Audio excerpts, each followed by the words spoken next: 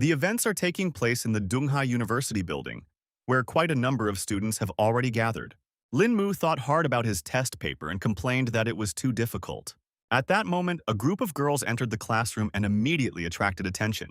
The students immediately recognized one of them and started discussing how cute she was, causing everyone to think this student was the queen of the campus, even though she was a freshman.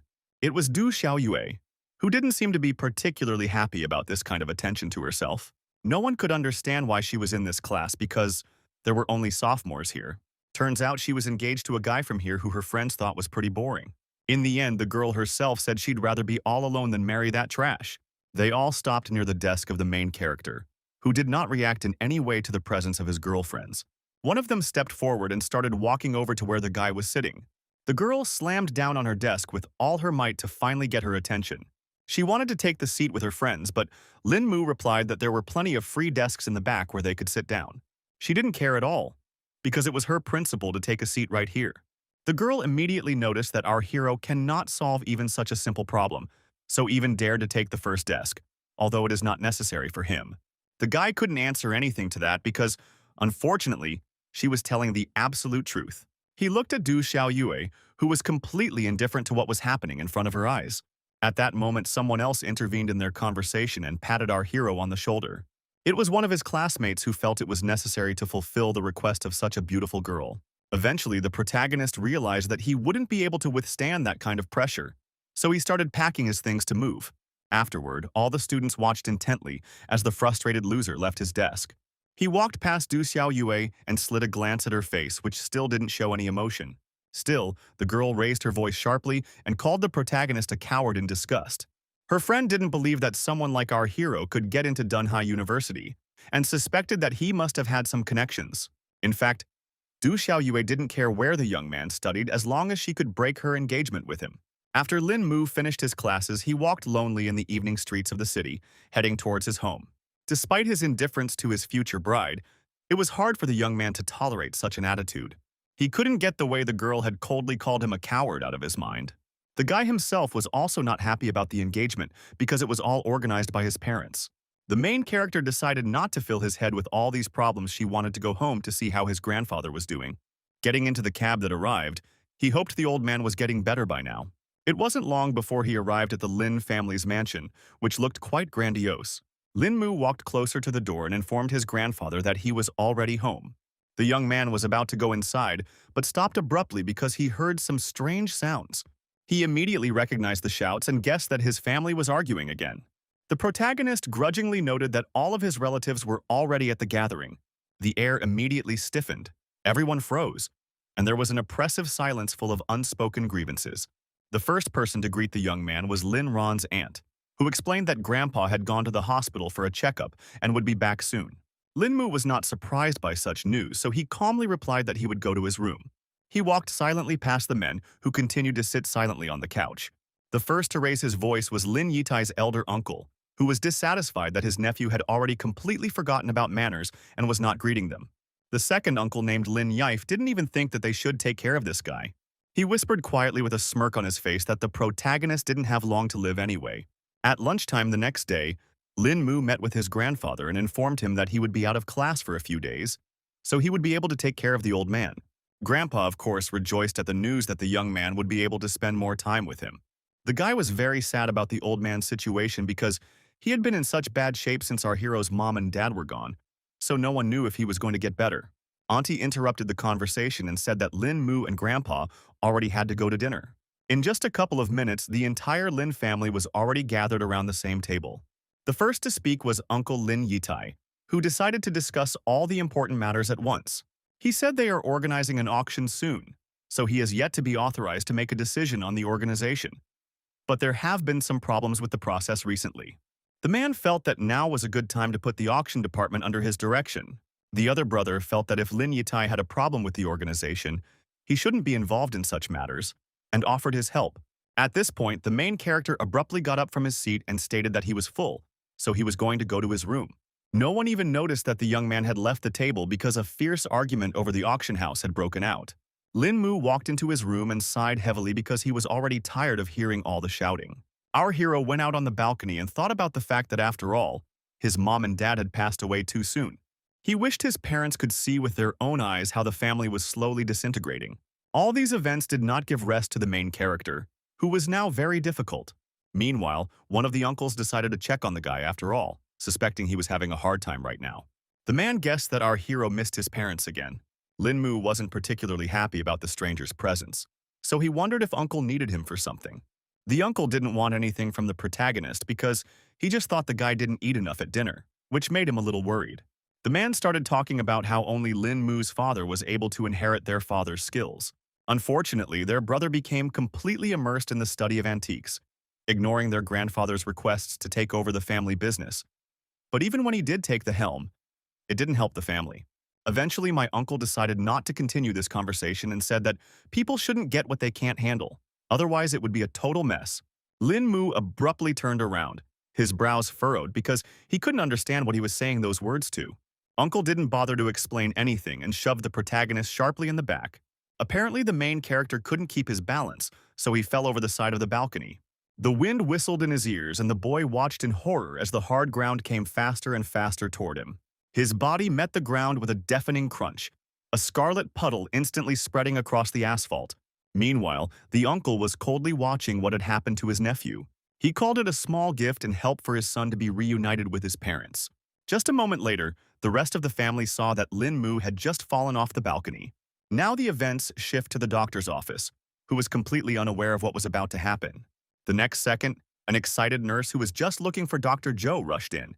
The girl reported that they had a patient who had fallen from the balcony, causing the head doctor to look for Ms. Joe. The doctor realized that the situation was serious, so she informed him that she would now approach the injured person. Meanwhile, the protagonist was already in the emergency room. A good number of doctors gathered around Lin-Mu, desperately trying to save his life. It was obvious from the guy's body that he was very seriously injured, causing his life to literally hang in the balance. Dr. Joe immediately inquired about the patient's condition. One of the doctors reported that the guy had fallen from the 4th floor with a lot of internal bleeding, and his colleague was very talented at acupuncture, which may have helped the victim. The girl knew one effective way, but it might be too risky. The chief physician understood the risks, but the patient needed to be saved right now. Ms. Joe obeyed her boss and immediately took up her needles. She gripped her instrument tightly and announced that she would start right away. In just a few seconds, several needles were sticking out of the protagonist's head, which was the last chance for salvation. The nurse immediately reported that the patient's condition had stabilized. Dr. Joe reported that she used needles to stimulate a state of bay or run. But if this continued for a long time, the young man's brain would simply die, so she left the rest to her colleagues. The doctors were more likely to perform the surgery to seize the moment as soon as possible. Suddenly, they noticed that the patient's heart rate had risen sharply above normal. The head doctor immediately began to suspect that Dr. Joe's technique didn't help after all. He, too, shouted for his assistants to get the defibrillator ready for emergencies. Metal plates pressed against his chest, and there was the sharp sound of a 200-watt discharge. The guy's body immediately shuddered violently from such an electrifying discharge. The doctor monitored the patient's vitals, but none of this was helping, so the doctors decided to increase the charge to 300 watts. The next second, the beeping of the apparatuses sounded, announcing that Lin-Mu had lost his last signs of life, so the operation was a failure. Dr. Joe was about to take off her mask and ask her colleagues to inform the patient's guardians of his death. The nurse agreed to honor the girl's request, but still couldn't take her eyes off the patient they couldn't save. Doctors covered our hero's breathless body to further transport it to the morgue. After that, they left the operating room to take care of the rest of the issues. All the hospital staff definitely didn't suspect that at this moment, some kind of dark sphere appeared above Lin-Mu's body. The next moment, a glowing spark of light appeared in the room and seemed to be looking specifically for our hero. She flew around the guy's body for a while, then entered his chest sharply. The young man's body was already cooling down, and his soul had risen above him, leaving only a lifeless shell. The unknown force was not going to let the protagonist go so easily, so it abruptly grabbed his soul. The ghostly fist clenched hard and prepared to drive a spark of life back into Lin-Mu's cooling flesh. When the arm completely disappeared, the main character's body slowly flew up and now began to literally float above the operating table. Little by little, all this unknown power began to merge with Lin-Mu to definitely save his life. After that, a massive mysterious ring appeared on the guy's index finger. Eventually, the fusion process ended. So for a few seconds, the young man froze in midair. The protagonist was still unaware of the mysterious and amazing events that happened to him that night. The next morning, Dr. Joe returned to her workplace and stood under the door of one of the offices. The girl's eyelids drooped heavily, her tired look betraying a sleepless night full of anxious thoughts about her patient's death. A scream pierced the air and the doctor flinched and her eyes cleared momentarily. She immediately scrambled from her seat and ran in the direction of the screams to see what was going on. It wasn't long before Miss Joe was already running into one of the wards where she met the frightened nurses and wondered what had happened here. It was very difficult for the girls to explain anything, so they simply replied that they had seen something very creepy. The doctor immediately looked around to see what could have happened overnight. She walked closer to the body of the main character who was still lying unconscious. It turns out that the entire hospital staff was shocked that the patient had somehow grown overnight. At that time, Dr. Joe decided to do a detailed examination of the body because it all looked too strange. Only now did she feel that the patient's body was still warm, which raised even more questions. The girl decided to check our hero's breathing with her finger to be sure of her guesses. In the end, Lin Mu finally woke up from his rather long sleep that might never end. Dr. Joe didn't know how to react to such a situation, so Hao was too shocked. Meanwhile, the nurses, who were now scared to death, thought the living dead had already come for them. The doctor asked her colleagues to be quiet because they shouldn't be surprised by such things, because the patient may have experienced clinical death. The protagonist was already seated on the operating table and wondered who all these people around were. The young man looked around, his gaze sliding over unfamiliar walls as his mind desperately clung to scraps of memories. He was desperate with his head to find any information about the events that had happened. In the end, the dazed Lin Mu realized that he didn't even remember who he was. After the guy regained consciousness, he was transferred to ICU room number 303. Dr. Joe was so shocked at the whole situation that she now did not move away from this amazing patient. The girl began to suspect that all this might have happened because the needles had damaged that point responsible for memory. She speculated that the damage done might have been so severe that they had literally forgotten their own name. The doctor asked our hero not to worry because she was sure that sooner or later his memories would return. The girl informed him that Lin Mu could press a button and a nurse would come to him if he needed anything. Eventually, she left the protagonist alone because there were some other things she needed to take care of. Now the boy was left in complete silence and he could rest after such a hard night. He finally woke up and thought about the fact that he couldn't feel any spiritual chi in this place, and his body itself was weaker than ever. It turns out that there was already someone else in the body who had used the last bit of chi to escape and create a new body for himself. Otherwise, he would have just died. He never even thought that the greatest cultivator in the world would end things like this. The guy was very angry at the Xuantian and Yugui sects who were too bold, so he was going to return to the cultivation world to cultivate every last one of them. Meanwhile, the Lin family mansion had already heard the latest news from the hospital as well. One of the uncles behind the incident was incredibly angry that his nephew was still not dead. His subordinate reported that the guy was alive but didn't remember anything, which reassured the man a bit, so he asked him to take care of everything, promising to pay well. Auntie couldn't understand what was going on either, because earlier, it was said that Lin Mu couldn't live after all. Apparently, the brother did not know the answers to these questions because he only had the information that the young man had survived but lost his memory. The woman, upon hearing this news, immediately began to hope that their nephew was now a common vegetable. Her uncle laughed a little at the fact that for her, memory loss and complete paralysis were one and the same.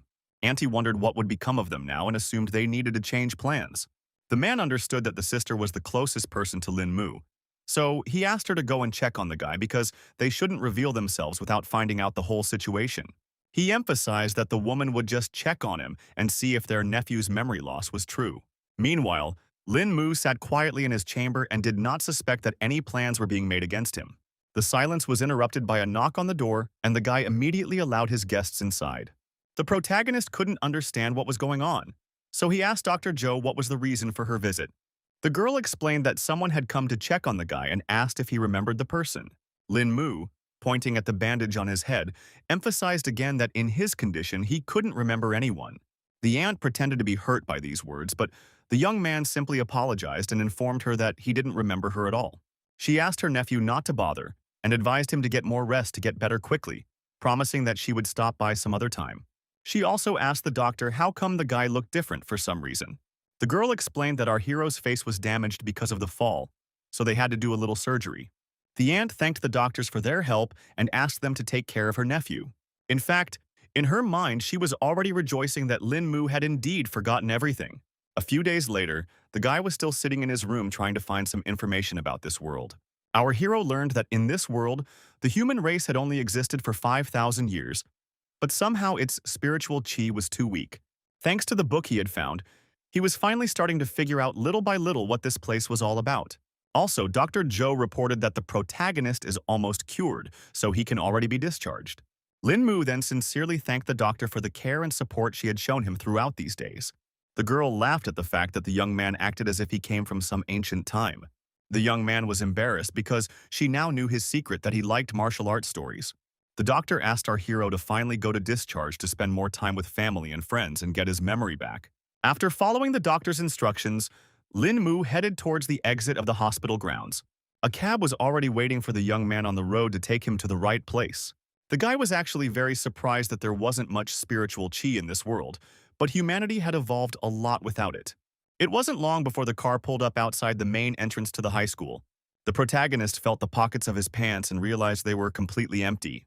The cab driver informed him that the guy needed to pay $50, but Lin Mu had no way to pay. Lin Mu explained that he had just gotten out of the hospital, causing him to have no money with him. The man was shocked by this statement because he definitely didn't expect such a thing from the students of Donghua University, where the best and richest students studied. Then he suggested that our hero call one of his friends to pay for him. The guy got really embarrassed because he didn't even know if he had any friends. The main character didn't understand what he should do because he didn't know anyone at this university at all.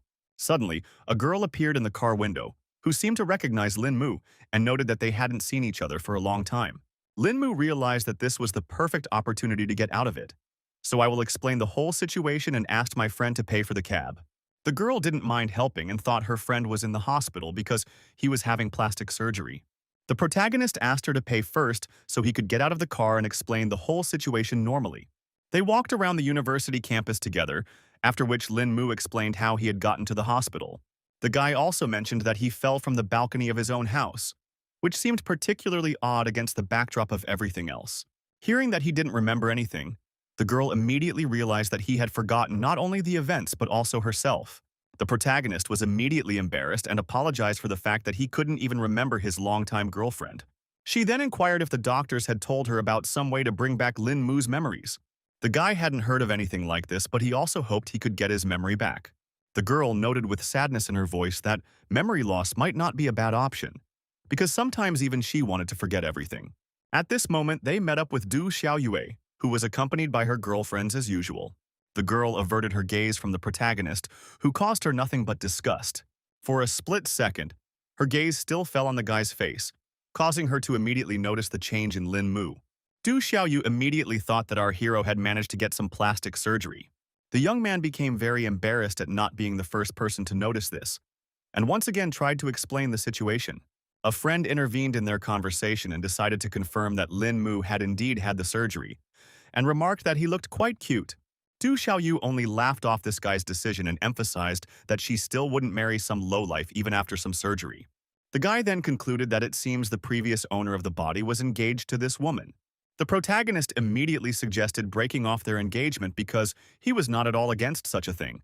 Du Xiaoyue and the girlfriend were incredibly shocked that the guy had so abruptly made such a decision. Lin Mu confidently stated that he would never want to marry someone like this girl. Of course, the main beauty of the university tried not to give the appearance when she heard such words in her direction, and only noted that it was quite brave on the part of the young man. The guy wanted to break off the engagement completely so the girl would never bother him again. In turn, the main character's girlfriend laughed and supported such a bold decision. Lin Mu was very dissatisfied with this kind of attitude, so he now hoped that he would never meet Du Xiaoyue again. The girl could not take her eyes off the guy, whom she had previously considered a loser, because she had not expected such a drastic change. Meanwhile, the girlfriend was very happy for our hero, who finally accomplished his little revenge. Now the guy learned that before his memory loss, he was a weak and depressed man who was easily bullied and humiliated by everyone. The girl emphasized that each time it was not just intimidation but a real shame. The protagonist realized that Du Xiaoyue had wanted to break off the engagement all along on her own, and he just let her go for nothing. The friend thought that this girl was unworthy of more, so she wondered what Lin Mu would do next. She thought the guy was already regretting his decision, since his fiancée was the queen of the university, but in fact he didn't care at all. The girl decided to end this conversation and asked our hero to stay away from Du Xiaoyue next time. She also promised to show the guy the way to his class because it was pretty clear he didn't even remember that. Along the way, someone threw a sharp dart toward our heroes, which stopped right near the girl's eye. It turned out that her friend had a practiced reaction, so she had no trouble catching it with 2 fingers. It was Chen Hao, who had been told many times by the girl not to play darts in class so as not to hurt his classmates. The guy was really scared because he had pissed off Tang Beibei, who was also the headman, and promised that it wouldn't happen again. In turn, the girl emphasized that her classmates' skills are not that good, so he can't show off in public. She decided to use the dart she was able to catch and demonstrate how to do it properly. In the end, Tan Beibei hit right into the very target with astonishing accuracy, leaving no chance of a miss. The protagonist was also surprised by this accuracy, and noted that it was similar to the level of the foundation dimension. After that, the head teacher reintroduced their classmate Lin Mu to all the guys. She recalled that the guy was injured, causing him to lose his memory, so she asked his classmates to help him get his memories back. All the students welcomed the main character with loud applause to support him at least a little bit. The protagonist noticed that this Tang Beibei wasn't such a bad person, and she was also quite popular in her class. Lin Mu's introduction was suddenly interrupted by a knock on the study door. In just a second, the teacher who was just about to teach a lesson to the students walked into the classroom. The woman with a smile on her face asked her students if she had missed anything important. Lin Mu immediately thought that it was also their classmate who was a little late. Tang Beibei immediately laughed because of her friend mistaking instructor Song Liangju for a student. The protagonist was surprised by this turn of events, and meanwhile the teacher asked the student to go with her, since he had already returned to the university. The head teacher wasn't happy that her classmate wasn't obeying the teacher, so she shouted for him to hurry up and go with Ms. Song. Song Liangru had already heard about what had happened to the guy, so she inquired if he was all right. Lin Mu thanked the teacher for her concern and replied that he was already fully healthy. She was pleased to hear such news from the guy, so she also added that if he needed help, he could always go to her office. The young man was grateful for the opportunity, but their conversation was interrupted by a knock on the door. It was Tan Beibei who came to see if they had finished their conversation because she wanted to have lunch with our hero. Mrs. Son reported that they were finished so the students could go to lunch, and she also thanked Beibei for her help. The girl was happy at the praise from her teacher and felt that she should help because she was Lin Mu's classmate. Meanwhile, the protagonist, without saying a word, got up from his seat and headed for the exit. Song Lingrao looked at the disciples after them and thought about the fact that it seemed that not only the guy's appearance but also his personality had changed. On the way to the cafeteria, our hero decided to talk about how his friend threw that dart so well. She must be working out a lot.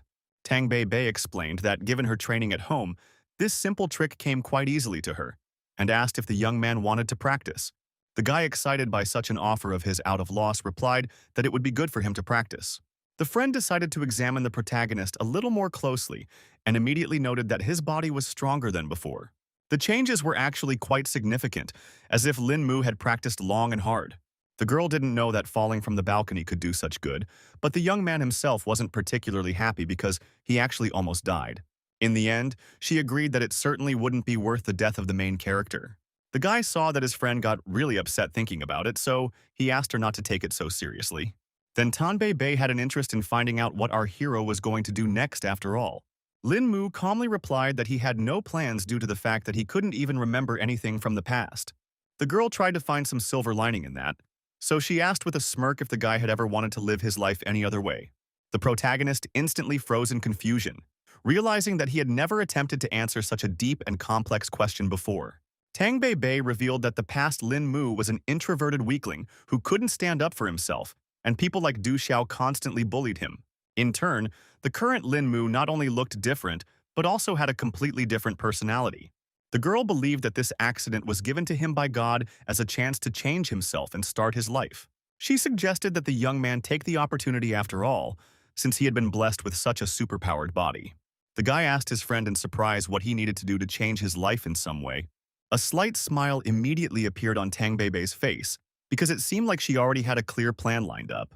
She wondered if he was even once familiar with the rumor of a mysterious organization called the Dragon Protectors. The protagonist was surprised to hear such a strange name for this organization. The girl explained that she had to say something about the martial arts world before she could talk about them. She directly asked if Lin Mu believed that there were people who could kill with mere leaves. The guy immediately assumed that these warriors were using spiritual chi filling, so he immediately replied that he believed that. The girl at once earnestly warned her friend that these people were not easy to find. She said that the legend said that some masters had reached the Xiantian dimension, and even her grandfather had once gotten quite close to the place. Unfortunately, the old man was defeated by his inner demons and lost all of his cultivation, though to the joy of the entire family, he still survived. The main character asked Bei Bei not to be sad because Grandpa was still alive, which was the most important thing. The girl listened to Lin Mu and told him that there were a lot of talented people in their Tang sect, so she hoped that someone would reach the Xiantian dimension. The cultivator was surprised to hear of a familiar organization, and immediately thought that his girlfriend was a member of Sichuan. Tang Bei Bei immediately laughed and poked the guy in the forehead because it was like what the protagonist thought of the Tang sect from a martial arts novel. She confirmed that their sect of poison and hidden weapon masters existed beyond the novels. At the peak of the organization, they had quite a few Xiantian experts who were quite strong warriors. Lin Mu clearly didn't expect to hear something like this, so he immediately asked a question about how powerful these people were. The girl knew everything from her grandfather, who said that all the techniques were created by these particular fighters. Our hero had already assumed that these Xian experts were equal in strength to the foundation measurement level, and asked if there were any such masters in their sect. His friend immediately emphasized that the dragon protectors were created by the Huaxia government for special occasions. That's why some sects send their disciples to the team to break through faster, and even Tang Bei Bei herself coaches such a team. The protagonist started to have a bit of hesitation because he wasn't sure if he could join the team if he wasn't in a cult. The girl reassured him that the young man's potential, combined with good training, would allow him to be no weaker than their recruits, and asked if he wanted to join the Dragon Defenders. For a while, Lin Mu wondered if he should make such a spontaneous decision. In the end, the brave man firmly stated that he wanted to live another life after all. That was the end of their conversation, and the events continued deep into the night. The protagonist had already found himself outside the large building of Tanglong Corporation. In fact, the young man was surprised that the organization's bazaar was right in the middle of the city. Tan Bei Bei didn't see it as a problem because it's the right place to house an important agency for the government. Plus, if there's any urgency, you need to respond as quickly as possible. The guy realized that he had said something somewhat stupid, so he confirmed that his friend was right after all. Quite soon, they were already inside the Tanglong Corporation building and headed towards the elevator to go to the upper floors. Our hero, having seen the enormous scale, ascertained that this was the base of the organization. Meanwhile, the girl pulled out her card to confirm her identity. She swiped the document across the elevator panel, as it could only be used with special identification. After a second, a notification appeared on the screen that the download of the required files had started. Tang Bei Bei began to input the necessary information, while simultaneously explaining that the Tanglong Corporation was just a disguise. She asked the protagonist to just wait a bit to see the true extent of it.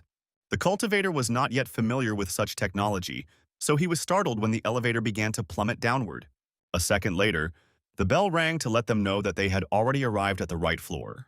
When the elevator doors opened, Tang Bei Bei announced that they had arrived at the Dragon Protector's base. It turned out that under the ground there was a not insignificant room where a large number of employees of the organization worked. The girl wasted no time and immediately took her friend to the office of one of the leaders of the Dragon Defenders. The man sensed someone else's presence, so he immediately awakened from his sleep. He, surprised at the unexpected visit, immediately asked what Bei Bei was doing here at such a late hour. Meanwhile, our hero had managed to see the glow of spiritual chi from this old man, so it looked like he had broken through the foundation dimension straight into the energy-gathering dimension. But at the same time, the guy realized that this warrior was still far away from Xiantian's dimension.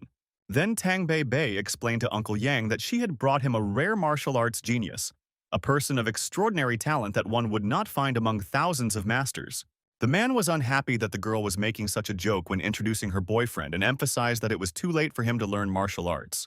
She immediately explained that it wasn't her boyfriend and suggested that the leader check out the main character's skills on her own.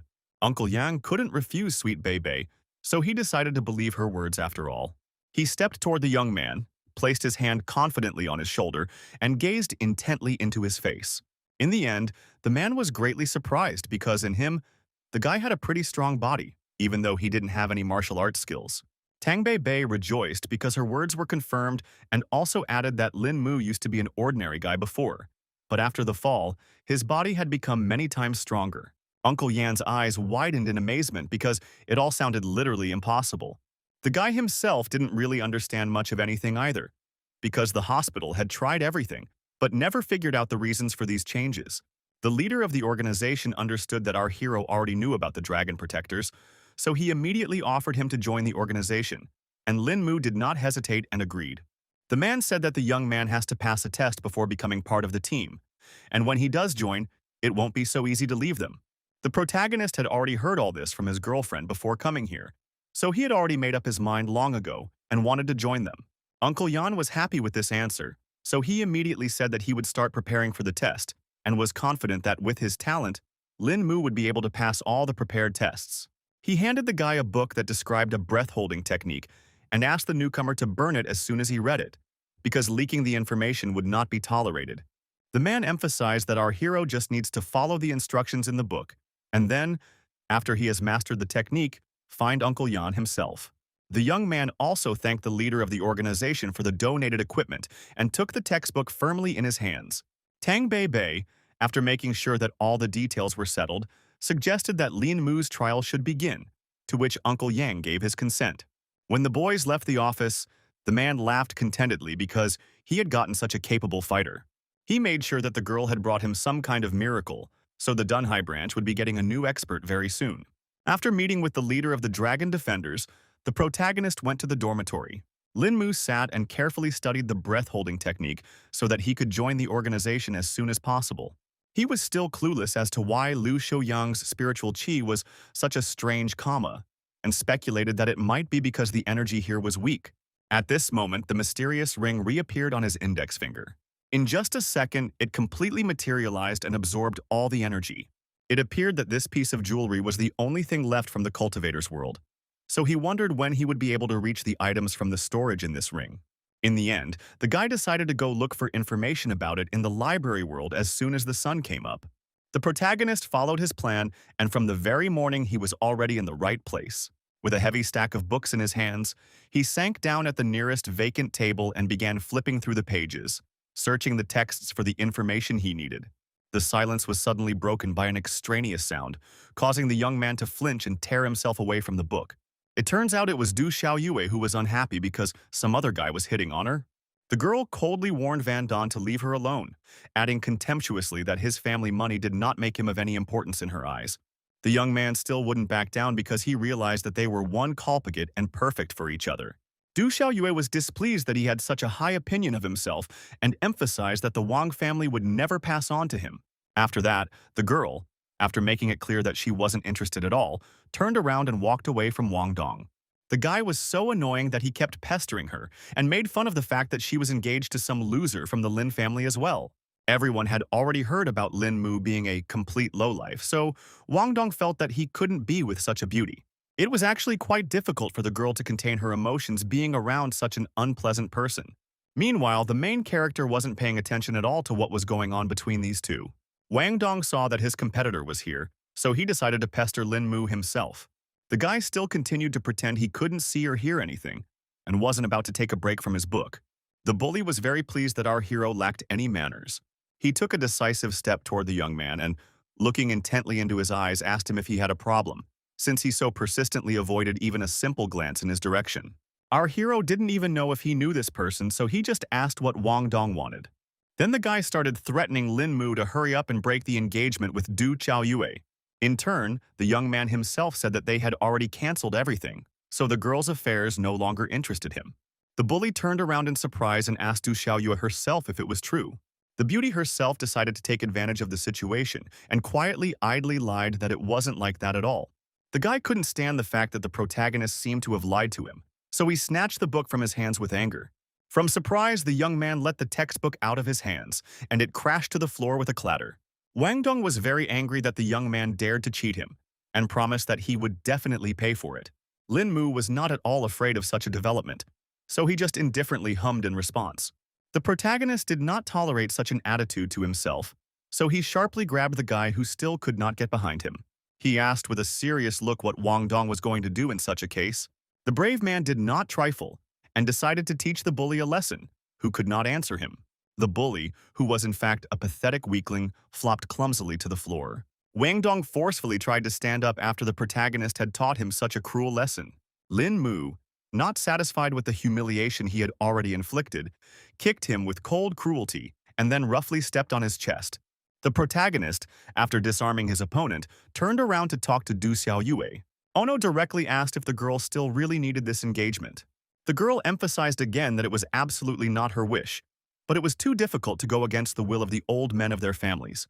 In fact, Lin Mu hadn't even thought about the fact that Du Xiaoyue would annoy him so much before. The guy then turned to Van Don, who seemed to hear everything perfectly, and explained that technically they were engaged, so the guy had better stay away. Meanwhile, the bully raised his voice and asked if the main character knew who he was. The guy didn't care about this at all, so he pressed down on Wang Dong with even more force. Daredevil immediately howled in pain and now begged our hero to let him go, promising to just walk away. In the end, Lin Mu still let the kid go and immediately ordered him to disappear from his sight. The self-confident guy certainly did not tolerate such humiliation before, so silently left the library, without responding to our hero in any way. That resentment had sunk too deep, so he was already making plans on how to get back at the brave man who had acted so inappropriately. Meanwhile, there was a loud clamor around because no one expected to see such a fight in the university library. One of the students was very unhappy that someone allowed himself to make noise and fight in such a place. The main character immediately apologized and tried to lie that some student had just bumped into the table. He tried to remedy the situation and began to put the furniture back in its place. In turn, Du Xiaoyue noted that the young man had indeed changed because he would never have done such a thing before. Lin Mu himself thought that this might be for the best, because he would have a lot less problems now. The girl, despite her dislike for her fiancé, warned him that Wang Dong was the kind of person who was eternally vengeful. The protagonist only smiled slightly upon hearing this information and thanked her for the warning. He turned next and his gaze fell on the very book the bully had snatched from his hands. A line immediately caught my eye that spoke of someone having to finish what they started in case the enemies returned. The guy thought about the fact that he had already learned the technique, so now it would be worth it to find Liu Xiuyang and get something new. It is evening and the events are transferred to the Wang family home, where another scandal is already brewing. His father was unhappy that none of his subordinates were able to bring him useful information, even though he was paying well and had already been waiting for a whole week. All the staff members were saying that Lin Mu was only a weakling and a coward, but the problem was that he was somehow able to break the young master's arm. They universally reported seeing the guy like this before, when he was a completely different person. The head of the family was interested when he heard about the sudden change in their purpose.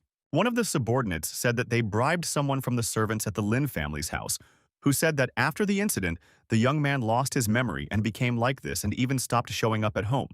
Mr. Wang was going to act decisively, so he ordered his fighters to bring this guy in no matter what. All the guards lined up in a row and unanimously accepted the order. The old man wasn't going to be afraid of some loser Lin Mu just because of his family, because he had personally wronged him. The next morning, the protagonist, not suspecting that the hunt for him had already begun, came to the university as usual.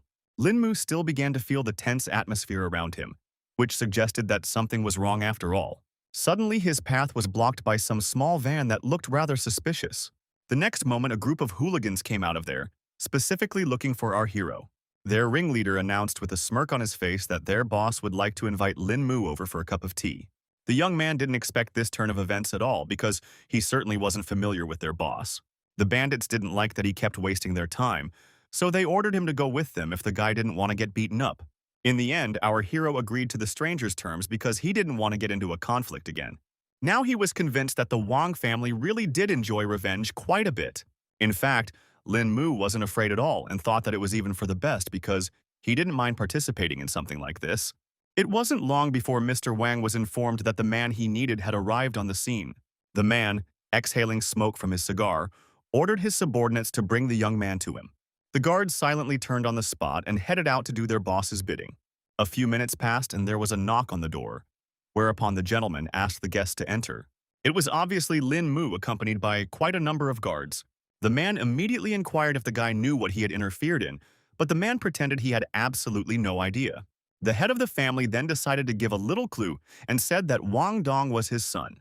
The guy boldly suggested that the battered toddler had complained to his old man, who was now seeking revenge.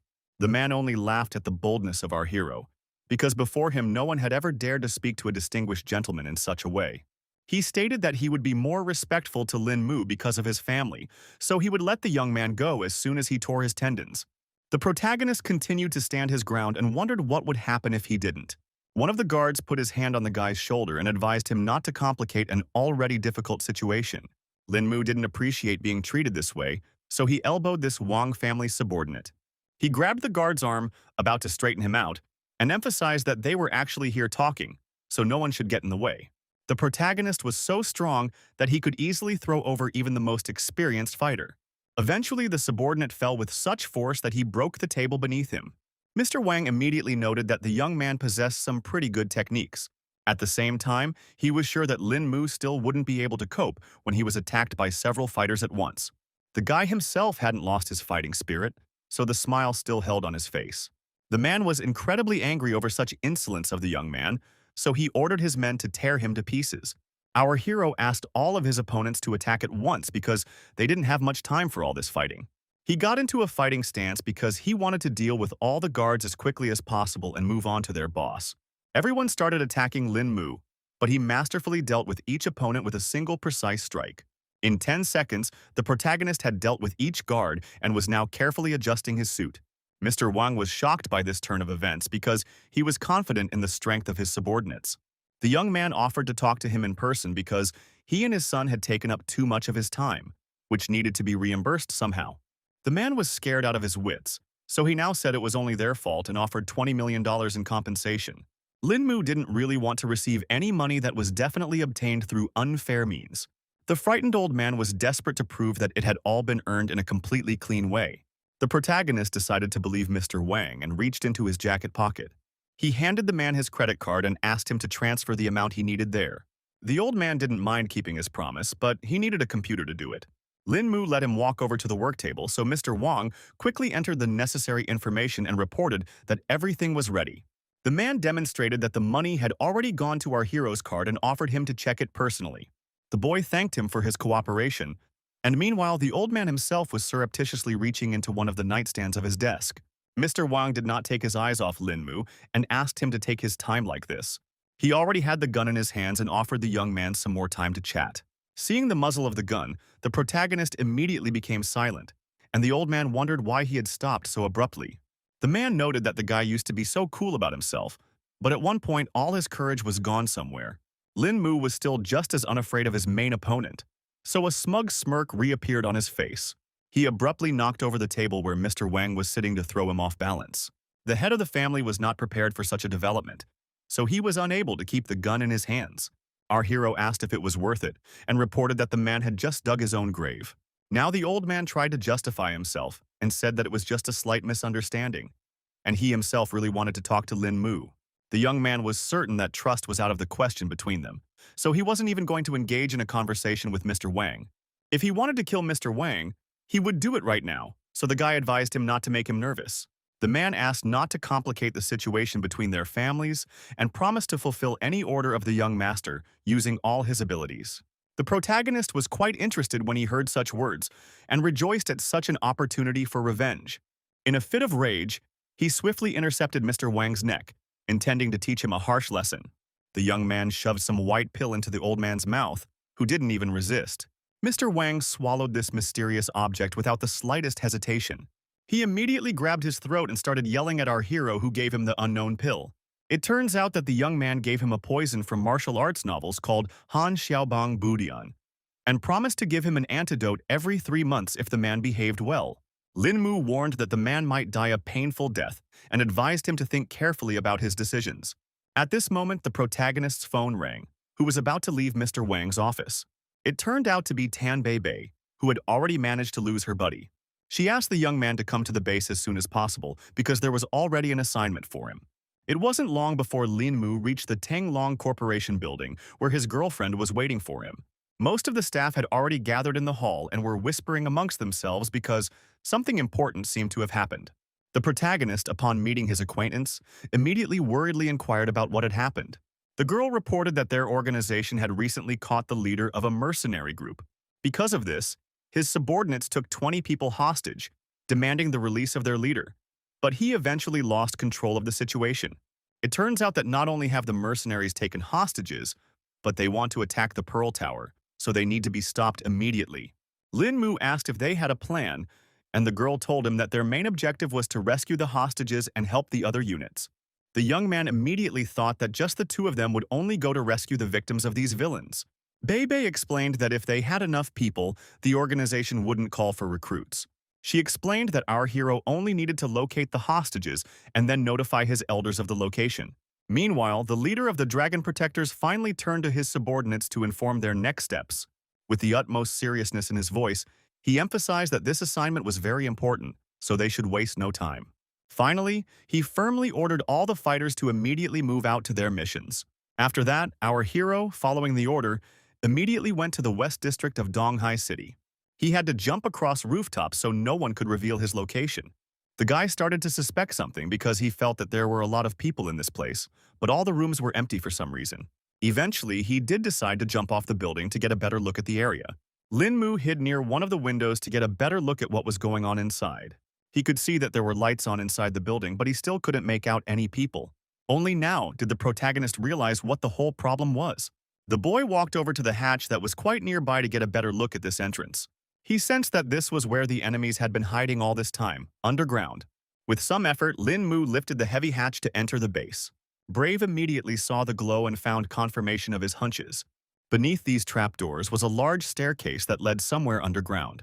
All this time, a guard was standing near the entrance, looking around carefully to make sure no stranger was missed. Suddenly, the fighter heard someone's footsteps behind them, though they weren't expecting any visitors. As a result, all he saw was a pair of legs that was rapidly flying straight at his head. Lin Mu managed to masterfully produce a grab of his first opponent using his legs. The guard tried to call for someone to help him, but the guy squeezed his neck so hard it was pretty hard to do. The opponent helplessly wheezed, unable to even move as Lin Mu's iron grip tightened on his throat. The enemy helplessly collapsed to the ground like a hamstring, and Lin Mu gracefully stepped off him, landing softly beside him. The protagonist began to quickly remove the uniforms from his defeated opponent, unbuckling multiple straps and latches with honed dexterity. He quickly changed his clothes, and now he was no different from the guards here, because his uniform fit him like a uniform, and his mask concealed his face. Lin Mu didn't waste any time and went to the boss room to report that they had something going on at the base and lure out the main target. A pumped-up giant immediately appeared from behind the door and inquired as to what had happened. Our hero watched the actions of the boss closely and tried to think of something to answer one of the bandits. Meanwhile, the leader was already reaching for his gun because he was beginning to suspect that there was something wrong with this guard. Lin Mu reacted to his movements and immediately grabbed his hand to snatch his weapon. The boss was not an easy man to deal with, so he quickly regrouped and tried to hit him with his knee. In turn, the young man himself also managed to see his opponent's attack and countered in time. The bandit's leg fractured with a crack, because Lin Mu's body was much stronger than one would have guessed at first glance. The fighter let out a heartbreaking scream, after which his body twisted in unbearable pain. He fell to the ground with a thud and clutched at his broken leg, still holding the gun tightly in his other hand. The gang leader immediately pointed a gun at the protagonist and fearfully asked who he was. This guy immediately pointed a weapon at Lin Mu and demanded to give his name, but he was not intimidated and continued to remain silent. The young man realized that he couldn't deal with this thug that easily, so he hit him once more with his knee. Apparently, there was no way the bandit could block this attack due to his serious wounds and severe pain. His consciousness went out like a burned-out light bulb, and his body collapsed to the ground, finally out of the fight. The protagonist looked around and realized that all the hostages were just in this room. In the corner of the room, his gaze caught on two shabby bags without any identifying marks. The boy quickly approached the suspicious items and didn't hesitate to unzip the zipper to see what lurked inside. Turns out there was a mountain of money hiding inside them all along. Lin Mu was shocked that these people had stolen so much money, which was also all in cash. A new idea immediately popped into the guy's head because he realized that the hostages didn't know who he was yet. He zipped up the zippers, gripped the handles of his bags tightly, and raced away, realizing that now he could easily get rich. One of the girls didn't seem particularly pleased that the protagonist had done such a thing. She suspected that Lin Mu had killed the other guy just to take all the money for himself. Beauty was also quite bright, so she noticed one interesting thing right away. The girl noticed that our hero left a gun on the floor, which could have been her shansum. She skillfully performed a few somersaults and quickly grabbed the weapon in her hands. Undaunted, the brave hostage pointed her weapon at Lin Mu and ordered him not to move. Our hero only sighed heavily because now he realized that he would not be able to leave this place so easily. He immediately explained that he was not here to bully the hostages and allowed them to walk from here. The girl understood his motives, but as a police officer, she can't let the villain escape, so she ordered the guy to drop the bags and put his hands behind his head. Then, Lin Mu was not confused and offered to split the loot in half, pretending that they had not seen each other in this place. The hostage still wasn't going to give up that easily, so once again she repeated her order to put the bags down or she would shoot. The protagonist realized that the jokes with this officer were short, so he threw all the money on the floor. Meanwhile, the girl turned to one of the hostages and asked him to take off his belt to tie the hands of the villain. At the same time, the young man sat down on the floor and already pretended to be resigned to his fate. Obviously, our hero had already come up with a new plan, so he was just waiting for the right moment to attack. It only took one precise movement for him to stop the man who was about to tie him up. In just a second, Lin Mu had already turned around in such a way that he was able to use the hostage as a live account. Eventually, the guy managed to knock him over in a way that knocked the officer off his feet. Without wasting a second, the experienced fighter ran up to the girl to snatch the gun from her hands. He emphasized that the hostage did not need to do that and asked her to go back to the corner and sit still. The officer realized that she had no other choice, so she complied with Lin Mu's order, who only grudgingly hummed. The protagonist realized that he had solved all the problems, so he headed for the exit again with 2 bags of money in his hands. Before finally leaving the enemy base, he decided to strip off all his uniforms. At the same time, the guard's body was still lying breathlessly at the entrance of this huge basement. A satisfied smile immediately appeared on the guy's face because he was able to successfully complete his first mission. He decided to search the territory of the base and find a suitable place to hide the found baggage. Lin Mu didn't hesitate to throw the bags into the well, which turned out to be a pretty good storage area. The protagonist was going to raise money after this whole operation was over. Afterward, he called Bebe to report that he had found something suspicious here. It wasn't long before the dragon protectors arrived on the scene and gradually removed the hostages from the bandit base. Among the victims was the policewoman who wanted to arrest Lin Mu for theft and didn't realize that he was standing quite nearby. The guy himself informed his partner that he would go report to headquarters to say that the hostages had been found and they could proceed with the next part of the plan. The girl herself was glad that all the people were safe now. They then put all the hostages on the bus, so the whole operation to rescue them went smoothly. For a while, Tang Bei stared after the transport with the rescued people and pondered the recent events. But she said the mission wasn't over because the hostages said there was something suspicious inside. The protagonist began to suspect something, so he asked what the people were talking about. Turns out they had already managed to tell the 2 mercenaries had gotten into a fight. But by the time the dragon protectors got here, 2 were already out. The main problem was that they couldn't find the very same bandit money anywhere. It was obvious that whoever knocked out those mercenaries was an expert because it looked as if his opponents didn't stand a chance. The girl was about to report to her superiors that there was a master of such a level among the bandits. Lin Mu, who knew the whole truth, only smiled and agreed that a real expert had been here. After all the searches, our heroes went to the base of their organization to report the results of the mission. The guy reported that he had some business to take care of and said goodbye to Tan Bei. He quickly left the Dragon Defender's base and hailed himself a cab.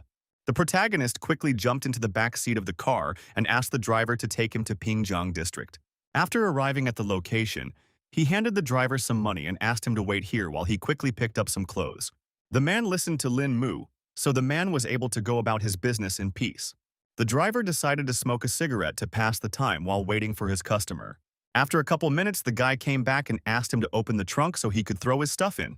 The cab driver still didn't suspect anything, so he quickly pressed the button and complied with his passenger's request. The protagonist wasted no time and quickly put 2 heavy bags of money inside. The driver with a cigarette in his teeth noted that the guy was very pleased after picking up his so-called clothes. Lin Mu just laughed in response, but he thought to himself that there could be no other reaction to 10 million euros. Meanwhile, Mr. Wang has already received the report of his body checkup after being poisoned by an unknown pill. The subordinate handed him an envelope and informed him that it said the man had not been poisoned. The doctor said he was perfectly healthy and there should be no problems with his body. But there was still one small flaw. Mr. Wang wasn't going to listen to his subordinate any further and asked to be left alone. He couldn't contain his anger because he was beginning to suspect that Lin Mu had simply tricked him. At that moment, his train of thought was interrupted by a sudden ringing on his phone. The man's gaze immediately darted to the screen of his smartphone, where an incoming call from an unknown subscriber was displayed. Mr. Wang abruptly brought the phone to his ear and coldly demanded an explanation as to who dared to interrupt him at such an inopportune moment. The voice in the receiver belonged to the very man he had been pondering only a moment ago. It turns out that the protagonist had already made a reservation at Wang Jiang's restaurant and hoped that he could have a little chat with his new acquaintance here. The man was immediately interested in such an offer, so he was going to get there in a couple minutes. Wang Dong actually tensed up because he couldn't even figure out what this guy wanted right now. Our hero immediately noted that the old man arrived here rather quickly, and the latter explained that he didn't want to keep Lin Mu waiting. The man was quite excited because he couldn't guess what Brother Lin wanted and promised to fulfill his every wish. The guy laughed quietly and looked away and replied that nothing of the sort had happened. He began his story by saying that Wang Dong should already be aware of the situation with the Lin family. The protagonist poured a glass of wine and hinted that there was something only a man himself could do for him. The old man, suddenly revitalized, asked the young man to elaborate on his situation. Lin Mu explained that he had some cash, but he couldn't really use the money. The young man understood that Mr. Wang was a businessman, and thus could be a useful ally in his plans if he presented his proposal correctly.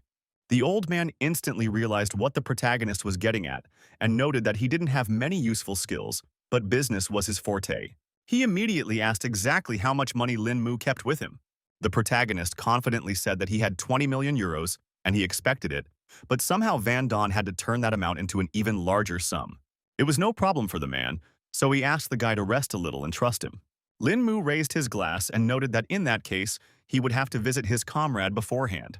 Wang Dong also grabbed his glass and happily replied that there would be no problem with that.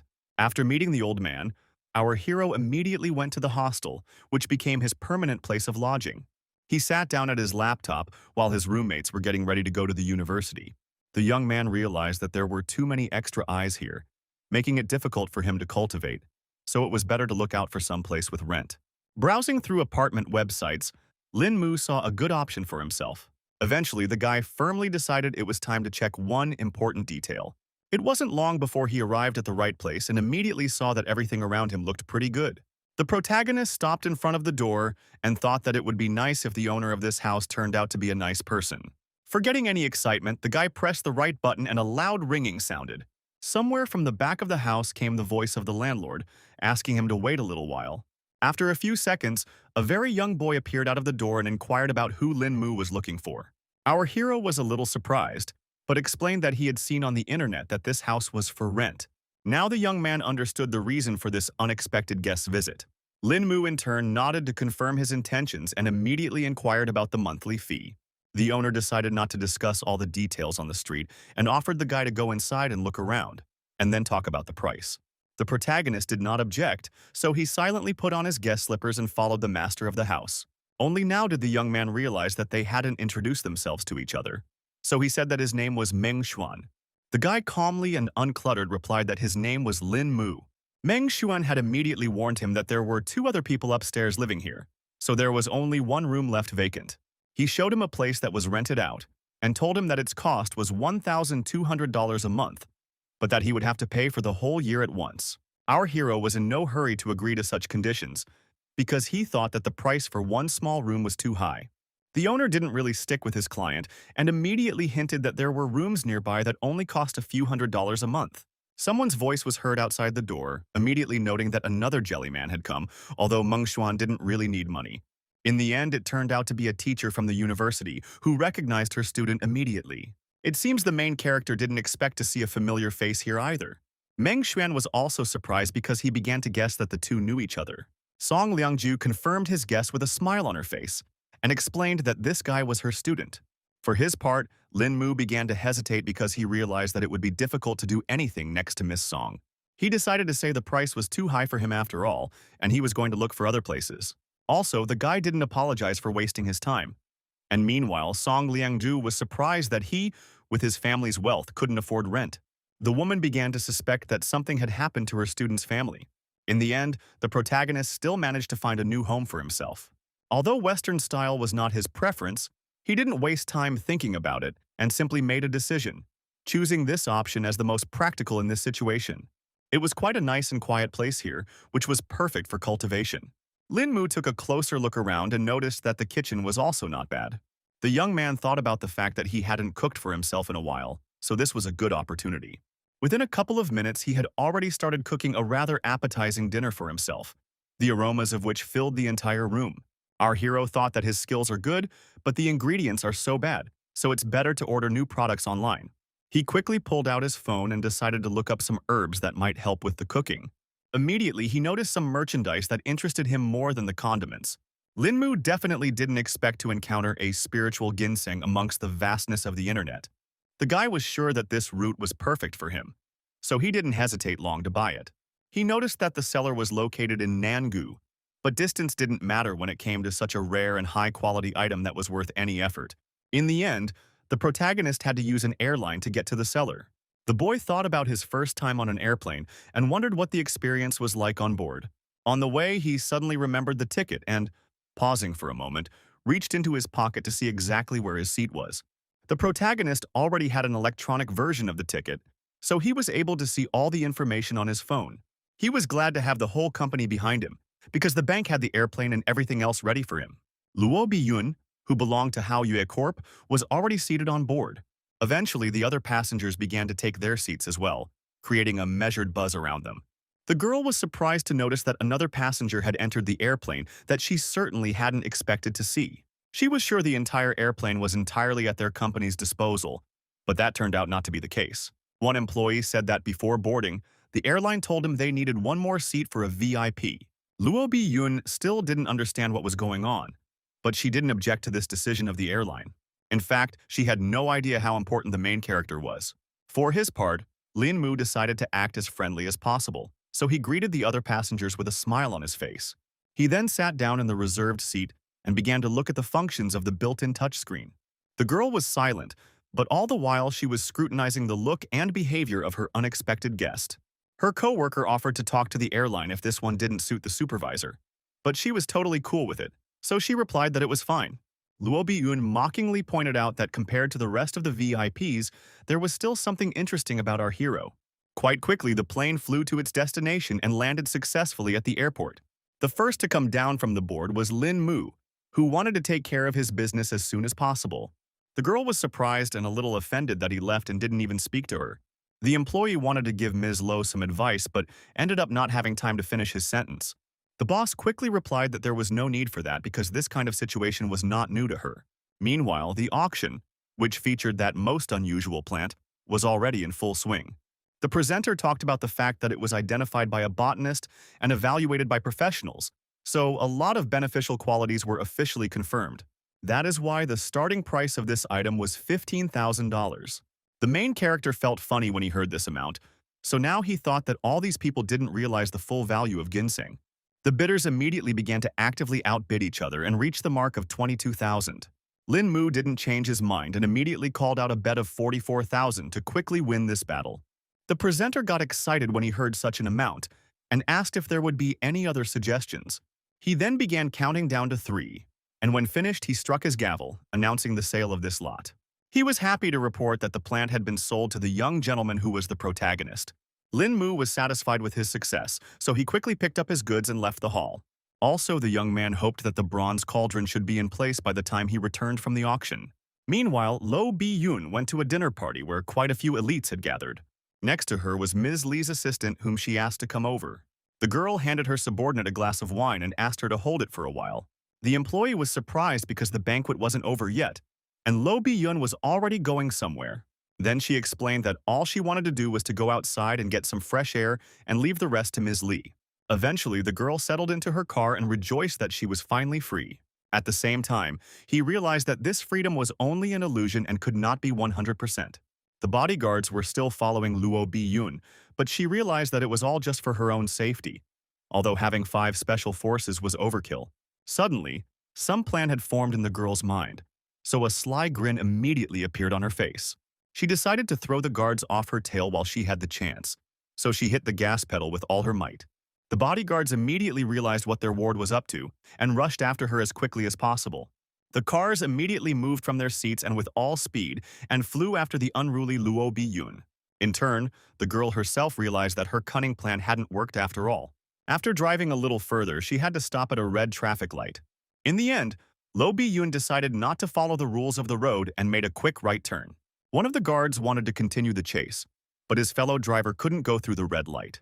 In the rearview mirror, the girl saw that her plan had worked after all, so she laughed wickedly. She wondered what to do now. And for starters, she wanted to tell the bodyguards about not worrying unnecessarily. The girl was so excited about this opportunity that she didn't notice that the silhouette of a crossdresser appeared right in front of her car. Luo Bi-yun had time to quickly react to the threat and hit the brake pedal.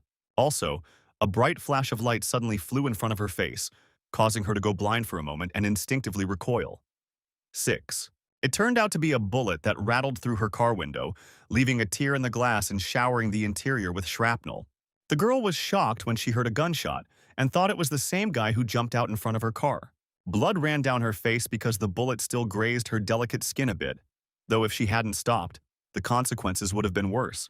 Luo Bi-yun was sure that these people here were clearly after her, so she should find a safe place and hide until the bodyguard found her. The girl turned sharply into a narrow alley and raced through the deserted streets, her footsteps echoing between the blank walls of the houses. She hoped this place would be safe until the bodyguards got here.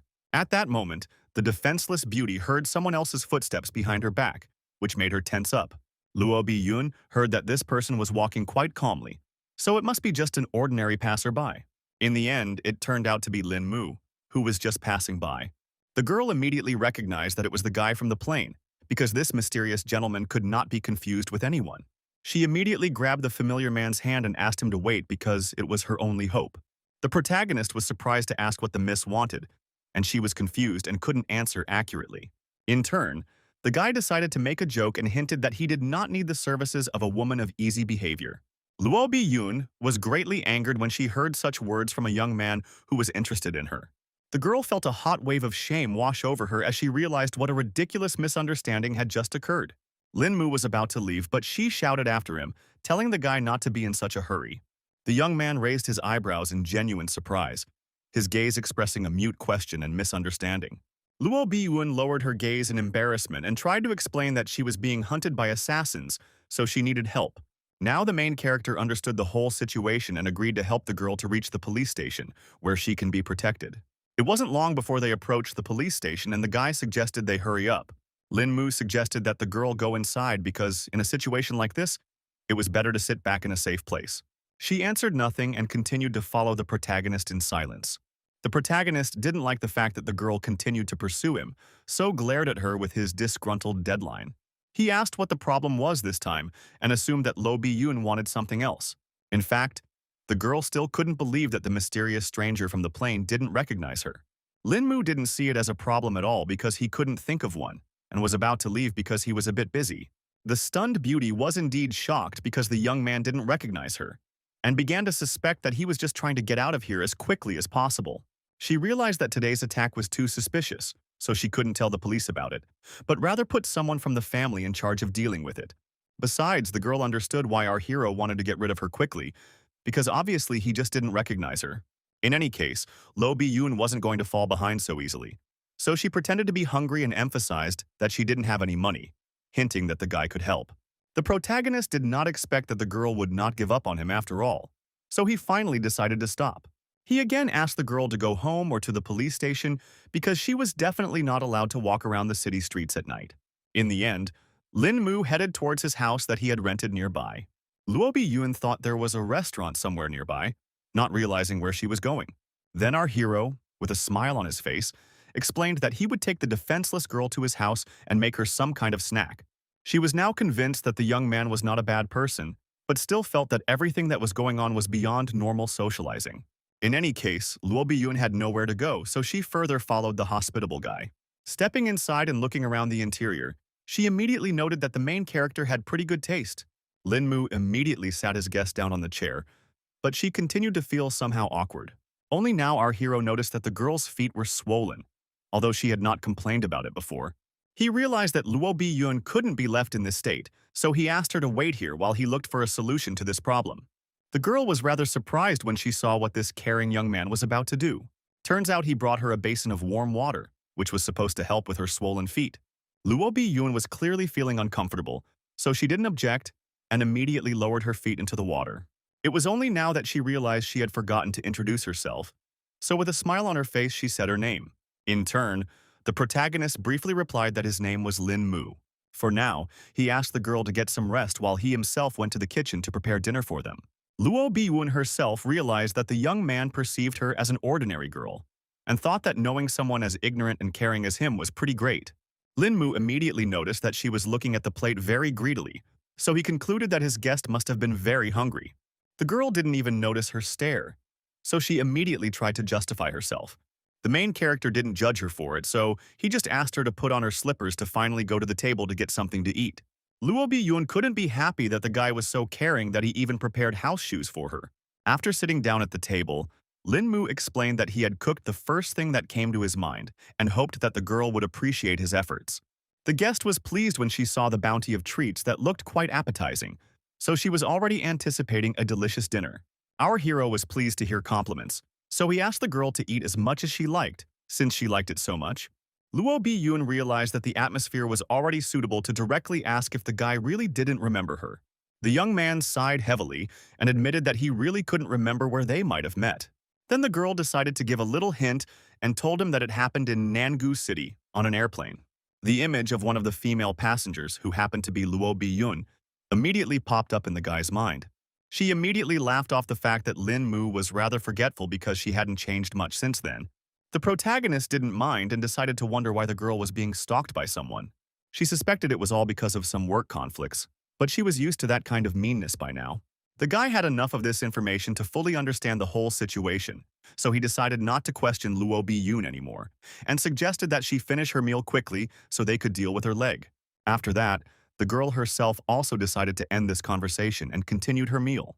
After eating dinner, they went straight to examining the leg, and the main character immediately warned that they would need to be a little patient because it might hurt a little. Lin Mu was rubbing the place where his leg had been kicked, where by then, a rather large bruise had already appeared. Luo Biyun became very embarrassed because it all seemed rather strange since they almost didn't know each other. Fortunately, the girl earned just a sprain, so her health was not in any danger, but it was still complicated by the fact that it was on the girl's leg. If not taken care of in time, the wound might affect Luo Biyun's walking, so our hero was willing to help, but it would all be too painful. The victim had already prepared herself to endure this pain, and the guy set about treating her. She was greatly surprised because she didn't feel any pain in the end, and thought that the main character was a professional doctor. The young man was obviously only a student, but the girl was still impressed with his skills. After that, she asked if she could use Lin Mu's bathroom because she couldn't go back to her home like this. The protagonist didn't mind helping Luo Biyun and asked her to wait for a while. He even decided to bring clean clothes for his guest, so he retreated to another room. The guy brought his belongings and explained that he lived alone, so there were no women's clothes here, but in any case, Luo Biyun had little use for what was available. The girl had not expected such hospitality at all, and thanked Lin Mu for all this help. After that, she went to the bathroom and the main character also brought her slippers and left them by the door so she wouldn't slip. After making sure the guest had everything they needed, the guy was finally able to mind his own business for a bit. The protagonist sat down on the couch and began to consider the spiritual ginseng that he had managed to snatch at the auction. He came to the conclusion that it was about time he figured out how to use this artifact. His musings were abruptly cut short when there was a persistent knock at the door. It was Luo Biyun, who had already finished all the water procedures and changed her clothes, so she was feeling quite fresh. The guy was a little stunned because he didn't expect the girl to be so suited to his clothes. The girl gave an embarrassed laugh and wondered what it was that was on the table. The protagonist briefly explained that it was just a medicinal herb that he was going to make a cure with. Luo Biyun was greatly surprised because she couldn't understand why such a young and healthy guy needed some medicinal herbs.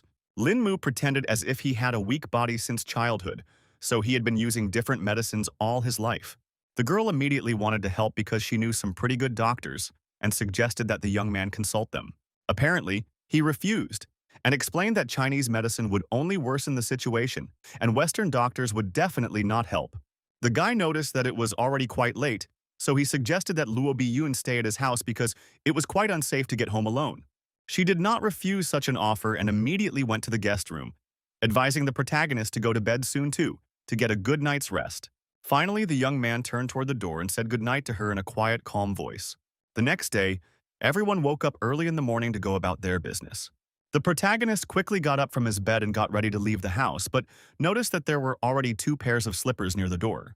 He remained standing there, slightly puzzled, not expecting the girl to leave him so suddenly and even at such an early hour. At that moment, He smelled something pleasant, so he immediately went inside to see what it was. On the table in front of him, he saw a freshly cooked breakfast and immediately noted that all this was not a cheap treat. Taking a closer look, Linmu noticed that there was a small note under one of the plates.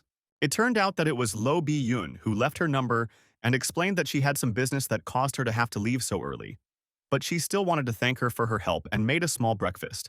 The protagonist quickly sat down at the table to appreciate the girl's efforts and thanked her aloud for all of this, despite the fact that he was here all alone. Cutting off a small piece, the guy stabbed it on his fork and put the food in his mouth. In fact, Lin Mu hadn't even expected that this entire breakfast would turn out to be so delicious. He had no idea at all that his new acquaintance had such good cooking skills. Finished with his morning snack, the protagonist decided to start making the medicine. In one of the lockers was a special cauldron that was meant for just such things. After throwing the ingredients inside, Lin Mu put the pot on the stove and the water in it boiled quite quickly. After that, he put ginseng root in it, which was the final ingredient. Meanwhile, events shift to Manhattan, where they have already learned about the recent incident with Lo Bi-yun. Her father was incredibly angry that the useless staff couldn't protect his daughter. The bodyguards understood everything perfectly well, so they apologized to their boss and emphasized that it was all their fault. It turns out that the subordinates had already managed to find the killer and the man behind it all, so one of them had already reached into the envelope to have a peek at this on his own. In fact, the man was more interested in who helped Luo Bi-yun evade her pursuers. The bodyguards had already prepared information about this guy too, so they started looking for an envelope with suitable data. The man was not in the least bit surprised when he read that it was Lin Mu from the Donghai Lin family. What shocked him even more was that this young man had died, but was eventually able to come back to life. The guards explained that they received this information from the hospital, which suggested that it was probably just the body's response to the temporary organ shutdown. But it was also known that after the patient woke up, he became taller and his appearance changed, though more surprising was that his personality became completely different.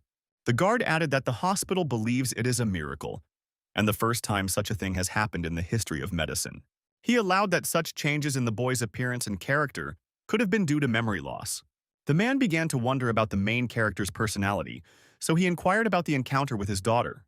The bodyguard said that they met 5 days ago when they were on the same plane to Nanhai City, and they also met on the day the girl was attacked, so it can already be said that they are friends. In the end, Father calmed down a bit because he realized that Luo Bi-yun was fine, but he also firmly added that from now on, he no longer wanted to hear that she was in danger. Hearing their boss's order, the guards turned around and headed towards the exit. For a while, the old man continued to sit with sheets of information about our hero and think about who he was. Meanwhile, the evening shadows lingered on the walls of Lin Mu's house, where events now continued to unfold. The preparation of the medicine was still going on, and the guy once again opened the lid to see how the process was going. He finally saw that the recipe had worked and everything was ready. Our hero quickly poured the medicine into another container where it immediately solidified. After that, Lin Mu would twist small balls from this substance, although he could have done it with chi energy. But it was not enough even for such easy tasks. Of all this amount of medicine, the young man had quite a few medicinal pills. Eventually, the protagonist decided it was time to personally try his endeavors. Taking a sip of the medicine, the guy immediately felt some strange changes in his body. He realized that the effect was certainly a bit weak, but the number of pills just made up for it. Lin Mu realized that all was not well with Qi in this world, but with such great finances, there was nothing stopping him from rising to the top again. The next day, the guy, as if nothing had happened, went to study at the university. Tang Beibei, who was sitting next to him, immediately noticed that the main character was sitting on his phone the whole time. So she immediately asked what it was that he was doing. Turns out the young man was just looking at his grades for his last exam. Seeing the result, the girl immediately noted that the grades have not badly increased after our hero was in the hospital. So now she herself was not opposed to also fall from the balcony. Obviously, it wasn't the best idea, so I didn't advise her to go to such lengths for some sort of evaluation. One of her classmates also remarked that after this incident, everyone is talking about how lucky Lin Mu is. Du Xiaoyu was very annoyed because all the attention was tied to her ex-fiancé, so she asked her girlfriends not to react to it in any way. The sly girlfriend immediately reminded her that on paper the guy was still her fiancé, hinting that they could deal with this Tang Beibei he keeps hanging around with.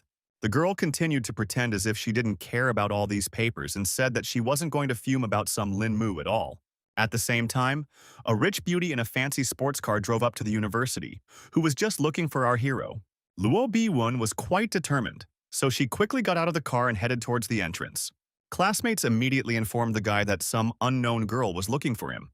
The protagonist immediately realized everything when he saw the acquaintance in front of him, and said hello to her, a little surprised. In turn, the girl smiled widely and laughed at the fact that he certainly hadn't expected to see her in such a place.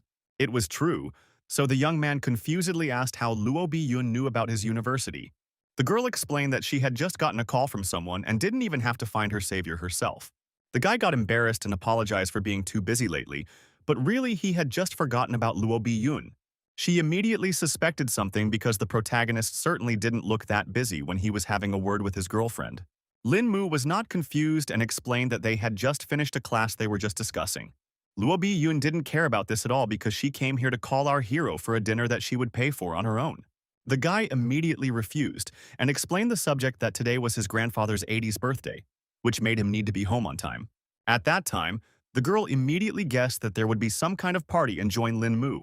The main character immediately explained that it wasn't a good idea because he had an oddball family, which made him afraid that Luo Bi-yun herself wouldn't like them either. She didn't see it as a problem at all and was confident that she could handle it all on her own. Eventually, the young man realized that it was useless to resist, so he explained that he had one more class left, after which they could go home together. Only now, Luo Bi-yun was finally about to leave the audience and asked our hero to unsubscribe when he was free. After that, Lin Mu looked around and was already certain that fortunately no one had paid attention to him. It turned out that everything was not like that, because all classmates were already actively discussing the fact that the guy had a girl and so beautiful. The protagonist realized that the situation was too dire, so he decided to quickly run out of the auditorium to avoid answering all those stupid questions. He decided to go to the vending machine and grab a small snack for himself. Glad that he managed to escape in time because otherwise he wouldn't know how to explain this whole situation. Suddenly, Tang Bei appeared behind his back, who was displeased that her friend had left without saying a single word. In fact, the guy didn't even have anything to say because he had only seen this girl twice, so they were just acquaintances. He said that the first time he and Luo Bi-yun met on an airplane and didn't even talk then, and the second time he met her in an alley near his house and saved her from some murders. The friend did not believe the words of the protagonist at all, because it was too strange due to the fact that the girl after 2 meetings personally came for him. She joked that Luo Bi-yun could thank the savior with marriage, but the hero was against it, because the girl is from a famous family and such a thing is simply impossible. Tang Bei still saw no other reason for the girl to perfectly come to see the young man and act so friendly. The protagonist couldn't understand at all why his girlfriend cared so much about someone he knew. She immediately became very embarrassed and tried to explain that she was just worried about Lin Mu because she was afraid that the pretty girl just might have deceived him. The guy immediately emphasized that he wasn't some infant who could be so easily fooled. He suggested that we finally go back to the auditorium because classes were about to start.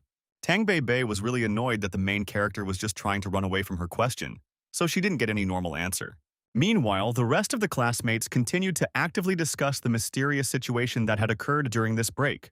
Du Xiaoyu's friend still couldn't calm down because that girl directly approached Lin Mu and said that she was going to come to his grandfather's birthday party, which looked quite impertinent. The girl still continued to remain calm because she didn't want to show that she had any feelings for the head hero.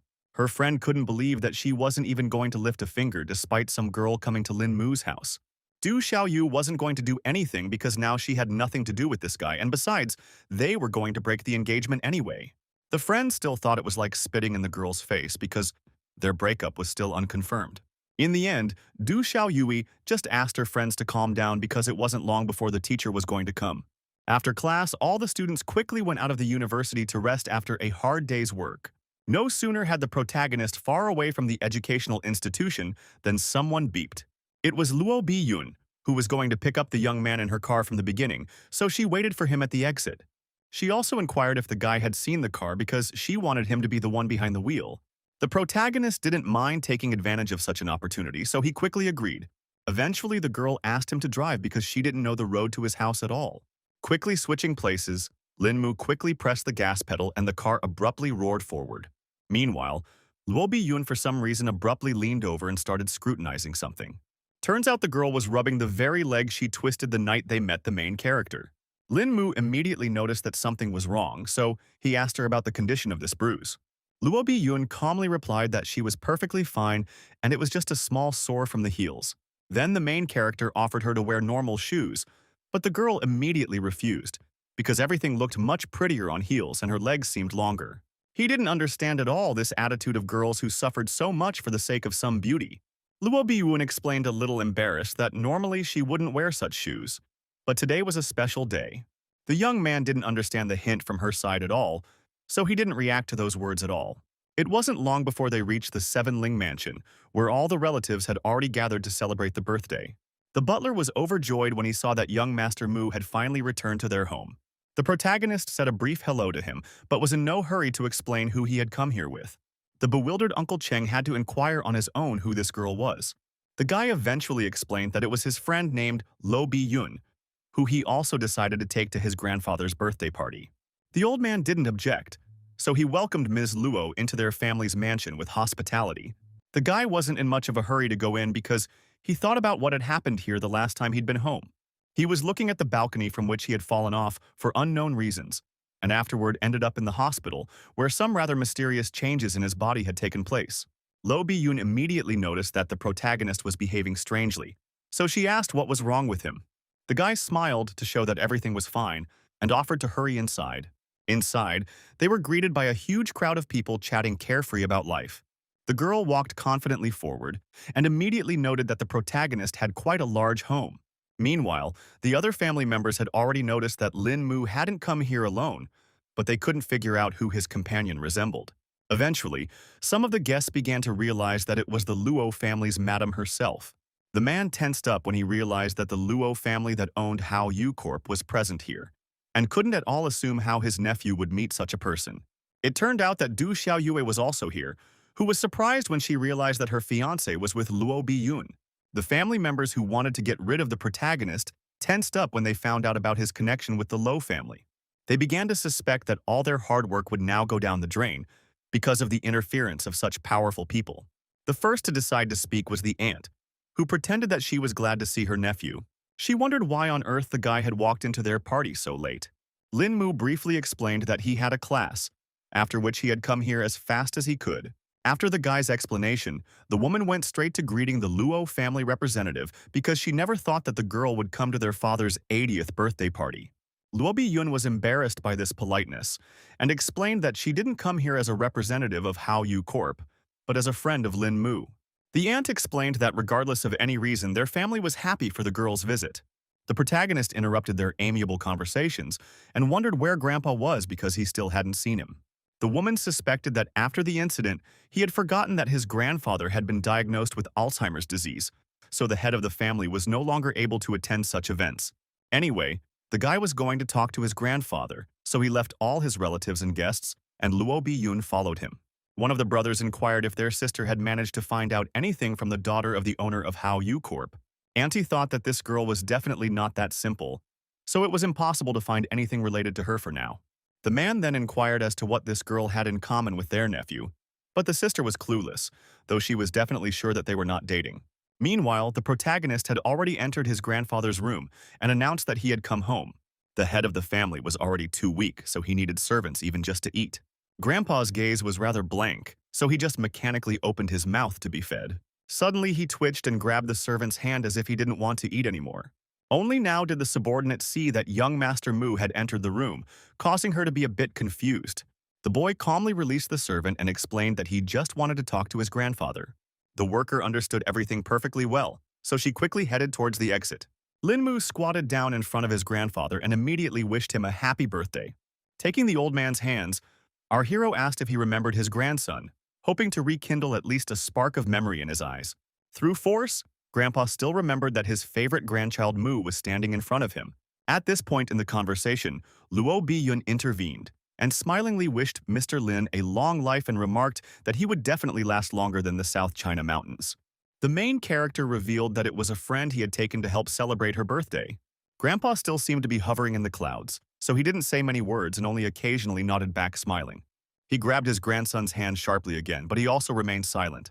Lin Mu understood perfectly well what the situation was, so he just continued to watch the old man. At this moment, a servant came into the room and informed the young master that the celebration was about to start, and Du Xiaoyui was waiting for him to come down.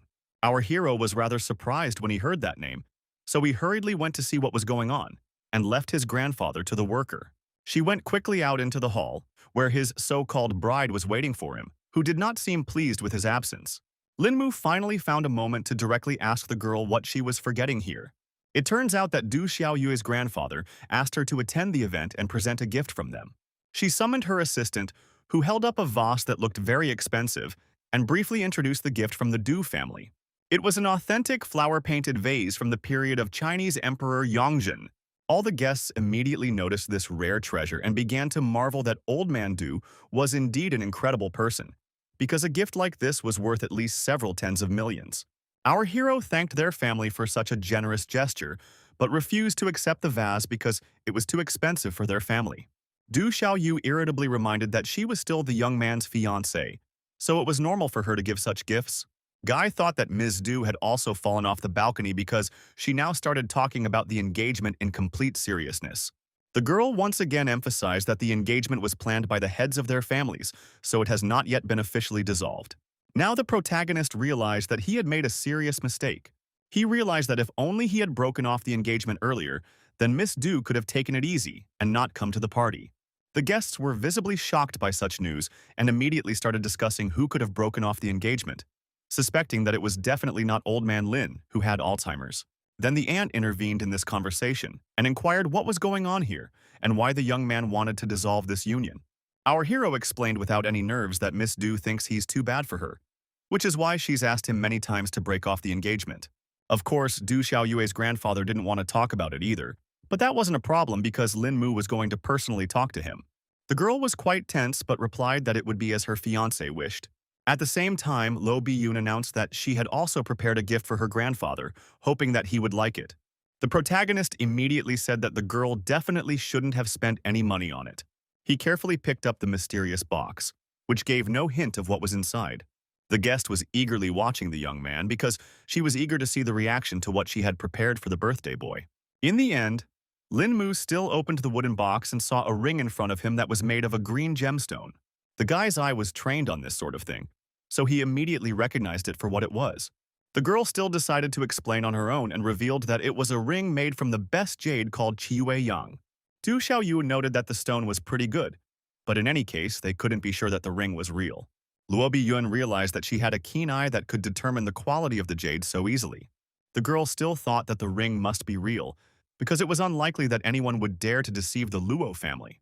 Du Xiaoyu decided to finally leave her rival alone and congratulated Grandpa Lin on such an incredible gift. The protagonist, despite the tense situation, smiled and thanked the guests for being so generous. He eventually accepted the gift from Du's family on behalf of his grandfather, but warned that next time he would come to discuss breaking off the engagement and she shouldn't waste any more time on such events. Du Xiaoyu was clearly irritated by the situation, her lips tightly pressed together, and she only nodded briefly in response, showing that she had no intention of continuing this conversation. The aunt finally intervened, who couldn't understand how her nephew could make such decisions on his own. The guy explained that nothing would work out between them, even if you do it through force, so it was easier to break the engagement to avoid wasting their nerves and time. Aunt Ron realized that the protagonist was serious, so she backed off and didn't bother to change his mind. After the party, Lin Mu was back in his acquaintance's car and had already driven away from his family's house. The girl decided to talk about how this Du Xiaoyue is quite beautiful, so the guy should think about whether he will regret breaking the engagement. The protagonist didn't see this as a problem because his fiancé doesn't want to waste time on him, so her beauty and intelligence no longer matter. Luo Biyun still suggested that he stay with the girl longer to find out her feelings, and maybe then his feelings wouldn't change, but in any case, Lin Mu wasn't burning with the desire to marry her specifically, so he refused. Also, the lad, glancing at his companion, added that he was not the kind of man who would pursue something that did not belong to him, leaving behind what was at his fingertips. The girl laughed and noted that Lin Mu had a boneless tongue since he spoke of such things so easily. It wasn't long before she informed young Master Mu that they had arrived at the right place. Our hero quickly jumped out of the car and started actively typing something into his phone. The next second, there was a ringing notification sound from Luo Biyun's phone. Lin Mu handed her his phone number and asked her to call if the girl needed help again. Lo Biyun said goodbye to the protagonist with a smile on her face, showing with all her appearance how much she appreciated this meeting and how happy she was about the circumstances. She then quickly drove off in the direction of her home, so the young man didn't even have time to respond. Linmu was in no hurry to go inside and began to actively dig through the pocket of his jacket. Turns out his grandfather handed him a note telling him not to worry about him, because the old man was only pretending to have Alzheimer's, so he wouldn't have to mess around with all the family members fighting over the inheritance. The protagonist did not expect that the head of their family had come up with such a cunning plan for himself. The next day, the guy immediately went to the Du family's resort to solve his main problem. He was met at the entrance to the liner by two guards who were in no particular hurry to let the stranger into their master's territory. The guy explained that he was from the Lin family, asking to be let through so he could talk to Grandpa Du. The guard immediately informed his other colleagues that the young man was alone.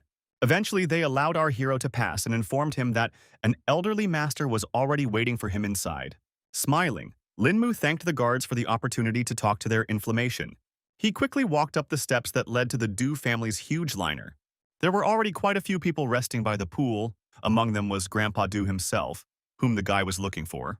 The old man, who was lounging on a chaise longue and sunbathing, said hello to the protagonist and wondered why he was looking for him. Linmu was going to state everything briefly, so he immediately asked if the master was close to his granddaughter Du Xiaoyue. Grandpa immediately tensed up because he thought something had happened to the girl.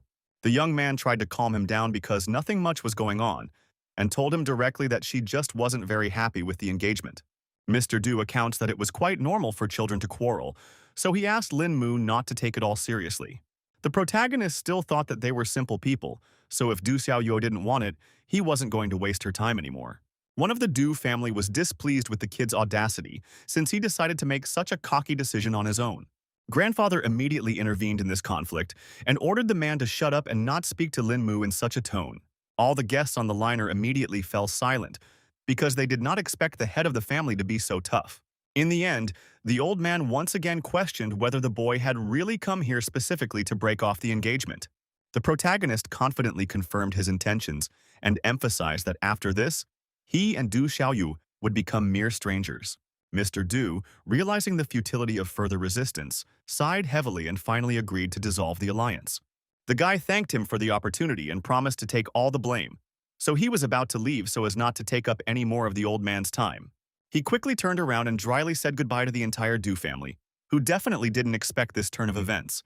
No one could understand why the master had let this breakup happen so quietly, and they were afraid that rumors about it would spread quickly. Was unhappy that someone was trying to oppose his decision because it definitely didn't concern the ordinary family members, and besides, he would know about all their dealings with the Luo family. The man believed that the Luo family was much stronger than the Lin family, so if Xiao Yue married any of them, it would help their family quite a bit. Mr. Du himself also understood all of this. So when the engagement had already been broken off, there was no point in hiding anything. Meanwhile, the protagonist went downtown after meeting his former father-in-law. In the middle of a busy street, Lin Mu was lucky enough to meet his teacher, Miss Song. The young man was happy about this coincidence, so he decided to help the teacher carry her bags. The girl rejoiced at this sudden good fortune and was not averse to handing over the burden to her apprentice. Lin Mu immediately noticed that she was carrying some sort of gift, so he decided to inquire about who was having a birthday. It turned out that Song Liangju herself was having the celebration, so the protagonist thought she was going to celebrate alone. The teacher dismissed his speculation because she wanted to get together with her neighbors, so she invited our hero to this celebration as well.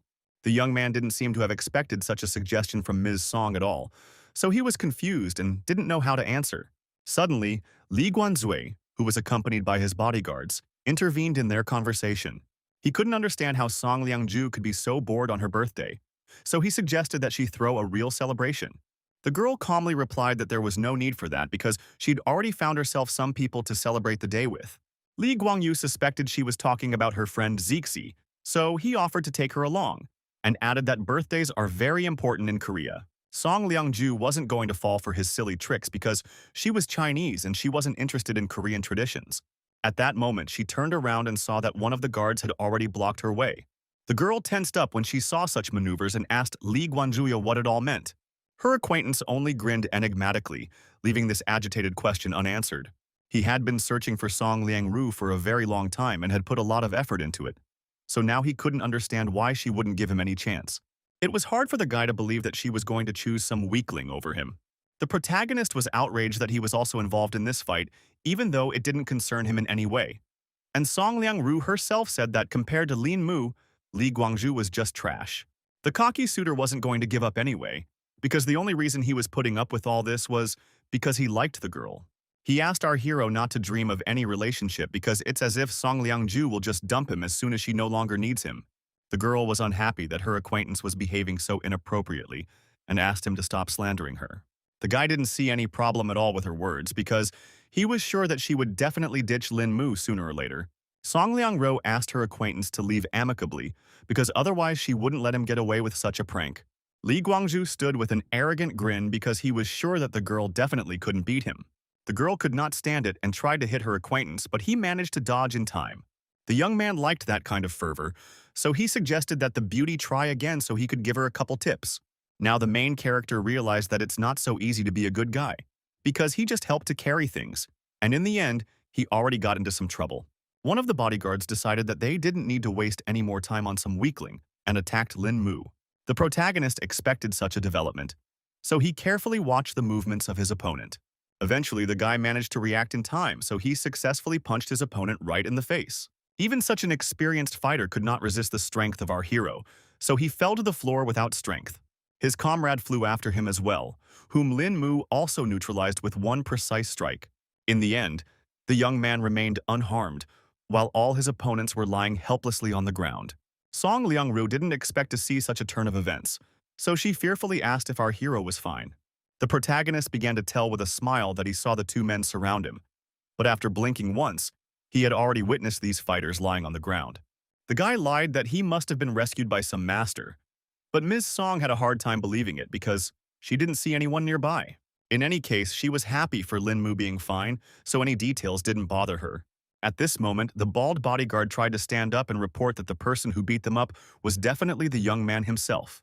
Our hero did not want to reveal his skills, so with all his might, he stepped on the hand of the defeated opponent, so that he did not say too much. Meanwhile, Song Liang-ju asked the guy to hurry up and leave this place because her mood had gotten really bad because of all these people. In turn, Li Guangzhu wasn't going to let them go so easily because Lin Mu dared to injure his men. The girl was sure that his bodyguards were injured through no fault of their own, so she suggested that her acquaintance look for the master who had done all this to them. The guy despised professionals because they only knew how to hide like rats and wanted to see if he could find someone to save them again. The protagonist felt that the situation was starting to heat up, so he tensely looked at Li Guangzhu, who was in no way able to keep up with them.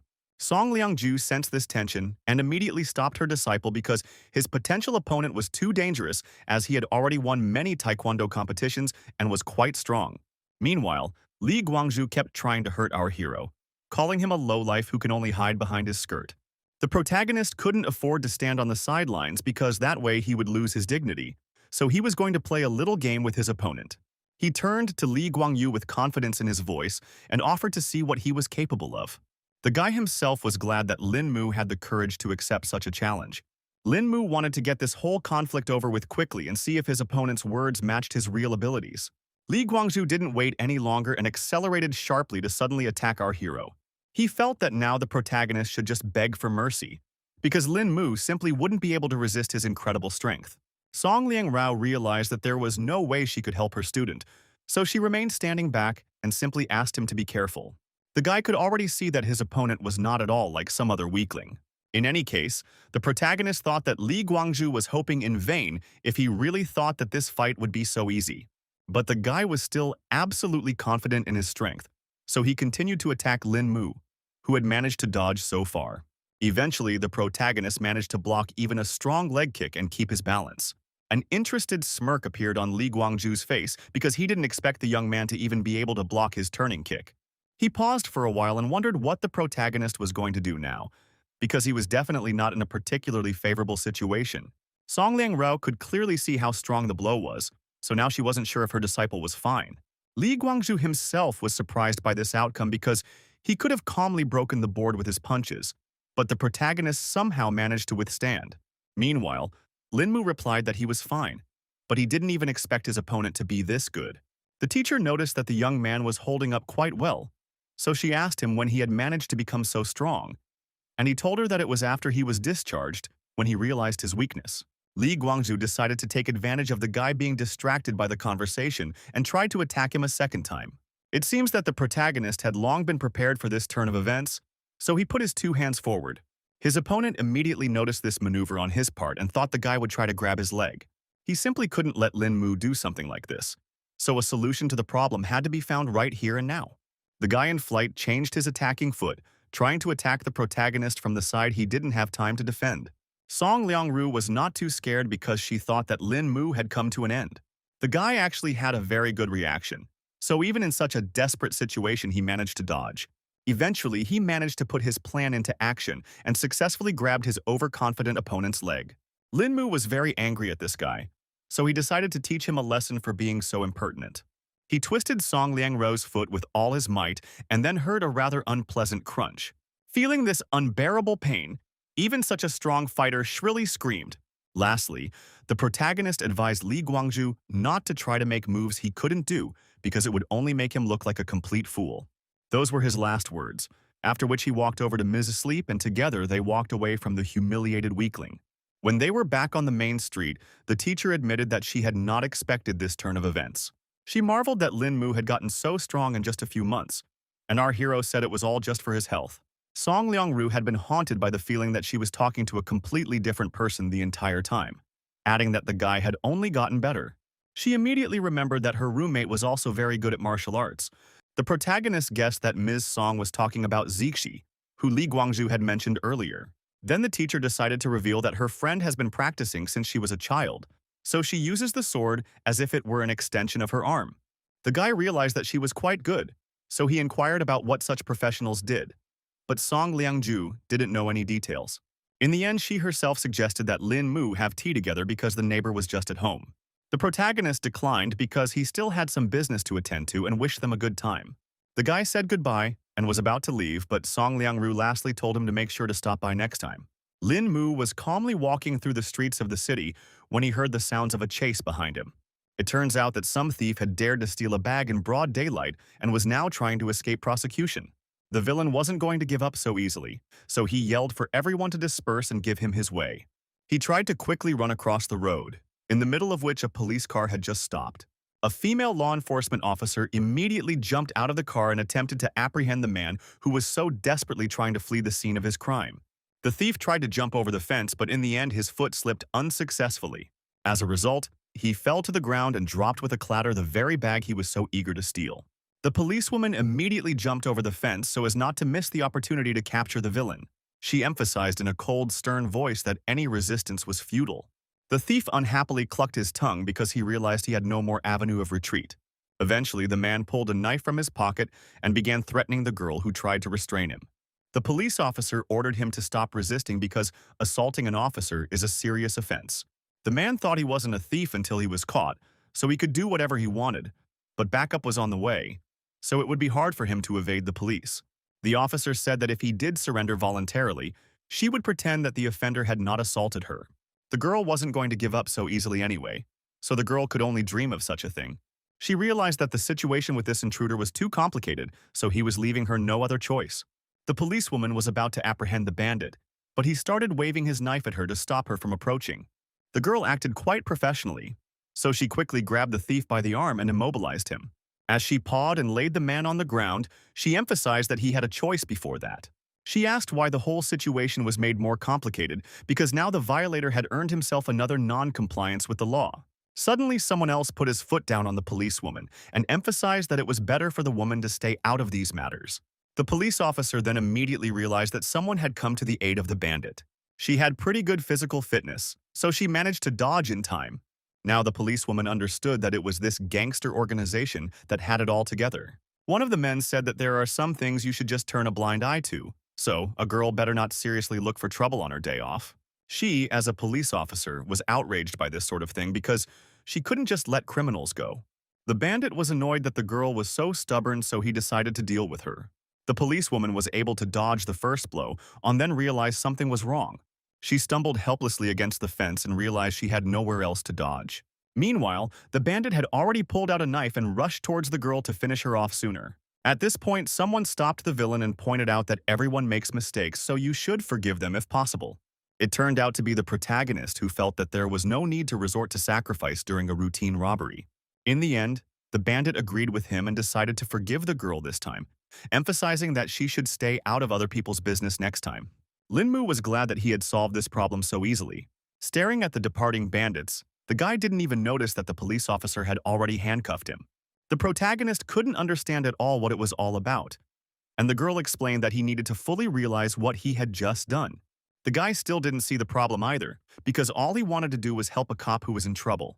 In turn, the girl absolutely refused to believe that Linmu was not familiar with these criminals. The protagonist was annoyed by this attitude towards him because he really saw these people for the first time, but still didn't trust because the bandits obeyed him so easily. Linmu still didn't understand anything because he was sure that the bandits had only left because they wouldn't be able to defeat him in a fight. The policewoman was not at all sure that the young man could defeat 3 robbers, so she was still going to take him to the station and write a report to clear up the whole situation. The guy began to realize that the situation was quite serious, so he got nervous because he still had a considerable amount of important plans left, which were literally destroyed in a second. At that moment, another police car pulled up beside them, from where another officer got out and immediately recognized Officer Wang. The young man realized that she was the one calling for backup and saw that his colleague had managed to handle the perpetrator herself.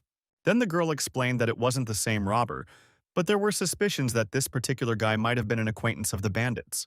The officer agreed to help her and take the perpetrator to the station himself, and Ms. Wang herself was to return to the office. At this point, the policewoman was a little embarrassed because she still needed help getting into the car because she had managed to twist her ankle during the contraction. Putting our hero in the car, the guy quickly rushed to help his coworker. He immediately noted that the girl was rather clumsy, tried to explain that things had accidentally gotten out of hand. Suddenly, Ms. Wang froze in place because she saw something shocking. It turned out that Lin Mu had managed to get out of the handcuffs, so he was no longer in the car. Now the police officers began to doubt that the protagonist was an ordinary man. In turn, the guy himself was thinking that he shouldn't have been prying after all when he heard someone call out to him. The protagonist was greatly surprised because he saw that it was Ms. Sleep, who should have been home a long time ago. The girl explained that she had forgotten to buy some condiments, so she went out to get them, and suggested that Lin Mu take a walk together and then come over to visit with her friend. In the end, he agreed because it was the best choice for hiding from the police. Pretty soon, they had already gone to the store and returned home, where Zixi was already waiting for them, surprised that they had managed so easily. One of the girls remarked that Song Liangju had found such a cool seasoning and asked what the name of this beautiful young man was. Another friend asked Zixi not to be so persistent because she might scare away such a handsome man. The main character said hello and said with a smile that he was glad to have this meeting. The girls couldn't wait any longer, so they asked their friend to introduce them as soon as possible before she finally introduced Lin Mu, briefly calling him her disciple. Zixi guessed that this young man was the teacher's favorite since she had invited him home. Song Liangru then revealed that this guy had helped her teach Li Guangyu a lesson, so she called him over to thank him for such a favor. One of the girls was surprised by this fact because she still didn't know that Lin Guanzhui had taken up again. Zixi asked if she could call our hero Mu and said that their acquaintance, although he was a scoundrel, but in battle he knew no equal. The protagonist took a seat next to him and noted that his abilities were definitely not comparable to the very girl he had already heard a lot about. Zixi guessed that her friend had already told her about her powers, because otherwise the guy himself hadn't guessed about her powers. She also hinted that an acquaintance of theirs named Meng Xuan was currently abroad, so they had a spare room in the house. Lin Mu definitely didn't expect to be asked to move so quickly, but he had already found a place to live, so there was no need for him to do so. The girl still offered to let our hero take the room downstairs and help all the others move things upstairs if needed. Song Liangju agreed with her friends and asked the guy to stay here to live and help each other. Since the girlfriends were so insistent, the protagonist decided to accept their sudden offer. He had been warned right away that the second floor was for girls only, so it was forbidden to enter without permission. Also, the guy should clean up after himself and always wash the dishes if they eat together. Lin Mu was starting to get tense with so many rules, but Zixi explained that there weren't that many and asked her new neighbor to listen carefully to all the details. Eventually, the girl finished listing all the rules and suggested we finally get to the celebration. Everyone remembered that they had gathered at this place to celebrate Song Liangju's birthday. 2 days later, the guy had already realized that it was pretty difficult with girls, and going shopping already seemed like a hassle. After a while, the protagonist was finally able to pack all the packages into the trunk of his car. At this moment, someone behind his back rejoiced at such an unexpected encounter, so Lin Mu turned around in surprise. Turns out it was the same policewoman who was already jingling the handcuffs in her hands.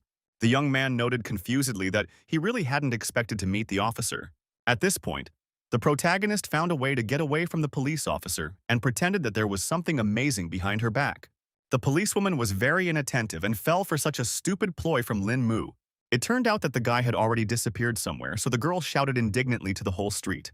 At the last second, she noticed the protagonist trying to flee the scene on his bike.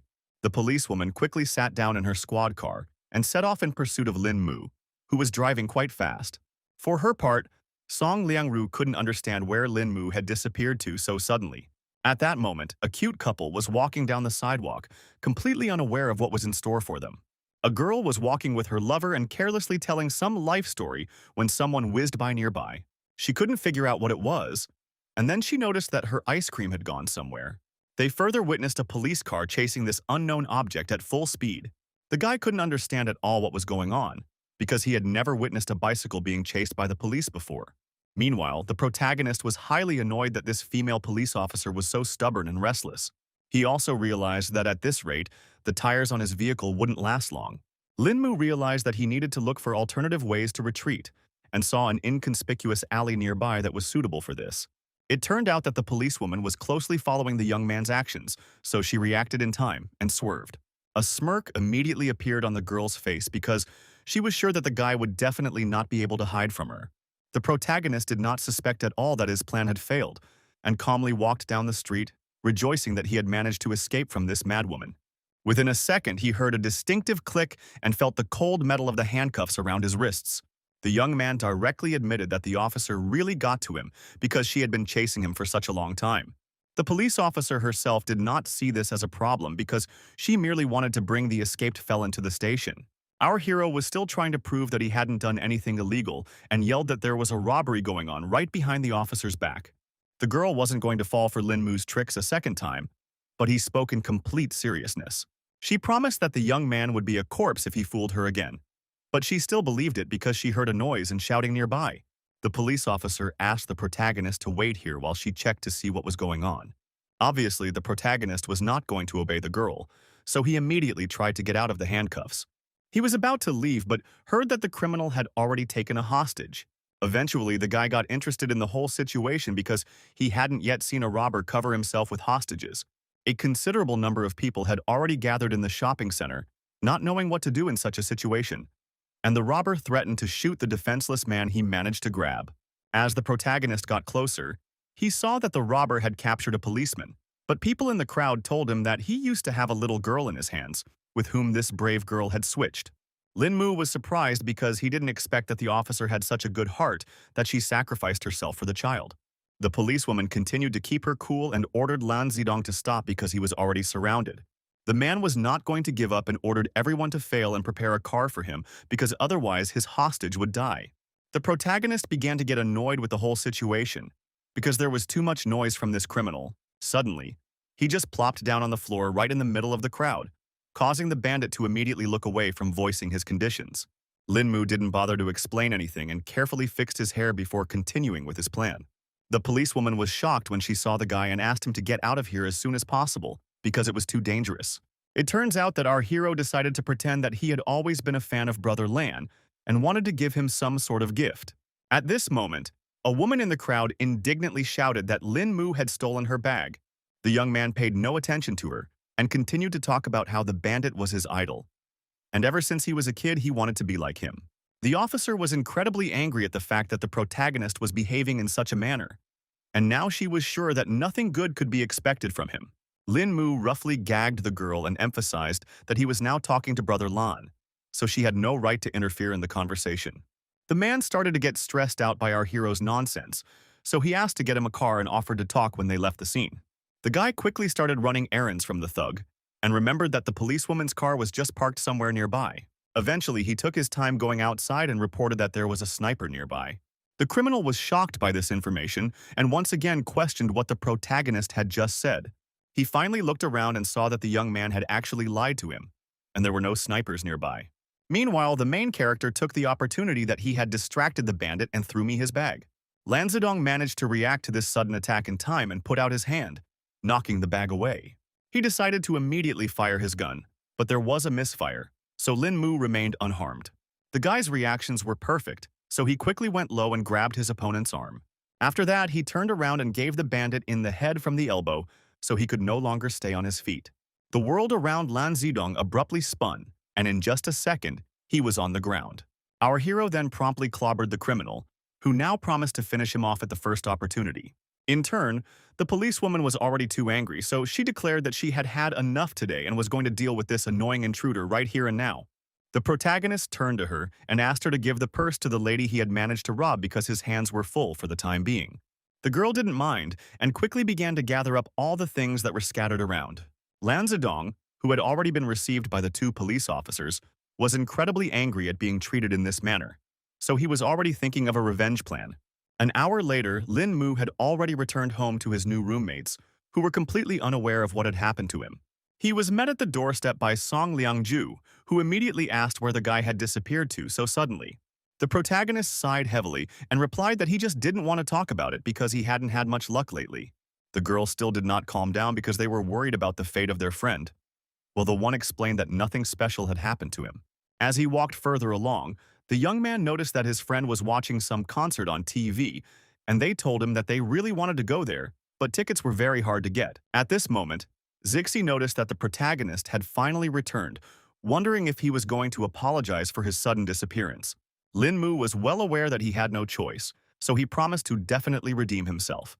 He asked his acquaintances to wait a little while he stepped away to make one important call.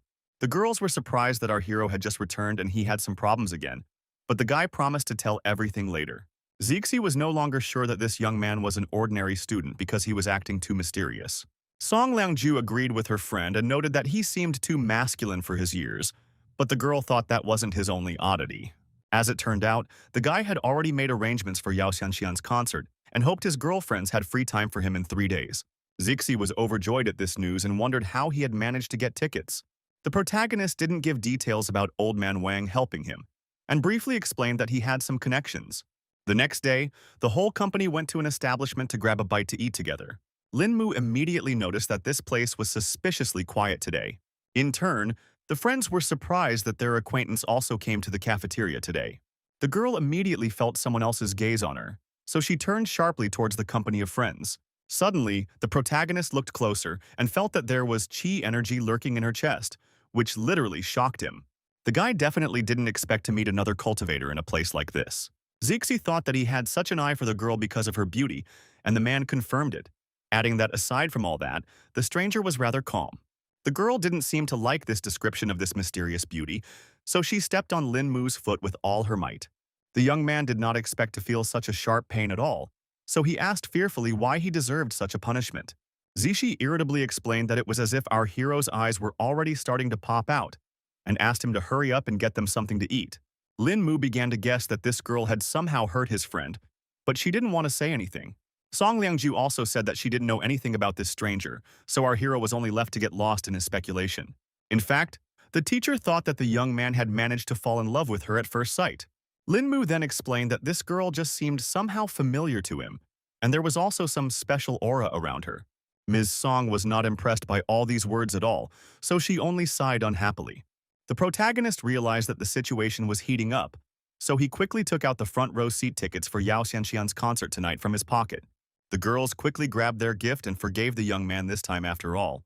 A smile immediately appeared on Song Liangju's face, and she promised to take all her friends to the concert after class. It wasn't long before they arrived at the venue, where a good number of fans had gathered. The girls didn't expect Lin Mu to get such fancy places for them at all. They all admired Yao Xianxian because it felt like there were only more than 1,000 police officers patrolling the concert here. To Zixi, this fact was obvious because this singer was a real star. Of the entire crowd, only our hero had no idea whose concert they were attending. At that second, the very girl whose exit everyone had been waiting for appeared on the stage. She greeted all her fans with a smile and said that she was very happy to perform here in Dunhai. At the same time, everyone in the audience was actively supporting their idol and shouting their love for her. The girl went on to say that it was only because of her fans that she was here today, and wanted to dedicate the first song to everyone who supports her. She asked everyone to enjoy a song called To the Descendants of True Love. 3 hours later, the concert was still going on, so the singer looked pretty tired already, but the next part of the performance promised to be even more fun. Yao Xianjian announced that she wanted to invite someone from the audience to help with the performance. She asked the organizers to point the spotlight at someone she could call on stage. Of course, Zixi began to actively wave her hands to dedicate just to their company. She saw that the light was gradually heading in their direction, and she was already glad that this person little turned out to be it. After a second, Yao Xianxian asked for the spotlight to stop because she saw the right person. In the end, it turned out that this lucky guy was the main character, who definitely did not expect this turn of events. The singer happily greeted her audience and invited the happy fan to run to her stage as soon as possible. Zixi couldn't understand at all why her acquaintance was still sitting in his seat and didn't seem to be in a hurry to go on stage at all. Linmu himself didn't understand why he had to go anywhere, and then his friend explained that he had become a lucky man and could now sing with Yao Xianxian. The boy was surprised at this news and still didn't want to go anywhere because he couldn't sing at all. The girl then warned him that he would just set the artiste up if he didn't go. Linmu didn't care about this fact at all, but Zixi also didn't insist and said that the decision was up to the young man himself. Meanwhile, Yao Xianxian turned to the guy in white again and asked why he didn't want to sing with her. The main character explained that he was too shy to go on stage and also couldn't sing, so he wanted such a happy opportunity to go to someone else. Fans immediately started shouting that the guy had said everything beautifully and now wanted their own opportunity to sing with Xianxian. The girl decided to get behind Linmu and choose a new viewer for this interactive. A second later, the spotlight illuminated another spectator, who was delighted that he had been chosen. This guy ran to the stage with all his legs and very soon sang his favorite song in a duet with Yao Xianxian. At the end, they hugged tightly and the girl thanked her viewer for such strong support. After that, the girl thanked all her fans again and the hall erupted in wild applause and squeals. That was the end of the concert, so all our heroes left the hall and were happy that everything had gone so cool. At the same time, Zixi was very unhappy that the guy took away her chance to go on stage and make this night finally perfect. Meanwhile, some two guards appeared behind Lin Mu's back and directly addressed him. One of the bodyguards reported that their mistress would like to meet the protagonist. The young man was surprised to hear such a request and wondered who the lady was. The guard didn't hide anything and directly explained that Miss Yao Xianxian had asked for this. Then our hero was even more surprised and wondered the reason for this, but the bodyguards themselves also knew nothing and just followed their mistress's orders.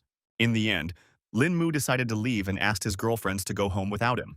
Song Liang Rao smiled softly and gave her consent, but asked the guy to return home in one piece. Zixi added a request for the young man not to forget about his girlfriends after meeting Yao Xianxian herself. The protagonist, with firmness and confidence in his voice, asked the guards to take him to their mistress. 5 minutes later, the guy was already in the right place, and Yao Xianxian called out that the door to her room was open. The girl was just changing her clothes after the concert and was surprised that Lin Mu had come so quickly. The shocked young man froze on the spot because he did not expect to see the singer in such a form. Eventually, he quickly closed the doors behind him and apologized for walking in at such an inopportune moment. Yao Xianxian said that there was no problem with that and explained that she had mistaken our hero for a servant. She quickly got dressed and asked Lin Mu, who still hadn't said a single word, to go inside. The guy in slight bewilderment immediately asked what Ms. Yao came here for. The girl wondered why he didn't go on stage, then assuming he was afraid she would bite him. The protagonist didn't immediately answer her question and asked the singer to sit a little more modestly because he couldn't have a normal conversation with her. Yao Xianxian laughed from the fact that the guy looked like a true gentleman, but it turned out that he could become a wild beast at any moment. Lin Mu apologized and was about to leave since the girl didn't have anything else to say. The girl was not going to let our hero go, so she got up from her chair and ran after him. The echo of her heels echoed around the room as she moved closer and closer to the young man. It turned out that the singer decided to smack the main character on the cheek, which was quite a strange act. After that, the girl abruptly stepped back, and the stunned Lin Mu asked if she was all right. Yao Xianxian laughed sweetly and explained that the guy just started killing so early, even though she just wanted to chat with him. The confused protagonist, who had a lipstick mark on his cheek, couldn't understand what a real celebrity could talk to an ordinary young man about. The girl explained that he was the first man to turn her down, which made him an interesting person to her. Lin Mu actually admitted that she was very attractive, but emphasized that not every man fell for it. This unusual behavior of the guy greatly hurt Yao Xianxian's self-esteem, who showed interest in him because of this. The protagonist was sorry if he had hurt the girl's feelings in any way and apologized for all his words. In any case, Lin Mu had no intention of lingering here and quickly headed towards the exit. The girl did not delay our hero any longer and was glad even that she had at least managed to get his name. Meanwhile, the young man quickly went to the restroom to wash off the lipstick residue that could have raised quite a few questions. He realized that there was no way he would have been able to explain what had happened anyway if someone he knew had caught him. The guy wanted to get home as soon as possible because his roommates would get angry again because of his long absence, so he decided to call himself a cab. The protagonist calmly left the room and headed towards the exit to meet his driver. At that moment, he heard some suspicious rustling behind his back and immediately felt that someone was following him. The mysterious stranger didn't bother to explain anything and asked Lin Mu to turn around quietly so that everything would go smoothly. The young man was well aware that he'd better not take any chances, so he raised his hands and offered to talk peacefully and not to turn to forceful methods. The mercenary immediately said that he usually tells the whole truth to a man who is about to die. But now it was different because he had lost that desire after seeing the face of the protagonist. In just a moment, the fighter had already bared his sharp blades that were hidden in his palm. Sufficiently accelerated, he threw them towards Lin Mu, who still continued to stand with his hands raised. The young man himself didn't expect at all that throwing knives would be used against him. At the same time, he didn't panic because his skills were enough to dodge such an attack. Lin Mu finally managed to catch these knives without any problems, so he asked who had sent this mercenary over. The mysterious stranger immediately picked up on the fact that the guy wasn't that bad, so he decided to back off for now and take his life a little later. The protagonist wasn't going to let him go without even finding out some information. He quickly made the decision to use those very same throwing knives and made one crisp throw. In the end, all the blades simply hit the ground because the mercenary was able to react to this attack in time. The stranger ordered our hero to keep standing still, because otherwise he would definitely show how confident he was in his abilities. Lin Mu was also not one to be timid, so he suggested that his opponent come when he was fully confident in his success. The mercenary silently left, and the guy thought about the fact that this fighter was no weaker than him, so the man who hired him must have forked out a fortune for such an assassin. In addition to that, the young man noticed that this man didn't even put in his full strength, so it would be very difficult to deal with him alone. Our hero decided not to dwell on this because his main goal was to become stronger, which will definitely help him cope with such a problem. For now, he came to the conclusion that he should just head home and meet his roommates. Lin Mu thought that he had acted very cautiously before, so now he didn't understand why he had attracted the attention of the assassins. Suddenly, the guy felt some unusual sensation, as if there was something strange somewhere in the crowd. He looked around and saw the same girl he had met in the cafeteria the other day, and realized that this aura was coming from her. In turn, the beauty herself also recognized the protagonist and immediately remembered where they managed to see each other. At this moment, she too felt some strong energy flow through her body. The girl couldn't understand why her frosty chi was so excited, and suspected that it had something to do with Lin Mu. The protagonist immediately noticed that there was something wrong with her, so he wondered if the stranger was okay because she didn't look very healthy. The guy gently held her back and immediately thought that now was the right moment to take a chance and ask the girl about chi energy. The beauty herself strongly disliked the fact that Lin Mu allowed himself to touch her, so she abruptly yanked his hand away and asked what he wanted. She abruptly turned around and began to clean up, and the young man couldn't figure out what he had done wrong. The guy also didn't want to let this mysterious stranger go so easily because he wanted to get to the bottom of it. He quickly chased after the girl, who had already managed to run into some alleyway, and tried to explain that he only wanted to ask a few questions. The stranger did not stop and made several sharp jumps upward to precisely break away from our hero. Lin Mu was shocked when he saw such abilities because he had yet to encounter such a thing in this world. He realized that this mysterious lady was perfectly proficient in the Qing Kun technique. In just a few seconds, the girl had already made a few more leaps between the walls of the building and was somewhere on the roof, and Lin Mu was mesmerized by her honed and graceful movements. The protagonist immediately sped up because he realized that he couldn't fall behind his goal. Eventually, the guy realized that it was unfortunate that he had missed out on such a nimble girl. It was only now that the guy stopped to catch his breath and saw that he was in some unfamiliar place. His first clue was given to him by the ringing of the bells of a temple that stood nearby. Lin Mu turned around and saw the huge shrine behind his back from which this sound was coming from. He realized there was nothing left to lose, so he moved closer to examine the place. There were quite a number of parishioners standing around praying for some benefits. At this moment, the guy felt a huge amount of strong chi energy emanating from within this temple. He saw that there was an old man sitting in the middle of the shrine meditating, and he marveled even more at the place. The protagonist instantly felt the Buddhist's golden aura that filled the entire space around him. It was quite hard for the young man to believe what was happening, so he even began to doubt his eyes that saw that glowing aura. The first to speak was the old man himself, who explained that this was the site of the Buddha's temple. The protagonist could not understand at all what happened, because this man literally instantly appeared in front of him. The old man noted that the guy had been standing there for an hour, which made him decide to ask what he could do to help a visitor to their temple. Lin Mu greeted the great monk in their reply and explained that he was just a little lost in thought. At the same time, the guy was thinking about the fact that this kind old man had the aura of a non-mortal and was surprised that this was the energy that would attract him. The monk, sensing that our hero had a good heart, asked him not to worry and to follow him. The young man realized that this was the perfect opportunity to learn new details, so he didn't resist and followed the old man. He decided to ask the monk what this place was, and the monk told him that this was where he meditated for Buddhist enlightenment. The protagonist was surprised that he was able to get to a place like this, so everything around him felt like some kind of dream. The guy even managed to see the real appearance of the legendary Buddha, which was definitely not possible for an ordinary person. Meanwhile, the saint decided to approach Lin Mu and directly told him that the latter had heavy sins lying on his soul. But there was some set of techniques that could help in his cultivation. Lin Mu was very happy to have this opportunity, so he thanked the Buddha. A second later, a bright flash appeared in Amitabh's fingers that held his immensely powerful energy. The next moment, that clot of holy power crashed right into the forehead of the protagonist. The great monarch himself did not expect at all that the Buddha would decide to bestow his great power on this young man. Of course, the old man did not question the deeds of the great Buddha Amitabha, so he continued to pray to him.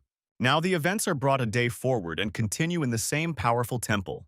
It turned out that the protagonist fell asleep right within the walls of this shrine and is now terrified to wake up from a strange dream. Lin Mu thought that all these events had just woken him up and was now even more stunned. At the same time, he felt a fierce headache and realized that it definitely arose from cognition and spiritual energy.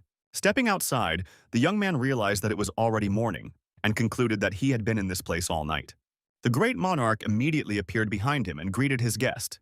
Lin Mu immediately bowed low and thanked the master for such a generous gift.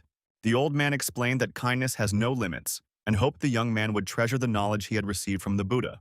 The protagonist recognized that he has learned a lot, so he will definitely use the skills he has learned. At noon, he was at Dunhai University, where the class in which students were to study derivatives had already begun. The guy himself was very distracted because he couldn't stop thinking about the fact that the temple he had been to yesterday was known for its seals that ward off bad luck. He also now agreed that kindness and respect for everyone, it turns out, is not gratuitous. However, unfortunately, the technique obtained was still too powerful for the young man because he didn't have enough spiritual chi energy for it yet. At the same time, our hero was sure that this knowledge would still definitely be useful to him. He had already managed to reach the spirit accumulation stage, and it was much faster than he had expected, because it was expected to take a year or more. Thanks to the chi that the young man had when he was reborn, he didn't have to exert any effort to pass the foundation formation realm.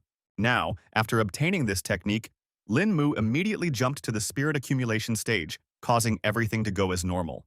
Moving to the spirit gathering stage, a warrior would already become several times stronger than he was at the peak of the foundation formation realm, so the guy was already excited. The protagonist was so pleased with his good fortune that he couldn't contain his emotions and chuckled quietly. It was only now that the young man realized that he was actually sitting on a steam, so he should at least restrain himself a little.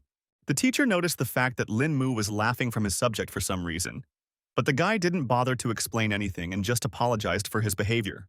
After class, the guy went outside and hit the wall with all his might to blow off some steam. Our hero was angry with himself because he was now happy about even some small thing, which definitely didn't match the name of the strongest cultivator. At this moment, some strange feeling that was already familiar to him came over Lin Mu again. The young man immediately guessed that it must have been the same girl. Eventually, he started looking for her among the crowd and saw a familiar silhouette on the busy street. The protagonist concluded that, after reaching the spirit gathering stage, he could easily sense her presence from such a distance, and was certain that there was definitely something wrong with this beauty. The girl herself was unhappy about this encounter because she thought that Lin Mu was purposely pursuing her. The guy decided to explain everything peacefully and to start by getting to know the mysterious stranger he was interested in. Our hero said that for some unknown reason, when he and the girl got close, their chi reacted strangely to each other and asked if she wanted to find out the cause of this phenomenon herself.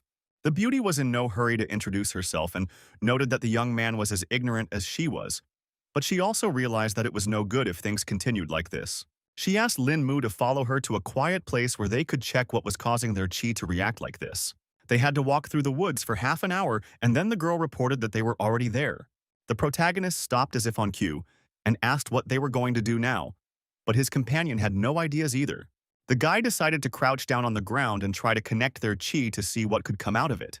The beauty herself had no other plans, so she agreed to the young man's proposal. She crouched down next to her and began to meditate, focusing on her breath to connect her energy with the main character's aura. Lin Mu instantly felt their chi interacting much more strongly than expected. The girl also noted this oddity because her ice ki was now much purer than usual. In turn, our hero felt that not only her partner's aura was being cleansed, but his own as well. At the same time, the guy couldn't figure out what technique the girl was practicing because there was something cool about it. After a while, they stopped meditating, feeling that their chi had indeed become purer. The girl with a smile on her face immediately noted that her frosty chi now seemed so strong.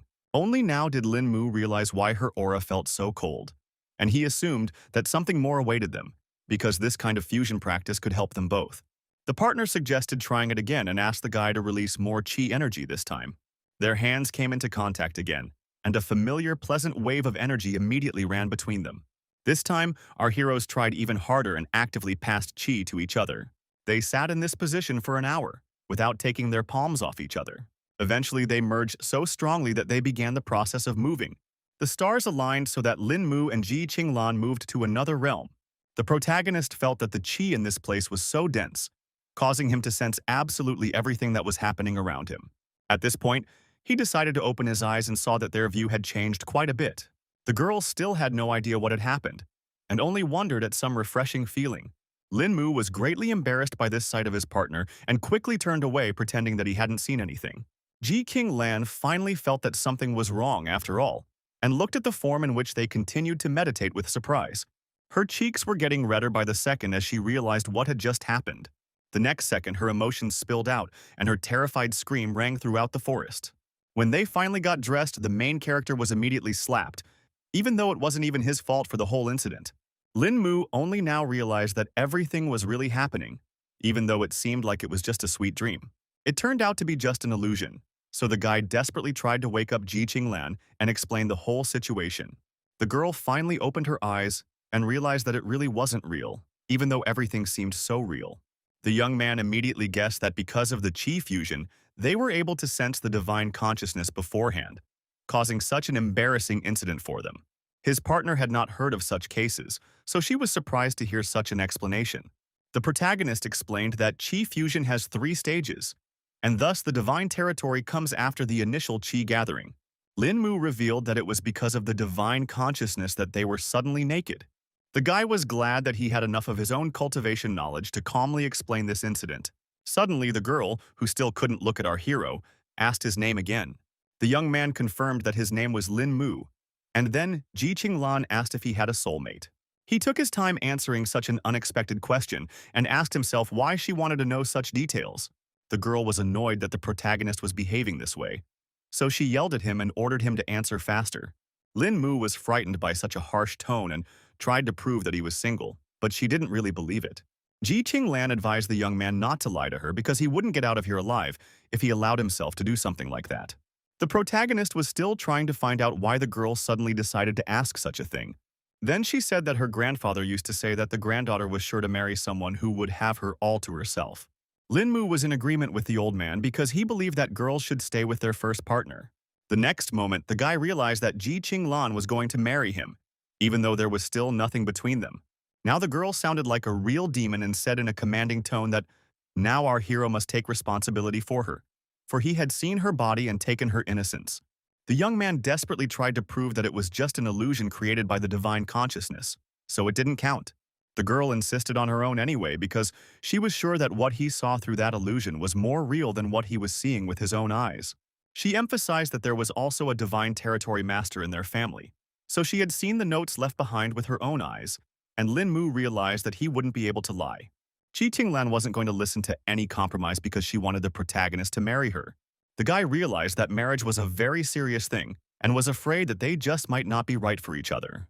The beauty again repeated her grandfather's words about marriage, which made our hero instantly petrified because he realized he was doomed.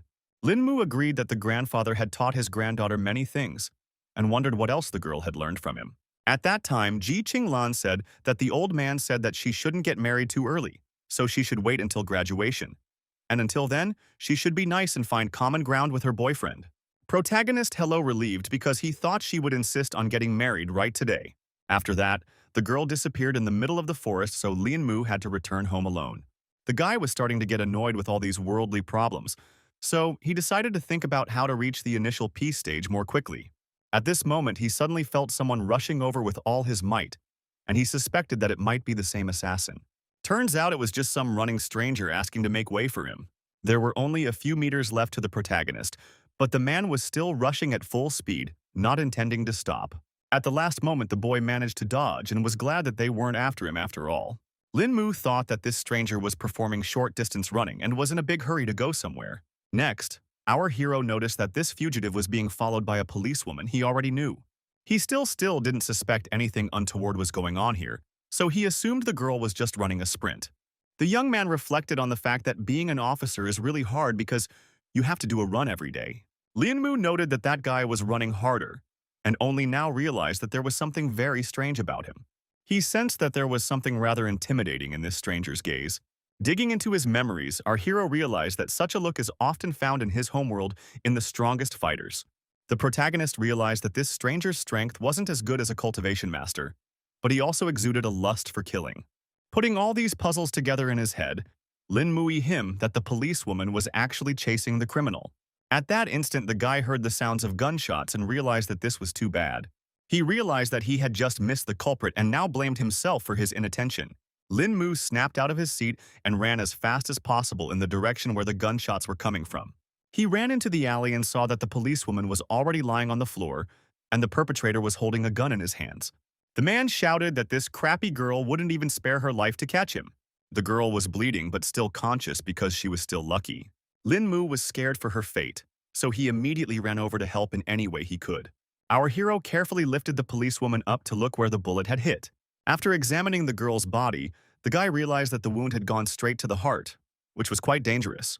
He realized that according to the condition and the bleeding, the bullet just had to have passed by a vital organ, so it was the best situation from the worst, but still not that optimistic. The young man reassured the girl and promised that she would be all right, causing a spark of hope to appear in her eyes. The policewoman asked the protagonist to leave the place and not to risk his life, but he was not going to leave her in trouble, and the guy asked to cover the wound firmly with his hand. She couldn't understand what Lin Mu, who was walking unarmed towards a dangerous criminal with a gun, was going to do. The girl thought that our hero was completely crazy if he went to such risky steps for the sake of some stranger. The villain laughed at the fact that Lin Mu was building himself up as a noble hero and wasn't afraid to die at all. He thought the young man had watched too many action movies, so he decided to show him the harsh reality. The man didn't hesitate any longer and shot straight at the protagonist. The perpetrator was surprised because after a second he saw that for some unknown reason he was unable to hit the target. It was still a moment before he realized with horror that the ammunition in the gun had run out. The villain now doubted that Lin Mu was a mere human because he managed to dodge the bullet so easily. The protagonist didn't bother to explain anything and punched his helpless opponent in the stomach with all his might. The man immediately coughed up blood and was unable to resist such a strong attack. In the end, he unconsciously fell to the ground. But Lin Mu was confident that the criminal would stay alive. While still dealing with the villain, the young man remembered about the policewoman, who was on the verge of life and death. He ran up to the girl again and saw that she had lost consciousness due to heavy blood loss. To monitor the condition of the victim, the protagonist immediately guessed to check her pulse. Lin Mu felt that the throbbing was very weak, so the girl should be taken to the hospital as soon as possible before it was too late. Everything was successful, so when the policewoman regained consciousness, our hero recounted all the events in colors. The guy didn't want to tell about his abilities, so he lied that a man in his underwear came to their rescue and hit the criminal in the chest with all his might and saved their lives. The injured girl laughed when she heard the description of their rescuer and asked if he had a red cape. She wasn't going to believe this obvious lie because it all sounded like a superhero movie. The policewoman already wanted to threaten Lin Mu for daring to lie, but she felt pain and coughed. So the guy asked her not to speak anymore so as not to worsen her condition. In fact, The protagonist did not expect that in this world there are also so-called superheroes and thought that the girl had already burned him. He rejoiced that he had managed to bring one good thing after all and took out the prepared pills from his pocket. The guy held out his medicine to Ms. Wang and asked her to hurry up and eat it. The girl was in no hurry to eat some unknown pill, so Lin Mu asked her not to worry and promised that he wasn't going to do any harm. In the end, the policewoman decided to trust our hero, but emphasized that he dare not even think of such a thing. At that moment, a doctor entered the room and announced that Wang's relatives had come to check on the patient. The protagonist immediately realized everything, so he was already about to leave this place to stay out of the way. The girl said goodbye and thanked him for the medicine, and Lin Mu said that he would visit the officer again in a few days. The parents were very worried and panicked, asking the doctor if everything was okay with their beloved daughter. The girl asked them not to worry and informed them that Wang was already safe so they could check on her. Meanwhile, our hero decided to say goodbye to Dr. Joe as well. The doctor wasn't going to let the guy go so easily, but he couldn't understand what was wrong. It turns out that the girl had managed to see that he had given the patient some medicine, so now she wanted to know what it was. She thought it was outrageous because seriously ill patients shouldn't be allowed to eat anything. The protagonist asked Dr. Joe not to worry about it and lied that it was just vitamin C. In fact, he gave Officer Wang a purifying medicine that has a miraculous effect on injuries. The young man didn't explain any further and warned the girl that he would return to the hospital in a few days. Once again, the girl made sure that the person in front of her was not the previous Lin Mu, and now wanted to know if it was also the same one. The events shift to the next morning, when the protagonist was having breakfast with his roommates. Song Liang-ju enjoyed the food prepared by the guy himself and admired his cooking talent. In turn, Zixi asked why he had returned so late yesterday, and the young man had to lie that he had just met a former classmate and chatted with him. The girl suspected that Lin Mu was hiding something from them, so she looked into his eyes and asked him if it was really like that. The protagonist immediately tensed up because he realized that the neighbors were beginning to doubt his words. The other friend just laughed and told him to ignore their acquaintance because she often likes to ask stupid questions. Song Liang-ju decided to lighten things up a bit and suggested to her boyfriend to go out tonight, and he immediately remembered that her friends were going to a classmate's birthday party. The girls asked our hero not to worry about these details because they thought they would become friends after one meeting. Lin Mu was still not eager to go anywhere, so he tried to object at least a little. The girlfriends emphasized that there should be no objections and had already decided for the young man that he would spend the evening with them. Within a couple hours, they were all seated in the car and headed to the place where all the celebration was taking place. The girls talked about how it had been ages since they had seen their acquaintance, and they didn't even think she still remembered them. There wasn't a topic they didn't talk about with their friend in high school, but because of the family business, they had to gradually distance themselves from each other. Song Liang-ru realized that there was nothing she could do about it because they were simply in completely different worlds. Toward evening, they had already arrived at the desired location, which was a luxurious mansion. Zixi was sure that they had arrived correctly because the invitation just mentioned a restaurant hotel called Princeton. After that, they went straight into the elevator and went to the 19th floor of the building. The protagonist was surprised that their classmate, Situ Shiu, was so rich that she could afford such a celebration.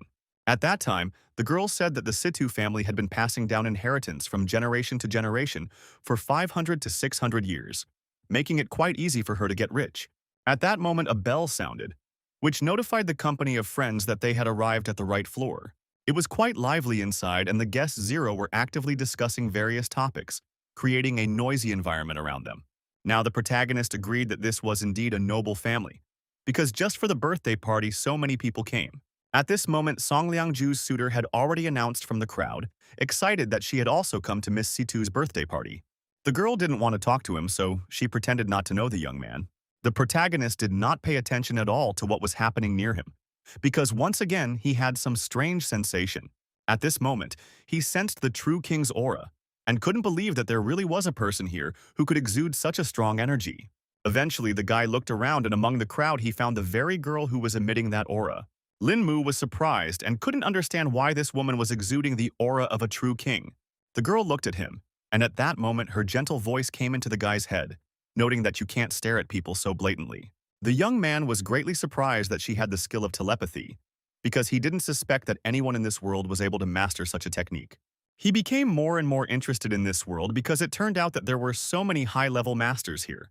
Song Liang-ru immediately noticed that the guy was distracted by something and asked him what had caught his attention, but he wouldn't tell her, and decided to move away to find a place to sit down. Eventually, a group of buddies found a vacant table where they could be seated. Zixi immediately decided to talk about Lin Mu looking at some maiden and assumed that she must be very charming. At that moment, the very same beauty came on stage, and her servant asked all the guests for silence. Only now did the girl realize that, all this time, the main character had been looking at their acquaintance, Sita Shu.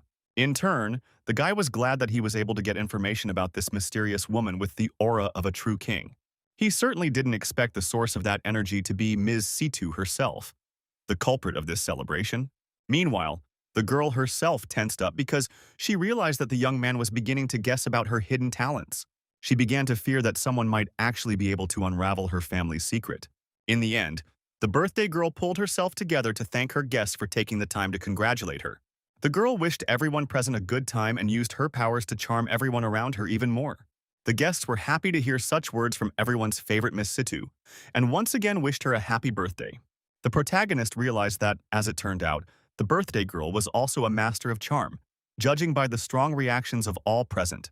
Meanwhile, the servant asked all the guests to line up to present the gifts they had prepared. As if on cue, everyone left their seats at the tables and wanted to give their present as quickly as possible. Everyone was talking about how Ms. Situ was simply irresistible, but the girl only said that they had too high an opinion of her. There were even representatives of successful companies who hoped the birthday girl would appreciate their gift. She couldn't stop thanking everyone in attendance for their time and giving such wonderful gifts. The protagonist asked his girlfriends where their presents were and why they were still sitting in their seats. Song Liangju explained that only valuable gifts will be personally handed over to the owner, and ordinary gifts do not need to be taken on stage, they can just be handed over to the administrator. Linmu never thought that there could be so much fuss just to give an ordinary birthday present. In the end, he asked his girlfriends to wait here while he too gave a prepared present for Miss Situ. The girls were shocked by this turn of events, because it is perfectly visible that the young man came here empty-handed. Zixi asked our hero not to do nonsense because she was sure he hadn't brought anything with him. The guy was going to agree that it was all nonsense, but he wanted to personally turn his gift for Situ Xiu anyway. The girl saw Lin Mu as a serious threat, so she wanted to see what he was all about. The guards immediately stopped the young man because they could not let the stranger near their mistress. The protagonist didn't panic and explained that he wanted to dedicate a few words for Miss Saida, emphasizing that she could really use it. All the guests started laughing at the fact that he was going to give the birthday girl such a pathetic gift. Zixi had had a hard time watching all of this, and now she made sure that their friend was overreacting. The girl intervened in this conflict and stated that she was extremely grateful to the gentleman, so she was willing to listen to him. In fact, she just wanted to see what this strange guy could pull off. Linmu himself was not at all afraid of judgment and ridicule from others because he was absolutely confident in his actions. He finally said that this conversation was not for prying ears because Ms. Situ needed to hear the words in person. The servant began to be annoyed by this impertinent behavior of the young man because he was already able to get the attention of the birthday girl. In turn, Situ Xiu noticed that our hero was far from being a beginner, so she couldn't figure out what he was trying to accomplish. The girl asked her subordinates to let the guy get up on stage to talk in person after all. The old man couldn't go against his mistress's orders, so he let Lin Mu pass, who briefly thanked him for the opportunity. The main character quickly made his way to the stage, while the birthday girl waited silently for her unusual gift. The guy was so reluctant for anyone to hear his words that he quietly whispered the intended message in his ear. All the guests were incredibly displeased that the scoundrel was so brazen that he dared to get so close to Miss Saida. Meanwhile, there was a look of surprise on the girl's face as our hero came to the end of his message. In the end, Lin Mu explained that this was the pair of words he wanted to give to Miss for her birthday, and hoped that she would really benefit from them. After a second, a smile appeared on the birthday girl's face and she happily thanked the guy for his enlightenment and for this show. None of the guests had yet gotten such a violent reaction from the girl, so everyone was wondering what there was to say. Afterward, our hero returned to his girlfriends and immediately noticed that they had suspiciously disgruntled faces. A flustered song. Liangju explained that the guy scared them to death, causing them to become very worried about him. Zixi was already thinking that he was going to put on some kind of show here, which definitely wouldn't end well. Lin Mu immediately apologized to the girls for making them worry. At this point, the birthday girl herself came up to them and said hello to all her friends. Situ Shu immediately noted that this guy who was able to surprise her with his present was their buddy, so she immediately asked to introduce our hero. Lin Mu immediately stood up from his seat to get to know the girl better. After that, They both folded their hands in a welcoming gesture and exchanged pleasantries. Zixi couldn't understand why they were doing this, and joked that her friends were portraying martial artists from the movies. The main character didn't even know how to respond to that because it was literally true, so he blanched for a few seconds. The girl just laughed off the joke and noted that her friend remained just as funny. After saying goodbye to her friends, she went straight to the Saitu family estate where she met up with her father. The old man turned to his daughter and immediately asked if she had a good time at her holiday banquet. The girl replied briefly that all had gone well, and went straight to the subject she wished to discuss with the head of the family. She hugged her father and confessed that she no longer wanted to study in Kyoto and asked him to bring her back to Dunhai because she wanted to go to the local university. The old man couldn't understand what had happened because earlier the daughter herself had insisted on going to university in Kyoto. Situ Shu looked at him and replied that she just wanted to stay with her dad in Dunhai. This answer touched the father, so he no longer doubted his daughter's decision. He hugged the girl tightly and laughed out loud because she really made him happy with those words. It turns out that Shu Shu was doing all this just to meet Lin Mu, who was the only one I could point out her 4 flaws. Meanwhile, events shift to the karate gym where the training was just taking place. A man named Liushin Xiaojiro informed his partners that he was going to assault them. He gave a martial shout and swung around to deliver his first crushing blow. Even though the other guys were in full defense, it was still hard for them to hold back such a strong attack. The man's partners were flying in different directions because they simply couldn't stay on their feet. In the next second, Liushin Xiaojiro swung his leg and declared that he wasn't done with this fight yet. The guys didn't expect things to turn out this way, so they didn't even react in time to their president's actions. The blow hit 2 fighters at once, who managed to block it at the last moment. The man was not at all pleased that they had come down from so slight a blow. The guys had nothing else to do but simply apologize to the president for their weakness. Liushin Xiaojiro didn't stand aside and helped the disciples stand up to continue their training. All the guys didn't mind and got ready for the next exercise. The man also announced in the most serious tone possible that it was already time to visit one person. Meanwhile, the main character did not suspect anything at all and continued to live his usual student life. At one of the breaks, the guy had already met his new acquaintance and was very surprised to see her at his university. The guys joked that it had turned cold around because that ice girl Ji Qinglan had come here. It turned out that she was just looking for Lin Mu and wanted to talk to him about some important topic. The guy couldn't understand what had happened and why his acquaintance wanted to step away somewhere. Ji Qinglan was annoyed that the young man kept asking some stupid questions, so she just took him under her arm and pulled him aside. She emphasized that she was not going to eat our hero, so she asked him to go quietly with her. Meanwhile, the other disciples thought that the ice lady knew how to love after all, and couldn't believe that Lin Mu was able to win another beauty. Eventually, the guys accepted the fact that he was born so cool he could do whatever he wanted. Parallel to the students' conversation, the protagonist was already trying to find out from his acquaintance what it was about this case that required so much caution. The girl explained that her father wanted to meet Lin Mu, so he would go to their house tonight. The young man tensed when he heard such unexpected news and immediately wondered what it was all for. Ji Qinglan embarrassedly explained that she told her dad about the incident, after which he said that he wanted to meet his future son-in-law. The protagonist was not happy that she was so quick to tell her relatives about the incident because they had agreed to wait. The girl immediately started yelling at him because she thought that Lin Mu had already changed his mind about marrying her. The young man still wasn't in a hurry to agree because he felt that he couldn't just pass. They were distracted from their rather tense conversation by some stranger who was just looking for Mr. Lin Mu. After this sudden encounter, the protagonist was walking backwards so fast that the girl couldn't keep up with him. She said that this Liushin Xiaojiro had never lost at Tokyo University, so she was worried that the guy just couldn't handle such an opponent. But that only fueled his interest.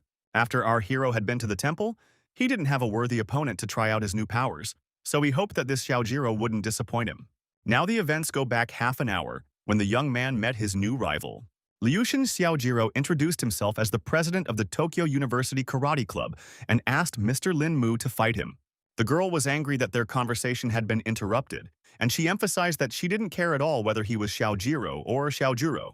The guy apologized to her, but he still insisted on a duel and was about to threaten Lin Mu if he didn't agree. Ji Qinglan was very serious, so she asked what he was going to do to her fiancé. At this moment, Lin Mu himself intervened, blocking his acquaintance's path and replied that he was accepting the challenge. The president of the karate club then thanked the young man for the opportunity and informed him that he would be waiting for him at the school stadium at 6 o'clock tonight. In fact, our hero also felt that his opponent was quite strong, But he asked Ji Qinglan not to worry about it, promising that he would definitely win. The girl still wouldn't calm down and asked him not to announce such a thing so early. In the evening, there were quite a number of people gathered at the university's sports stadium, watching Luchin Xiaojiro intently and waiting for the fight to begin. The fighter himself sat quietly and meditated to gather his strength before the fight. The karateka had heard that the man their president challenged today was very strong, but were still confident that he was no match for their leader. The girls immediately took notice when the main character walked into the hall and noted that he was a real looker. The guy walked in accompanied by Ji Qinglan, who was very worried about him, so she didn't want to leave him alone. Lin Mu felt uncomfortable because he couldn't understand why everyone around him was staring at him so intently. Karate club members were disappointed when they saw their president's opponent, because by the looks of it, he was a real wimp. Before the duel began, the guy asked one question to Su Yaojiro and inquired why he had decided to make this sparring so urgent. The club president became even more serious when he was about to talk about the reasons for his decision. He explained that he was a friend of Mr. Li Guanzui and had heard that our hero handled him easily, which showed the high level of his skills. Luchin Xiaojiro asked the guy to understand him correctly and emphasized that he was not going to avenge his acquaintance. The protagonist immediately remembered that it was about the same young man who was either harassing or grooming Teacher Song. The Karate Kid thought that Lin Mu was strong on the outside and strong in heart, so he would like to exchange his experience in this duel. Now, the young man understood the reason for this challenge, so he decided not to fight at full strength, as it was just an exchange of experience. Liu Sheng Xiaojiro didn't like it right away because he wanted his opponent to be unmerciful. Whenever the karateka himself fights, he fights as hard as he can because it was simple respect for his opponent. The protagonist heard his opponent and agreed to exchange experiences in this fight. The club president immediately got into a fighting stance and asked the young man to attack first. In the end, he struck first, and this attack was very accurate and fast. Lin Mu was shocked that his opponent was so strong, so he didn't even immediately react to the blow. At the last moment, the young man was still able to dodge his opponent's lightning-fast fist. Now our hero had verified that this Xiaojiro was indeed much stronger than Li Wanzui, whom he had dealt with quite easily. But at the same time, he was sure that this guy was far from his power level. Liushin Xiaojiro was a very experienced fighter, so he never stopped attacking Lin Mu for a second, who only had time to place blocks. Despite the speed of his attacks, the protagonist had no problem dodging each one. All the karateka were actively supporting their president and waiting for him to knock out his opponent. Ji Qinglan suspected that any inexperienced person would probably think that Xiaojiro was suppressing Lin Mu, and the latter was now at a disadvantage. But in fact, you could see that the movements of the main character are not chaotic at all. It was as if he was playing with his opponent, testing his endurance. The guy was able to dodge even an incredibly strong leg kick that seemed destined to be fatal. He did agree that it was pretty close after all, because the karateka almost managed to hit him. At this moment, Liushin Xiaojiro finally stopped because his strength was running out and his breathing was starting to hit a snag. He couldn't understand why Master Lin Mu was only defending himself and assumed that the guy was looking down on him.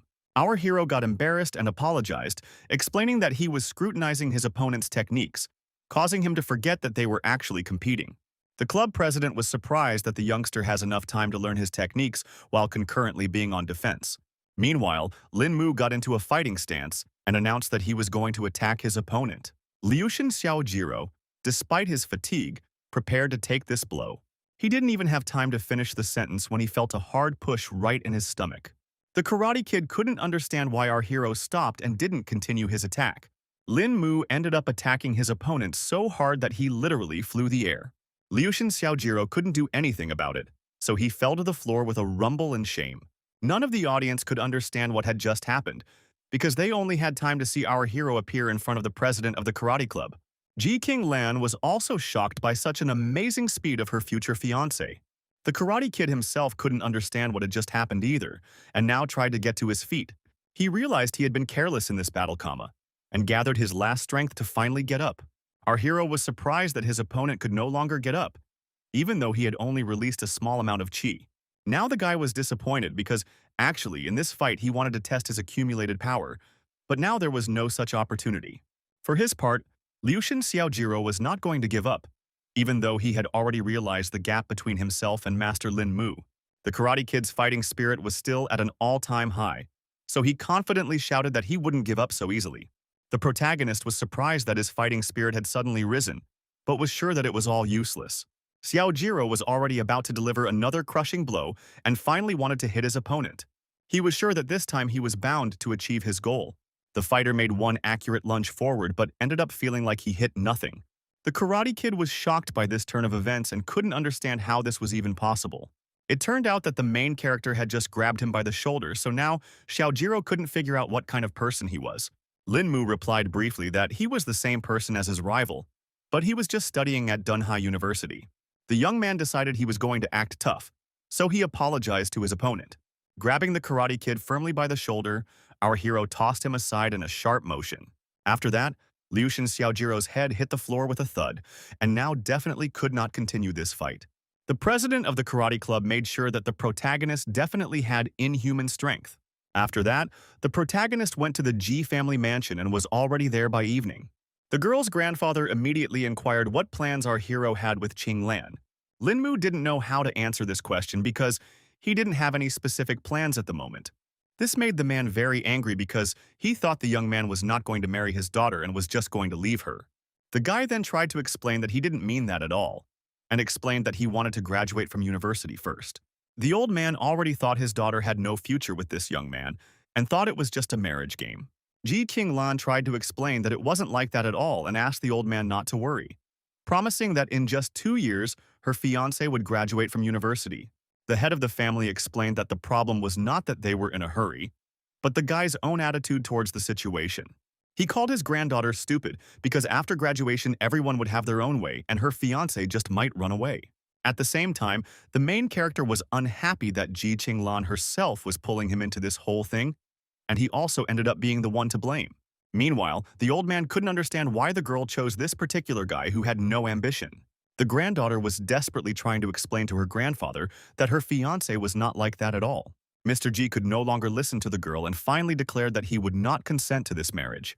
At this point, the main character decided to intervene in the conversation after all, apologizing for it.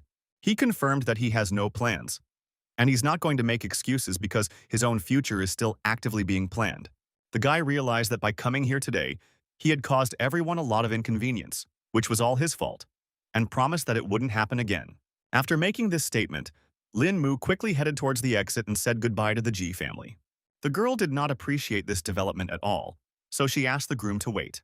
The grandfather emphasized with the utmost seriousness in his voice that this guy was not going to be anything outstanding and asked his granddaughter to just trust him. Ji Qinglan didn't listen to the old man and still begged the protagonist not to leave. Eventually, she couldn't stand it and cried because Grandpa didn't understand her feelings at all. The girl ran out of the hall, but the old man still continued to be indifferently silent. His son finally raised his voice because he thought the last sentence was too harsh after all.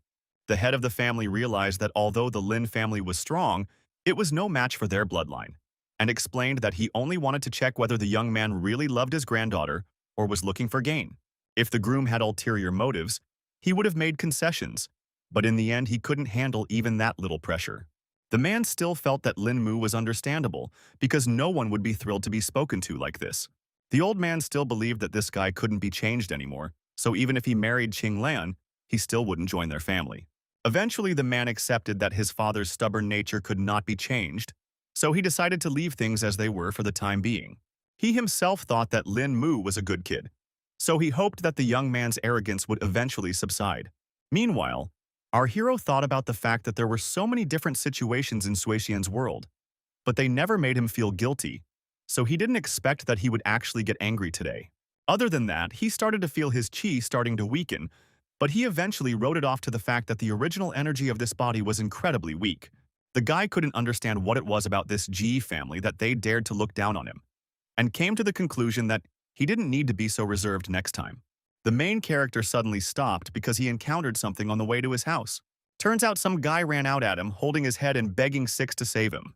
Lin Mu immediately thought about the fact that this fatty seemed very familiar to him. After a few seconds, he remembered that this was the same Xing Weilong who had cheated men and molested women at the university. The guy immediately wondered what could have happened to a rugged bully in the middle of the night. The frightened bully tried to catch his breath and rejoiced that he was able to meet his acquaintance. It turned out that he was being chased by a horde of angry bandits who wanted to take his life right here and now. The protagonist was even more surprised when he learned the details of the situation. Xing Weilong panicked a lot and begged his classmate to save him because otherwise he would definitely die this night at the hands of bandits. The bandits said they only want the fat man, so the protagonist must get out of their way if he doesn't want to die with him. The classmate had already heard that our hero was able to defeat Liu Shen. This gangster gang was definitely not a problem for him. The guy was excited about this opportunity because he was just in a bad mood today, so he could blow off steam on these bullies. The bandits didn't expect this kid to act this way. They thought he'd had enough of life. Lin Mu explained that it was his classmate, so he had to help sort out the problems and just couldn't stand by. Eventually, the gangsters decided that they needed to end this pointless chatter, and their leader ordered the two students to be caught for him. They advised the young man not to be so ignorant and arrogant and agreed to help the protagonist if he wanted to die so badly. Lin Mu felt that bullies of this level would not give him any trouble, so he was not worried at all about the outcome of this fight. Xing Weilong still asked the guy to be careful because these guys kill people without even blinking. Such information only fueled the interest of the protagonist, who was looking for a worthy opponent for himself. The young man stepped forward confidently and prepared to teach the bullies a cruel lesson that they would remember for a long time. He wanted to beat them half to death, because he was sure that only then they would be able to understand something. The bandits didn't wait any longer and had already swarmed towards the protagonist, who was concentrating the chi in his body to definitely win this fight. Lin Mu put all the energy in his hand to teach his opponent a lesson, who was the very first to run in front of his partners. The guy threw his arm forward sharply, taking a steady stance, his palm open like a human shield, ready to turn into a weapon at any moment. The end result was that the bandit flew off to the side without ever reaching his target. Xing Weilong was still very worried that by doing so, the protagonist was taking a great risk and could make an irreversible mistake. The young man himself was not afraid at all, because his techniques were strong and accurate, so the bandits flew away from him in different directions. After that, Lin Mu breathed a sigh of relief because he had succeeded after all, and it gave him confidence. In turn, the fat man couldn't believe his eyes because everything looked like a scene from a martial arts movie. The next day after the showdown with the bandits, the protagonist was calmly walking through the streets of the city and heard someone calling him. The guy couldn't figure out what was going on, so he turned back around in surprise. Turns out it was the same fat guy who decided to thank his savior and promised that he could now solve any of his problems. It wasn't difficult for the protagonist, so he was embarrassed when he heard so much gratitude. But for Xing Weilong, it meant a lot because his life was on the line. Suddenly, the young man fell to his knees to show his respect for Lin Mu and promised to always follow Big Brother. The guy asked his classmate to stand up because it was too much and asked why those people were chasing him that night. Fatty said that the bandits were with Angie, where he had insulted the leader of that group named Pai Hongxing, causing him to bring the trouble on himself. At that moment, two hurrying guys were passing by them who were saying that there was some kind of spectacle going on near the school gate. Xing Weilong grabbed one of them and wondered what was it that the disciples were in such a hurry. Then the student said that their ice girl Ji Qing Lan is going to fight someone, and they say that her opponent is some other beautiful girl. The protagonist was surprised to hear this because he would never have thought his acquaintance could pick a fight with someone. Fatty also agreed that it would be a good sight, so he suggested that Lin Mu look at the sight. The guy replied briefly that he was in no mood at all to engage in such entertainment, so he asked his classmate to go there alone. Xing Weilong realized that our hero didn't have any important things to do anyway, and this way he would at least have some fun, so he dragged him along with him. Lin Mu had no choice left, so he asked his friend to at least not drag him because he could walk on his own. None of the students could figure out what had happened because the two girls had been tensely standing opposite each other for a long time. Everyone around them already wanted to see a real fight, so they began to whip up their opponents. At this moment, the protagonist and his escort in the form of Xin Weilong began to make their way through the crowd. In the end, Lin Mu saw that Ji Qing Lan's opponent was the familiar Sister Situ. The girl herself also didn't seem to expect to meet the protagonist here, so she turned around sharply when she heard a familiar voice. The guy immediately inquired why his acquaintance had come to this university. Situ Shu completely forgot about her rival in a couple of seconds because she wanted to say hello to our hero. Everyone around was shocked when they realized that even this girl was familiar with the protagonist and couldn't understand why he was familiar with all the beauties around. Ji Qing Lan immediately approached the guy and asked him to be careful because she didn't trust her rival at all. It turns out that Zitu Shu was asking about Lin Mu's whereabouts, causing the girl to suspect that she had some kind of score to settle with him. Ms. Sidu herself noted that our hero is a great success among women since he is protected by such beauties. The guy tried to explain to Qing Lan that they were acquainted with this girl who wasn't a bad person at all. Meanwhile, Xing Weilong began to disperse all the gawkers and shouted to them that there was nothing more to see here. Now they could talk normally, and the protagonist inquired why Sister Situ had come to Dunhai University. The girl told me that she had just transferred here from her past Kyoto University.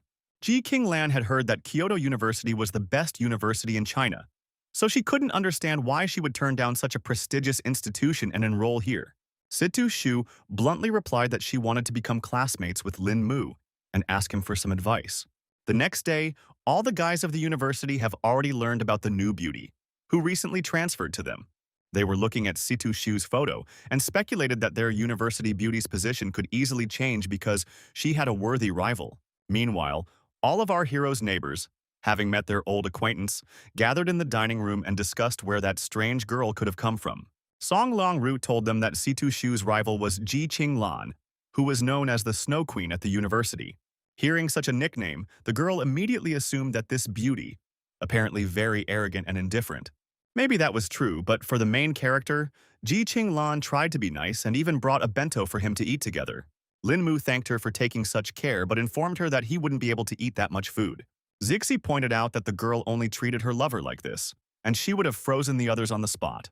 Now Zidu Shu realized that this beauty was her friend's rival in love with Lin Mu. The girl was greatly embarrassed when she heard such an assumption, and asked not to say such nonsense. The other girlfriends also started convincing that there was no reason why they could like the main character, but it all didn't sound particularly convincing. Situ Shu laughed with this reaction from the girls and told them not to worry because she was just kidding. Meanwhile, Lin Mu was approached again by some stranger who was looking for him. Ji Qinglan immediately became angry because someone dared to interrupt their conversation. The man apologized for the interruption in their meal and explained that their master wanted to discuss something with Mr. Lin. The guy immediately noticed that the stranger was big, but didn't look like someone looking for a fight, so he calmly asked who their boss was. Ji Qinglan wondered why master didn't come here himself to talk to Lin Mu. The protagonist tried to calm her down and asked her not to bother people, and if there was really something serious there, he would deal with all the problems quickly. The guards nodded politely, thanking him for his cooperation, and invited him to follow them in.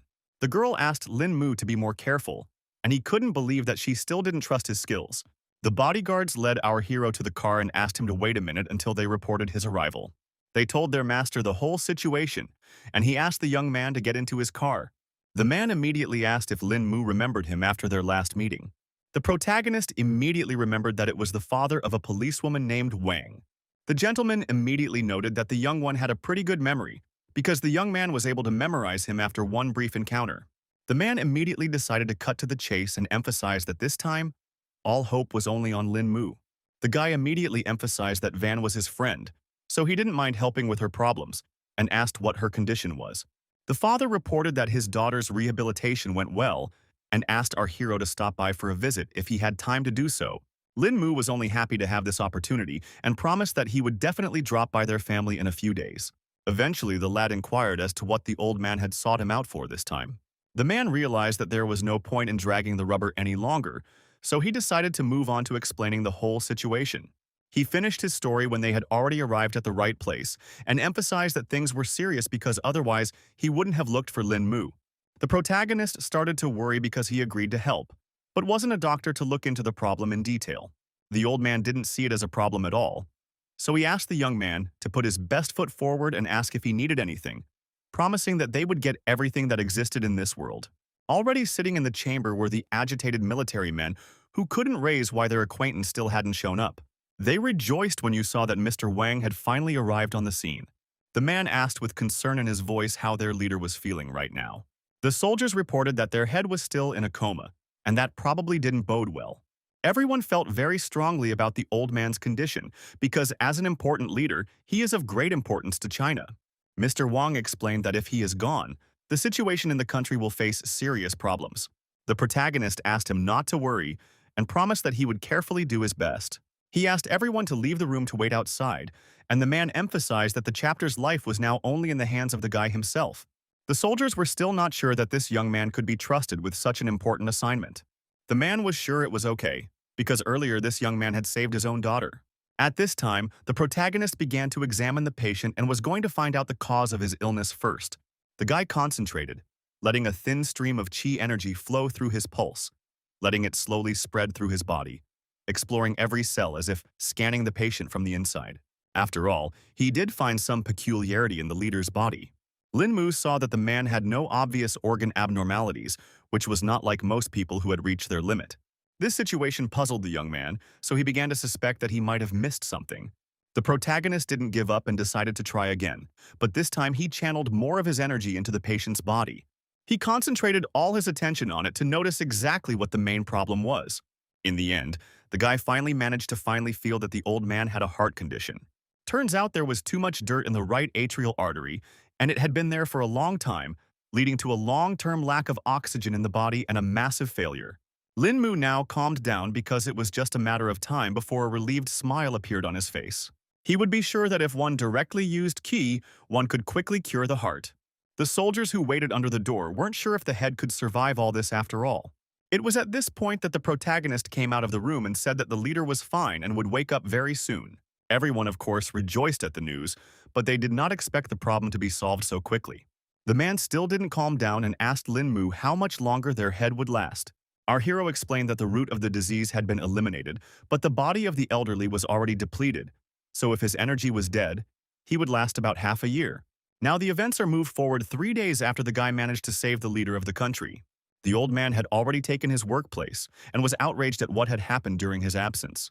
Commander-in-Chief Duan Fusheng was greatly displeased that his opponents had already started to act, even though he hadn't even died yet.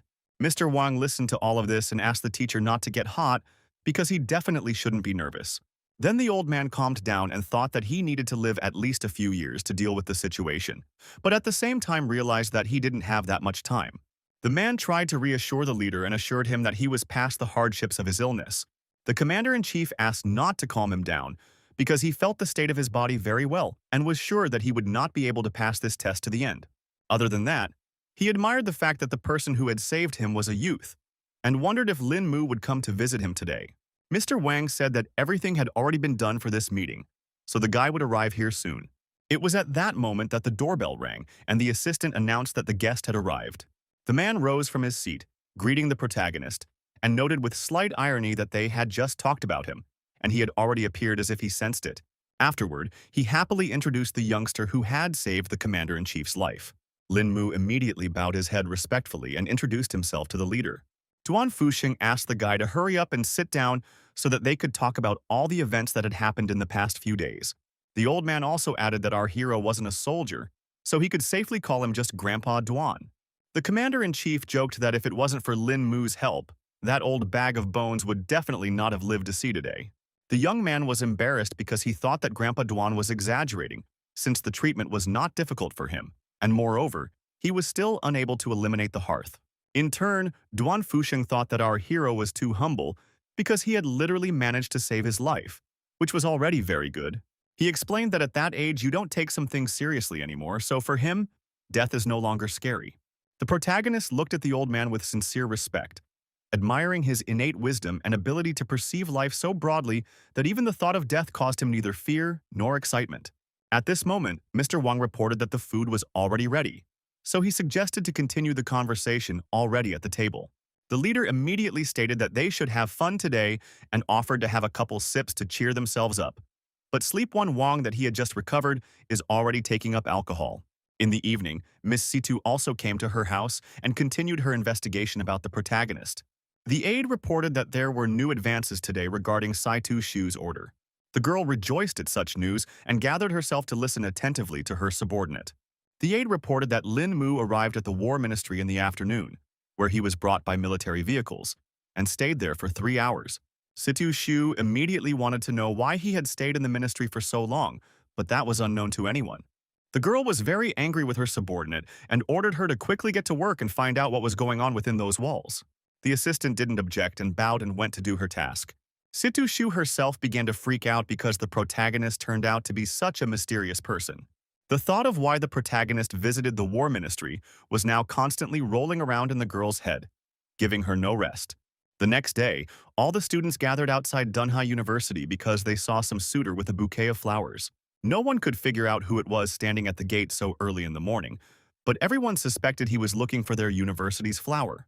Everyone was already waiting to see some kind of spectacle and expected it to be hot right now.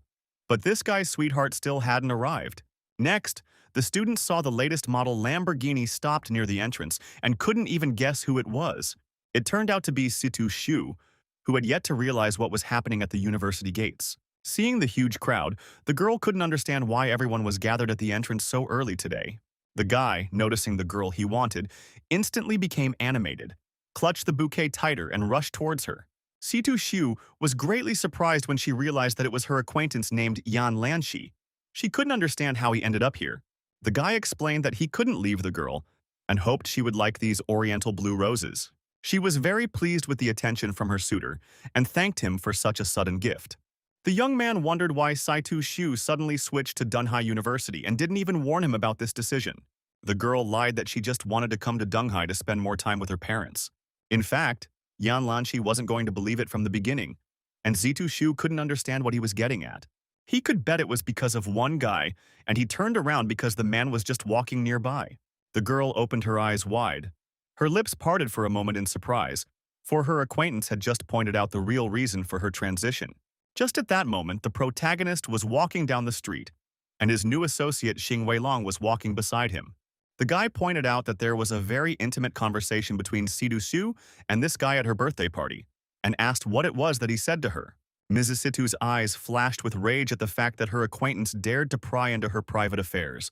Yan Lanshi recalled that the girl was actually his fiancée, so it was normal for him to ask about such things. The girl felt that even if she were to be a wife, she should not inform him of such things. The groom frowned, his gaze becoming intense and suspicious because he began to suspect that Lin Mu liked Situ Shu. Eventually, the girl herself confirmed it, so she asked the guy not to hit on her anymore to make everyone feel comfortable. Yan Lanshi froze in place. His eyes widened in shock, and his voice trembled as he questioned whether she realized the full weight of the words she had just spoken. Situ Shu could no longer tolerate her former fiancé and eventually directly replied that she wasn't joking at all. At the same time, the protagonist and Xing Weilong came closer and saw that something strange was happening near the gate. Lin Mu was surprised to see such feminine chi emanating from this guy because this was the first time he had seen something like this. Fatty immediately noticed the sudden change of mood of his comrade because he suddenly became cheerful for some reason. The protagonist didn't bother to explain the reason for his joy and wanted to leave this place, but Xing Weilong didn't want to go because the fun wasn't over yet. Yan Lanshi was incredibly angry that this guy dared to even look at his woman. He wasn't going to give Lin Mu any chance because he dared to fight for his fiancée. In the evening of the same day, the protagonist couldn't figure out where the fatty had brought him because it all looked rather mysterious. Xing Weilong asked his comrade to calm down because it wouldn't be long before he would find out all the details. At the entrance of the place, they were met by two guards who opened in sync and kindly greeted their guests. The guy eventually assumed that a friend had decided to bring him to some charity dinner. Lin Mu would never have guessed that his comrade was interested in charity projects. The fat man proudly announced that this was not just a charity dinner and said that it wouldn't be long before our hero found out everything. They walked a little further, and at that moment the protagonist felt some strange sensation on his hand. The main character couldn't understand what was happening because a ring from the past world suddenly appeared on his hand. Xing Weilong immediately noticed that something strange was happening because his comrade had turned pale for no reason. The young man tried to hide his hand and asked if there was a restroom, lying that he must have eaten something wrong. The fatty replied that the restroom was in front, and then Lin Mu asked him to wait here for a few minutes. The protagonist quickly ran into one of the available booths and tried to somehow solve the problem with the ring that had suddenly appeared. The guy examined his hand carefully and tried to figure out what could have triggered it. Lin Mu realized that the ring wanted to break free, and if he didn't suppress it, the consequences could be unimaginable. To obtain this talisman, he almost died in the cultivation world, so there shouldn't be any more mistakes here. Suddenly, the protagonist heard some familiar female voice directly addressing him. It turned out that it was Situ Shu, who had unknownly appeared here. Our hero nervously clutched the hand with the ring and emphasized that it was actually the men's room. The girl didn't see it as a problem because there was no one here, and was also surprised that Lin Mu had decided to take an interest in charity. Lin Mu in turn explained that the fatty had brought him here, and also asked if Miss Situ had any important business here. She did not explain the reason for her visit for this evening, and immediately said that that man in the morning misunderstood their relationship with our hero. But the girl was going to deal with the situation. The guy immediately assumed that the guy outside the university gate was asking for his acquaintance's love. Situ Shu could no longer stand the fact that he was so blatantly pretending because she was sure that he had also noticed Yan Lanqi's murderous aura. The protagonist agreed that he had captured this energy, but couldn't figure out what to do with the information. The girl was still very excited because she knew that her ex-fiancé was too good at tricks, so she had to be very careful in a fight with him. Previously, Lin Mu hadn't even suspected that Miss Situ might be worried about his safety, which flattered him greatly. Situ Shu sighed heavily and admitted that she wouldn't have done all this if it wasn't for the main character's instructions for her birthday. At the end of their brief conversation, the boy thanked his acquaintance for these warnings and promised to be careful. The girl declared that she had said all she wanted to say, and once again asked our hero to take care of himself. They ended up walking out of the men's room together, which looked pretty weird. The protagonist felt the most embarrassed possible about the fact that other people saw it. One guy noticed that the couple was in a big hurry and immediately assumed what kind of brazen things they were doing in the restroom. Meanwhile, on stage, the charity auction had already started, and the bid had already reached 10 million. The moderator began counting down to that price to become the final price for that lot. He then solemnly lowered the gavel and announced that the last named amount was final. It turned out that the owner of this item was Ms. Lin, so the host thanked her for helping with the charity. Lin Mu had no idea that such a vase could be sold for 10 million. And the comrade explained that everyone here was a rich person willing to spend money on charity. The presenter then introduced the next lot, which turned out to be an ancient orange necklace, the value of which is that it is impossible to know the age of this artifact. Some experts have tried to use the C14 method for identification, but the composition of this necklace has never been recognized. They also say that nothing in the world can damage this jewelry. The main character froze, scrutinizing the item, his eyebrows shifting in deep thoughtfulness, while Xing Weilong didn't really believe this information. The guy noticed that his ring's reaction had gotten even stronger since the necklace had appeared. Lin Mu began to suspect that there might be some connection between the two pieces of jewelry. The first to bid was a gentleman who was willing to buy the necklace for 5 million. Xing Weilong was surprised that someone was willing to pay such a huge sum, and our hero was still sure that the prices would still rise. The host saw that Mr. Liu was the first to offer the first bid, and asked if anyone else wanted to fight over the lot. The next to enter the fray was a girl who offered 6 million for the necklace. In just a couple of seconds, the price had already risen to 15 million and wasn't going to stop.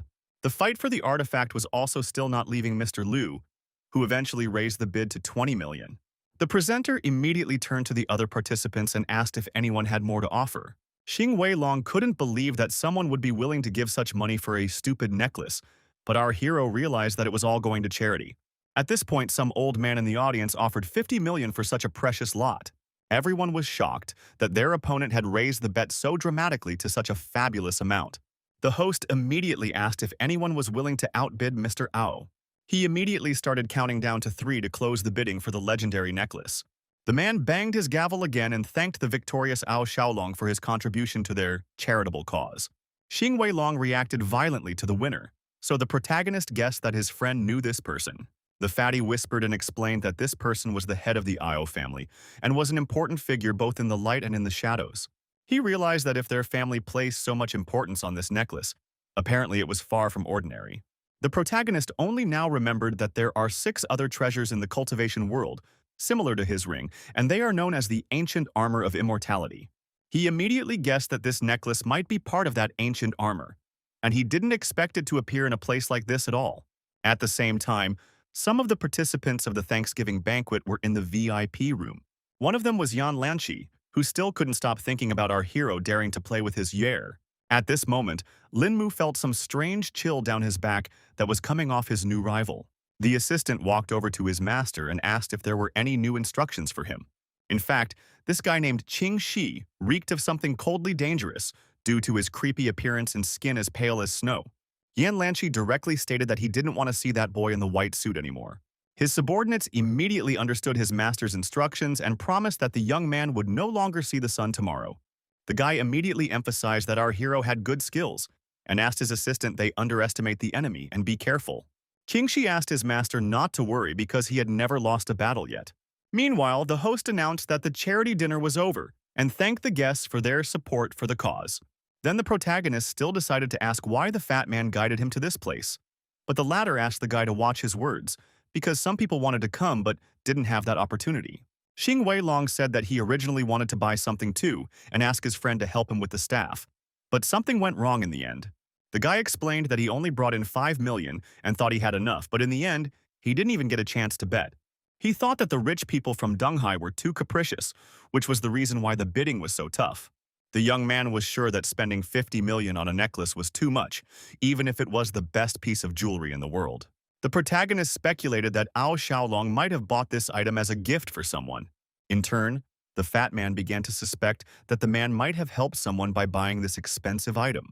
Suddenly, Lin Mu stated that he needed to urgently go somewhere and was about to leave his partner. Xing Weilong couldn't understand why there was such a rush, because he was actually going to invite our hero to dinner. The guy emphasized that this was a very important case, so he promised to accept the invitation next time. Lin Mu simply followed his feelings, which eventually led him to the underground parking lot.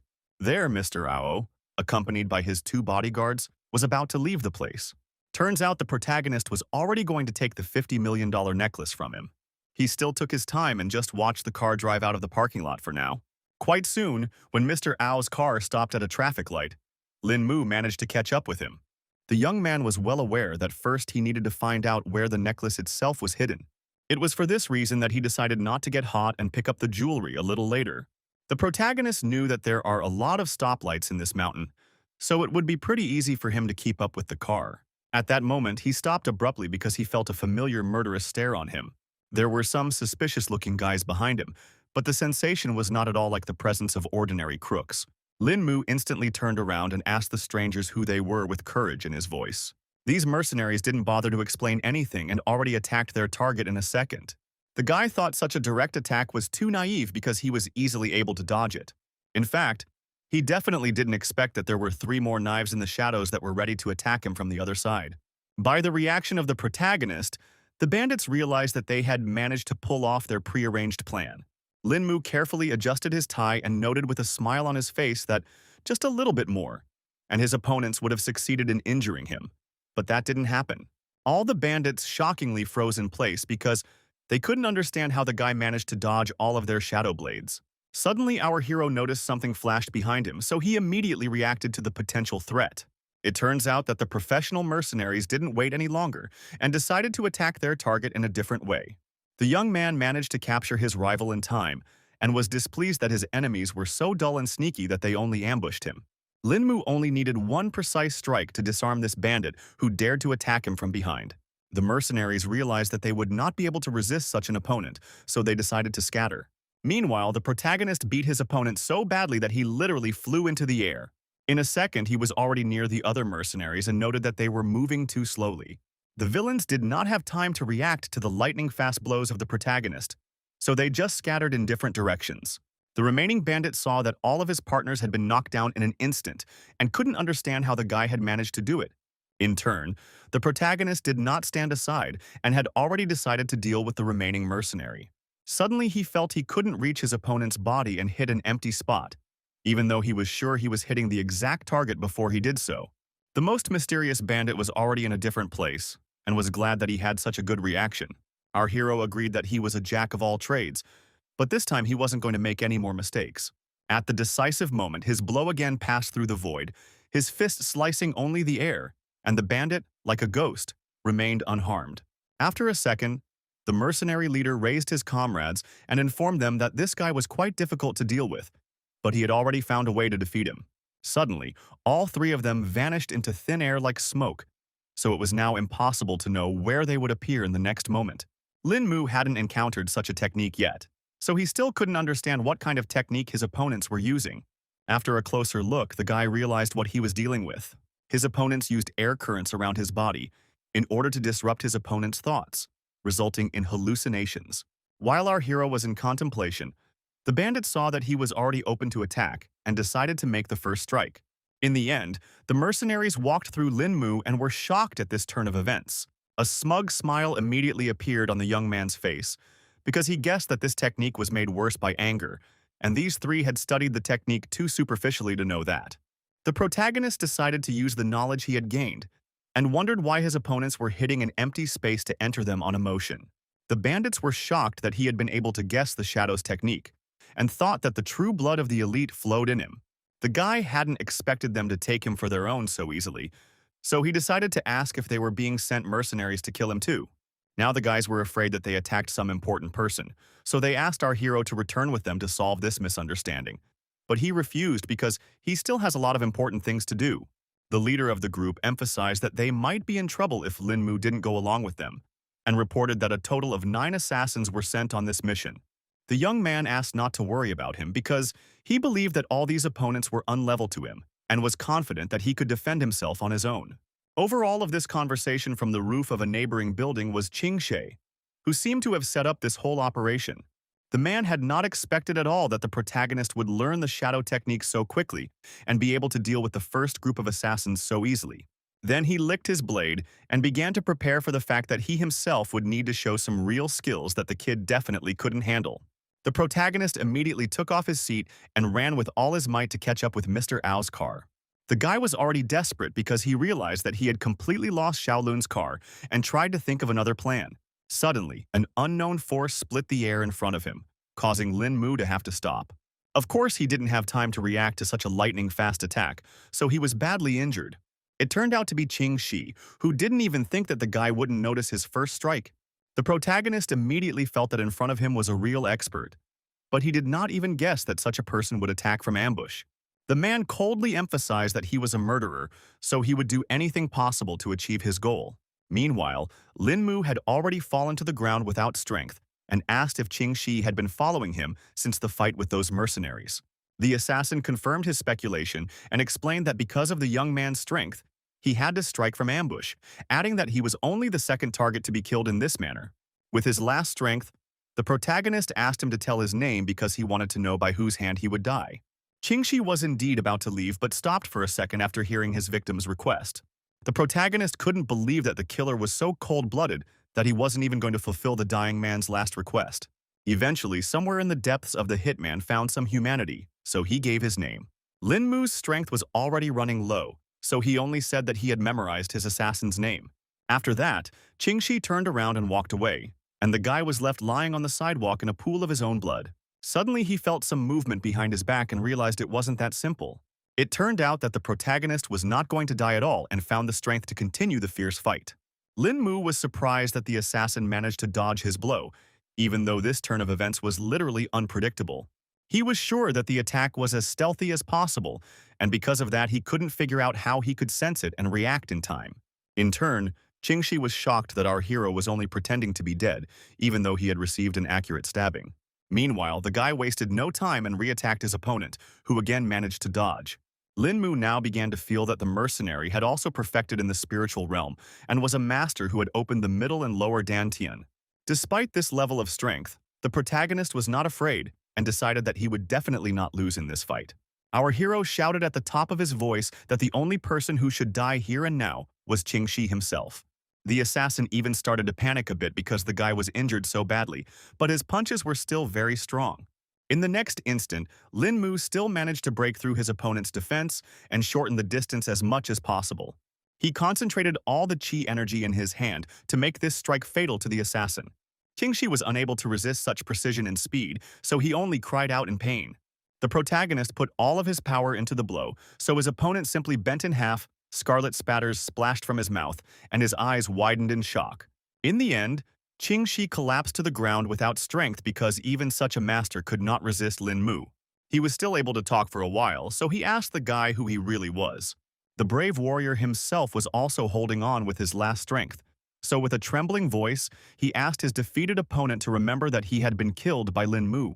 Qing Shi still couldn't understand how things had turned out this way, because he was definitely sure that his knife had hit our hero.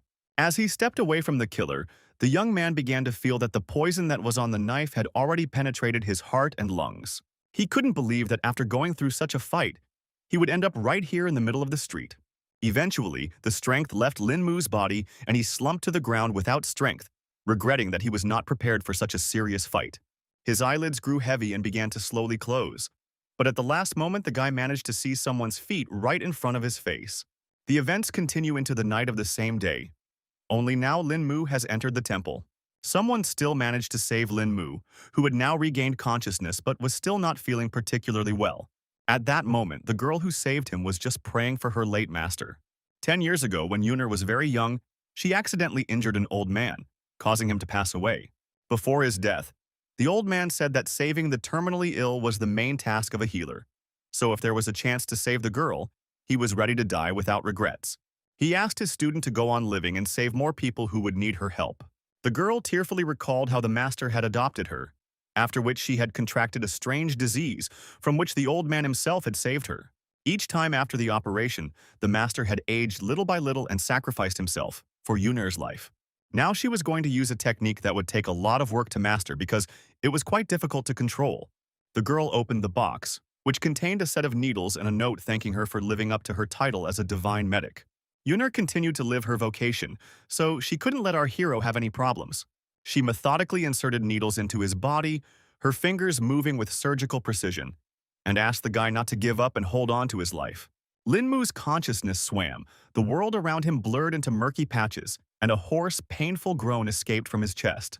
The girl was very nervous because this secret technique consumes a lot of energy, and if things continued like this, she might not even survive. Dr. Joe tried to cheer herself up to save the protagonist after all, but it was all too difficult for her. At that moment, she remembered that the master had treated her like a daughter since their first meeting and had saved her at the cost of his life. It was for this reason that the girl decided that once she had made a firm decision, it was too late to chicken out. She finally went to her master and asked for some strength to finish this technique. Joshiun remembered how the old man had taught her precision in acupuncture and calmly continued to stick needles into her patient's body. She also kept the thought in her mind that each shot required skillful speed. Other than that, there was no way you could ever dwell on an acupuncture point for more than half a second, because otherwise the healer would simply lose all his labors. The girl was still trying to reassure herself with the belief that she was bound to succeed. She kept sticking them in after the learned pattern, but our hero was still lurching with discomfort as well. At this moment, Dr. Joe noticed that the black color on Lin Mu's face was disappearing, showing the success of her technique. The girl was a little distracted by the guy's improving condition, and because of that she rushed, so the next needle just flew out of her hand. She immediately thought of the master's phrase that if the acupuncture process was interrupted, the patient would simply die. There was no way she was going to let the protagonist die, so she decided to use her powers to support his condition. Joshiun gently injected her energy inside Lin Mu's body and tried to capture his yang. All of this was giving the girl quite a hard time, so her breathing was getting heavier and heavier. In the end, she plopped down on the bed without strength because she still managed to save the protagonist, who was now completely safe. At this time, Situshu was resting peacefully in her house, but her sleep was interrupted by a sudden phone call.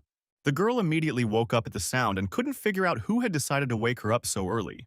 She was quite sleepy, but she immediately realized that it was Lianju, who seemed to have some important information to impart. Miss Situ immediately woke up when she heard the news that Lin Mu had disappeared for 3 days now. She realized the gravity of the situation and asked her assistant to keep looking for news about the protagonist. It turns out that the girl had planned that her cultivation improvement in the future would only depend on this young man, so she simply couldn't let anything happen to him. That was why she tried to calm down a bit and think about what could have happened to Lin Mu. In the end, Xu Shu came to the conclusion that her suitor Yan Lanxi could be behind the missing guy, so she decided to call him right away. With fury in her voice, she asked, without any clarification, if her ex-fiancé had anything to do with Lin Mu's disappearance. It turns out that all these days the protagonist spent with Dr. Joe, who at the cost of her strength saved his life. All this time the healer lay unconscious, recovering her life energy.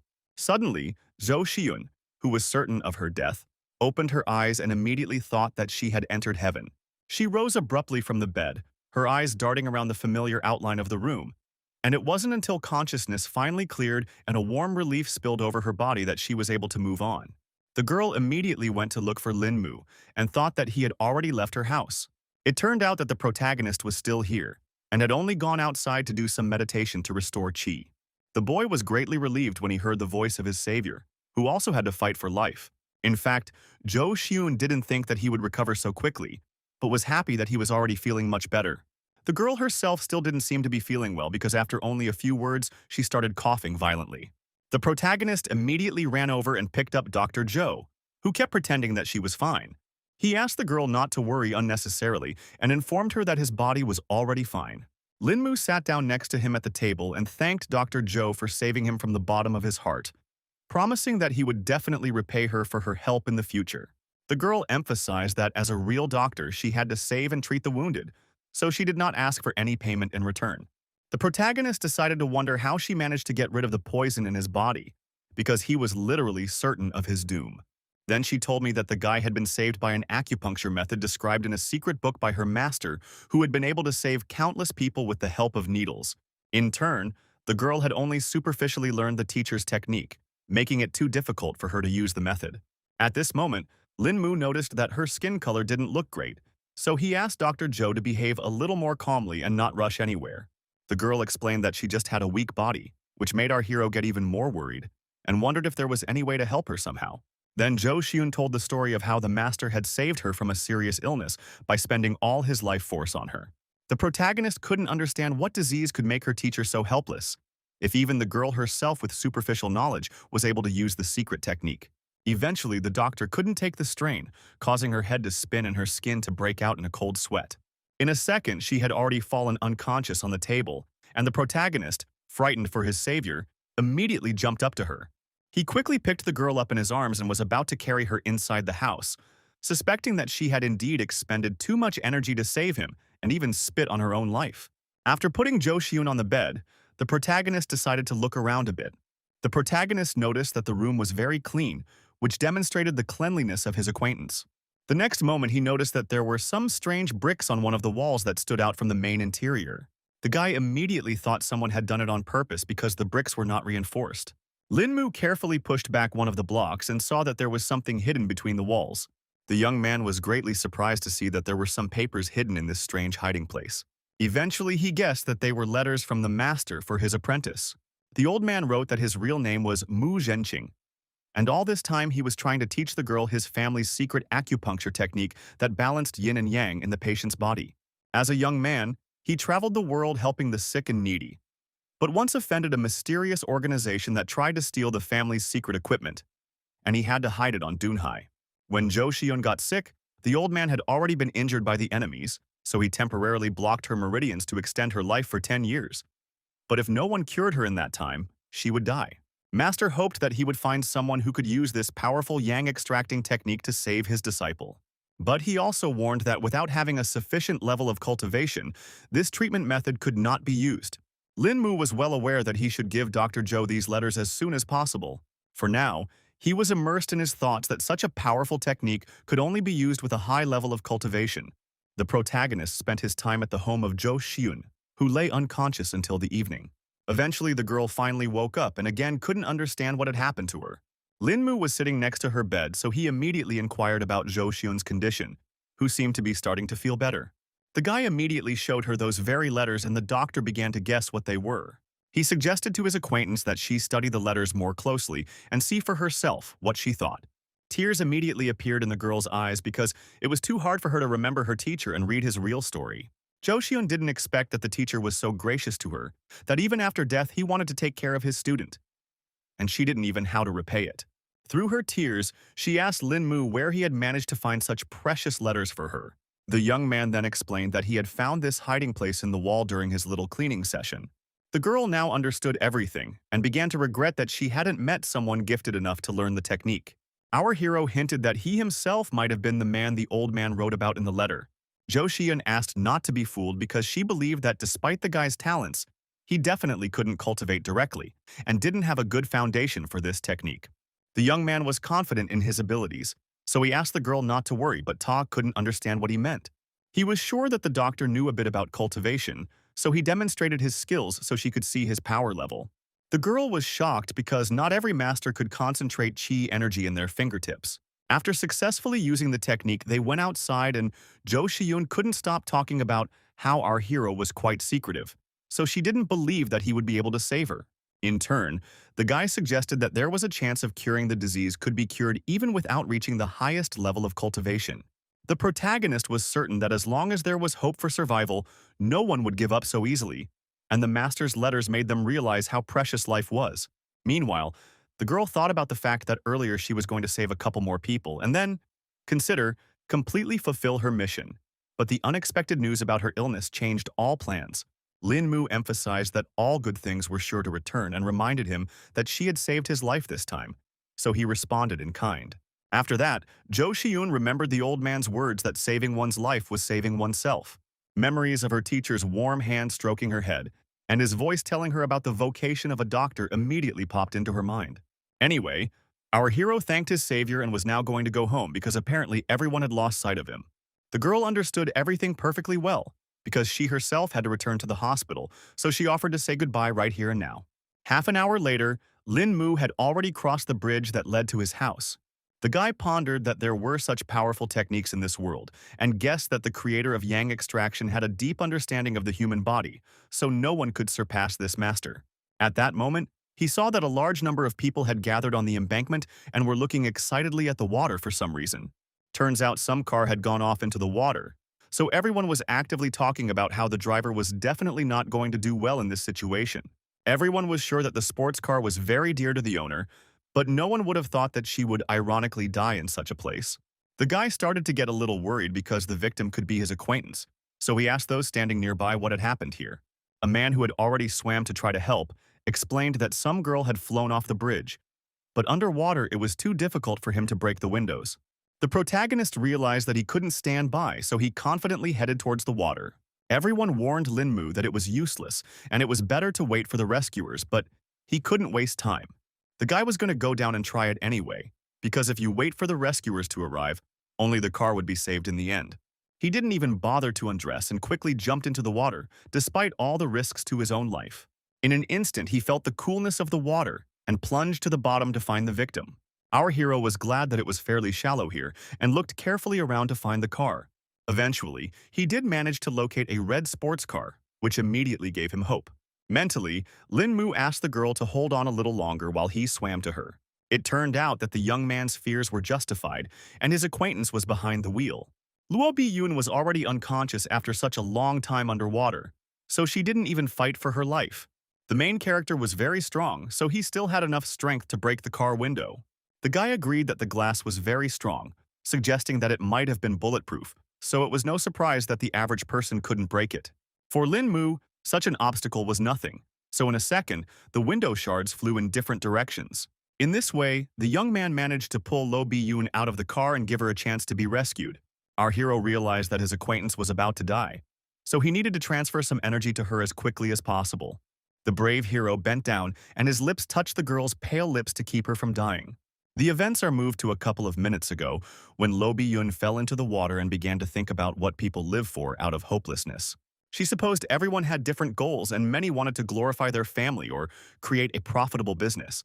The water increasingly filled the interior of the car, and the girl realized that she had no chance of rescue, so she could not hold back the tears in her eyes. Bit by bit, she began to choke, but she still couldn't accept that she was going to die in such a ridiculous way. The next moment, she saw Lin Mu's image in front of her and couldn't believe that she had been thinking of this person in the last moments of her life. The girl woke up already on the shore when the main character managed to pull her out of the water in time.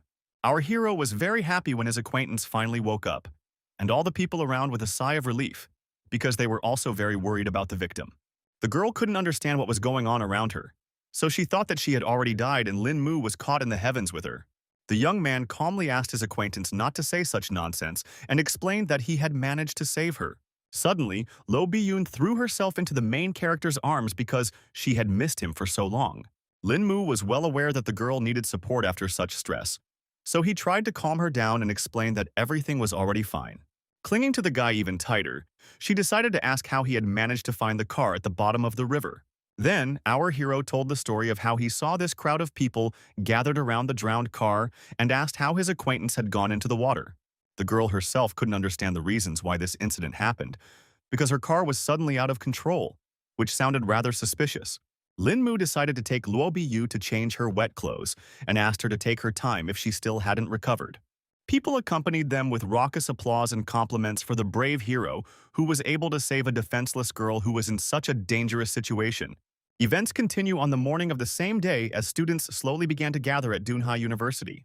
Jo Shin was trying to find our hero and was very worried because not long ago his phone was working, now it was out of range.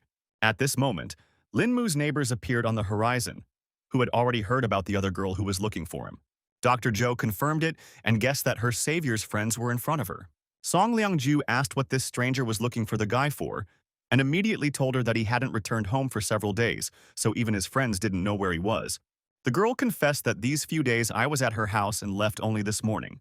Obviously, all the girlfriends were shocked when they found out that their neighbor had been at some hottie's house all these days. Jo Hyun immediately said that a few days ago, the guy was seriously injured.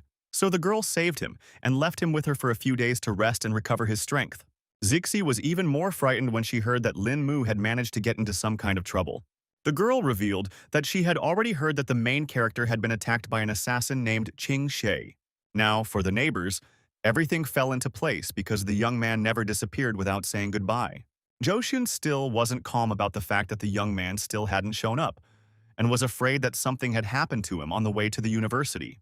Meanwhile, at Mr. Yang's house, they had already received new information from the spy. The aide informed He that Ching Shi, sent to kill Lin Mu, had failed his task, and that young man had already returned home. The man thought that it was all a complete outrage because this assassin was too strong a cultivator. The servant asked Yan Zhongqing not to be angry because it was only some youngster. The old man agreed that it was easy to say such a thing, so he suggested to his subordinate to go actually eliminate this Lin Mu. The aide immediately panicked, emphasizing that he didn't dare perform such a task, so it was better to assign it to an assassin. In the end, the Lord ordered that only Pai should go this time, who definitely shouldn't relax since it was now known that their opponent was an unusual child. Meanwhile, the guy stepped over the threshold of the house and the girls immediately froze when they saw their mysteriously missing neighbor. Lin Mu, of course, apologized to the girls and explained that he had a few things going on these days. Zishi was very unhappy that our hero had returned home and didn't even say a word about it, and said that they were all very worried about him. The girls also confirmed that they had been looking for the guy the whole time, while he quietly returned home in the meantime. Song Liang-ru immediately stood up for her disciple and reminded her friend that his wounds had just healed. Lin Mu was immediately very surprised because he couldn't understand how the girls knew about his injuries. At that time, the neighbors said that they had already met Sister Jo, who told them about the whole situation. Zixi got really pissed off and couldn't hold her emotions in anymore because she couldn't understand what kind of relationship the guy had with this girl. The protagonist quickly tried to explain the situation and revealed that Dr. Jo was his savior the last time he fell off the balcony. The girl was still reluctant to believe that Lin Mu had lived with her for so many days, and nothing had happened between them in the end. Their conversation was abruptly cut short when the protagonist's phone buzzed in his pants pocket. The guy asked his girlfriend not to say things like that about him and apologized for having to take that call. It turned out to be Dr. Jo, who was finally able to reach Lin Mu, who appeared to have gotten his phone wet, after which it was simply repaired. The girls couldn't watch this because they were very jealous of the guy for this mysterious stranger, so they started parodying their conversation. Suddenly, the protagonist heard that something strange was happening to his acquaintance, because only her screams could be heard in the tube. An unfamiliar voice informed him that the guy needed to immediately come to the third floor of Yinghuang Kaoge if he didn't want something to happen to Jo Xiun. The protagonist was scared for Dr. Zhao and tried to find out who he was talking to, but it was too late because the call ended. After such a strange call, the guy stared silently at his phone and now couldn't figure out what he should do next. Song Liang-ru saw that he was very agitated and inquired about what had happened to Jo Xiun. Lin Mu assumed that Dr. Jo had been kidnapped, so there was an urgent need to rush out to rescue her. The girls were in no hurry to let our hero go, because they were afraid that it was all a set-up trap, so first it was better to report the incident to the police. The young man stopped his roommates because there was no way they could report this to anyone else, as then the kidnappers would not be ceremonious with Dr. Jo. After only half an hour, the protagonist arrived at the place where a guard was already waiting for him. Lin Mu looked around and verified that Yingchuhan Kyoge was here. The guard at the entrance was in no hurry to let some young man through and first asked if he had an appointment here. The young man was in a great hurry, which made him angry at this bodyguard, and informed him that he had come here to meet their boss. The man still didn't miss the cocky young man and asked who he even was, because not everyone could just barge in on their boss. Then our hero decided to demonstrate his strength and grabbed the guard by the arm, explaining that the boss himself asked to come here. Eventually, the bodyguard had to take our hero to his boss, not understanding where this strange guy even came from. He knocked gently on the boss's office door and announced that he had a visitor. Inside, our hero was waiting for the massive figure of a bald bandit, which immediately caught his eye against the background of a fragile bound doctoress. The girl's eyes were full of fear, for she feared not only for her life, but for the safety of the young man himself. Lin Mu was now certain that his acquaintance had indeed been kidnapped, so the situation was very serious. The guy didn't care at all what the kidnappers' goals were, so he asked the bandits to let Jo Xiun go first, after which they could talk. The leader of the group rejoiced when he finally saw this famous, insufferable person, which turned out to be an ordinary good-looking kid. So now, he will be able to get easy money. Meanwhile, bodyguards began to quickly surround the protagonist to take him hostage as well. The young man said with confidence in his voice that he didn't want to simply waste his time, so he asked all the opponents to attack him at the same time. The fighters were angered that Lin Mu appeared so brazen, so they were going to show them their strength. Before the head of the guard could finish, he heard muffled blows, which caused him to freeze on the spot, because he had not expected such a rapid development of the event. It turned out that everyone who dared to attack the protagonist was already lying helplessly around him and screaming in pain. The remaining guards were incredibly startled by this turn, and didn't even have time to consider what Lin Mu had just done. The leader of the bandits was also confused, but quickly ordered his subordinates to pile on their main target.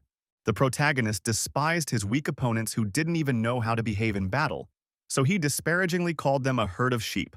At the same time, Pai advised Lin Mu not to get so cocky because it was obvious that he wouldn't be able to stand up against a whole bunch of experienced fighters. After a few seconds, the bandits came close to the protagonist and began to attack him from all sides, not giving him a chance to escape. The guy decided to use the shadow technique he managed to learn during his last fight, so he simply dissolved right in front of his opponent's fist. All the bodyguards immediately froze in place because they couldn't understand what had just happened. The protagonist was already behind them and wondered who they were so confusedly looking for. Zhou Xun, who had been closely watching the progression of this battle, was certain that for such a high-level cultivator to dispose of these little bipeds was too easy. The girl's guesses turned out to be pure truth, because the guards only had time to get punched in the face by Lin Mu. Our hero was very disappointed that his opponents could not withstand even one blow and immediately fell unconscious. After dealing with all the bandits, he went up to the girl to free her from the ropes and apologized to her for being late. Pai realized that he had suffered a crushing defeat, and now he couldn't understand how some youngster had managed to wipe out all of his subordinates.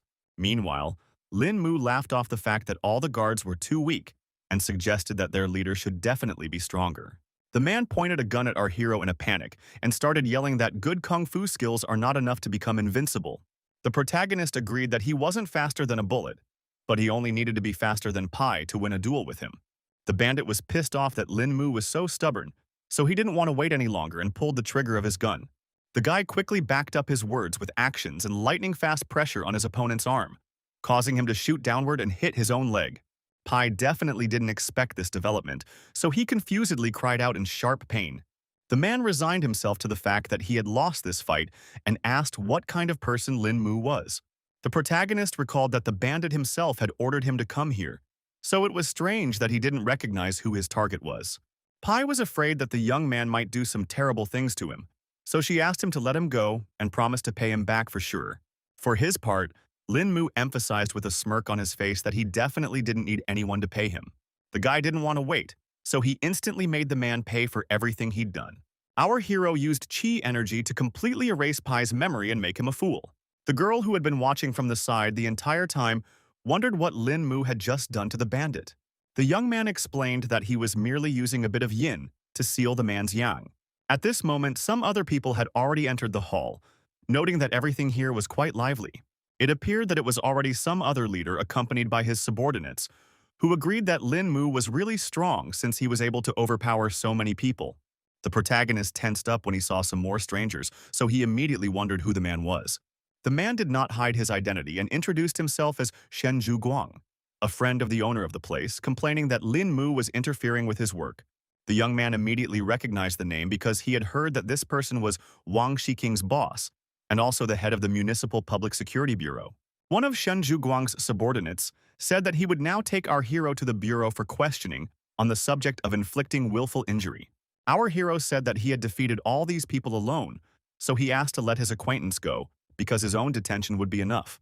Zhou Xian wanted to object something, but the guy asked her not to worry and promised that he would be fine. The man then firmly stated that he was the one in charge of the case, so the guy couldn't order him around, and ordered his subordinates to grab everyone in the room. The protagonist didn't like the fact that no one wanted to let the girl go, but Dr. Zhou herself tried to calm him down. In the end, they both had to obey Shenju Guang's instructions and walk along with his men. Lin Mu started to feel guilty for involving Zhou Xiun in all this, but the latter asked him not to worry because she herself had yet to thank him for saving her life. In the corridor of the hotel, they met up with Xing Weilong, who couldn't understand what kind of movement was going on here. The fatty immediately recognized Brother Lin's familiar face and wondered what he was doing here.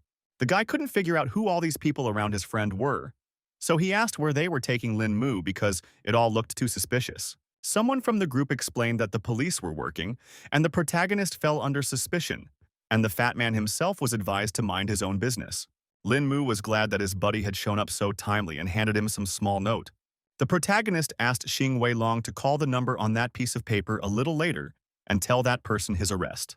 Very soon, Lin Mu and Zhou Xiun had already arrived at the Public Security Bureau of Dunhai City.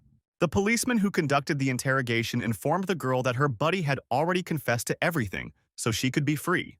The girl explained that it was true that this was the other side of the whole situation, and tried to justify Lin Mu's actions.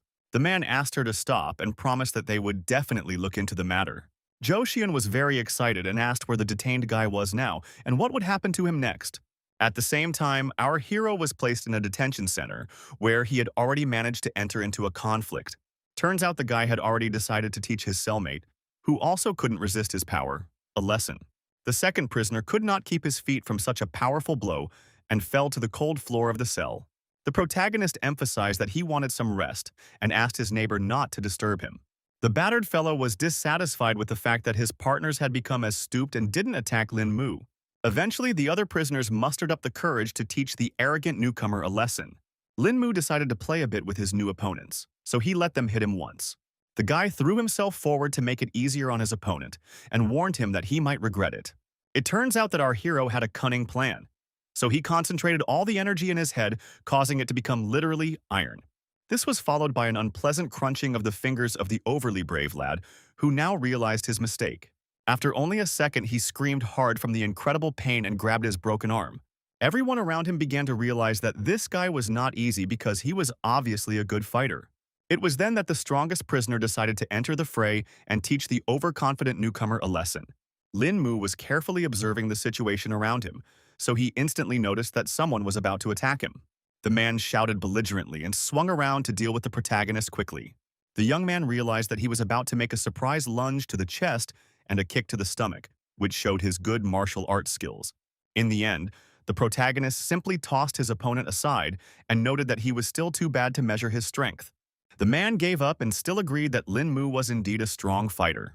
The other inmates were shocked by this development because Brother Huan, who fights the best, only to be defeated by some boy. Meanwhile, Shen Zhuguang, who was sitting quietly in his office, was already being told off for grabbing Lin Mu. The man was confused because he was sure he was acting according to all the rules and regulations because this guy hurt people.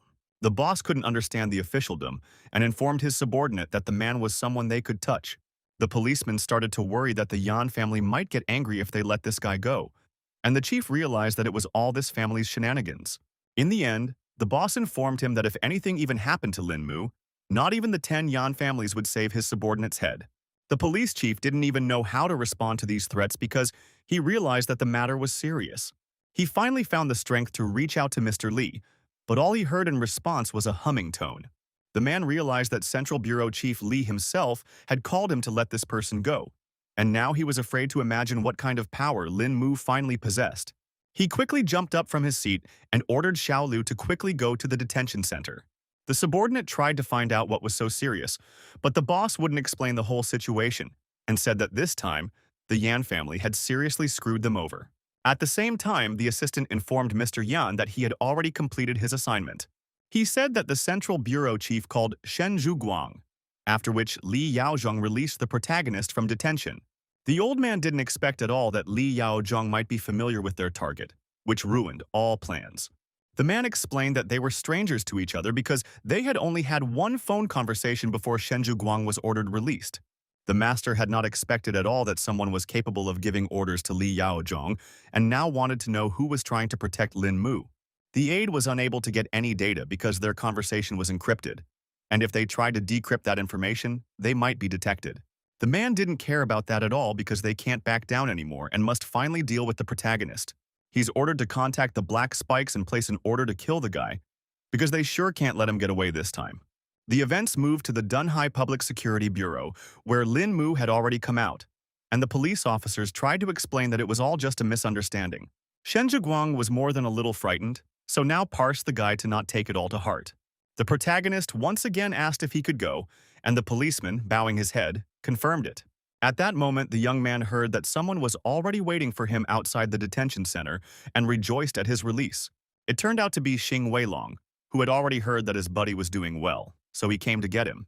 The guy offered to celebrate our hero's release and wanted to do it at the Hilton, which made Lin Mu begin to suspect that the fat man was up to something since he was so generous. Xing Weilong admitted that it was only his pleasure to do something nice for brother Lin. 30 minutes later, they had already arrived at the Hilton Hotel, where the fat man wanted to come.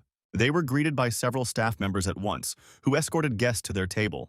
As they sat down in their seats, Xing Weilong asked the protagonist to look at the menu and choose a seta that he liked. The young man explained that he wasn't very good at picking out food, so he entrusted this task to his buddy. The fat man chuckled and warned our hero that he had only himself to blame if he didn't like something. When he opened the menu, his appetite whetted even more. So his order consisted of foie gras with caviar, crab and curry sauce, and steamed lobster. Meanwhile, Lin Mu asked where the restroom was here, and the waitress agreed to take him there. Our hero thanked the hotel employee for such a high level of service and followed her. The girl stopped in the hallway and explained that the restroom was up ahead on the left side. At the same time, there was a meeting with Yao Xianxian in another room at the hotel to discuss the lead role for a new movie with her. The girl had already read the script and liked it quite a bit, and she had no questions about the contract, so she wanted to know who would be the lead actor in this movie. The director said they haven't yet chosen the person who will be her partner, so he asked if she had any recommendations. Based on the contents of the script, Yao Xianxian thought that it would be better if they put a newcomer in the lead role, and she just had such a person in mind. But she wasn't sure if he would be interested. Another team member expressed interest in this solution and asked who it was.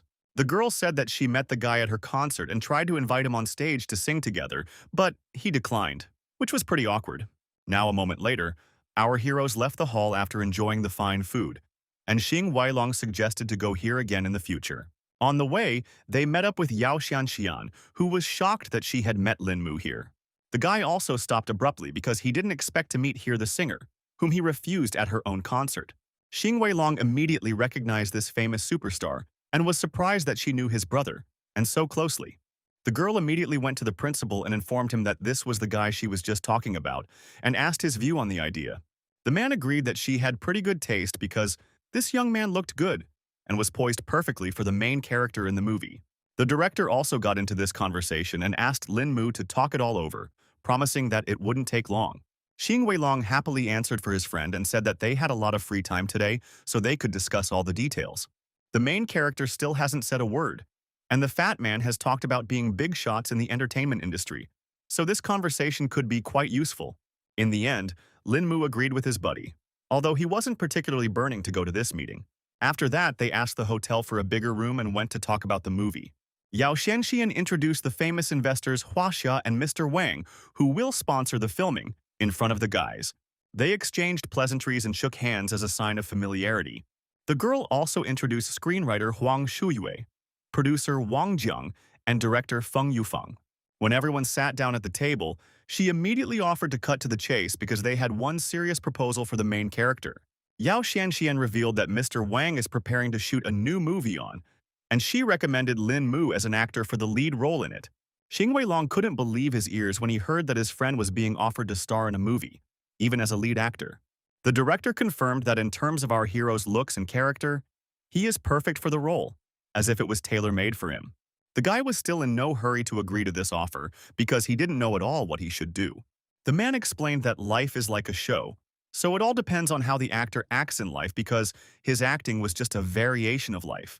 Lin Mu felt that it was all too wrong because he might not be able to do his job, and the movie would end up being a waste of time and effort. Yao Xianxian asked the guy to believe her because she believed that no one else could handle the role, and promised that everyone on the team would actively help him. Xin Weilong also wanted his friend to try out for the movie because that way he could reveal his hidden acting talent. The girl confirmed the guy's words because a lot of stars didn't even finish acting school and stumbled into the entertainment industry that made them world famous. In the end, the protagonist decided to trust his friends but still warned that they shouldn't blame him if something goes wrong. The director was happy that he finally agreed to be filmed and promised that there would definitely be no problems with their movie. Meanwhile, the director asked if Lin Mu was free tomorrow because he wanted to sign a contract with him right away. The protagonist wasn't against it yet, so he asked what time it was convenient for them to meet. The director handed him his business card and asked him to come to the given address at about 10 o'clock in the afternoon. Lin Mu thanked the movie team for believing in him and promised tomorrow he would be in the right place at the right time. Events continue the next morning when the protagonist does fulfill his promise. The director asked the guy to look at the contract and, if he was happy with everything, sign the document. Our hero confirmed that there were no problems with the contract because the terms were quite reasonable and confidently signed. Afterward, the director and Lin Mu shook hands and expressed their hopes that they would work together. At this moment, Yao Xianxian, accompanied by the principal, walked into the office and asked if either her new colleague would mind if there was already an audition later. The young man still had no plans, so he had no problem agreeing to it, and with a smile asked them to prepare well for such an important event. The principal was happy about this mood of Lin Mu's, so he suggested to start right away. Meanwhile, the staff had already set up the lights and arranged all the cameras on the set, so the only thing missing was the actor himself. Feng Yufan handed our hero the script and asked him to try to play the role by figuring out the character's psychological state while reading. Though the young man had never acted in a drama, to play the emotional state of a character in the real world was a mere trifle to him. Yao Xianxian actively supported her partner and was confident that he would do well. Meanwhile, Lin Mu's roommates had just learned the news that he would be starring in a movie. Everyone knew that Wang Xiaokun was the most famous movie and TV investor in China, and all his movies sell out in no time. So there's a good chance that the guy will indeed manage to become famous. The girls thought this investor was definitely a unique person, but they didn't fully understand why he needed Lin Mu. Song Liangju was sure that the guy was not a movie and TV professional and doesn't even have any experience in the field, so she assumed it was some kind of conspiracy.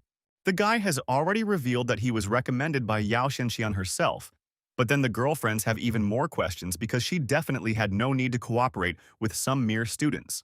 Even Zixi started to doubt her idol because her choice of an ordinary guy, when there are many decent-looking guys in the entertainment industry, it looked too strange. The girl promised to give Lin Mu a good lesson if he dared to betray their entire company.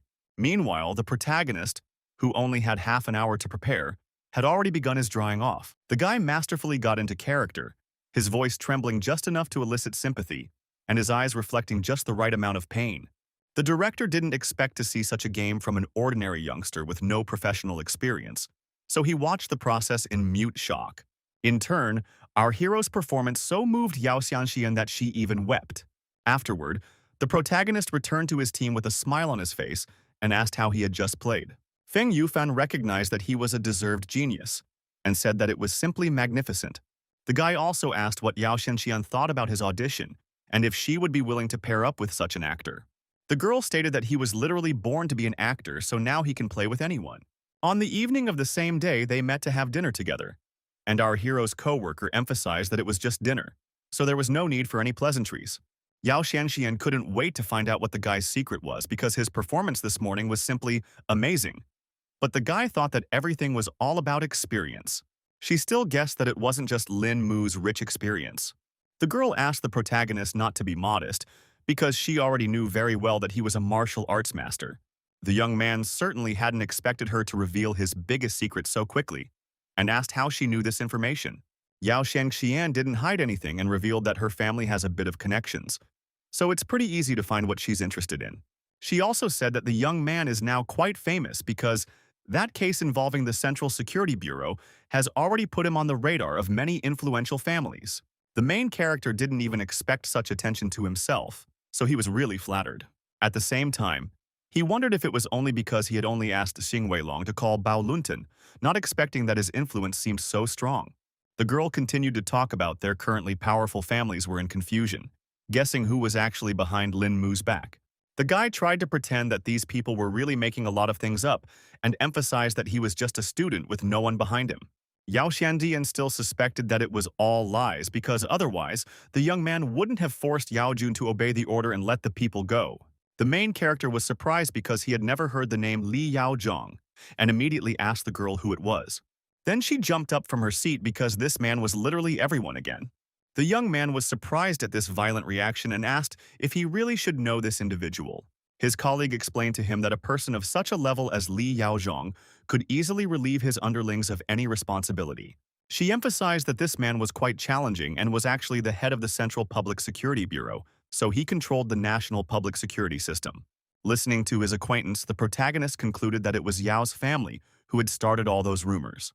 She confirmed the guy's speculation and said that according to the information she had received, the person who had almost killed Lin Mu last time was an elite cultivator who had been secretly raised by the Yan family. Now, the young man had confirmed Situ Shu's words that it was better to watch out for that guy from the Yan family because it was obvious where this professional assassin came from. Meanwhile, the girl added in a whisper that after the previous failed assassination, this family had invited a stronger master from Shuesi. In the end, Lin Mu finally wanted to ask how Yao Xianxian had managed to find out such confidential information. Obviously, the girl didn't answer this question because she didn't want to put our hero in even more danger. So he wanted to know what reason she was helping. The actress replied that the guy now had the lead male role in the movie, so if he died, she would have no one to play with. Lin Mu was still afraid that it wasn't really like what his acquaintance had said, because her family might have also noticed his real strength and was now trying to convert him to their side. Events continue the next day at the Inhuang Kaoje Hotel, where a fight between Zhou Xian's kidnappers and the protagonist has only recently taken place. Since the assassins are still arriving, the guy certainly needs to shun them, but he can't leave his business to the common people. The two guards at the entrance immediately told him that they were not accepting anyone today, so under no circumstances would they open the door. The protagonist did not expect such a turn of events, but it was only to his advantage because the fewer people, the fewer witnesses there will be. The security personnel were displeased that Lin Mu continued to stand beside them as if he hadn't heard their warning at all. At that moment, Leader Min came out of the hotel and apologized to the guy because his subordinates don't really know what they're doing. Wu Tianming couldn't believe that his bodyguards had the guts to stop Mr. Lin himself, so he ordered them to apologize to their esteemed guest. Then the guards bowed their heads to our hero and explained that they just didn't recognize Lin Mu. But the latter didn't hold a grudge against them because it was just following the rules. Once inside, the man asked if the reason the young man had stopped by was because he finally had some free time. Meanwhile, the guards still couldn't figure out who this Mr. Lin was because they hadn't even met him before. Wu Tianming said that they were a little unlucky today because some brothers right now were discussing the redistribution of territory again. The main character thought it was just great because he just had an idea. A man stopped near one of the doors and said that the brothers were here, but he was very uncomfortable going in during their meeting. Lin Mu didn't object, so he confidently pushed open the door and agreed to go in by himself. The guy was acting pretty cultured, so from the very doorstep he apologized for the disturbance. No one had yet had a chance to say anything when he had already announced that he had some business to discuss with everyone today. The bandits were not happy with this defiant behavior of the boy, so they ordered their subordinates to simply shoot him. Some of them recognized our hero after all, which caused them a wave of concern. Everyone who knew Lin Mu personally understood that his visit did not carry anything good. The man, who had already managed to threaten the young man, seeing his comrade's strange reaction, asked him who he was. In Brother Yeezy's mind, Shenju's words that he should never provoke this guy again, otherwise there wouldn't even be anything left to bury from the subordinate immediately surfaced. In a whisper, he informed the old man that this guest's name was Lin Mu, and even Shenju himself deeply respected him. The brothers were shocked to hear that so respected a man among them was behind this young man. The old man immediately began flattering the protagonist to make amends, and asked him to sit down in one of the chairs to talk things over in peace. Some of the bandits still didn't understand why their comrade's behavior had changed so drastically, but they didn't object. The guy noticed all those looks and asked them not to look at each other like that, because he knew exactly what they were thinking right now. Then the man tried to lie that they had been playing mahjong late the previous night, causing their eyelids to twitch a little. Lin Mu asked them not to worry because he wasn't here to share territory, but to ask for one favor. Brother Easy still couldn't understand why our hero just didn't report a case, but decided to show up in person. The guy reached into the pocket of his jacket and explained in parallel that this case was not very convenient to discuss over the phone. He pulled out some kind of box and told me that a European man was about to show up in Eastport City as a professional assassin, so he would need help to find this particular person. The bandits immediately inquired if their target had any distinguishing features. Our hero wasn't entirely sure because all he had was information that this man was from Europe and would be entering the city within the next few days, so they needed to keep an eye out for any foreigners arriving. After listening to all the conditions, the brothers began to fear that it would be quite a complicated operation. There are many foreigners leaving the EC every day, So, unless they know what their target looks like, it will be like looking for a needle in a haystack. Plus, tracking down a killer can be dangerous and cost the lives of their subordinates. Linmu understood their worries perfectly, so he hinted that the higher the danger, the greater the reward would be. He explained that as long as the bandits helped him with his search for the killer, they would be given a special pill. No one had any idea what this medicine was, so Brother Easy asked the young master what it was. The guy wondered who here had the courage to let him demonstrate the power of this little pill. The bandits began to look amongst themselves again and were in no great hurry to agree to such a venture. In the end, one of them still found the courage to go for such a risky experiment. The man was not particularly afraid of taking such a risk, so he asked Lin Mu what he should do. The protagonist, thankful for the opportunity, calmly asked him to take off his clothes and turn his back to everyone. One of the leaders of the group quickly took off his shirt and asked if our hero would fit this look of his. From the scars on his body, Lin Mu concluded that the person in front of him was a former soldier, so he was confident that such a person would be able to withstand his attack. The guy warned that he was about to strike, so he asked the man to bear with him for a while. Bandit was ready for something like this, so he let the young master do whatever he wanted.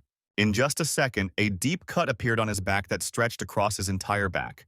The strong urchin only wheezed quietly in pain, but still absorbed the blow. Everyone else was frightened for their comrade's fate and couldn't understand what Lin Mu was about to do. The young man firmly ordered everyone to shut up and advised them to observe the process more closely. He demonstrated taking only a small portion of the pill to show its incredible effect.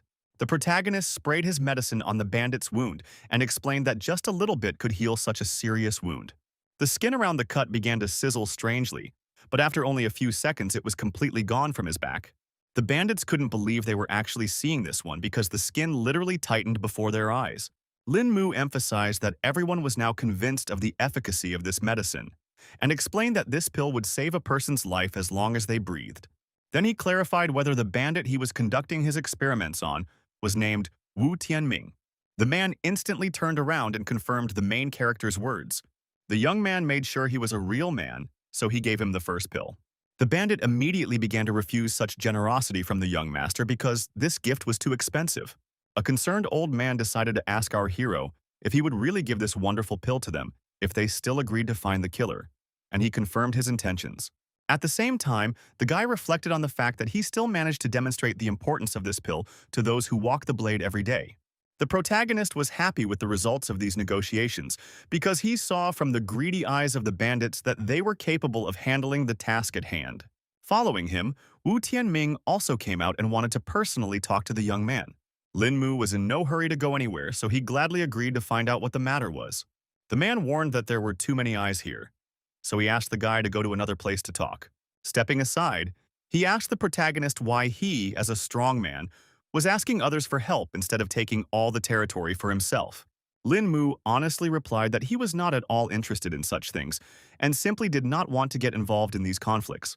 Wu Tianming understood that the young master had a low opinion of all of them, but since he had already approached their faction, it meant that the guy had no other people to help. The protagonist was starting to get tense about this conversation, so he asked the bandit to finally cut to the chase and stop beating around the bush. The man heard Lin Mu, so he began his story about being part of the underworld for many years and not wanting to work for anyone else. His brothers have been working with him for a long time, but they have ultimately failed to reach any heights. The arrival of the young master could be a great chance to change that. Lin Mu began to guess that the bandit wanted to ask for his help to start his own gang. Wu Tianming confirmed his intentions and hoped that Mr. Lin would support their team from behind the scenes during the leadership battle. But the guy reiterated again that he didn't want to get involved in all of this. The bandit still tried to explain that the guy was deluded because he wouldn't have to do anything, and he himself wanted to deal with his rivals in his own way. Now our hero has guessed that he only wants to use his name to intimidate him, but until he clarifies it himself, no one will know the truth. In the end, the young man recognized that Wu Tianming had earned his respect, and since he didn't need to do anything to help, he wouldn't mind. Of course, the man rejoiced at such news and thanked the young gentleman for his help. The guy was about to leave, but before he did, he emphasized that he still had to stay clean and asked to only look for him if there was an important reason. Wu Tianming did not object to such conditions and once again thanked our hero for helping him with his case. Lin Mu had already returned home deep into the night when all of his female neighbors were already home as well. At the entrance, he immediately changed into his house slippers and informed the girls that he was finally back. The girlfriends were sitting in the living room, so they immediately wondered why the protagonist came home so late. Lin Mu quickly oriented himself and lied that he went to see his friends after the audition, and when he came to his senses it was already so late. Zishi forgot about all the worries after hearing this, because she guessed that the young man had managed to get his part after all. Our hero confirmed her speculation and explained that all he had to do was wait for a call from the company. The girl immediately hugged him tightly and started yelling about how she believed in his strength from the beginning, happy that her idol had great taste. The others were not happy that their friend had changed so quickly because she had said completely different things this afternoon. Zixi asked the guy not to listen to Xuanrong and promised that she would teach Yao Shenxian a lesson if she just wanted to play around with Lin Mu. The main character reassured the girl and emphasized that her favorite singer just wants to do her job well. Her friend didn't expect that after just one day of acquaintance, Lin Mu would already side with her college and defend her. She was very upset because the young man's heart had already been stolen, so they no longer had any chance in front of the real idol.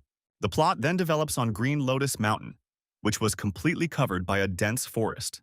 Yan Lanqi arrived here, excited to have a long-awaited meeting with Ling Sheng, who had long since arrived at the place. The longtime acquaintances hugged each other tightly because it had been quite a while since they had seen each other. Hong Ling Sheng even began to doubt his orientation because he didn't expect that he would miss his buddy so much. Yan Lanqi suspected that the guy might not have missed him, but the one good thing he had. In the end, the young man decided to introduce Lin Tiannan, with whom he had come here from the capital to rest for a while. He called his acquaintance an incredible guy, which made him shy and asked him not to flatter him. Yan Lanqi emphasized that there was no need to be modest here, because he knew at a glance that this guy was someone important. Lingsheng wanted to end all this talk and climb up the mountain because he had wanted to try the fragrant abode's charl for a long time. The young man realized that the guests were tired from the road, so he offered to follow him. In just a few minutes, they were already at the top of the Green Lotus Mountain where the fragrant abode was located. Lingsheng talked about how the teas of the fragrant abode had been heard by everyone in the East Sea. So Brother Tiannan was very lucky today. On the way, they were met by a beautiful girl in national dress and asked if the guests were here to taste their famous tea. The guys confirmed their intentions and then the girl asked to follow her. Almost all the tables in the hall were occupied because the place was quite popular. Everyone around enjoyed drinking this drink, marveling at its wonderful flavor. Tiannan, seeing the happy faces of the visitors, was even more eager to try this tea. After that, they sat down at one of the tables and the waitress asked what kind of tea the guests wanted to try today. At this moment, another female employee came over to their table and immediately recognized young Master Hong and Ling Sheng. It turned out to be the owner of the fragrant abode named Xiu Yu, who was also overjoyed by the unexpected encounter. Ling Sheng noted that it had already been a while since their last meeting, and the girl was still young and beautiful. The owner said her acquaintances were very nice conversationalists, so she wanted to have a little chat with them while they brought tea. When they finished their visit to the abode and went outside, Tiannan immediately noted that he had seen something interesting while they were sitting in this establishment. The guy agreed that the tea at this establishment was good, but not as good as its owner. Yan Lanqi didn't expect that their new friend had such a sharp mind because he was quickly able to understand the cunning workings of this establishment.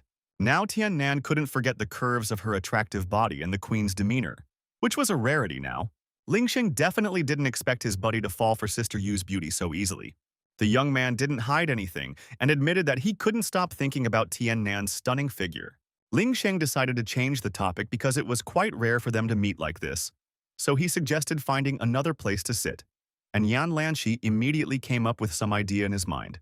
At that moment, a car passed near them at full speed, which obviously caught their attention. The car then whizzed into a vacant parking space, and the driver rejoiced at such good fortune. Turns out it was Zixi, who this time set a record and reached her destination in 10 minutes and 43 seconds. With her was the main character, who was dizzy from such a ferocious driving style of his girlfriend.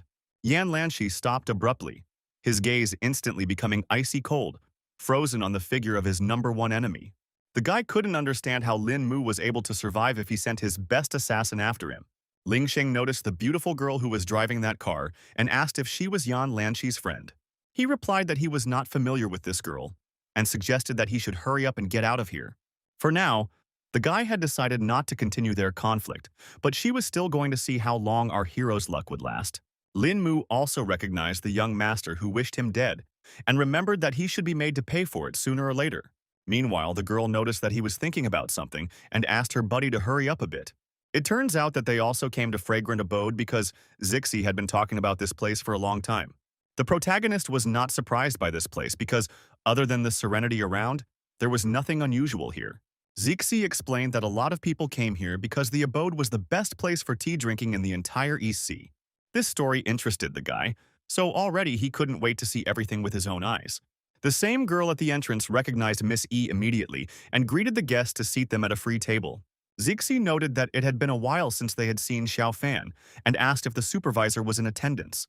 The employee said guests had to go straight to the second floor if they wanted to meet the boss. The protagonist realized that his friend frequented the place if even the staff knew her well, and the girl explained that the owner of the fragrant abode was her best friend.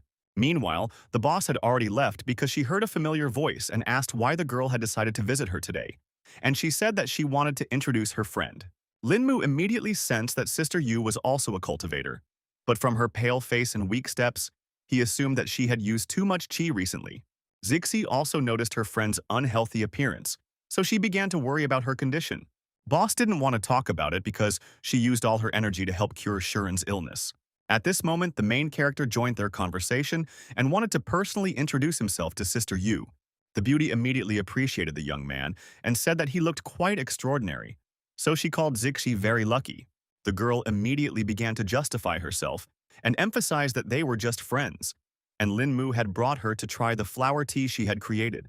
Sister Yu jokingly called her a bad girl because she always only has eyes for tea, but it couldn't be any other way because this drink was the best in the world.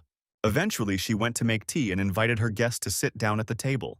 Our hero immediately started talking about how the owner was an unusual person, so he couldn't understand why she was stuck here in Fragrant Abode.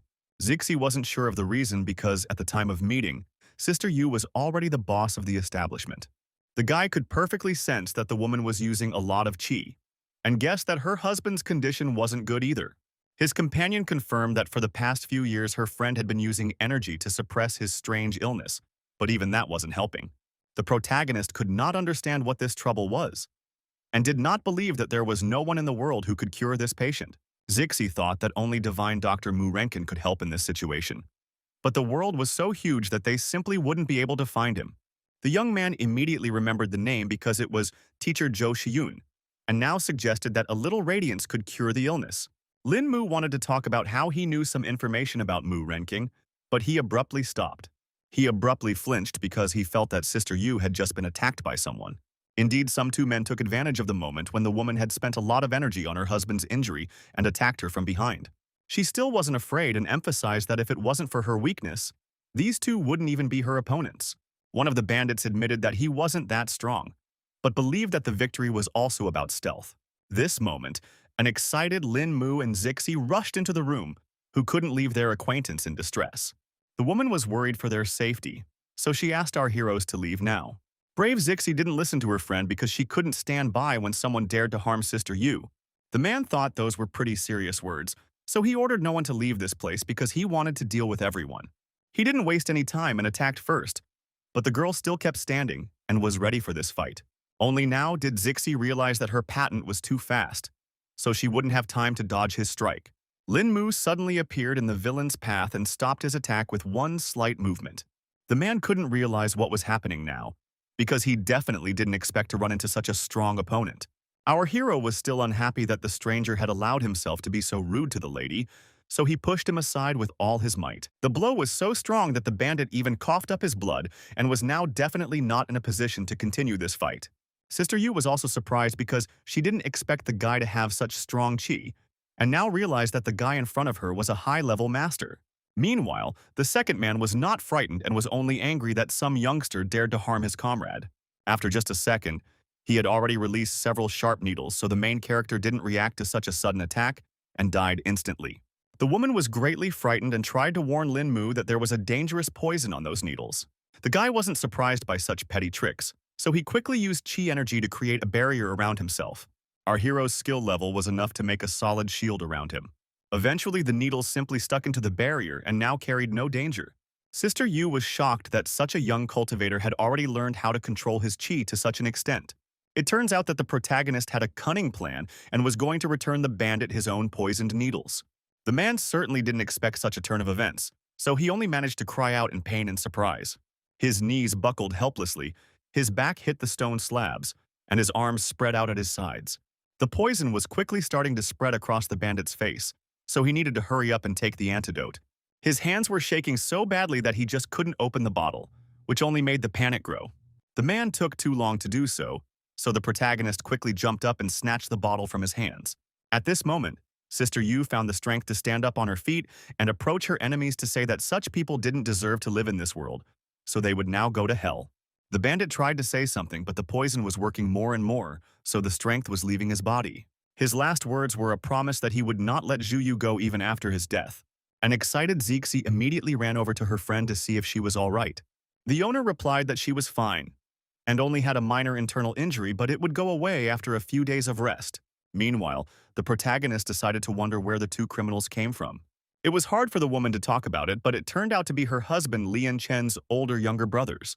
They harbored a grudge ever since their brother was the only one to receive true teachings from their teacher, so they attacked while he was cultivating, causing his chi to be in disarray, causing him to almost die.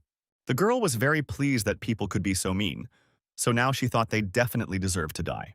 Shuyu continued with the story that her husband had decided to forgive his companions since they were from the same sect, but they had refused to let them go until now. The protagonist was sure that these villains had attacked the woman stealthily when they learned that she was now weakened. The woman complained that Lian Chen's chi was becoming more restless with each new day, so she was unable to suppress it. Zixi then decided to inquire if her friend had received any news about Dr. Mu Renking, but she still hadn't learned anything new. Lin Mu was finally able to say that they no longer needed to look for the old man, because he had passed away over a decade ago. The girl asked our hero not to say such nonsense, because she was sure that the doctor was just a hermit. In fact, Shu Yu had long guessed this for a long time because the master hadn't had any news for a long time. Zixi tried to support her friend because there was no way she should stay and find a way to cure her husband. Sister Yu thanked the girl for her kind words, but based on her personal knowledge, only Dr. Mu's slight radiance could cure Lian Chen. The protagonist firmly pronounced that the doctor's death did not erase his legacy, so his cures were still intact. He said that events had coincided in such a way that he was fortunate enough to learn the old man's secret techniques. The guy didn't mind offering his help and taking a look at the husband of the owner of the abode, because he might be able to save the patient after all. Zixi didn't fully trust her mate and emphasized that this was a matter of life and death, so jokes were unnecessary here. In the end, Xu Yu, not listening to her friend, still decided to trust our hero and asked him to save Lian Chen. The woman agreed that Lin Mu was very young, but at the same time he was a skilled master, so she believed his words. She then grabbed one of the vases on her desk and twisted it a few times. The next moment there was a loud cracking sound and steps appeared in the floor that led somewhere downward. Our heroes watched this mechanism in amazement, and Shu Yu asked them to follow her. In fact, Zixi didn't even realize that there was an underground passage here. Shu Yu explained that she had arranged for Lian Chen to stay in a hidden room down here for convenience. When they reached the bottom of the stairs, the woman came to the large doors behind which her husband was. The man lay in the middle of an empty room with only a stone slab that served as a bed for him. Nurse Yu said that he hadn't woken up since the last time she used qi to heal him. The protagonist wasted no time and immediately began to examine the patient, first checking his pulse. The guy used the radiance to go over Lian Chen's entire body to find the cause of his ailment. After a few seconds, he let go of the man's hand, so the girls asked with hope in their voices what the patient's condition was. Lin Mu sighed heavily and reported that the patient's condition was worse than he thought. Now he was unsure if he would be able to save the man, but Zhu Yu asked him to at least try because it was her last hope. Eventually, the young man agreed and asked that a set of silver needles be prepared for him. The woman asked why the protagonist needed such a tool because she didn't fully understand his technique. Lin Mu explained that he would try to use the divine doctor's techniques to help her husband. Even though this was their first encounter with Lian Chen, the guy was going to do his best to save him. Also, our hero turned to Zixi did not suggest that she go upstairs for the time being. The girl couldn't understand why she would do that, because she wasn't interfering with the process in any way. Lin Mu informed her that he would have to undress the patient to find his acupuncture points, and once again asked if she really wanted to stay here. Now, everything was falling into place, so an embarrassed Zixi quickly agreed to go upstairs. Meanwhile, Shu Yu had already prepared everything she needed and wondered if such a set of needles would suit our hero. Lin Mu quickly inspected his tool and rejoiced because it was exactly what he needed. He then asked Sister Yu to move to a safe distance and not to come any closer, so that she would not be seen. The guy was actually a little worried because it was the first time he'd ever used low glow. Lin Mu found the maximum amount of energy within himself and released it outwards to begin executing the technique. After that, all the needles lit up and flew into the air while the protagonist continued to breathe heavily, trying to maintain an even flow of qi. Yu couldn't believe her eyes when she personally saw the performance of this rare technique. The glowing needles were literally hovering in the air, so now she made sure that the young man was using the minor radiance. After successfully executing the technique, the protagonist and Zixi, despite having spent too much qi, went home. The girl was very worried about Lin Mu because he had used up too much qi by curing Sister Yu's husband. The young man did look unwell, but he still said he was fine because to him, this help was a good deed for which it was not a pity to try for. Then Zixi thanked our hero again for this invaluable help, which had cost him his health. Lin Mu wanted to say something else, but he didn't have time because something terrible happened. Nothing foreshadowed trouble when a bullet hit our hero in the chest, and the guy and the girl did not even see where the threat came from. There was no way the protagonist could react to such a sudden attack, so he fell to his knees and began to bleed. The young man guessed that his enemies realized that this was the perfect time to attack him. Zixi didn't expect them to meet such sneaky bastards, and started looking around to see where they were hiding.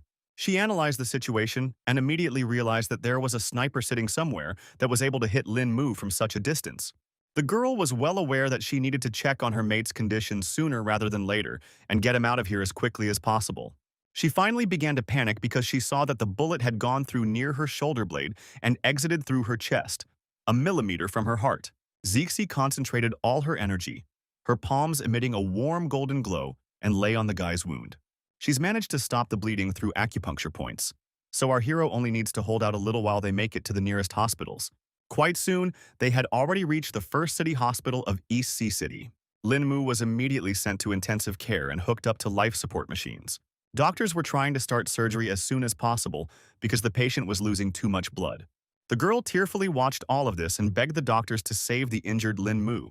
Xiun, who had already prepared for the operation, promised that she would do her best that you once again save the protagonist.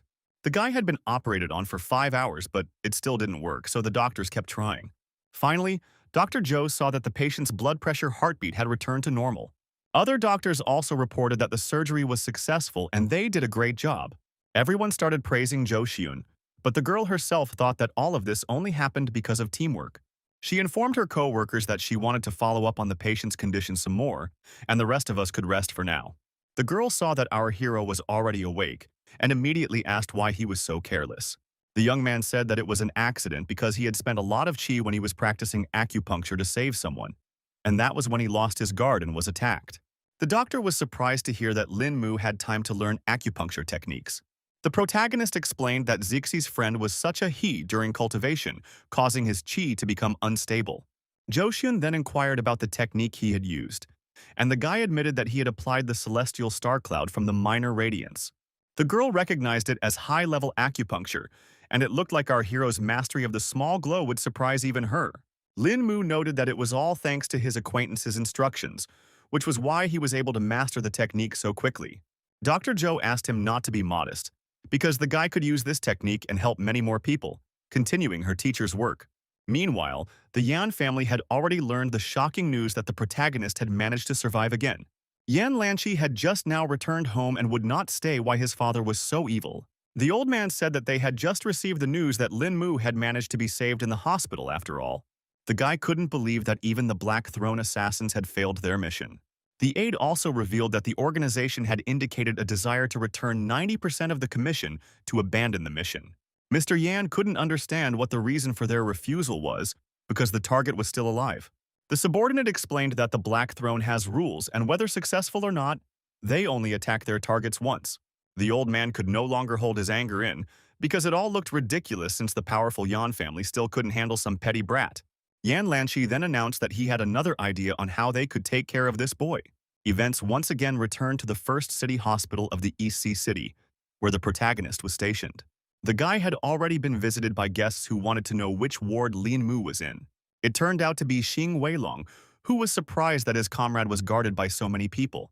The bodyguards blamed themselves for young Master Lin being injured because they were too careless and didn't realize that the enemies would hire a sniper for him. The guy guessed that it was Ying Huangchaoge who had sent guards to protect Lin Mu. There were even paramilitary guards present, who did not understand what kind of person this patient was, that the compressor himself had sent them to guard him. The captain couldn't understand why his subordinates cared about this issue, because they were supposed to be following orders, not quietly discussing them. The soldiers agreed with him and now proceeded to guard the protagonist without further ado. Xing Weilong was even more surprised when he saw the special forces here, which made him worried. Now the fat man made sure that his buddy's circle of acquaintances had grown too large of late. It turns out that Lin Mu's roommates were already here, waiting for Xing Weilong. Xuanrong suggested that he hurry up and finally stop by to see their injured comrade. Fatty decided to ask her why a whole SWAT team was preserving Brother Lin. The girl explained that her godfather had sent this guard, employing the best soldiers on the EC. The young man certainly didn't expect her to have the troops for such things and wondered who her relative was. Obviously, Xuanrong was in no hurry to tell this information because it was classified. Zixi had already hinted to the protagonist about who had decided to come to visit him, and Lin Mu immediately guessed that it was the fat man. Ying Weilong was overjoyed that his friend was fine, and revealed that he had rushed here as soon as he received the call. The girl noted that they had told him the news 3 hours ago, but for some reason it still took him a long time to get here, even though his home was not far away. It seemed something had happened after all, because the guy was in no hurry to say the reason for his lateness. Zhou Xiun that everything was fine and asked her friends to let Lin Mu rest because it was already too late. Xing Weilong was unhappy about being chased away so early, and Xuanrong noted that it was a punishment for being late. Our hero thanked his friend for his concern, but he was really quite tired, so he wanted some alone time. Zixi began to nudge Xing Weilong towards the exit to hurry up and stay out of the way. In the end, he asked Brother Lin to get a good rest so he could visit him tomorrow. The guy agreed to everything and asked the guys to finally leave him alone and remember to turn out the lights before leaving. The girls had no problem complying with his request and left, turning off the lights in the room. Finally, the main character was able to breathe easy and rest after all those guests. In fact, he had been waiting for this moment so that he could engage in treating his wounds with chi energy. At the same moment, the hospital building was being closely watched by one of the main character's enemies, who had already come up with a new plan to eliminate him. This mysterious hooded guy was sure he finally had a chance at success. He was certain that this time, Lin Mu would definitely not be able to escape his fate. Meanwhile, the protagonist began to meditate and pondered the fact that he needed to hurry up and advance to the level of absolute defense to protect himself from stealthy attacks. Suddenly, he felt that right now, someone was going to attack him. At the last moment, he managed to duck in time for the throwing knife to crash into the headboard of his bed. In just a second, other knives whistled in the air and were also aimed at Lin Mu. The guy reacted lightning fast to this attack, so he deftly caught all the sharp blades. Now our hero realized that the enemies were not going to give him a second for any rest and recuperation. He ordered his opponent to step out of the shadows with confidence in his voice, for he was well aware of another's presence in his chamber. The stranger at the window finally spoke and noted that Lin Mu, despite his serious wounds, still hadn't lost his agility. The guy already recognized the man, so he noticed that so little time had passed since their recent encounter, and his opponent's skills had grown considerably. It turned out to be the same strange young man they had met outside the school. Lin Mu emphasized that if it wasn't for his injuries, the guy wouldn't have even come close to him. But the assassin simply couldn't let the moment pass while his target was injured. The killer was very serious, so he promised that this night the protagonist would definitely die. In turn, the guy calmly and firmly replied that it was definitely not yet a fact. He was still just as quick and agile, so he quickly jumped off his bed. The protagonist realized that he needed to act, so he had already come up with another plan to defend himself against his rival.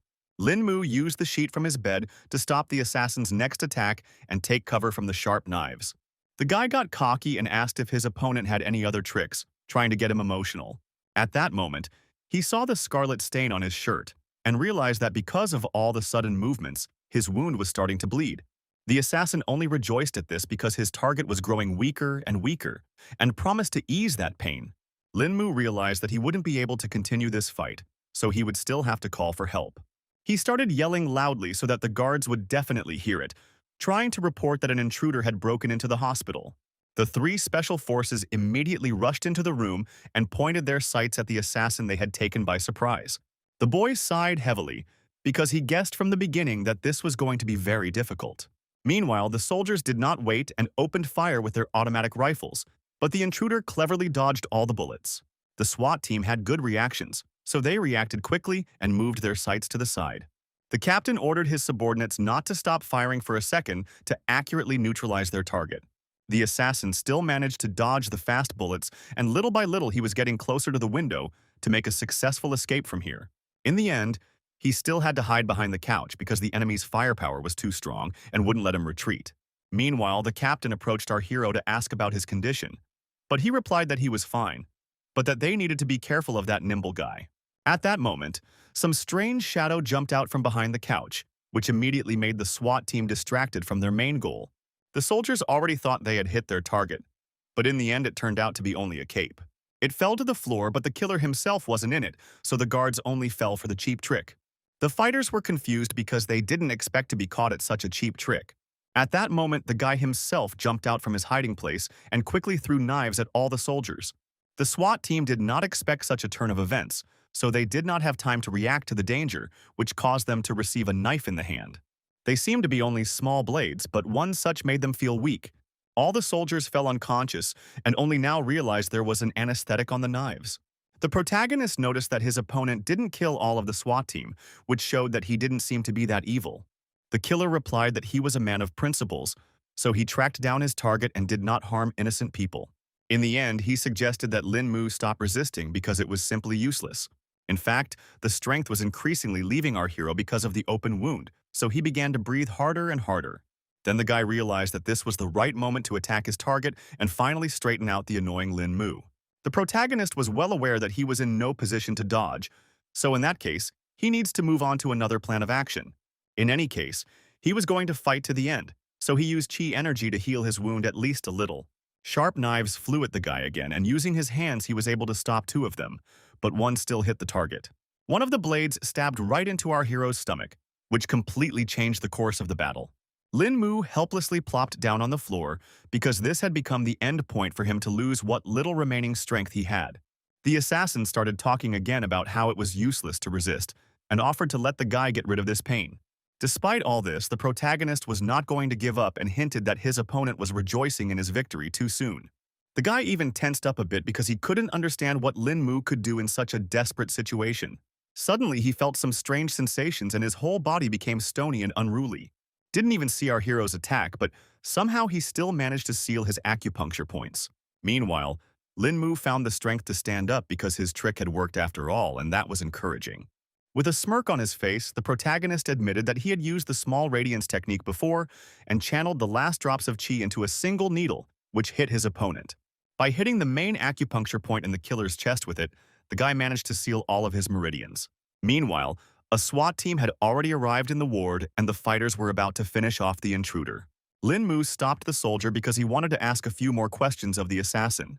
Meanwhile, the guy was trying to break free from those shackles, and he seemed to be succeeding little by little. Eventually, he successfully pulled out and now confidently said it wasn't enough to stop him.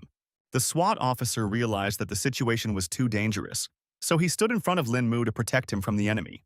The killer realized that he had no chance of taking our hero's life this time, but he promised to do so during the next encounter.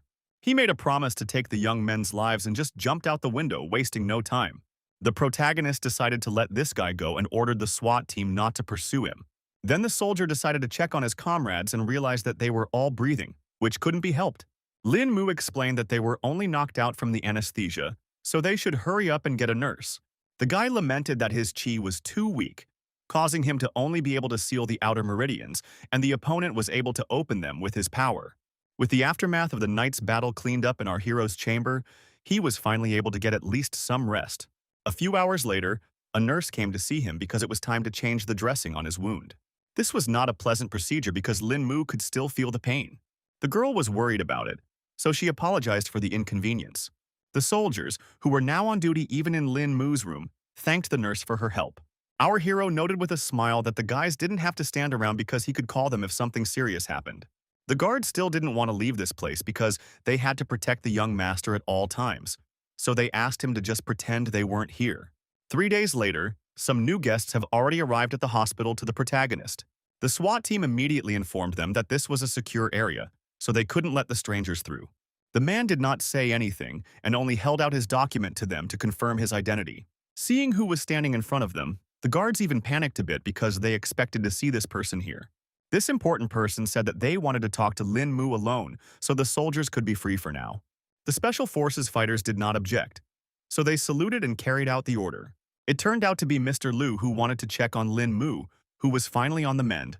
The lad was glad when he saw the familiar old man, and immediately inquired what had brought him here. Mr. Liu jokingly called him a rascal because Bei Bei had only just graduated, and the young man, unsupervised, had already caused a lot of trouble. Our hero promised that he was a law-abiding citizen of this city, and the murderer was the first to start this fight.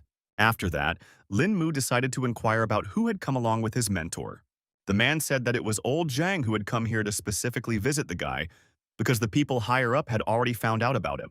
The protagonist was surprised to see Lu Shouyan serving this man like this, which meant that he was indeed some kind of authority.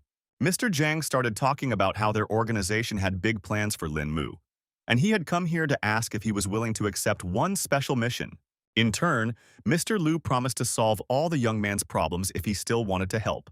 The old man added that they would not only help with the Yang family, but even if all the families in Huaxia joined forces, they still wouldn't be able to harm Lin Mu. Our hero began to suspect that this man, old Zhang, must have a lot of power in his hands to be handing out such promises. The guy decided not to think long and apologized for being rude and directly asked who this distinguished gentleman was. Lu Shuyan explained that they couldn't reveal old Zhang's identity yet, but hinted that the decision to have them meet was made by the highest authority in Huaxia. In turn, the old man himself explained that they were simply a small group of people who stand at the top of the organization. The young man couldn't understand why such strong people needed his help, because he thought he was just an ordinary person who knew a little bit of kung fu. Lu Xiaoyan started to get angry that he was asking unnecessary questions because the guy should only answer questions from old Zhang. The old man himself saw nothing wrong in it because he thought that doubts were quite normal, because in his place everyone would not be in a hurry to agree. He explained that all powers were complexly interconnected and there was a great effect from that. But some matters were out of control and even the power in his hands didn't help with that. It was still hard for the protagonist to understand why this person should be him, because there are many high-level masters, even in Bao Long's group itself. The man explained that everyone in the group is not clean hands, so they can't fully trust them. In the end, the old man said that Lin Mu could contact Xu Yaon at any time after thinking over his decision. Mr. Liu was about to leave, so he asked our hero to seriously consider their offer. Also, before he left, he said that he had one kung fu teaching that the guy could learn. The protagonist thanked them for this opportunity and said goodbye to old Zhang and Mr. Liu.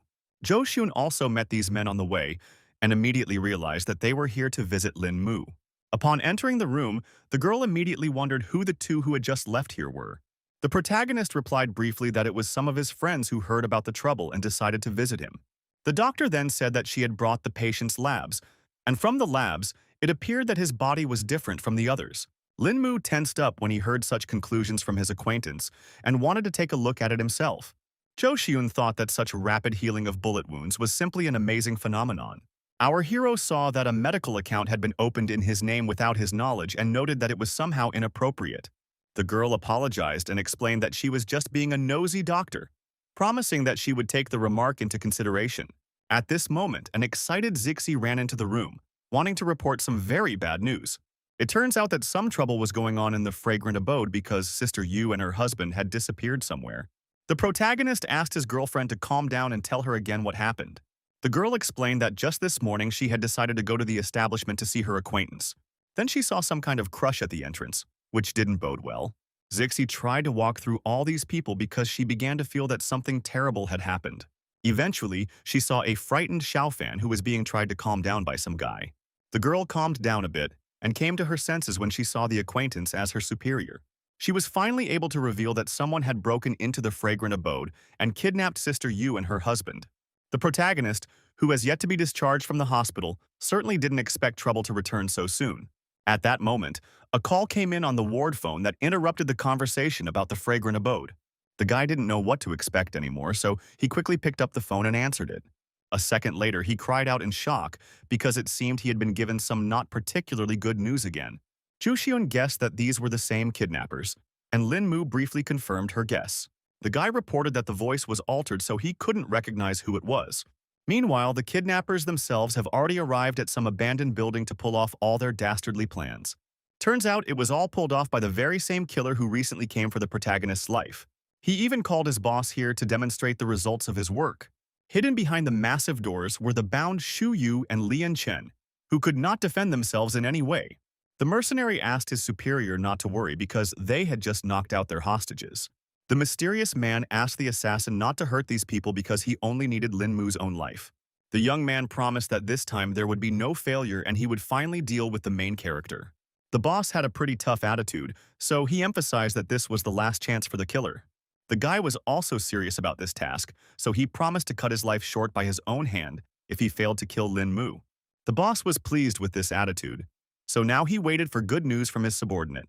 The mercenary had been an assassin for over 20 years and had never failed, but now he had failed twice in killing our hero, so he was going to wash away that shame with his own blood.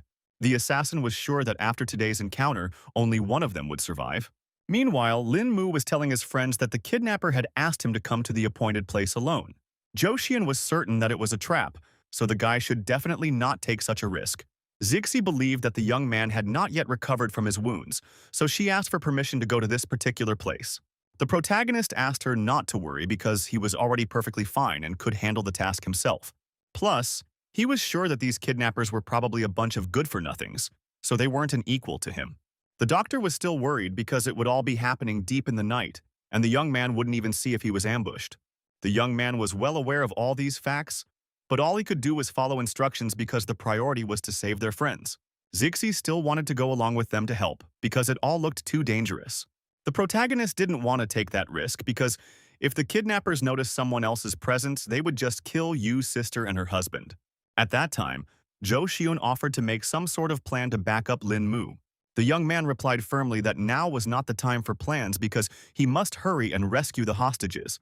The girls realized that they simply would not change the mind of the protagonist, who had already decided to take this risk himself. He apologized to his girlfriends for his temper anyway, and reached out to grab the very technique from Mr. Liu.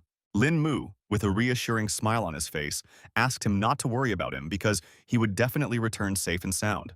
Meanwhile, Yao Xianxian also did not sleep this night, as if she sensed some kind of trouble.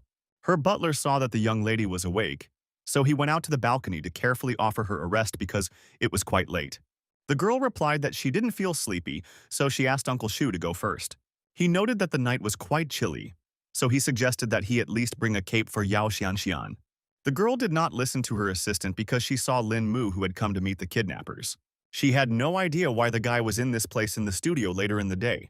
The protagonist continued to stand quietly in place and thought about what he would spring into action as soon as the kidnappers showed up here.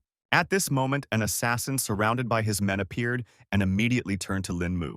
The villain noted that he seemed to be a good friend since he had come alone for the safety of Shu Yu and Lian Chen.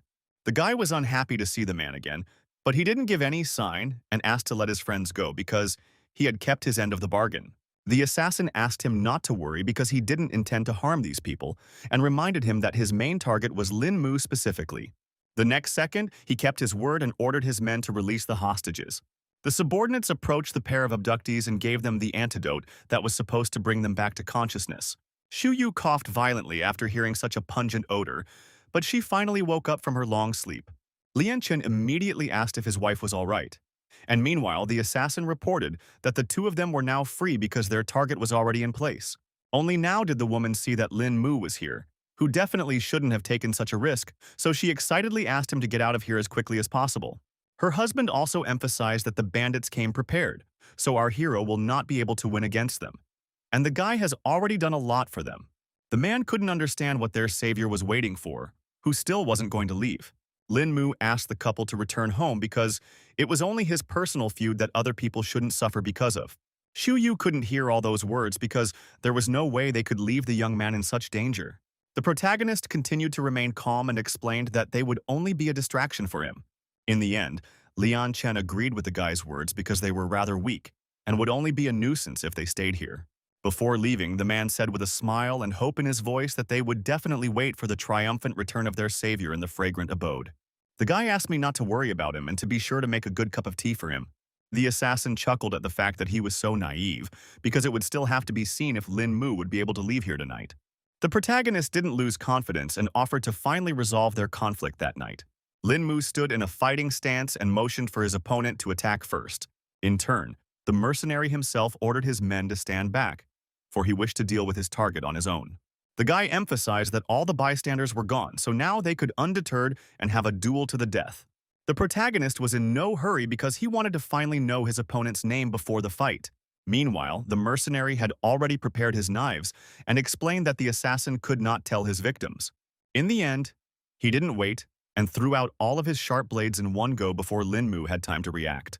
The young man barely had time to register the flickering shadow, his brain only having time to process the thought of his opponent's unexpected speed. In the last battle, he couldn't use chi because of his wounds, but he's definitely not going to get punched in the face this time. The protagonist was able to easily repel the attack with his sturdy shield, which knocked all the knives aside. The assassin hadn't expected to see such strong chi, and was now excited to battle such a trained fighter. He was confident that he would definitely kill Lin Mu this time, which would help him reach new heights. The boy was not at all afraid of this attitude of his opponent, because he thought that he was a foolish dreamer, since he was so confident in his abilities. Our hero immediately thought of something the teachings Mr. Liu had given him contained techniques that he just might be able to apply in this battle. He immediately concentrated the energy in his hands and used the dragon defeat technique. A true dragon formed from his chi and flew towards the mercenary at full speed. The assassin hadn't seen such a technique before, so he was surprised to see such a technique from Lin Mu. In the end, he couldn't resist such a powerful attack and now tried to dodge the dragon. Only now did the guy realize that it was a strike called 18 Dragon Palms. At the same time, the protagonist realized that he could not underestimate his opponent, so he chased him to the end. The assassin definitely didn't expect Lin Mu to know the 18 Dragon Palms, but fortunately for him, he had come here prepared. The guy saw the syringe in his opponent's hands and realized he was going to use steroids. The mercenary wasted no time and quickly injected himself with a booster injection to definitely defeat our hero. He confirmed Lin Mu's speculation and explained that he would be able to increase his strength for a short time, so the young man should already be preparing for his death. The assassin, tossing the syringe aside, suggested that the protagonist should now attack first. Now he slowly straightened up to his full height and declared that the time for games was over, and now everyone would see the true power he had been hiding until now. The protagonist couldn't believe that his opponent was willing to harm his body just to achieve his goal. The mercenary emphasized that he didn't want to do it, but after all the defeats, he simply had no choice. Today, his future depended on him killing Lin Mu, so he had to take such drastic steps. The assassin's eyes lit up with rage, and he quickly shortened the distance to accurately hit the protagonist. Lin Mu realized that the opponent had started to actively attack. Therefore, one must come up with some plan of action to stop. Meanwhile, the mercenary was already using the flower rain technique, and the guy could see that he was getting faster and faster. Our hero advised the caller to stop wasting his energy on flying daggers because it wouldn't help him anyway. Lin Mu also stopped restraining herself and used her dragon shield to accurately defend against this powerful attack. Thus, the sharp blade simply shattered against this energy barrier and no longer carried any danger. The assassin realized that this technique didn't work because eventually the protagonist managed to block all of his attacks. Only now did he realize that he could no longer rely on his daggers in this fight. Suddenly, a dragon's head with its mouth open appeared near his face, appearing literally out of nowhere. In the end, Lin Mu decided to use the spiritual dragon to knock the confused opponent off his feet. The blow hit the mercenary with monstrous force, and his body was thrown a few meters away like a rag doll. Now the protagonist was sure that his opponent had finally lost this fierce battle. The killer, even though his mouth was filled with blood, tried to say that he still wasn't giving up. In the end, the guy couldn't even say a few words because of the pain. And Lin Mu suggested that he should finally give up because all his internal organs were damaged, and it was impossible to continue fighting in such a condition. The opponent accepted his defeat after all, so he asked our hero to finish him off to end this torment. The young man promised to save his life if the killer would tell him who was behind it all. The mercenary didn't see the point of this because the boss wouldn't just let him go because of this failure, and thought that Lin Mu himself should have guessed who was hunting him. The protagonist was beginning to guess who they were talking about, but he still couldn't understand why these people would go so far to kill him. The killer suggested that the young man must have been upset because he was a constant victim and could not live peacefully. Lin Mu thanked his opponent for telling the whole truth and asked if he had any last words. The guy reached into his jacket pocket and asked that upon his death, the flying dagger teachings be passed on to his younger sister. He explained that the girl on the phone was his sister who attends a university in the eastern seaboard. The protagonist tensed up a lot when he heard the name of his university and began to suspect how things might have turned out. It was hard for him to say a word when he was handed a picture of his sister. Turns out it was Tanbei Bei, our hero's classmate, who brought him to the Dragon Protectors. The assassin also didn't expect Lin Mu to be familiar with his younger sister. The protagonist now realized that he was from the Tang sect, so he inquired as to why he had decided to become a mercenary. The boy was afraid he had no time at all to tell his story. Lin Mu asked him not to worry about it and promised to pass this teaching on to Bei Bei. The killer thanked our hero for his help and asked him to be careful in the future because many people will continue to hunt. Finally, the strength left his body and he spoke his last words. After that, the protagonist decided to call the right people to straighten things out. He asked for help getting rid of the corpse and was going to send me the coordinates to do it. An hour later, only a red stain remained at the assassin's spot, and Lin Mu thought about the fact that from now on, every day would be more and more dangerous for him. Afterward, the guy was finally able to return to his home to rest from the tumultuous events of the past few days. He stepped over the threshold and loudly announced his return to all his friends. All of his roommates and sister Yu and her husband had gathered in the living room and were incredibly worried about Lin Mu's fate. Our hero was immediately approached by Zixi, who asked if he had managed to settle everything. Shu Yu and Liang Chen were very worried about the guy because they were the main reason why something could happen to him. Lin Mu asked them not to take all the blame because he was the reason for the kidnapping, so it was up to the young man to apologize. Meanwhile, the man decided to wonder if this was the same way their savior had managed to defeat that killer. The protagonist briefly explained that they had a duo, one-on-one, and he had no problem winning that fight. Liang Chen's eyes glistened with genuine admiration for the guy who had already definitely earned his respect. Zhu Yu realized that it was already over and noted that they now owed a dinner at the fragrant abode to thank everyone for their help. Afterward, all the girlfriends escorted their guests out and asked them to be careful on their way home. Song Liangru immediately noticed that the guy was very depressed for some reason and suggested that he tell him everything. Our hero told us that he was worried that life was too unpredictable and that killer turned out to be his girlfriend's brother. Zixi, hearing such terrible news, asked how things could have turned out this way. In fact, the young man began to guess that it was his family that was behind all these events. The girl couldn't believe it when she heard such shocking assumptions of the main character. The protagonist explained that he had already moved on from his family's internal conflicts, but they still wouldn't let him go. So now he had to forget about any mercy. He also believed that his relatives were to blame for his parents' deaths, so he needed to investigate the whole situation. At this moment, someone decided to call Lin Mu, which seemed rather strange because it was already deep in the night. The protagonist frowned, slowly bringing the phone to his ear, his voice sounding wary, for a call at this late hour clearly didn't bode well. It turned out to be Lo Bi-yun, who was in tears asking the young man to come to her. Lin Mu quickly arrived at the Luo family's house where his acquaintance was now. The guy rang the doorbell, but no one opened it for him, which made him tense up even more.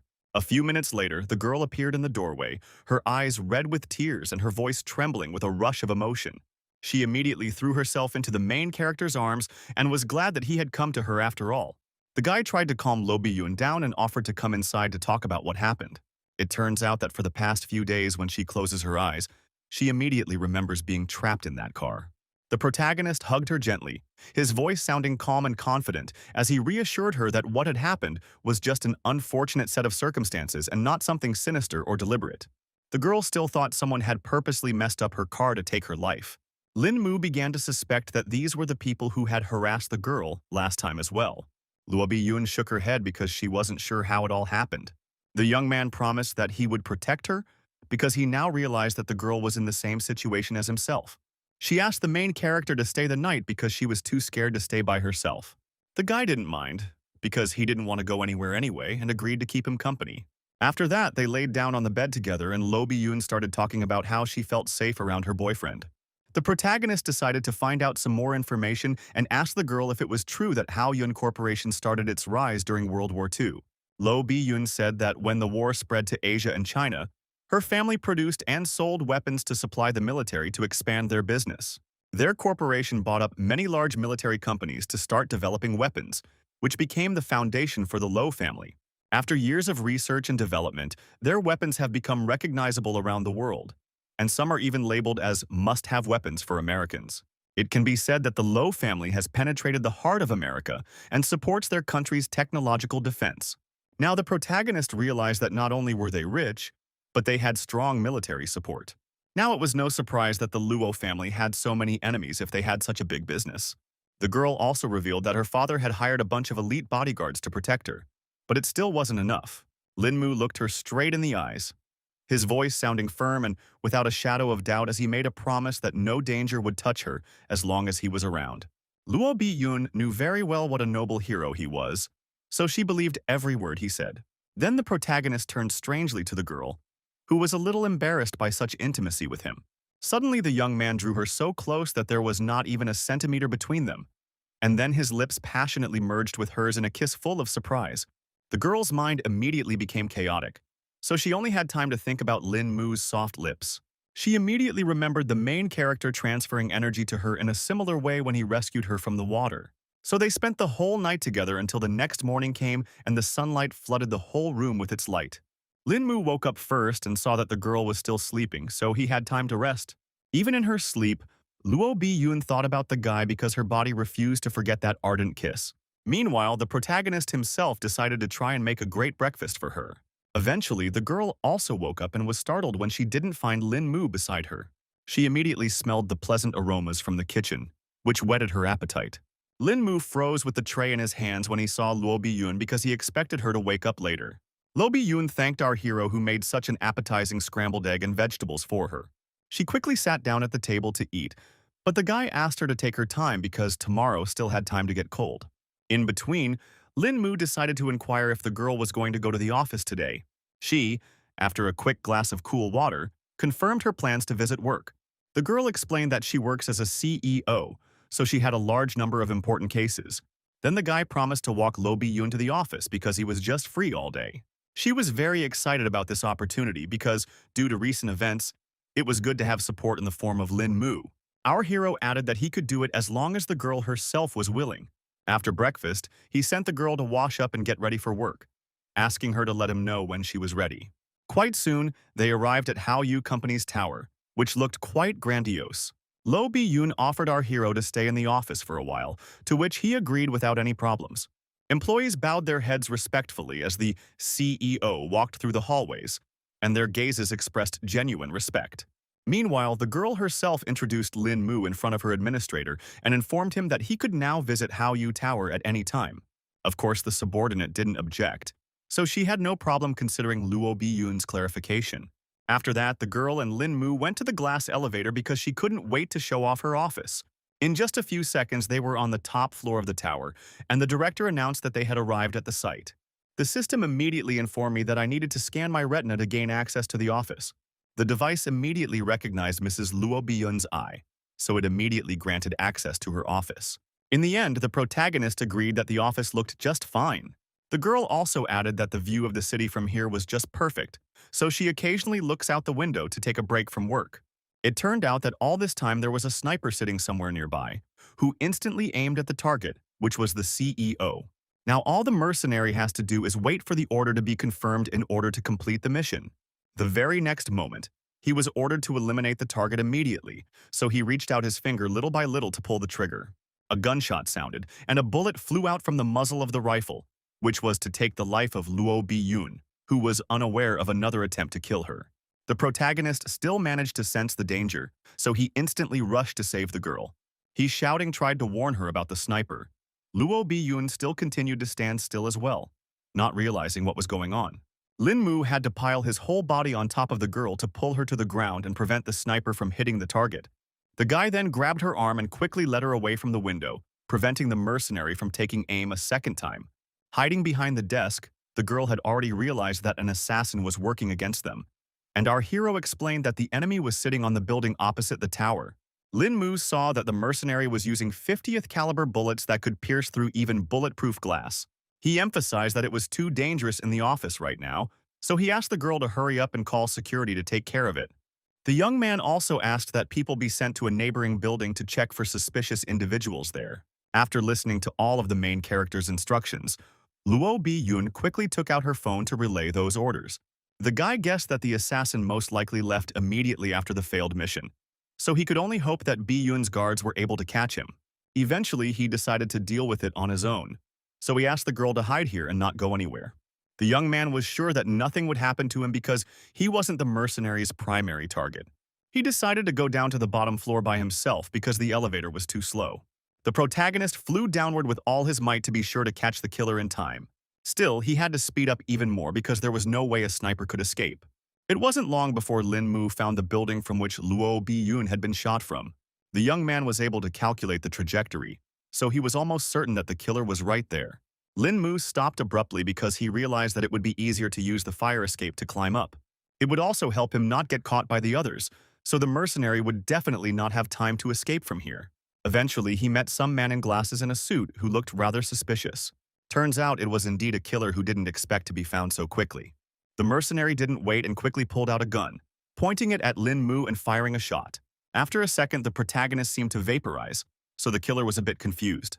The next moment, something unknown shot through the leg of a man who had not expected such a sudden attack. The assassin shuddered, and a heartbreaking scream escaped his throat, as pain as sharp as a red-hot blade pierced his leg.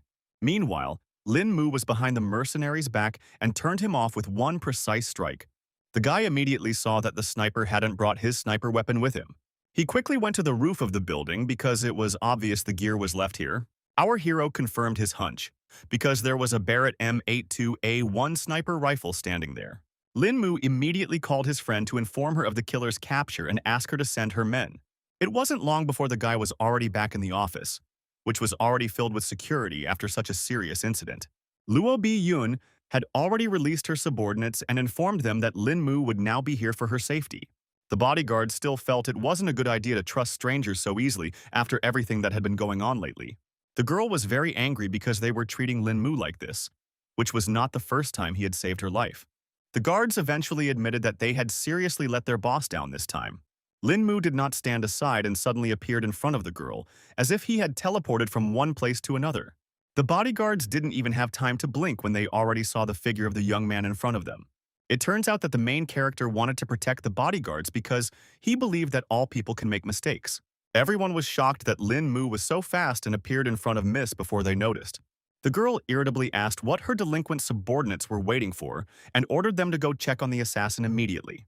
The bodyguards immediately came to their senses and quickly accepted their superior's orders. They bowed their heads synchronously to Mr. Lin, their voices merging in a respectful statement, placing the young mistress under his responsibility as a jewel requiring special treatment. The protagonist understood everything perfectly and also allowed the guards to go back to their regular jobs. When Lin Mu and Luo Bi-yun were alone, the girl thanked him again for saving her life. The guy asked her not to worry about all that because the assassin was no match for him in close combat. He examined the bullet point and noted that a sniper would have no trouble aiming through the 3 panoramic full-length windows. The CEO explained that this design takes aesthetics, light, and more into account, though they took measures against such occurrences during development by putting in bulletproof glass windows. In fact, the protagonist was puzzled by what happened, because even bullets of .50 caliber cannot penetrate 2 layers of bulletproof glass. After taking a closer look at the hit spot, Lin Mu finally saw that there was something strange about it. The girl came closer because she was also curious about the details, and Lin Mu explained that the edges of the hole were too smooth, which was different from the normal action of a bullet. Luo Bi-yun also noticed that the edges looked like they had been burned through using high temperatures. The main character couldn't understand how this could happen because it takes really intense heat to break through bulletproof glass. At that time, the girl said that there were such superpowers and wanted to know Lin Mu's thoughts on the situation. The young man pretended not to know what she was talking about and asked if she meant the very superhero movies. In reality, Luo Bi-yun believed that there were people in the world who could utilize such superpowers. She knew that most people are born with these skills, and when their powers are awakened, they gain incredible power. The protagonist noticed that the girl was talking about all this too confidently, as if she had met people like this. Turns out she'd seen something similar in Europe, where such craftsmen call themselves mutants. Lin Mu remarked that it all sounded quite interesting and asked if such people existed in Huaxia. The girl wasn't sure about it, but legends say that there are cultivators here who use qi to gain strength. In the end, Lin Mu made sure that this bullet hole was made by an assassin with superpowers. After learning such a serious fact, Luo Bi-yun decided that she should tell her father about this interesting street. The events are transferred to the police department of the East Sea City, where no one has yet suspected a serious incident. The chief of police was sitting in his office, humming something cheerful, until the sharp ringing of the office phone interrupted this carefree moment. The man was very unhappy that someone dared to call him at such a time. Commissioner Shen immediately calmed down when he heard the familiar voice of the esteemed Mr. Luo. He was surprised when he heard that something had happened in the village to the west and immediately agreed to investigate the incident. The policeman thought these guys were fearless if they dared to attack the Luo family in broad daylight. The man began to get angry because the miscreants had definitely decided to throw a challenge to the police with their daring attack. He called his subordinates and informed them that right now they would all meet in the assembly hall. Events once again returned to Hao Tower, where, so far, all was calm. The girl told Lin Mu that she had already informed the police about everything, so they would help the Luo family with the investigation. The protagonist was still worried that the police wouldn't be able to handle the mutants, so he offered to personally handle it. Luo B1 wasn't against it, but asked the guy to be careful and come back immediately if anything went wrong. Lin Mu didn't want the girl to worry unnecessarily, so he promised to do as she said. Bai Yun herself was in no hurry to let our hero go, so she asked him to stay a little longer. She quickly ran up to her lover and lightly smacked his lips before leaving. And Lin Mu didn't expect the girl to be so passionate. Luo Bi Yun was embarrassed after such a gesture and said that she would now look forward to Lin Mu's return. The protagonist traveled to the western zone of East Sea City, where the very same Yemu village was located. He saw that it was just an ordinary village, so he didn't fully believe that mutants could be hiding here. The guy saw only children and old people in front of him, which didn't look suspicious at all. Nothing at all caught Lin Mu's eye, so he continued to look around carefully. Eventually, his gaze settled on one building that stood out among the others. The guy realized that there weren't many people in the village, but for some reason the diner was still open. The protagonist felt that there was something strange about this noodle shop, so he decided to look inside. He asked the owners if there was any food left, and they kindly invited him to sit down at a vacant table. Lin Mu didn't hesitate long and immediately ordered a bowl of yang chong fried egg.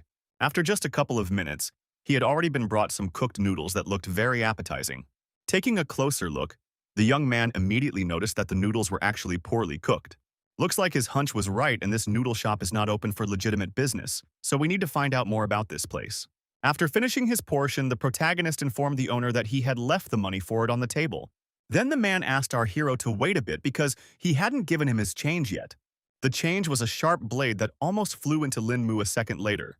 The knife ended up crashing into the table behind the guy's back, who was able to dodge this attack. The man was greatly surprised to see that the youngster had managed to escape after all. The protagonist realized that his hunch was confirmed, so he asked the two who they even were. The woman also didn't stand still and tried to attack Lin Mu from the other side. She tried to slash the young man, but his reaction was perfect, so the knife flew a centimeter away from his body. The owner froze and was confused when she saw that she had missed after all. Lin Mu moved lightning fast behind her back, and his hands sharply pushed her forward. The woman's body was thrown back with such force that she flew several meters before collapsing heavily to the floor.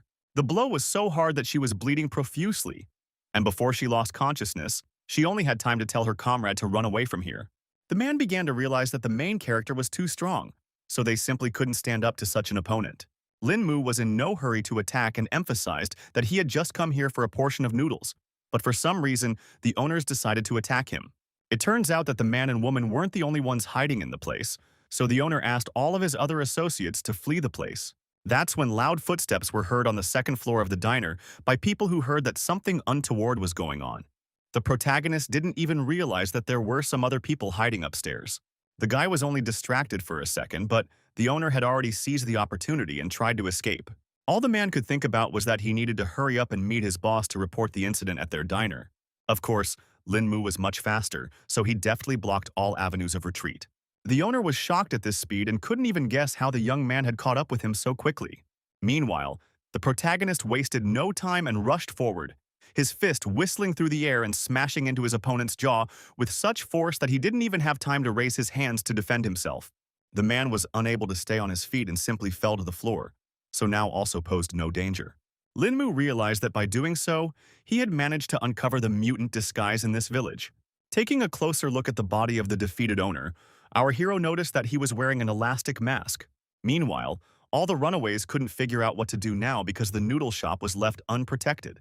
The boss thought that the SWAT team had already found their trail, so they should get out of this village as soon as possible so they definitely wouldn't be found.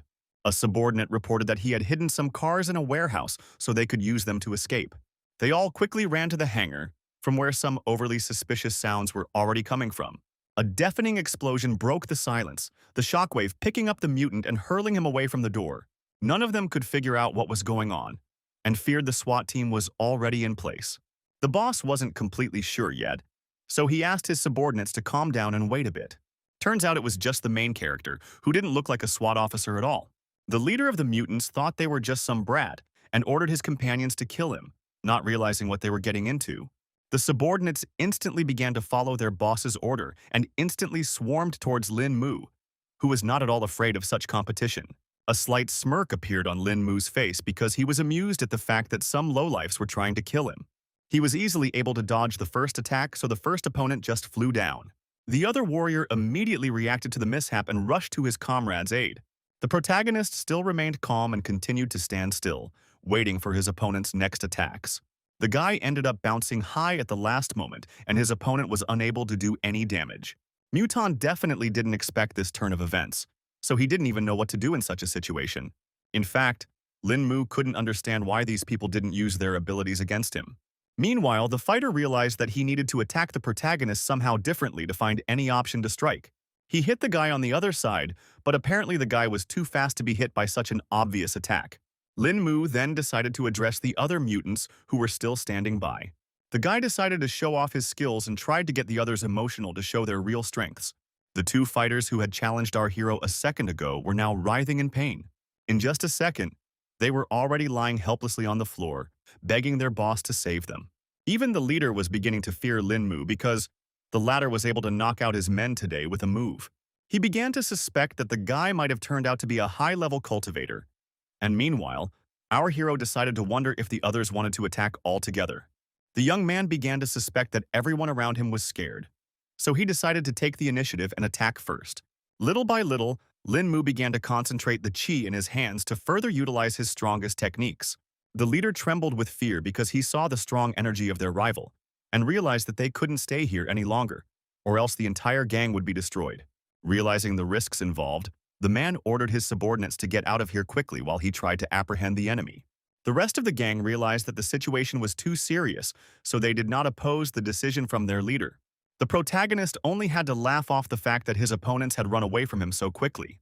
The leader himself also started running away to pull Lin Mu in the other direction, away from his comrades. The next moment, a spirit dragon came out of nowhere and pierced through the man. Our hero noted with a smile that he had already managed to catch his opponent, though he hadn't even taken a step out of his seat. After that, the gang boss slowly fell to the ground without strength and let out his last exhale. Meanwhile, the other mutants wouldn't stop running, and one of them knew a loophole through which to escape their enemy. All the bandits didn't realize yet that the protagonist's dragon had already caught up with them and didn't give them any chance to escape. Sensing something amiss, they finally looked up and saw a serious threat above them. Now the mutants realized that their opponent had already caught them and there was no more chance of escape. The fierce dragons of the protagonist also appeared in front of them, which were not going to spare any opponent. Before the bandits could say anything, Lin Mu's aides attacked them and took away all of their life force. The guy was finally able to exhale in peace because he was finally able to deal with all of his opponents. Suddenly, the protagonist saw that one of the mutants had managed to survive the attack after all and was still standing on his feet, which was pretty amazing. The remaining gang member, holding on to his heart, asked Lin Mu who he even was. Lin Mu didn't bother to answer the question and thought about the fact that he had seen similar abilities before, so he guessed who this kid was. Meanwhile, the bandit stated that he no longer cared that the organization had restricted the use of abilities and prepared to continue the fight. The protagonist was still unafraid and suggested his opponent attack first because he wanted to see the mutant's superpowers. His opponent would not miss such an opportunity, so he exhaled and gripped his blade tighter. Lin Mu continued to analyze his strength and noticed that it might be weak, but at the same time, it was very different from using chi. At this moment, the bandit dared after all and was the first to rush to attack, flashing his knife in the air. In fact, Lin Mu hadn't even expected his opponent to be so fast. But at the same time, this guy's movements were too simple, so the protagonist could calculate everything. After his first attack, the gang member began to realize that he still couldn't get his hands on the cultivator. At the same time, Lin Mu continued to calmly dodge all the attacks because he wanted to better study the ability and realized that the mutant could even use its power through weapons. The guy tried one more time to strike at our hero, but it was literally impossible. At this moment, the young man noticed that his opponent's speed had increased again and wanted to see what the situation was with his strength. He made the decision to block the next attack with his hand to get a feel for how strong the bandit was. At that time, the protagonist only confirmed his speculation that his opponent's strength had also increased. At the same time, the remaining gang member was already rejoicing at the fact that his opponent didn't want to dodge in time. The boy froze for a moment, his eyes lighting up with determination, because now was the right chance to finally achieve his goal. The protagonist began to notice that his opponent's speed was no longer increasing, which meant that he had reached his limit. Bandit continued his futile attempts to hit his opponent, but the latter dodged each blow without any problem. Eventually, Lin Mu had had enough of all this because it was obvious that this kid couldn't get him, so he used his dragon to take his life force as well. The last mutant couldn't understand how this happened because he was sure of his success. Looking at his opponent's body, the young man immediately thought that it was all disappointing, but he finally had some understanding about these people with superpowers. Suddenly, he heard nearby commands for the soldiers who had already arrived for the sweep.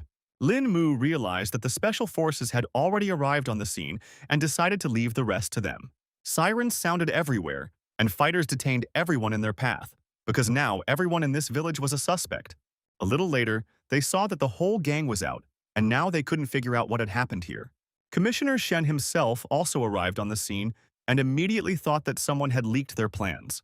Upon examining the bodies of the perpetrators, the man realized that they were still alive but were lying unconscious for the time being. Then he ordered the SWAT team to tie up all these people and take them to the station for interrogation. Meanwhile, the protagonist returned to Bi-yoon after his little mission.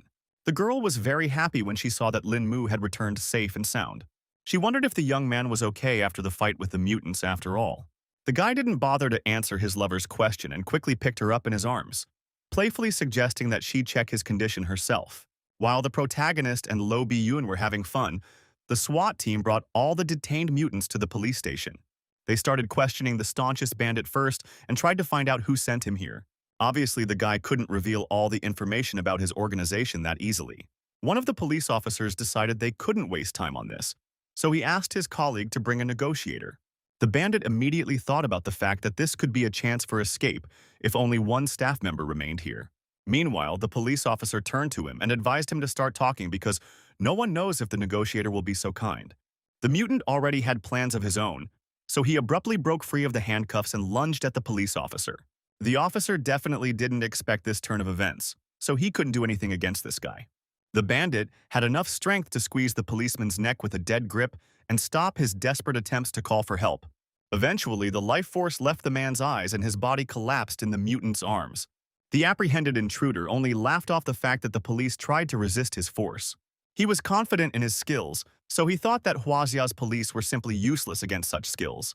The guy believed that if the mutants didn't have the strength to protect themselves, they simply wouldn't be able to work for anyone else. He then began reading the cop's parameters so he could make himself an elastic mask with his face on it and get out of the station with no problem. 2 minutes later, the bandit had completely changed his clothes and completely finished his disguise. Now the path for his escape was completely free, because no one would definitely suspect some sort of switch. At the same time, the protagonist was walking the streets of the city when he received a call from Bi-yoon, who wanted to know if he would be having dinner with her tonight. The guy replied that he was a little busy right now, but promised to meet up after he was done with his business. Luo Bi-yoon was still looking forward to his return because she wanted him to cook some delicious dish again. It turns out that Lin Mu couldn't come to his beloved for now, because he had an important appointment with Mr. Liu. Our hero asked the man why they were looking for him again, and he already thought something serious had happened. Lu Xiuyan had already heard that the young man was on close terms with Mrs. Luo, so he had one small request for the guy. In fact, Lin Mu had no idea what kind of favor the old man might have asked for.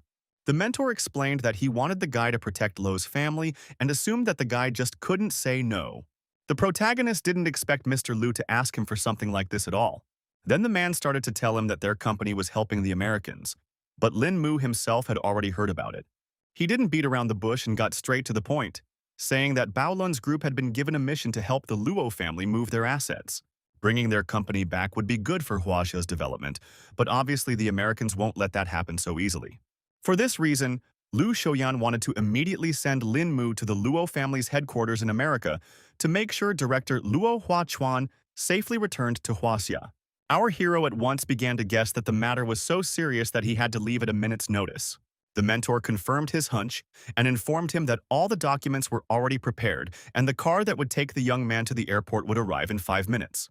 The young man hadn't expected things to be so urgent that he wouldn't even have time to warn his friends of his departure. Mr. Liu asked him not to worry about all these details, promising to warn Mrs. Lowe and his 3 girlfriends about it. A few hours later, the protagonist has already arrived at New York International Airport. The guy still couldn't believe he'd dragged himself to the United States of America. He was also worried about all his girlfriends yelling at him because he left without any warning. Among the crowd at the airport was the man Mr. Lowe had sent to meet our hero. This relieved the tension at least a little, so Linmu happily extended his assistant's hand as a sign of familiarity. It turned out that it was Mr. Luo's personal assistant named Wang Qing. He asked the young man to hurry up and get into the car where they could talk quietly. The man thanked the protagonist for agreeing to protect Mr. Lo for his return to the country, but he promised to explain the rest of the details of the case a little later. For his part, Linmu immediately promised that he would do his best to successfully protect Mr. Luo's. So far, the assistant had only revealed that they were heading to Lowe's estate, which was in Midtown Manhattan, so it would take about 30 minutes to get there. Upon arrival at the site, one could immediately appreciate the condition of the family that had such a gorgeous home. The assistant also introduced our hero to the butler, who was to escort him to his private room. The old man was respectful of Linmu, and after bowing, he invited him to come inside. Meanwhile, the assistant went to the boss to inform him of the new bodyguard's arrival, but the old man still didn't trust an ordinary student who was called in for such a demanding job. Wang Qing admitted that he hadn't checked our hero's background, but based on his first impression, it felt like he wasn't an easy guy. Jiang Chu from Baolun's group understood that this was a personal recommendation from Lu Shuyang, but he still wanted to see how strong this guy was. He offered to give the protagonist a little test as early as tomorrow morning. Wang Qing didn't really appreciate Captain Jiak's idea because he himself didn't even know how to fight, so it questioned the appropriateness of this operation. Jiang Chu asked him not to be such a whiner because the man had been protecting Mr. Luo for years and was the perfect person to check. The assistant wasn't particularly happy about this news, but he had no other choice. The next morning, they met at the gym when Lin Mu came in for a little morning exercise. Our hero didn't suspect anything yet, so he calmly said hello to Wang Qing. The man didn't give any sign at all and told me that he comes here every morning for a workout. The young man noted the serious scars on his assistant's body and immediately guessed that he was an experienced fighter. Wang Qing didn't see it as anything special, so he thought it was just ordinary scratches. The protagonist decided to talk about how the house was pretty well equipped, so he asked an assistant to give him a little tour. The man didn't mind honoring the boy's request, but he offered to spar first. Linmu was surprised at such a suggestion and immediately guessed that Brother Wang wanted to test his abilities. The protagonist did not trifle and immediately showed all his strength with just one precise blow. Wang Qing was a rather weak fighter, so he couldn't stay on his feet and fell to the floor with a clatter. The young man immediately reached out to his opponent and asked if he was okay. Lin Mu apologized to his opponent because he had overreacted a bit. The assistant agreed that Lin Mu was indeed gifted, which was quite impressive. He replied that he was fine and would fully recover after a good rest. Eventually, the protagonist decided to leave the man alone and decided to walk through the mansion himself. Wang Qing slowly rubbed his reddened cheek and thought about the fact that before, he couldn't even believe that the young man would make him with just one punch. At this moment, Jiang Chu walked into the hall and immediately noticed that his subordinate seemed to have already sparred. The assistant said that this young man was very strong, so he couldn't even counterattack. Even the captain hadn't expected the visiting student to be such an experienced fighter, which now inspired confidence. This was also the first time Wang Qing had met such a trained fighter, whose kung fu had transcended the limits of a normal person and reached an indefinable level. Jiang Chu took note of these facts and handed his comrade the ointment for his bruise, apologizing for the inconvenience. Half an hour later, Lin Mu finished checking the entire area of the mansion, which turned out to be quite large. Now the guy realized that it would be hard to defend such a big place if someone attacked him. It turns out that all this time, he had been wanted by the butler, who had already circled the entire area, looking for Lin Mu. He informed us that our hero had to go to escort Mr. Lo, who would soon be leaving his office. The old man also said that the special costume for the young man was already in his room, so he had already rushed there to change. A few minutes later, Mr. Lo was informed that his entire team and vehicles were prepared for the trip. Captain Jiang Chu also confirmed that they could move out, so Mr. Luo had already gone to his car. The man looked around and noticed that his assistant wasn't around, so he asked where Wang Qing had gone. Lin Mu, watching all of this from the side, remembered that this was actually his lover's father. Meanwhile, the subordinates tried to hide the aftermath of the morning sparring and said that Wang Qing just wasn't feeling well, so Tianfeng took over his duties. Luo Huachan didn't pay much attention to this, so he informed the others that he was ready to depart. Jiang Chu immediately said that the young man would also ride in the same car as Mr. Luo. After getting into the car, some kind of anxiety immediately came over Lin Mu, as if something bad was about to happen. In the meantime, the driver said that they had received the news of their Huaxia and all the necessary documents were already on confirmation, so we would have to wait a few months. The man sternly emphasized that the next 2 months would be critical, causing all agencies to be on high alert. At that moment, all the passengers of the car did not realize that right now a truck was coming at them at full speed. It was simply impossible to dodge this collision, so the truck literally demolished the car in its path. The guards immediately jumped outside and prepared to fight, because it was obvious that the enemies were somewhere nearby. The bandits, armed with assault rifles, also smartly jumped out of the truck and were about to grab their main target. The next moment, the bodyguards collapsed to the ground one by one because they couldn't withstand the barrage of bullets. Luo Huachan's driver was immediately given the information that one of the vehicles had encountered the enemy, so the others should protect the lord and move away. He at once informed Mr. Lo that danger was coming upon them, and began to turn around to drive to the estate. The deputy asked everyone to hold on tight because a garbage truck was already trying to run over them. The protagonist didn't expect at all that they would be ambushed on their first outing, and now realizes that the situation is worse than he thought. Only now the driver saw that the situation was irreversible, and they were about to collide with the truck, which was very dangerous. The driver immediately hit the brake pedal with all his might, and still managed to avoid the accident. A gasoline truck was already waiting for them on the other side, so there were no more ways to retreat. Lin Mu realized that a fight was unavoidable as the bandits surrounded them from all sides. He asked Mr. Lo to get out of the car as quickly as possible because it was too dangerous to stay here. The man obeyed his bodyguard, but the problem was that the belt was intentionally jammed. Luo Huachan started to panic a lot because he was now literally chained to the seat. Our hero remained calm even in such a situation and immediately thought of using his chi to cut the belt. In one crisp motion, he cut the seat belt, freeing the man. Lin Mu asked him to listen to him carefully because he would be trying to get the lord out of this otation. He quickly grabbed Mr. Luo and asked Tianfeng to also follow him to have some support. The guy noticed some strange movements overhead, so he immediately ordered everyone to stop and stay away from the car. The bandits had thought out every detail of their plan, so they threw heavy beams on the car to cut off any escape routes. For a while, our heroes were able to stop and regain their breath after all. Luo Huachan was a little disappointed because they had prepared for so long for this trip but were still attacked, and thanked Lin Mu for saving them. The protagonist felt threatened again and quickly managed to react in time, pushing Luo Huachan aside to avoid getting hit by bullets. He grabbed the gentleman's arm and ran forward as fast as he could, dodging every bullet.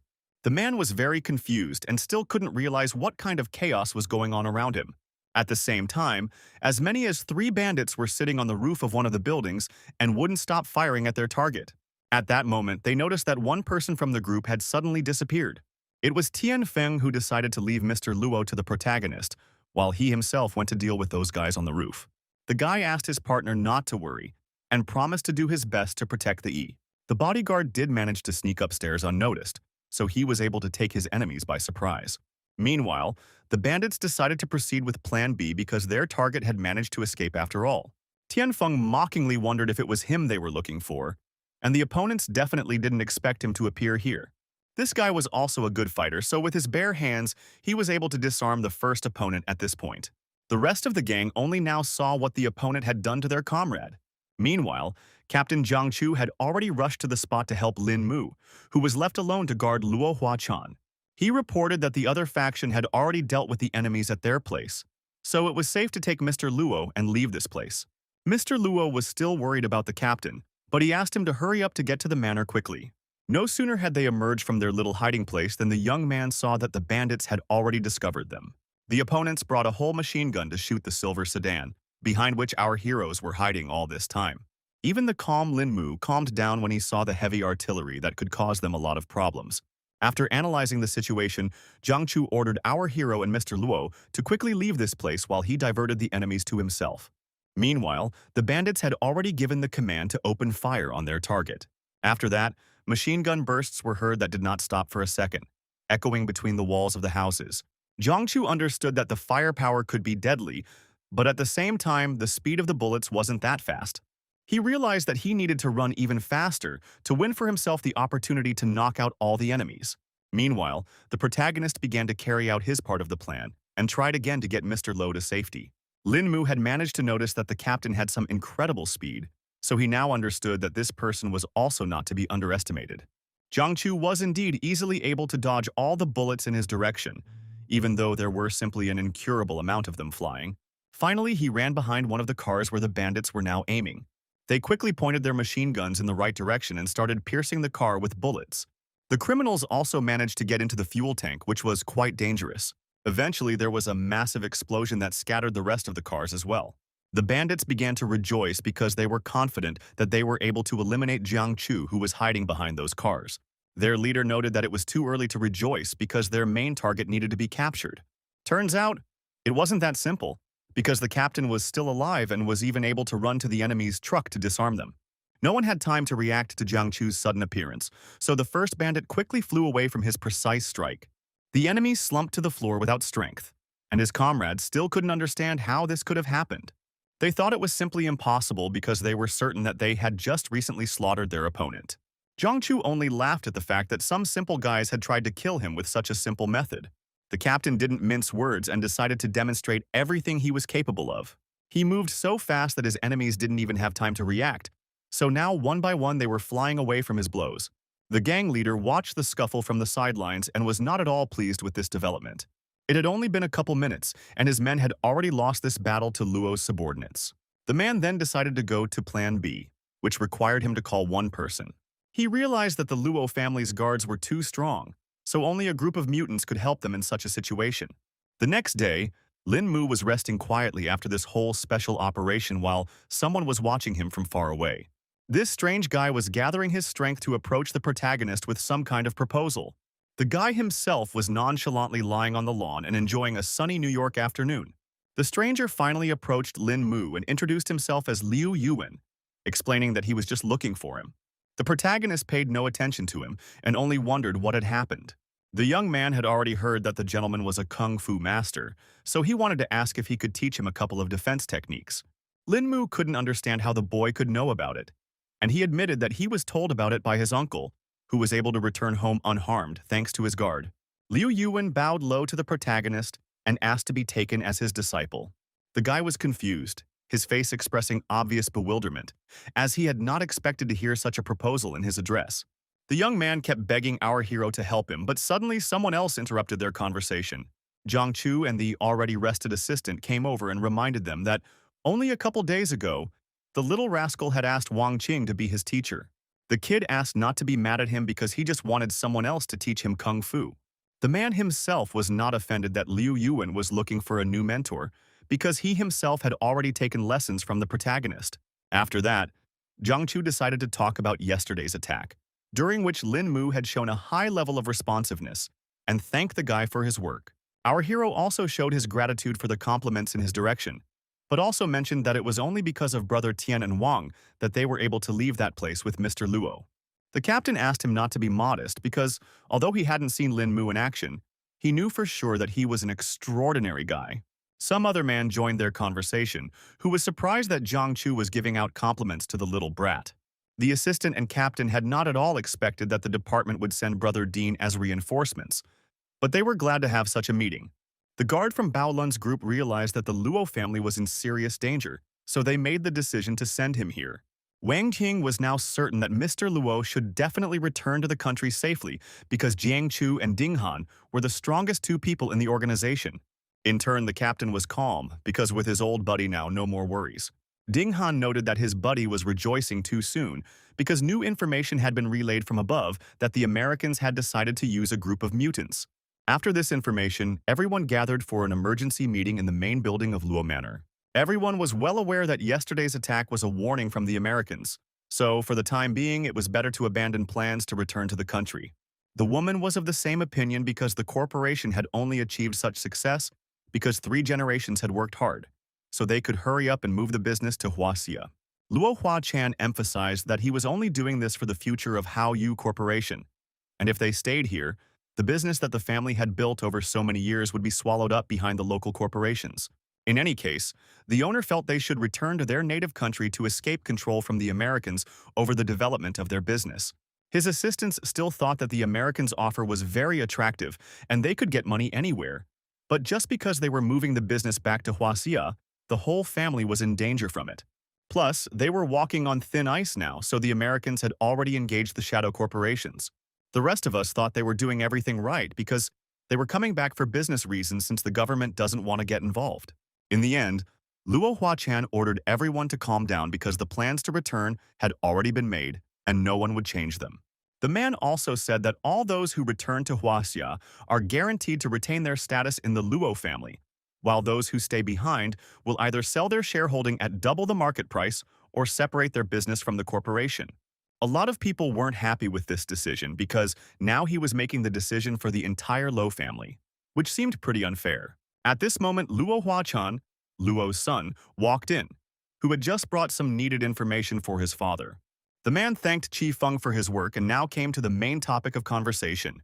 Turns out he's collected all the information about the grifts his employees have committed over the years, so they can just take the money and walk away to stay out of jail. Everyone got a folder with information on all their crimes, so it made them confused and finally calmed down. None of the co-owners could understand how this was even possible, and now realized that they were definitely in no position to object. Now they were disappointed even in each other because the other brother had dared to leak all the investment plans to the government. The man found no normal explanation and simply said he had no choice at that moment. It also turned out that they lost the bid for the high-speed rail project last year precisely because of the second brother. Everyone present froze in mute shock, unable to believe that he could so despicably betray their company, which had always trusted him. The other brother jumped up from his seat and started yelling about how they had no right to accuse him because they each had some shady dealings behind their backs. The woman, after seeing all this information, decided that she would sell her shares, so her lawyers will send the contract tomorrow. Her co-workers didn't understand why she would do this because you could continue to expand the business in New York. The sister explained that as a woman she couldn't handle that much responsibility, so she would just use the money and move to Australia. Another brother stated that he did not want to return to Huaxia because he believed that his homes were here. Only one Luo Huachan's assistant agreed to return with him because he always stood by the boss's side. Lord Luo had had enough of this, so he thanked the fourth brother for his loyalty. When everyone had dispersed, the father turned to his son and explained that right now, the Luo family split was happening right before their eyes. The man didn't know if he was doing the right thing or not, but either way, he couldn't stand by and watch the hard work of generations of family being flushed down the toilet. Qi Feng asked his father not to be upset about it because returning to Huaxia was the best choice possible. By the time the family had finished discussing everything, deep night had already fallen outside the window. Lin Mu had already reported the information that the security personnel were able to find out after checking out the attackers, who turned out to be from the New York Mafia. Wang Ting also gave the guy his car keys and bank card, which he could use for personal use. The assistant explained that their target was now the mob leader, but since our hero was new in town, they could only let him gather some information. The guy asked not to worry about him because he was going to act on the situation. After getting into his new car, Lin Mu quickly drove out of the parking lot and went on his first mission. Next to it on the seat was all the information on New York mob leader Higgins. The guy noticed that his target was just celebrating his 45th birthday today, which sounded pretty interesting. To start, he decided to pull into a nearly empty parking lot near an establishment. The protagonist has already now decided to use the card and withdraw some cash from there. He withdrew a couple $1,000s for himself, assuming that should be enough for all expenses. After that, Lin Mu went to the Red Lantern District, where the not-so-great members of society were gathered. Here were girls who immediately started pestering our hero and offering to spend this night together. The young man long considered all the beauties around, but decided to choose for himself the most attractive and charismatic. She spoke first, so the protagonist agreed without too much thought. Lin Mu handed her a thick wad of $100 bills, which was quite a generous payment. He immediately asked if his new companion knew where the coolest nightclub was. The girl had no problem agreeing to take the guy to this bar and promised that it would be the best night of his life. She called our hero cute and was happy that he had brought her to such a lovely place, offering to order some drinks to lift her spirits. The guy didn't react to all her flirtations because his main mission was to track down the head of the mafia. He kept looking around and couldn't figure out where the leader of the gang could be. Then behind the glass of the bar, Lin Mu saw some sort of establishment that was guarded by a large number of people, and asked the girl what was there. Relenting to his curiosity, the beauty revealed the secret and explained that it was a Manhattan mafia club. She also added that the entire entertainment business in this county belongs to this particular group. Linmu pretended that he had only seen the mafia in movies and showed interest in this establishment. The girl called the young man very amusing for saying so, and unfortunately replied that she could not escort him into the establishment. The protagonist immediately handed her another wad of money and emphasized that she could have it all if she showed him how to get there.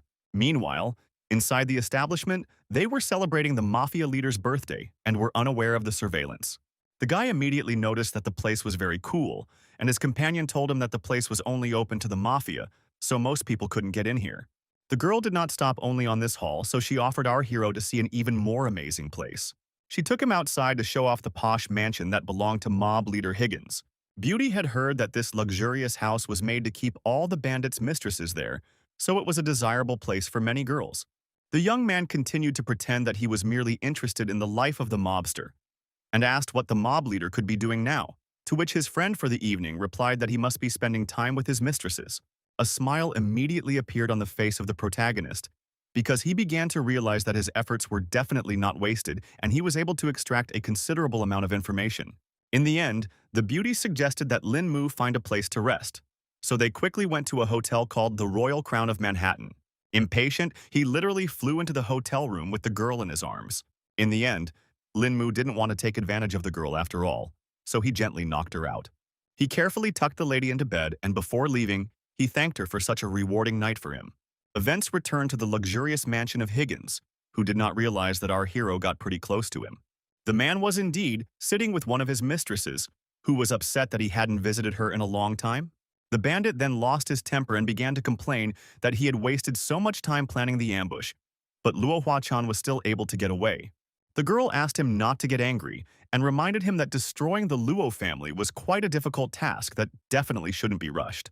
Higgins said that he had already begun to think out the next plan, which made his mistress nervous because this family was not to be trifled with, and a run-in with them was a very risky move. The mobster believed that luck comes with adversity, and the government agreed to give him the Lowe family's Manhattan real estate once the mission was successful. The beauty next door didn't think it was as easy as it looked, because the Americans made too favorable an offer. The mob leader wasn't worried anyway because the government had summoned a group of mutants, so they should just team up and get their act together.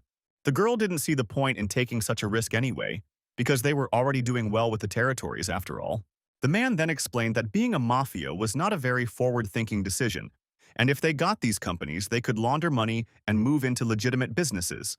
His lover thought it was all done just for her, so Higgins kissed her and promised that this time he would make it right. Somehow the main character was already in the mansion and clapped when he saw this performance. Lin Mu was glad that he had arrived just in time to see the touching mafia love story. And fortunately, the trip was not in vain. In fact, the protagonist thought that the mafia leader's posh mansion would be better guarded, but he didn't even have any trouble getting in. Higgins immediately asked who the intruder was, but the guy didn't answer because it wasn't that important. More important was that the mob's plan was definitely not destined to come true. The man didn't wait for Lin Mu to act and immediately reached for his gun to finish him off. The gang leader was very unhappy that some brat was daring to threaten him. In the next instant, the room was filled with the deafening rumble of gunfire, the bullet whistling out towards Lin Mu.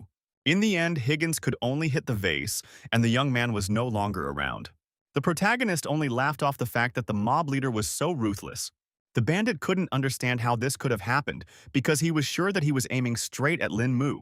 The guy explained with a smile that the mobster's accuracy wasn't bad, but he himself was faster. Higgins thought the protagonist was just kidding, and quickly began reloading the gun to definitely finish him off this time. He just couldn't believe there was some person he couldn't shoot. In just a second, Lin Mu was already a step away from his opponent and firmly grabbed his gun. This caused the shot to head for the ceiling, and our hero emphasized that this way the mob leader would definitely not kill him. The man began to panic because he couldn't guess at all what the young man was going to do. Lin Mu didn't mince words and punched him in the stomach with all his might, explaining that he was going to beat him up, which seemed to be an obvious thing. From such an attack, Higgins couldn't stay on his feet and fell to the couch behind him, gasping in pain. He immediately asked his lover to run away from here, and the protagonist was surprised that the mobster was still thinking about his mistress at such and such a moment. The girl's heart clenched with anxiety. for she clearly realized that in this dangerous situation her man could not cope alone and he urgently needed help. In the end, she decided to deal with Higgins's enemy on her own and threw herself at Lin Mu with a knife. The protagonist was disappointed by this turn of events, because up to this point he had no intention of killing his mistress. Suddenly the girl felt a strange pain in her chest and couldn't understand what had happened to her. The next instant she fell to the floor without strength, causing Higgins to scream heartbreakingly. Gritting his teeth in pain, the mafia boss struggled to raise his head, and with a hoarse voice, he once again demanded an answer from Lin Mu, unable to understand how an ordinary person could pull off such an incredible deed. The lad immediately remembered the bandit himself saying that luck comes with adversity, and laughed that he certainly wouldn't see his luck. The protagonist informed Higgins that it was time for him to pay for the choices he had made. The man was sure that the gunshots must have been heard by his guards, so his men would soon be here and finish Lin Mu off if he dared to kill the leader. The young man called him too naive because he had already found a way to sneak in here, so getting out of the mansion wouldn't be difficult. He didn't talk pointlessly anymore and concentrated the chi in his finger. Our hero only needed one accurate shot to take the life of one of the main enemies of the Low family. The bodyguards only now came running into the room because they heard that something wrong was going on here. The boss and his mistress, who were sitting on the sofa as if nothing had happened, did not react in any way to the guards' treatment, which looked rather suspicious. Eventually, the subordinates saw that Higgins was dead and had a hard time realizing this shocking news.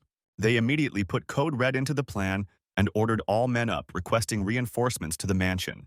For his part, Lin Mu didn't even think that everything would go so smoothly and he would be able to get rid of such a serious problem without any problems. Only about the group of mutants the guy still had doubts and suspected that they would not be so easy to kill. At that moment, the protagonist heard that there was some kind of conflict going on somewhere nearby. He immediately noticed someone's arrogant voice that seemed very familiar. It turned out to be Du Xiaoyue, who was accosted by some strange guys. One of them explained that their young master was sincerely inviting the girl to have fun with him, so she might as well just say yes. The lady thanked them for the invitation, but declined because she had a bunch of other things to do, after which she needed to get home right away. The guys started to get behind her anyway and offered to personally walk her home. The subordinates were ready to carry out any order of their master, so they immediately agreed to the idea. Du Xiaoyu irritatedly pointed out that she could reach it on her own and tried to break free again. Then the young gentleman laughed off the fact that the girl seemed to have it all wrong, because he wasn't exactly going to send her to her home. The girl asked confusedly what he meant, and began to suspect that she was going to have a hard time getting out of this situation. The guards immediately started talking nonchalantly about how their master's bed was very comfortable to sleep in, and Du Xiaoyue started shouting to the entire street that this was pure kidnapping. Finally, the main character decided to intervene in this conflict, because of which all the bullies were surprised, because they did not expect that someone would dare to go against them. The guy immediately emphasized that he wasn't going to ask nicely unless security right now let this girl go. Du Xiaoyu herself was shocked by Lin Mu's sudden appearance and couldn't understand what he had forgotten in America. The young man only briefly noted that it had been a long time since they had seen his former fiancée. The guards were not going to give up so easily, so they advised our hero to get the hell out of here and mind his own business. The protagonist gave them another chance and repeatedly told them to finally let the girl go. The young master only laughed with Lin Mu, who was acting like a character from a movie, causing the guy's patience to run out. So he decided to forcefully deal with these rascals. The young man had just the right touch to teach the bullies a lesson and save his acquaintance. The bodyguard immediately crouched down in pain and started screaming, unable to resist Lin Mu. The cocky guy didn't expect our hero to deal with his subordinates so easily. Taking advantage of the moment, the young man quickly grabbed Du Xiaoyue's hand and pulled her away from those rude bullies. Still, the young gentleman was not going to let our heroes go so easily and ordered them to stop. He believed that the man who injured his subordinate could not leave the scene so easily. The protagonist gently placed his hand on his shoulder and asked, with a note of menace, if he really thought so. In the end, Lin Mu gave him some advice and told him to fuck off right now, or else the guy would end up in a more deplorable state than his comrade. The noble brave's words had a quick effect on the young lord, so he had no problem escaping the development of the conflict. The guy wasn't at all pleased that he hadn't managed to get Du Xiaoyue, and his henchmen asked what they should do in such a case. Eventually, he ordered his men to teach our hero a lesson, but not to kill him. The guard took out a silenced pistol from his jacket and thought that it would help him defeat Lin Mu, not realizing who he was about to mess with. He took careful aim and decided to take one of his target's legs to start with. The next moment, a rather quiet gunshot sounded, which was hard to notice in the busy street. Obviously, the protagonist was ready for such a development, so in a second it was as if he vanished into thin air. The guard couldn't understand how the guy was literally able to disappear right before his eyes. After a second, he realized that Lin Mu was right in front of him and had already grabbed his neck in cold blood, so it was already too late to act. The main character got even more pissed off because it's not on video when others attack from the back. The young man emphasized that even in this way it was impossible to injure him. Meanwhile, the bodyguard begged to be let go. But it was already too late, because the lousy guys had managed to piss Lin Mu off badly and must now bear the consequences of their actions. From the powerful impact, the bodyguard flew several meters away and crashed into the side of a parked car with a thud. The collision caused an impressive dent in the car door. The young lord thought it was simply impossible because his guards were experienced fighters. The protagonist set a final warning for him and ordered him to stay away from his friends. The young man said that this was the end of the lesson, so he was going to leave with Du Xiaoyue. After that, they got into the car and Lin Mu asked where the girl was staying to take her to the hotel. She pointed to a map and explained that her neighborhood was 3 streets away. Our hero emphasized that the girl now needs to be more careful when he makes new friends, and Du Xiaoyue thanked him for saving her today. Finally, an acquaintance decided to inquire as to what the guy was doing here in New York. Lin Mu explained that a good friend of his had asked him to help with the trouble here. The girl noted that her ex-fiancé had changed so much, as if he had become a different person. She even had a moment when it seemed that the one standing in front of her was not Lin Mu. Our hero recalled that he almost died once, and after that he decided to let things go and start living a new life. Du Xiaoyu agreed with his words and sincerely wished him good luck with his new life. The next day at the Low family mansion, they had already learned about the big incident in Manhattan the previous night. Jiang Chu still couldn't believe that someone had actually finished off Higgins in his own mansion. The assistant was also shocked when he heard that the mob leader who attacked Mr. Low was now dead. Ding Han confirmed that it was all true, even though the Higginma mansion was well guarded. Everyone wanted to know who the killer was, but the captain thought none of that mattered because he had definitely helped them take care of a big problem. The bodyguard then asked Wang Qing where Lin Mu had been last night, and the latter replied that he had sent the guy to test the strength of the mafia in Manhattan. Now Jiang Chu began to suspect that the main character might have been the one behind the incident. The assistant couldn't understand how this was possible, because even the strongest fighter couldn't kill a mob boss in his own mansion. Ding Han felt that I should argue about it as well, so it was better to ask the guy directly. Meanwhile, the protagonist was once again relaxing on the lawn outside the mansion, and had no idea that his comrades had already uncovered him. The captain had guessed from the beginning that the young man would be found right here, and Lin Mu had already guessed that the news would spread rather quickly. Jiang Chu said that they would like to ask him something, and Lin Mu didn't mind answering all the questions. He asked him directly if our hero had anything to do with Higgins' murder last night. Lin Mu didn't want to reveal the whole truth, so he replied that he had walked around for a bit yesterday, but came back as it was as if he hadn't found anything interesting. Ding Han still asked him not to act on his own, or else it would jeopardize their entire plan. The captain asked his comrade not to be so serious because it wasn't even Lin Mu. The bodyguard emphasized that he was not as good a guy as Jiang Chu and reminded him that anyone in Baolun's group was obligated to follow instructions. In turn, the protagonist had his own set of rules, so he asked Ding Han not to talk to him that way because it wouldn't work anyway. Wang Qing also tensed up when the young man started talking to his boss like this and asked for some respect. Ding Han hadn't even expected the guy to be so arrogant, and began to suspect that he was the one who had killed Higgins.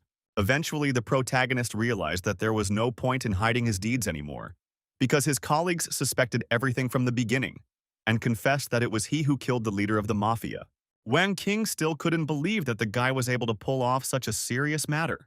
Now Ding Han wanted to see if the young man had the ability to act on his own, since he refused to follow instructions.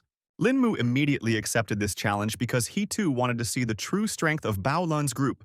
Jiang Chu intervened in the conflict because everyone could get hurt in this fight and there would be no people left to protect Mr. Luo.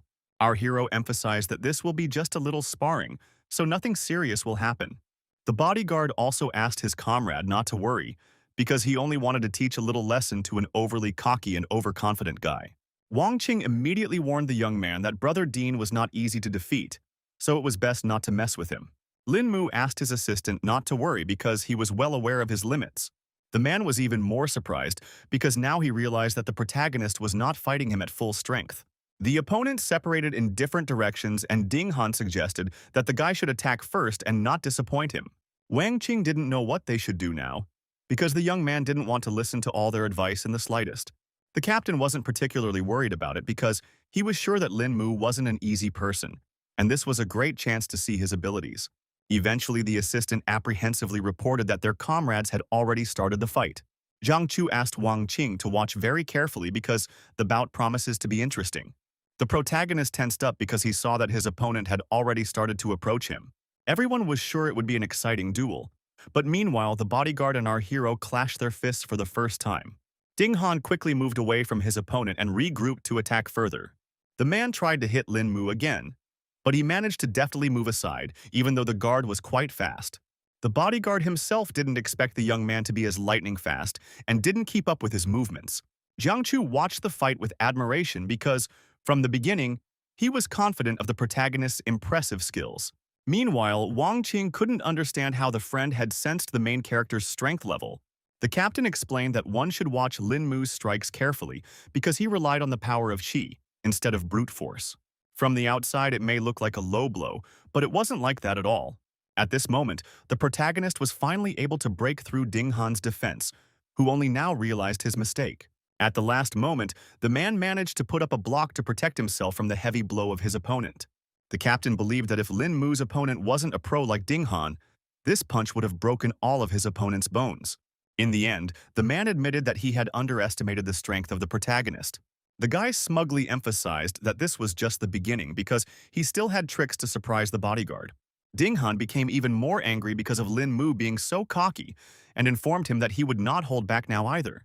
The man got back into a fighting stance and swung around to teach the protagonist a lesson. The blow was so sharp that Lin Mu had to try his best to dodge it. This only fueled the protagonist's interest, so he decided to try hard to win this fight. Our hero took a few steps back to better prepare for his next action. He filled his entire body with qi energy to show everyone around him what he was really worth. Zhang Chu couldn't understand what kind of golden aura was flowing out from Lin Mu's body, and his partner was in mute shock. Now even Ding Han was surprised by the young man's training, because such fighters were rare even in Bao Lun's group. Meanwhile, our hero did not wait for something and was the first to attack his opponent without giving him a single chance. The bodyguard saw that Lin Mu was now even faster, which only made this fight more difficult. Eventually, the man was unable to dodge such a swift attack and received his first blow. Ding Han felt his legs go under, and he began to slowly settle on the ground, unable to resist the inevitable. He realized that if things continued like this, his defeat would come sooner or later, so he needed to act very quickly. The man quickly regrouped and noted that the guy's punch was great, so he wants to see his other abilities. The protagonist wasn't afraid at all, so he gladly agreed to continue their sparring. The opponents simultaneously attacked each other and eventually clashed fists a second time. A powerful explosion of energy arose between their hands, which lit up everything around them with a bright flash. Wang Qing covered himself with his hand from such a powerful light and noted that their comrades seemed to have become more serious about this battle. Just a second later, Ding Han attempted another strike, but the protagonist managed to dodge in time. Then the young man did not trifle and released even more qi energy outwards. Zhang Chu couldn't believe his eyes because he and Ding Han had been considered kung fu talents before. They have worked hard for over a decade to get to the level they are at today. Except Lin Mu was only 20, so it was surprising that he had become such an advanced fighter at such a young age. The captain was certain that the young man's level must be exceptional, which was the reason he was able to reach such heights. At the same time, he realized that combat experience was the kind of thing that is gained by numerous encounters with death. Wang Qing began to suspect that their comrades had better stop because there was no telling how far this fight could go. Zhang Chu didn't pay attention to his words and kept thinking that our hero's battle experience was also very frightening, because even Ding Han could no longer hold his own against such a strong opponent. He believed that there was only one possible explanation for such a strange phenomenon in the form of Lin Mu. The man began to suspect that the main character might be the reincarnation of a seasoned kung fu master. In this way, the young man was able to inherit the knowledge and experience of his past life that made him invincible. Meanwhile, Ding Han once again missed a very strong punch that came straight to his face. After that, the man fell to the ground without strength, and our hero advised to finally admit defeat, and added that the bodyguard was indeed strong, but still could not defeat him. In the end, the opponent bitterly admitted that he had lost today after all, but at the same time, he wasn't going to admit defeat so easily, so he would use every bit of strength he had to continue fighting Lin Mu. Even Zhang Chu started to panic because he couldn't understand what his friend, who was already on the verge, was trying to prove. The man wouldn't listen to him and found the strength to steal himself from the ground because he hadn't had such a good fight in a long time. He activated the body's latent reserve, causing his face to contort with tension and the veins to bulge under his skin like a web of living cords. The protagonist immediately sensed that his opponent's chi flow speed had doubled, and it looked like he was about to use his decisive strike. Wang Qing couldn't understand why their comrade had just changed so much, and the captain told him that it was Ding Han's secret technique. Zhang Chu still couldn't understand why the bodyguard would go this far, because he wouldn't be able to defeat Lin Mu even with his secret skills. The man didn't care at all because he was already flying at full speed straight at his opponent. The guy didn't expect Ding Han to attack so swiftly, but he managed to jump back at the last moment. After blocking the blow, our hero immediately felt that the opponent's strength had greatly increased compared to last time. These blows caused Lin Mu to fly back a few meters, but he was still standing on his feet. The young man remarked that this was simply astonishing because he hadn't thought that Ding Han had any trump cards. Eventually, the protagonist decided that he too would not be deterred, and quickly adopted a fighting stance. The captain was still surprised at how strong the chi emanating from Lin Mu was, and couldn't understand how he was doing all this. In any case, the bodyguard was no longer afraid of his opponent and began shouting for him to attack, rather than stand aside. Then the guy decided to demonstrate all his capabilities by concentrating energy in his hand. The man was even more surprised now because he had not expected materialized chi to be used against him at all. The next moment, a bright golden light emerged from the main character, blinding everyone around him. Wang Qing and Zhang Chu also immediately realized that they had just witnessed the use of such a rare technique. In the end, Ding Han was still able to stop this attack with his fist, but his condition was getting worse. The young man saw that this movement had left wounds on his opponent's body, so the bodyguard would definitely not be able to last even longer. The man still wanted to continue the fight, so he brought out our hero to keep showing all his skills. Lin Mu put his hand forward and declared that he only needed this movement to defeat his opponent. Ding Han didn't hesitate for long and hit the protagonist again with all his might, but it had no effect on him whatsoever. Now everyone around him was beginning to realize how intimidating this young man really was. Wang Qing saw that brother Ding could not fight any further, so his defeat was only a matter of time. At the same time, they noticed that Lin Mu was also having a hard time, but he seemed determined to defeat his opponent. This was the first time Jiang Chu had seen Ding Han in such a difficult position, even after using his secret technique. In fact, the bodyguard felt that being defeated by a skillful master like Lin Mu was the best honor for him. The captain began to feel that his comrade wanted to release all his chi to make a killing blow. The protagonist then decided to remind her that they had agreed that this was just going to be a friendly sparring session.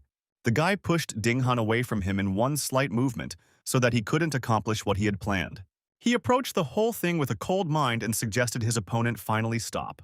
For his part, Jiang Chu didn't expect the young man to deflect Ding Han's deadly strike so easily. It was all too complicated because rage had already clouded the bodyguard's mind, who couldn't lose so easily now.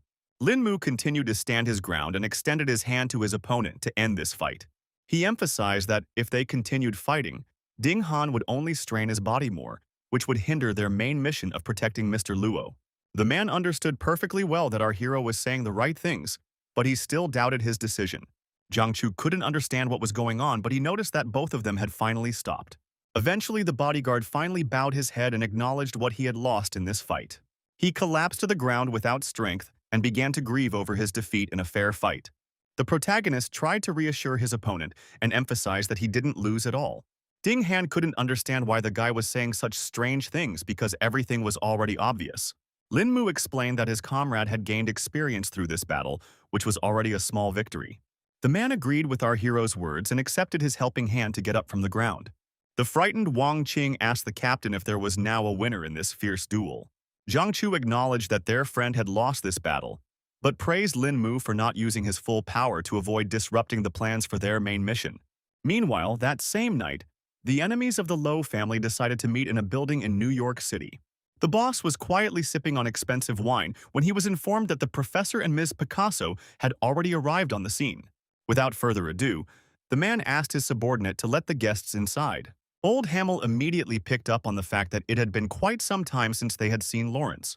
Picasso smiled genuinely, her eyes lighting up with joy at the long-awaited meeting with an old friend she hadn't seen in ages. The boss was also pleased that his longtime acquaintances had finally arrived in New York. The professor had already become thoroughly familiar with the entire situation, because the government had informed them that Lawrence needed support to complete an important mission. The old man reported that he had taken 15 mutants with him, 3 of which were level 4. Lawrence had not expected his comrade to take such considerable help with him, and was confident that they should certainly succeed this time. Picasso realized that everything for their assignment was already ready, so they could move out right now. The man then informed them that they would begin the mission tomorrow at midnight. He also handed his associates a folder with information about their targets, who were from Huaxia. Professor Hamill tensed up a little when he saw that they were dealing with Bao Lun's group. Picasso immediately saw his violent reaction, so she asked him if he was familiar with the organization.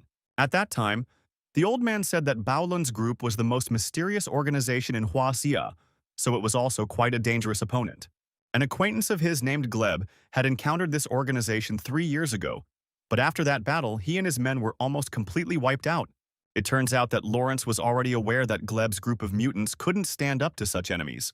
The girl then decided to wonder why the government decided to send a group of mutants against the Low family. The man said that their rivals have secret research on the Americans, so they must stop them from returning to Huaxia. Among the professor's documents, there was a dossier on Lin Mu as well, so he immediately inquired why they had sent a rookie. He immediately had a feeling that this young man was not as easy as he seemed, so they should be careful on this mission. The man suddenly scattered all the documents to the sides because he believed that they had no need to fear Bao Lun's group. He was sure that God had given them the abilities as a gift, and as long as they had those skills, they were invulnerable. Before the battle began, the old man reflected on the fact that he used to think that ordinary people would never be able to fight against superpowers. But it seems he was wrong. Now he was sure that humans were capable of miracles, and the power that sat within a person was unlimited. The professor did not expect at all that Huaxia would be able to unleash the highest potential of a human. Now he wanted to know how they had managed to do it and couldn't wait to meet the main character. At that moment, the large clock on the wall announced that it was past midnight, the time when their operation was to begin. Meanwhile, in the Luo family's manor, the guards were just about to change and Lin Mu was coming in for his shift. At this moment, the guy was just meditating, so he wasn't in a hurry to replace his colleague just yet. Suddenly, he sensed that a large number of intruders had just entered the manor with weapons. Indeed, government agents in full combat gear, moving like shadows, stealthily entered the area, remaining undetected by the security systems. Lawrence informed Clove that he was now in charge of diverting the main firepower away from the main door, and he and the others would go through the back door.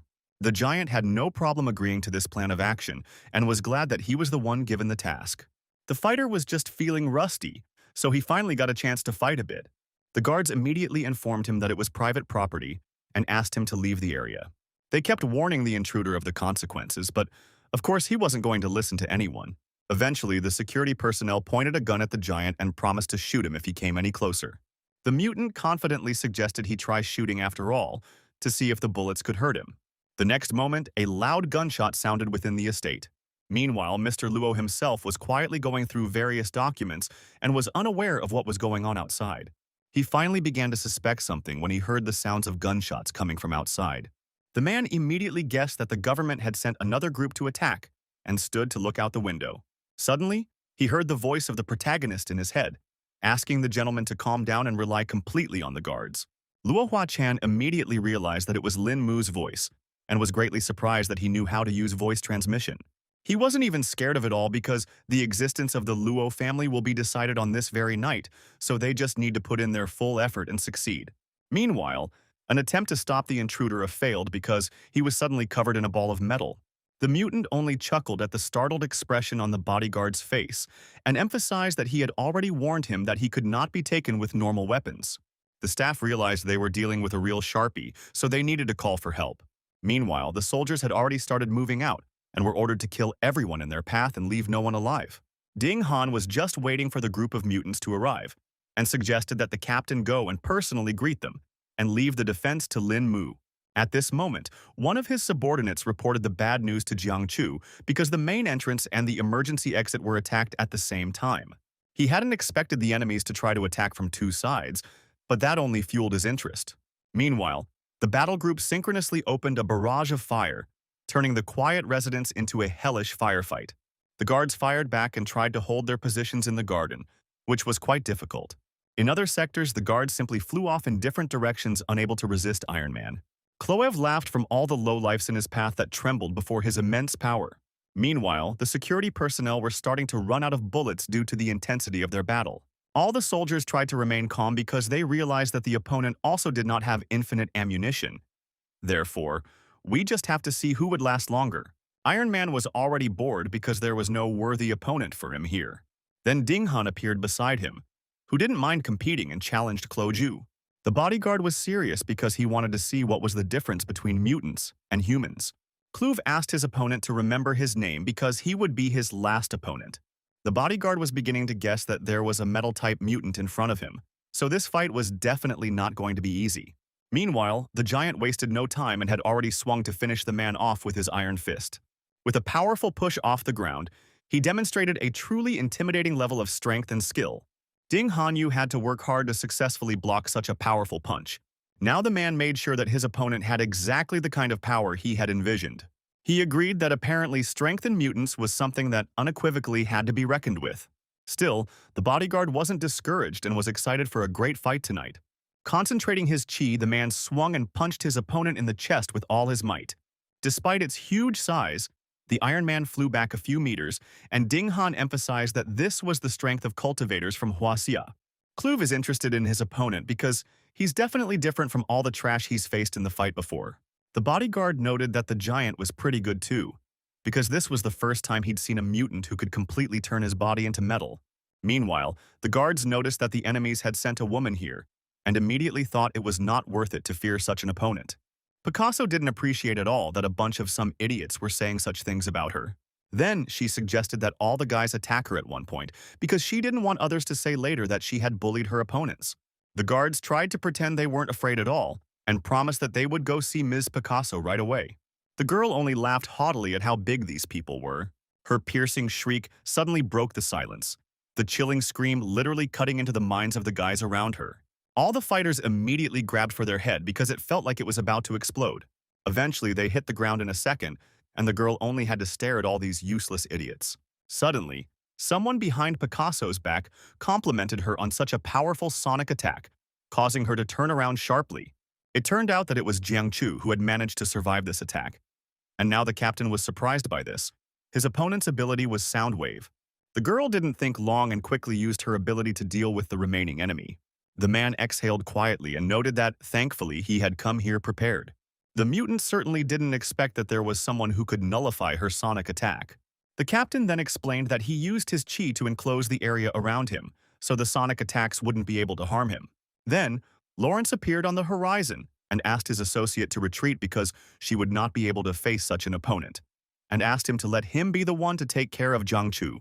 With a cold smile, the man introduced himself to the captain as Carnage King Lawrence. Jiang Chu did not appreciate such an arrogant nickname at all, and immediately went after his opponent with his fists. Suddenly, the leader of this mission vanished into thin air, something the man definitely didn't expect. The captain was pretty sure he had just hit his opponent, but something had gone wrong. A moment later, Lawrence had already appeared in a completely different place and had swept his opponent completely miss. Now Jiang Chu guessed that this mutant had an ability that helps it move quickly. From the beginning, Lawrence expected that any warrior in Baolun's group would be able to quickly figure out his trick, told that Dark Force was his superpower. The captain tensed because she had never heard of such a skill before. At the very least, he now realized that this superpower worked with shadows. It was now clear that this was the reason why this mutant could move without any noise or hesitation. Jiang Chu immediately began to guess that he needed to strike before the black smoke began to appear in order to achieve his goal. He immediately tried to do so and still managed to collide with his opponent's fist. Now the captain laughed from the fact that this time Lawrence had nowhere to hide because he had caught his image badly. The mutant even felt pain and noted that Jiang Chu was quite good. Gradually, it began to dawn on the man that he seemed to have finally figured out his opponent's attack pattern. And now, the fight was taking on a completely different, more predictable character. He now realized that he now needed to hit Lawrence's vital points. Eventually, the captain managed to face the mutant for the second time, so the mutant began to disappear quickly again.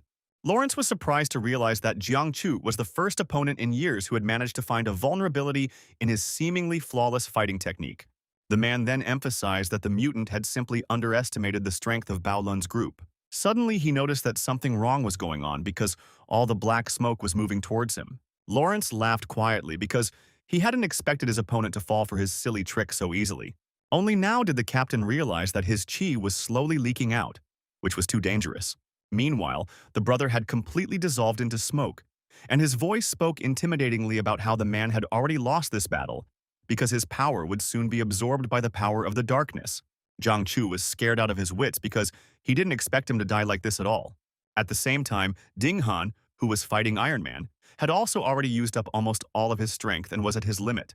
Clove agreed that the bodyguard was pretty good, but he didn't want to give him any more indulgences.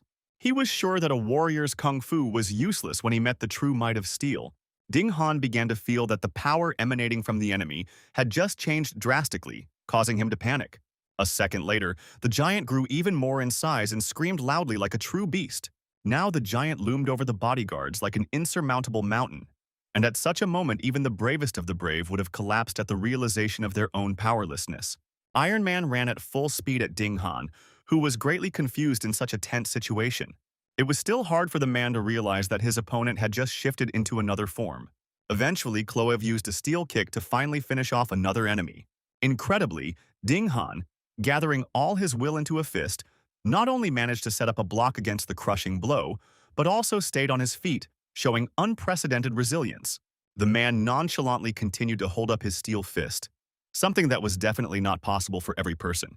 Clove was only amused by the fact that an ordinary man was able to withstand his attack. Ding Han, despite the effort he made to block the punch, joked that it was just an ordinary fist, which didn't scare him at all. Then the giant chuckled and hinted that this was far from all he had prepared for this fight. Eventually, Iron Man used an even more powerful punch, unwinding his arm. As a result, the man could not withstand such a powerful attack, causing bloody splatters to fly in different directions. At this point, the captain heard that his comrade seemed to be beginning to lose his battle and looked away from his opponent for a moment. Lawrence immediately emphasized that it would be better for the man to take care of himself because he was not in a good position himself. After that, he abruptly vanished into thin air, causing Jiang Chu to be confused once again. Once again, the captain could not see his opponent and was desperately trying to figure out where he was.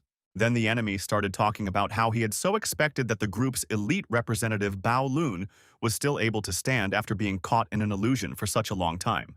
At the same time, he was sure that Jiang Chu would not be able to block the sitting punch that attacked him from the back. The next blow came right on the man's head, leaving him disoriented. From the last strength of the captain tried to stay on his feet, but his body treacherously hamstrung, and he collapsed to the ground, finally exhausted. Meanwhile, chaos reigned around. One by one, the guards fell under crushing attacks, unable to resist the superior strength of their opponents. The mutants were excellent with their sharp blades, so they could easily deal with ordinary humans. One of them used double knives and a hurricane dance technique that no one could go against. Picasso wasn't left behind either, and continued to use sound waves to knock out every opponent in her path. Eventually, the entire mansion grounds were dotted with bodyguards who could no longer continue the pain. All the fighters realized that they couldn't defeat all these enemies, so they decided to retreat to save at least some soldiers. The protagonist watched the situation from the sidelines and saw that the mutants were much stronger than he expected, so his mobs would hold out more. He decided it was already time for him to show up, so he quickly snapped out of his meditation seat. As quickly as possible, the lad found his captain to come to his aid. It turned out that both Ding Han and Jiang Chu were already here, and they immediately reported that the enemy unit was too strong. The strongest mutants had already gathered around, who only laughed at the fact that yet another naive human had come to meet his death. Cloev thought our hero had come here to see the superiority of the mutants. The young man was not afraid and emphasized that as long as he was here, no one would harm the Luo family. The Iron Giant only laughed from the fact that Lin Mu was so arrogant and thought that he could stop the entire team by himself. The protagonist turned to his comrades and asked them to go to Mr. Lo's defense, giving him the opportunity to deal with all of his enemies. The guy promised with confidence in his voice that he would be sure to get all that pesky trash out of their way. Lin Mu instantly concentrated, releasing a powerful stream of chi energy that enveloped his body with a shimmering radiance, ready for an instant attack. Even Cloev didn't know what kind of strange power the protagonist used, so he was a bit scared because their opponent was unpredictable. Lawrence began to suspect that it might be a trap, so he asked his companion to be careful and retreat. Lin Mu uttered the words with icy clarity. His voice sounded like a sentence, leaving no doubt that this night, no one would leave the battlefield alive. Lightning seizing the moment, the guy quickly applied Dragon Defeat to be the first to attack his opponents. The mutants hadn't seen anything like this yet, so they couldn't figure out what this technique was. In a second, the dragons began to sweep away all the enemies in their path, not giving them a chance to survive. Picasso tried to help her allies with a sound wave and destroy Lin Mu's dragons. It turned out that the main character's chi even passes through the opponent's technique, so all her efforts were pointless. Eventually, one of the spirit dragons came through Picasso and took her life. Her chest heaved weakly for the last time, then her body collapsed, finally losing her strength, and she collapsed to the cold ground without a word. Clove was already preparing to take on another dragon and couldn't understand how their team had fallen so quickly. Still, he was confident that his steel strike could handle such a small threat. The giant concentrated energy lightning fast, his powerful palms clashing together with a rumble, releasing the destructive rift technique. A second later, the powerful shockwave from the explosion hit Clove in the chest, throwing his body aside. Lawrence had not expected events to unfold in this manner, and in a panic asked if his comrade was all right. Iron Man didn't even feel any pain because to him it was like an ant bite, so he could keep fighting. The captain and Zhang Chu, who were standing to the side, were shocked that our hero had only used one move and had taken out so many enemies. Meanwhile, Lin Mu laughed from the fact that the mutants were only capable of such weak opposition. Lawrence shouted that he would try to hold our hero back while Chloe was inside eliminating their target.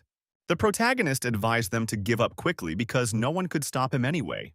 The boss of the organization was already too angry because the guy had managed to defeat his subordinates, so he couldn't let Lin Mu disrupt their operation. Zhang Chu desperately tried to warn the young man to dodge this black strike because the captain had already felt the effects of it. Now our hero has realized that this guy's power is too problematic, so he needs to come up with something to negate that ability. Meanwhile, on the other side of the mansion, the guards were still as defensive as ever and weren't about to let anyone try to go up against Mr. Luo. In turn, Iron Man was going to kill anyone who got in the way of his goal. This turned out to be absolutely true, so all the fighters started flying in different directions from Clove's unstoppable attacks. The giant even decided to engage his head and use the steel head strike technique. With one such blow, he literally smeared one of the bodyguards. At the same time, Ding Han decided to use a secret technique to allow Zhang Chu and Mr. Luo to escape from the battlefield. The captain was definitely not going to do something like that, so he asked his comrade not to be so reckless. Either way, the man wanted to die with the assurance that he had at least stopped the enemy and helped his team. He started yelling with all his might for his comrades to get out of here as fast as possible. The protagonist was still in the shadow illusion of Lawrence, who was sure that the guy could not defeat him now, not realizing that he was deliberately waiting for the first step from his opponent. Lin Mu tried to bring his enemy out of the shadows, but he obviously had no intention of doing so. Eventually, the young man directly revealed that in fact his opponent had just fallen for his ruse. Lawrence could not believe our hero's words because from the beginning he was confident in his abilities. On the opposite end of the battlefield, the situation was critical as Ding Han, exhausted and bloodied, was barely staying on his feet under Iron Man's ruthless onslaught. Like thunder, Lawrence's figure materialized from a cloud of black smoke. The leader flopped to the ground in some strange way and couldn't seem to realize what had happened himself. Clove even stopped for a second because he couldn't understand why his comrade was here. Iron Man was shocked that even Lawrence couldn't do anything to this strange guy. Stepping in surprise, he didn't have time to notice before Ding Han suddenly disappeared from his hands. It was the protagonist who tried to pull his comrade to a safe zone to save him from apparent death. Because of this, the giant was incredibly angry and now wanted to tear Lin Mu into small pieces. The guy had already started to concentrate the chi in his hand to quickly deal with this opponent. Clove, not wasting a second to think, brought his arm up sharply to strike, his muscles tensed, preparing to unleash all his fury on his opponent. The protagonist made one clear lunge and was able to stop this attack with one hand. The giant paused for a second because he couldn't understand what technique Lin Mu had just used. Almost immediately, he felt an incredibly intense pain in his bones and began twisting in different directions, not controlling his movements. Our hero explained that even Iron Man has his weaknesses because his ability strengthens muscles but doesn't act that way on bones. Kloof believed that this was simply impossible because this power was given to him by God. In the end, he decided to show the young man his latest transformation because there was no other choice.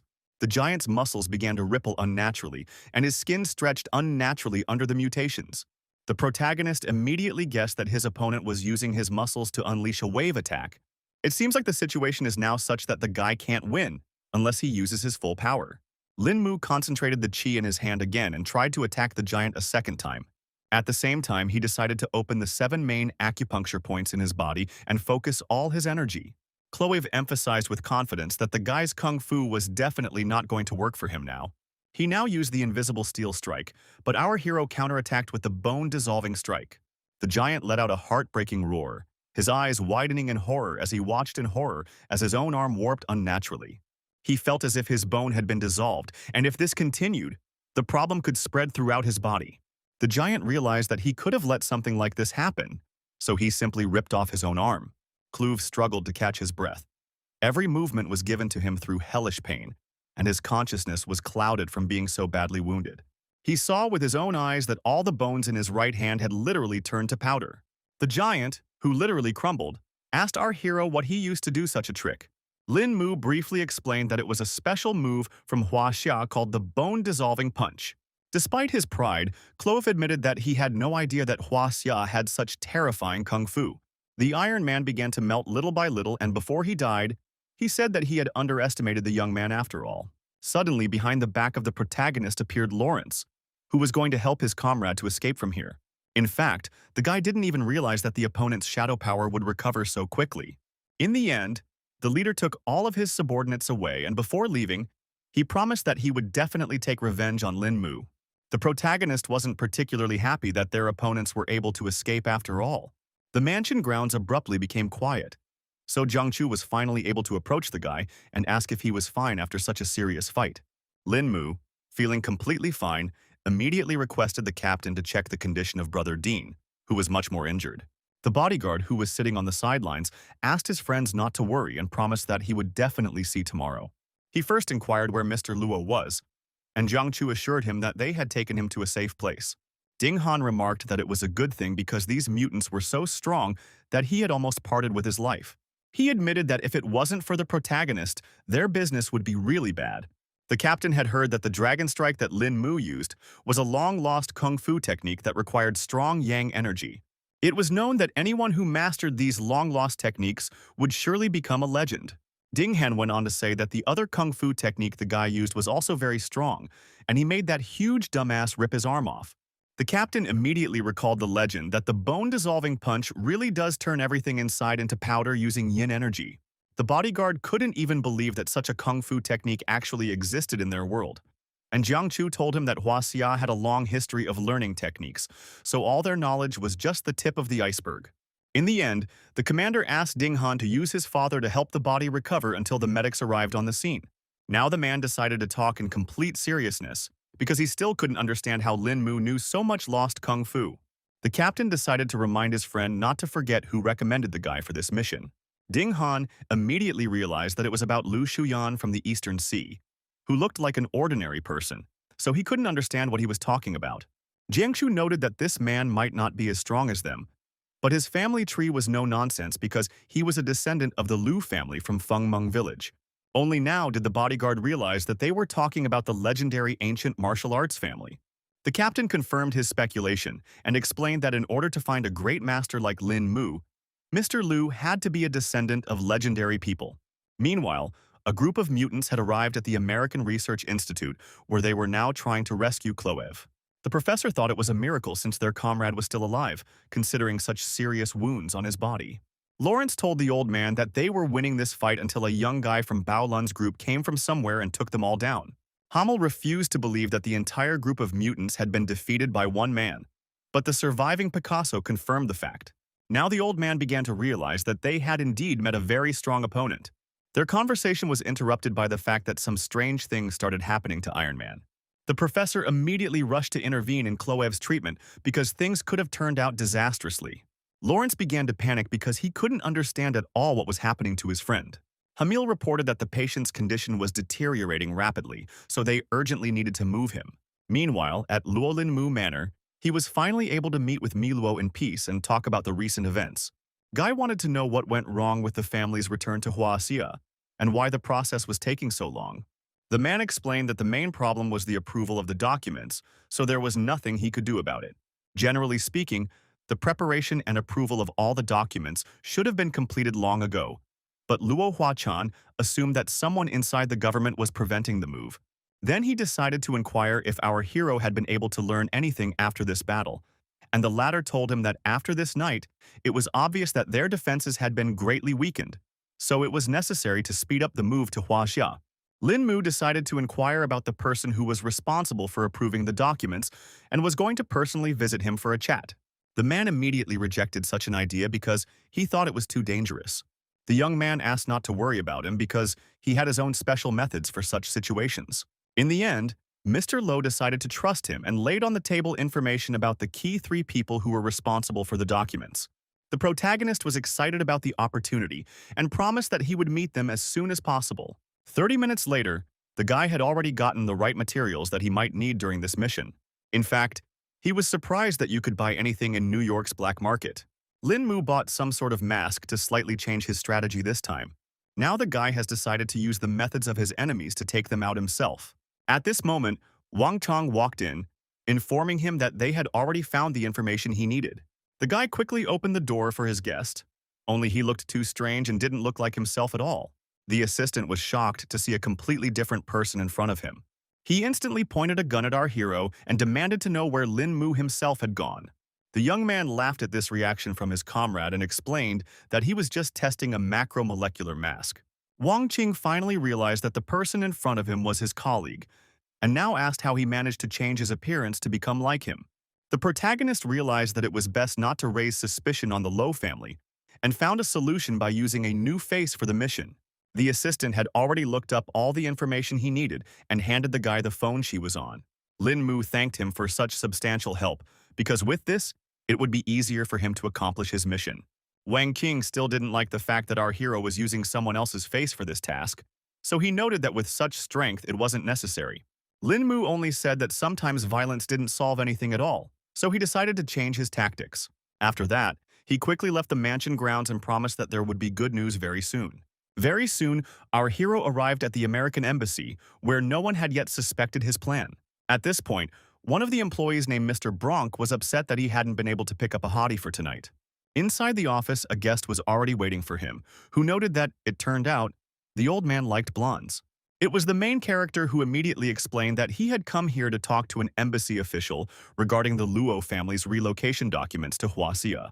Mr. Bronk immediately emphasized that the documents were still under review and couldn't understand why there was such a rush. Lin Mu recalled that the family had once been kind to the old man and advised him to complete the paperwork today or soon. The man was shocked that he was given such a short deadline, because all documents have to go through many instances, and his word will not solve anything in this process. Now, our hero was beginning to guess that he was involved in all of this after all, because the employee was too easy to figure out. Hearing such a statement, Mr. Bronk became nervous and asked what the visitor meant by it. Lin Mu didn't bother to explain anything, and directly asked what the man would choose in the face of danger, himself or his country. The old man immediately realized that the guy had decided to threaten him, and became very angry because of such insolence. The protagonist only laughed and said that it was time for him to make a choice and say whether he wanted to die or survive.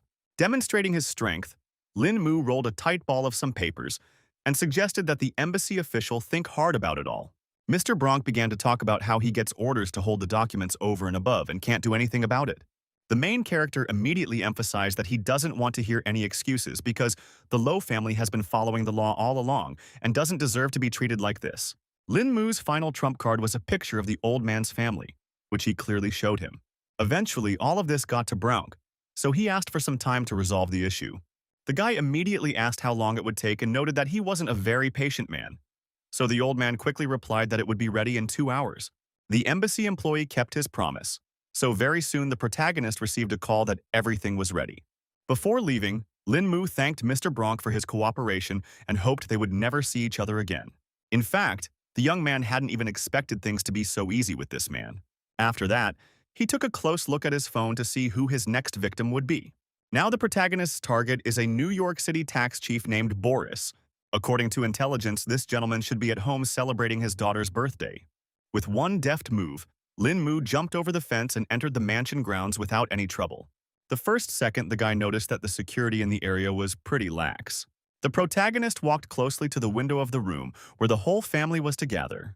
The joyous voices of the relatives were coming from inside, and Lin Mu noticed some interesting detail at this moment.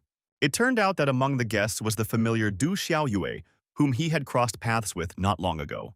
The young man definitely didn't expect to see her here, so now he couldn't understand what she had forgotten at this celebration.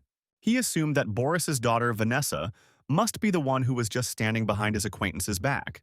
For a moment, our hero was distracted from following because he heard someone's footsteps.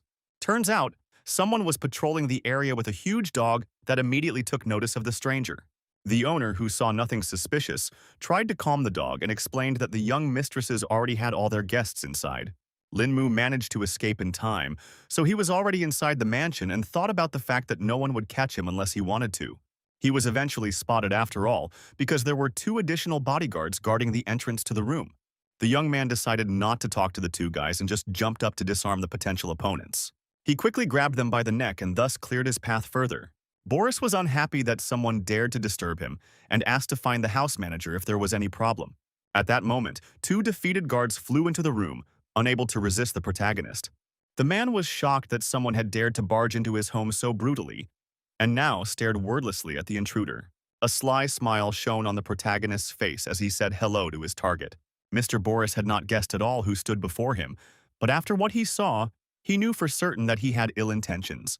Lin Mu noticed at a glance the straightforwardness of the man, who was not at all afraid to talk about such things.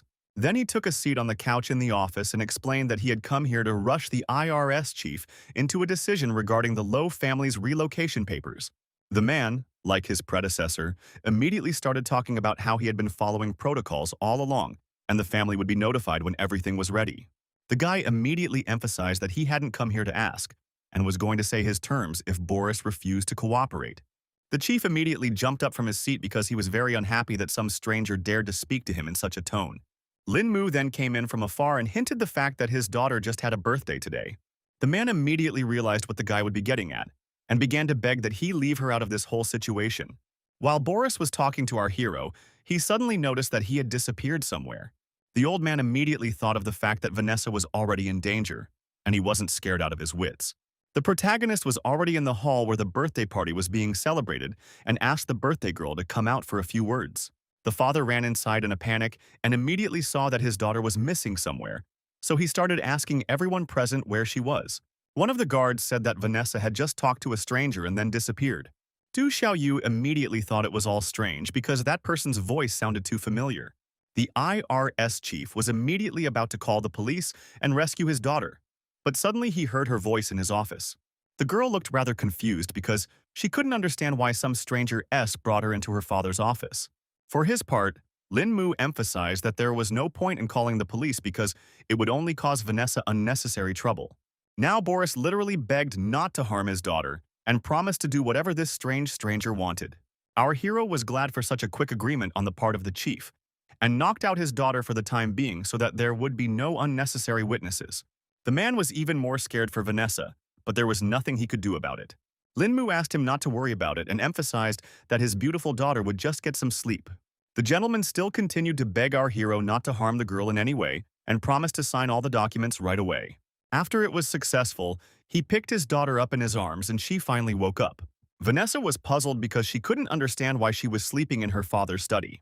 The frightened man only continued to say that everything was already fine and asked the girl to hurry up and come down to talk to the guests. Meanwhile, the turn had already reached the quality control inspector Mr. Apperton, whose mansion Lin Mu had arrived at. The protagonist found it strange that apart from the attendants, there were no guards here at all. The young man thought that such an attitude toward security was not at all like a high-ranking official. Literally, there were no guards in the entire manor. So Lin Mu was already beginning to suspect that something had happened to Mr. Apperton. He began to think that his target could either be a high-ranking master or simply didn't live in this place. The main character even got a little lost in such a huge room and realized that he needed to see if the inspector was in the house. After a while, the guy noticed that the interior was the same everywhere here, so it was too hard to navigate. Lin Mu finally noticed a detail that could help him find his target after all. It turned out that Mr. Apperton would indeed be an experienced fighter, so he didn't need a personal guard. He spent his free time training, that's why our hero didn't manage to find him in the manor so quickly. The man was in the training room and was just beating a punching bag, practicing his punches. The protagonist didn't even expect that the man at the head of the Quality Control Bureau would turn out to be an undercover mutant. Mr. Apperton was surprised to hear the voice of some stranger who, moreover, had so quickly discovered his secret. Lin Mu didn't hesitate and immediately explained that he had come here on behalf of the Luo family to negotiate with the quality control inspector. It turns out that Bronk had already managed to warn his colleague about the strange man, so the man was already going to straighten out our hero so that he would not provide any more problems. But also, the inspector promised to sign and approve all the documents for the move if Lin Mu could defeat him. The guy realized he was dealing with a pretty outspoken person, so he didn't mind exchanging a few blows with him. The inspector had already heard that his opponent had defeated the entire mutant team with his own hands, so he was excited to be fighting someone like that. He decided to attack the protagonist first because he couldn't wait for such a good fight anymore. Lin Mu immediately noticed that his opponent had a strong punch, but he had no trouble returning the first attack. Mr. Upperton continued his furious attack, his fists raining down on his opponent in a hail, each blow more precise and powerful than the last, leaving no chance for respite. Our hero noticed that this mutant was just as strong as the ones he had already met in Low Manor. But it wasn't that simple, because Lin Mu had a pretty good block and didn't miss a single hit. Eventually, the guy decided to stop putting up with all these attacks and teach his opponent a lesson in return. Their fists came together with a deafening rumble, generating an incredibly strong shockwave. As a result of the monstrous force of the collision, both fighters were thrown in opposite directions. Now, even the protagonist couldn't understand what was going on because he felt that the opponent's strength had increased a lot from the past blows. Mr. Apperton was very happy about this opportunity because he hadn't had such a good battle in a long time, and next he was going to try out all new techniques on Lin Mu. The young man didn't startle because he himself couldn't wait for his opponent to show his full strength. The inspector decided to help him and was going to send our hero straight to hell with just one good punch. Apparently, the guy's reactions were so good that he had no problem dodging a direct hit. All of this only amused Mr. Apperton, so a smirk appeared on his face. Suddenly, his arm curved unnaturally, as if it were made of plasticine. The protagonist did not expect this turn of events at all, so he only watched as the fist was getting closer to his face with every second. At the decisive moment, Lin Mu lacked a fraction of a second, so a hard punch slammed into his jaw. Now the lad realized that his opponent's strength lay in controlling the position of his joints and muscles. He gently rubbed the abrasion on his cheek and said that he had no idea the man would turn out to be so arrogant. Mr. Apperton paid no attention to our hero's words, for he was already impatient to continue the fight. He didn't wait any longer and immediately delivered another crushing blow to the main character's head. After that, the mutants launched another series of attacks, causing Lin Mu to only have to stay in a block. In the end, the guy fell to the ground because he couldn't use Qi and unleash his true abilities. He still found the strength to stand up after all, and emphasized that it seemed that normal combat techniques were useless against strong mutants. Upperton couldn't understand what our hero was talking about, and noticed that he looked somehow too whole after so many blows.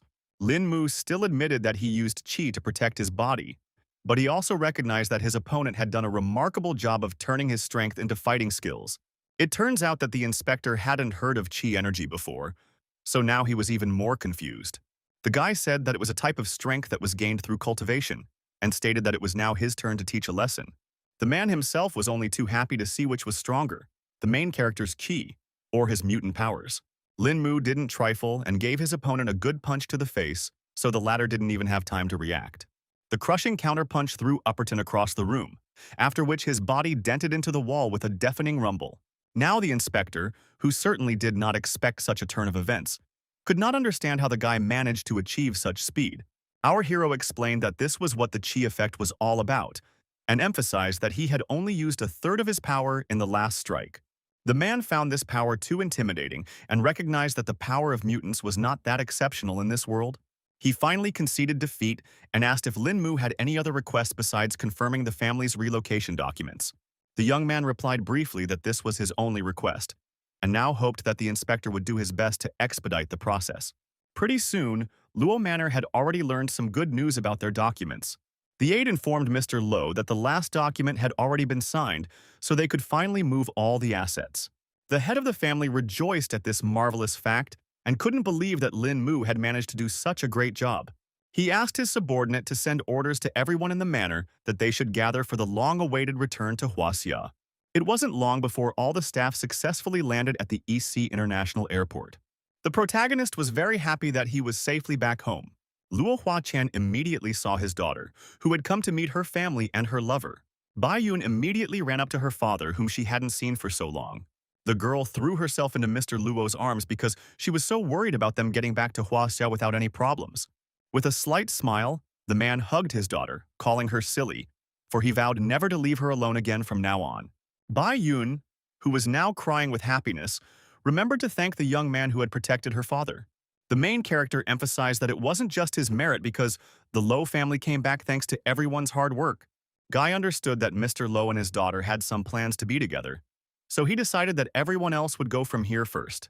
The old man again thanked all the allies from Baolun's group for returning to Huaxia in one piece and promised to help Lin Mu if needed.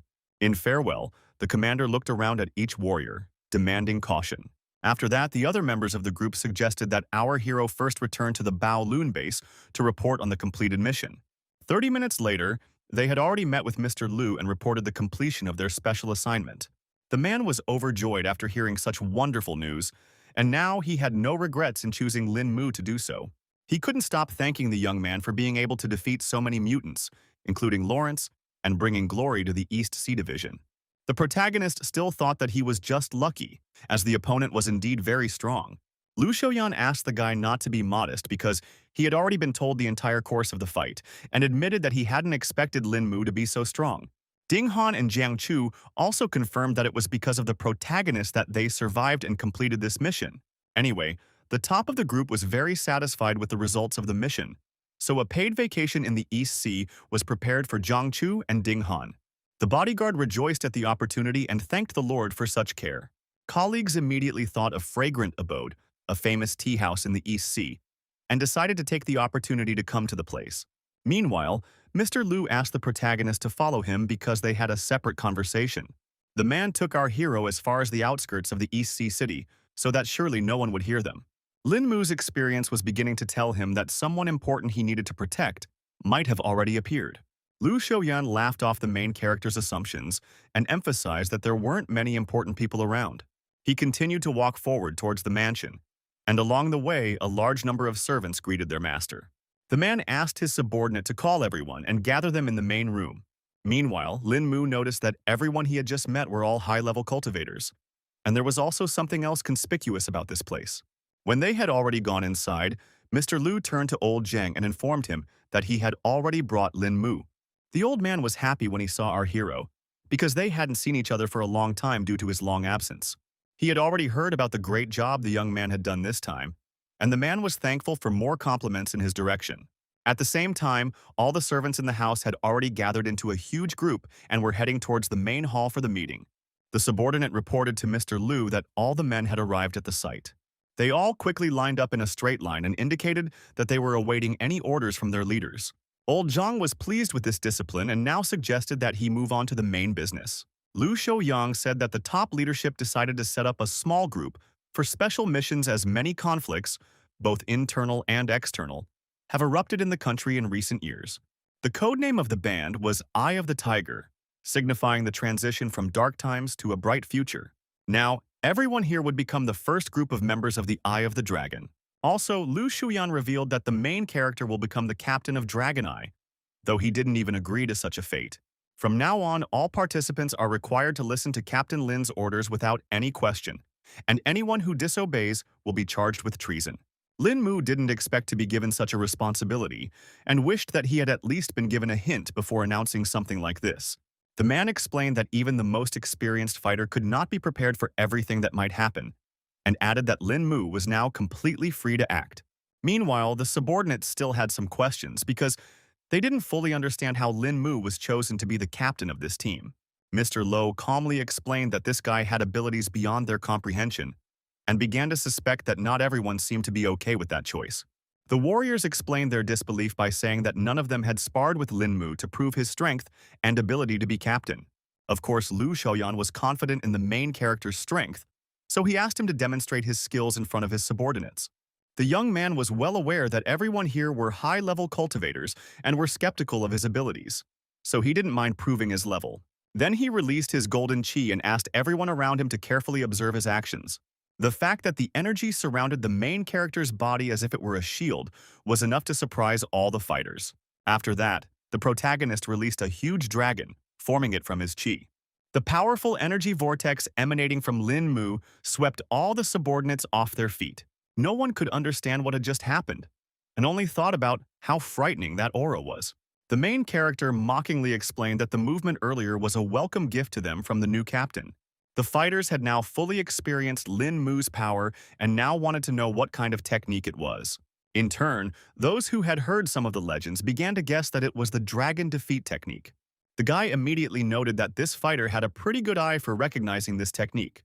Old Man Zhang had applauded the way our hero had knocked everyone down using just one move, and was now certain that he was indeed worthy of being the captain of the special team. Mr. Liu once again asked if there was anyone who disagreed with Lin Mu's appointment as captain, and suggested that those people step forward and challenge him to spar. After what they had seen, everyone was afraid to object in any way to such a powerful master, so now they just kept silent. The protagonist asked everyone to just trust him, and promised to lead his subordinates to the successful completion of missions, bringing glory for their country. Everyone now showed respect for their new leader and obeyed him with one voice. In addition, Lin Mu promised to make an individualized plan to improve the cultivation of the soldiers and do his best to ensure that everyone could freely possess their qi and their bodies. Such conditions, of course, interested all the fighters, so they thanked the captain for such an opportunity.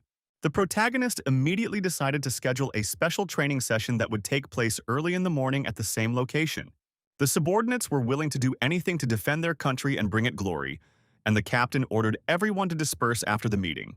Without further ado, the fighters left to get a good night's rest before beginning serious training. Old Man Zhang decided to still talk to our hero, because he couldn't stop admiring his strength and character, which met all expectations. He felt confident knowing that this particular guy was the captain of the Dragon Eye. Lin Mu thanked Mr. Zhang for all these compliments and promised to do his best to complete every mission assigned to him. After the meeting, the boy and Mr. Liu went to a tea party where they decided to discuss some more details. The protagonist stated that he needed a cold weapon, so he asked the man if he knew any suitable craftsmen. The man was surprised to hear such a request and inquired as to what type of weapon he wanted for himself. Lin Mu had a rather specific question because he wanted to find a copper sword for himself. Eventually, Mr. Liu remembered that he knew where to get such weapons and decided to offer one place for our hero. The old man decided to send the young man to U's pawn shop, where presumably the weapons he needed could be found. The protagonist managed to find the very place Mr. Liu recommended to him pretty quickly. He was immediately met at the entrance by the man who owned the office. The master immediately inquired if Lin Mu had passed through here to pawn or redeem something. The guy directly said that he was looking for someone, namely the boss of this pawn shop, Wu Xinghui. The man was surprised to hear his full name and asked our hero how he could help him. Lin Mu introduced himself and explained that Mr. Liu had recommended this place to him because a copper sword could be found here. The pawn shop owner confirmed that he has one that was a family heirloom, and his ancestor used everything he had to create this weapon. Their family were the descendants of Wu Jizi, who was the very person who made the copper sword, was the second master blacksmith of the Wu family. The protagonist didn't expect that he would meet the descendant of Wu Zizi, so he immediately asked to forgive him for some rudeness. The man immediately emphasized that the descendants were not as gifted as their ancestors, so the blacksmithing skill had long since been forgotten, and Mr. Wu himself had merely become a pawn shop owner. In the end, he asked to follow him if Lin Mu still wanted to see that very copper sword. Wu Xinghui said that his ancestors had left instructions regarding this sword, so there was no need to pay money for it. Only one thing to do. The protagonist was interested in it because such a legend sounded quite interesting. The pawn shop owner explained that a person wishing to take the sword must first use it and carve 100 marks on this block of wood in one breath. You also need to make sure that these marks were the same length, width, depth, and even the distance between them should be the same. The young man was well aware that to do it in one breath, you had to have incredible speed and control. Wu Xinghai suggested that our hero surrender if he was unsure of his strength, and emphasized that his ancestors had left these instructions in the hope that the sword would find a worthy master. But that had not happened in the last 100 years. Still, Lin Mu asked to bring the copper sword for him because he wanted to try and pass this test. The man saw that the guy was confident in his abilities, so he didn't mind honoring his request. He immediately remembered that everyone who wanted the sword had said the same thing, even though they knew it was literally impossible. The protagonist immediately thanked Mr. Wu for the opportunity. A couple minutes later, the pawn shop owner appeared with a briefcase in hand and informed him that the copper sword was already here. After opening it, Mr. Wu asked the protagonist to take a close look at this legendary weapon. Only now did Lin Mu realize that this sword was made from a mystic steel heart. He decided to tell Wu Xinghui himself about it as well, because it was simply unbelievable. Mr. Ao was greatly surprised that the protagonist knew what material was used to create this weapon. The guy remembered that such a material could only be found in the cultivation world and couldn't raise how it could exist in the mortal world. Then, he decided to inquire of the sword's owner himself and asked how his ancestors came across this material for forging it. Wu Xinghai said that, according to family records, this material fell from the sky and does not belong to this world. It became a little clearer to our hero why the aura from this sword was so unusual. The man also added that the name of this weapon was Chu Hong, and asked Lin Mu to try his luck sooner rather than later.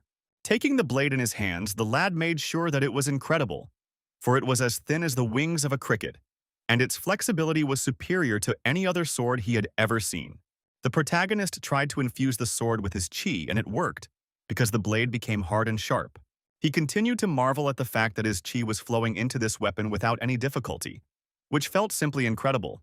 The man pointed at the very same wooden block and suggested that Lin Mu finally proceed with the trial. The young man gripped the weapon in his hands tightly and concentrated to complete such a difficult task. He sliced the air in front of him several times, trying to make 100 cuts in a few seconds. Lin Mu reported that he had finished his assignment and asked Mr. Wu to check the results. The pawnshop owner lumbered over to the wooden block and began to scrutinize the cuts the guy had left behind. In the end, he saw that the protagonist had failed to fulfill all the conditions. Yu Xinghai excitedly informed Mr. Lin that he had not succeeded at all. In fact, the protagonist couldn't believe this fact, so he asked the man to wrap up on the other side of the block. The sword wielder didn't object, and without further ado went around the block on the other side. As a result, he saw the same 100 cuts on the trees, which were exactly the same, as if they had been made to fit a ruler. Yu Xinghui was shocked that someone had still managed to leave all these marks in just one move. The guy laughed contentedly and asked if it was a confirmed fact that he was able to pass this test after all. At that time, the man happily announced that the protagonist had succeeded in passing the test, so now no one was worthy of this sword except Lin Mu. He solemnly handed over the case to the celebrant and confirmed that from now on, the Chu Hong blade belonged to its new master. Other than that, the protagonist said he had another small request and asked if the pawnshop owner could help with that. The guy wanted to make a belt to hide Chu Hong, so he asked Mr. Wu if he could make such a thing. The old man admitted that his skills weren't as good as they used to be, but he wouldn't mind trying to take on the job. Our hero was happy that everything was working out this way, and gave Wu Xinghui his card, asking him to call when everything was ready. The man also said that he would make the belt as a gift because he was very happy that Chu Hong had finally found his worthy owner. The protagonist then took his new weapon and said goodbye to Mr. Ao until their next meeting. After that, Lin Mu chose an abandoned wasteland on the outskirts of the city where he could try out his new sword without interference. The guy once again concentrated enough chi to merge with the blade into one. In his thoughts, he turned to Chu Hong's sword and asked for a demonstration of his full strength. All with a few blows, the protagonist managed to chop a huge block of rocks into small pieces. The guy didn't even expect to find such an awesome sword in the mortal world, and thought it was only for the best because it could help in battle. The next day, Lin Mu decided to meet up with an acquaintance whom he hadn't been able to say goodbye to properly due to his departure to New York. Yao Shenyan had already heard that it was because of our hero that the Luo family was able to return to the country safely. News about how the guy defeated a whole group of mutants quickly spread through the city, so the girl already knew all the details. Lin Mu couldn't stop marveling at the Yao family who had access to all the classified information. The girl said that Yao was an ancient martial clan, so they also have people working in Bao Lun's group. Now the young man was not at all surprised that she was so well informed about all the happenings in America. It turns out that our hero had some request for Yao Xianxian, so he held out a sheet with a list of herbs to her, asking for help in gathering them. The girl knew very well that these herbs were hard to find, so she immediately inquired why Lin Mu wanted to gather them. The fellow did not explain his plans in detail and replied briefly that he wanted to do some pillorying. Yao Shenxian still kept up with him and asked what kind of pills he wanted to make. The protagonist continued to keep the secret and promised to tell everything when he had already made the cure. Eventually, an acquaintance agreed to help and was going to contact the family's alchemist to prepare all these ingredients. Lin Mu immediately thanked Yao Xianxian for helping him. Now the guy decided to inquire about the filming of the movie there. The girl said that they were flying to the capital to shoot some outdoor scenes and would be staying there for a couple of days, and asked if our hero would be free to keep her company. The boy's eyes lit up with delight because he was all for it. as he had wanted to visit the capital for a long time. Yao Xiangxian decided to end their meeting because she still has to go back to the studio, and our hero offered to give her a ride to the right place. She refused help because she could get there on her own and quickly said goodbye to Lin Mu. Meanwhile, the protagonist decided to send a list of herbs to Ji Qinglan and Zhou Siyun so that they could help him as well. It was already evening when the boy returned to his home and began his usual training, learning the 13th movement of Tai Chi. He noticed that the movement was rather simple and gentle, so there was little belief that it would actually make a difference. The protagonist couldn't help but feel that he was making some kind of mistake, so he concentrated more on training. Eventually, he thought the mistake might lie in the materials Mr. Liu had given him, though it was literally impossible. The young man came to the conclusion that he should look at the manual again and study it carefully because he might have missed some detail. A couple minutes later, he was already sitting at his computer and going over all the video lessons again, watching every move. In the manual, aside from explaining the various stages of cultivation, there were also only 13 simple Tai Chi movements. The protagonist continued to actively search for the problem, which still could not give him any peace. Eventually, he did manage to find that little detail that was ruining everything. The guy noticed that the creator had gone back to basics, so the average practitioner wouldn't be able to recognize what was behind it all. He realized that he had been careless all this time and was already thinking that this was a completely useless manual. But the whole point was that Tai Chi's creator must already be at the golden core level, and if not for the meager spirit chi in this mortal world, he would be able to be of a higher level. After once again scrutinizing all the techniques, the protagonist went outside again to practice. Lin Mu combined normal movements with his chi to squeeze the most out of these techniques. After a couple hours, our hero finally felt he had mastered the 13th movement. In fact, the guy hadn't even expected that practicing movements 1 through 13 would allow his chi to flow through his body without any obstacles. At this moment, he was approached by Zixi, who inquired about the last movement in his training. The girl noted that it was very similar to Tai Chi, but it felt a little different. The protagonist confirmed her speculation and explained that he was just practicing Tai Chi. Zixi had heard that this technique was a form of meditation, so she couldn't understand why the young man was practicing such a thing. Lin Mu then explained that if she wanted to understand the entire concept of Tai Chi, she would first need to open so many punctuation points of her body. The girl immediately guessed that our hero had already managed to pass this test, which was quite a shocking fact. The guy dismissed her assumptions because he only understood part of it all, and practice helps raise the cultivation level. Zixi, mesmerized by the skill of the protagonist, with burning eyes began to beg to teach her at least the basics of this amazing practice. To begin with, the main character decided to teach her basic movement and how to conduct chi through her body, and if she practiced with all the time, it would also help raise her kung fu level.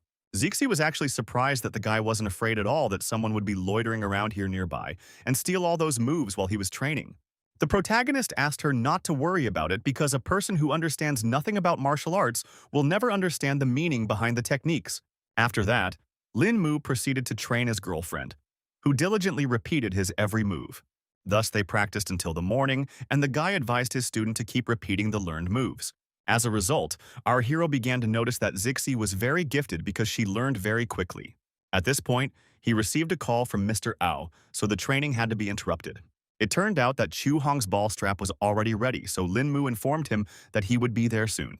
The young man explained that he had to go away to take care of some business, and when he returned, he would definitely continue his studies. It wasn't long before he arrived at Ao's pawn shop, where the owner was already waiting for him with the finished harness. The protagonist immediately noted that this accessory was a perfect fit for him, and thanked Wu Xinghui for doing such hard work.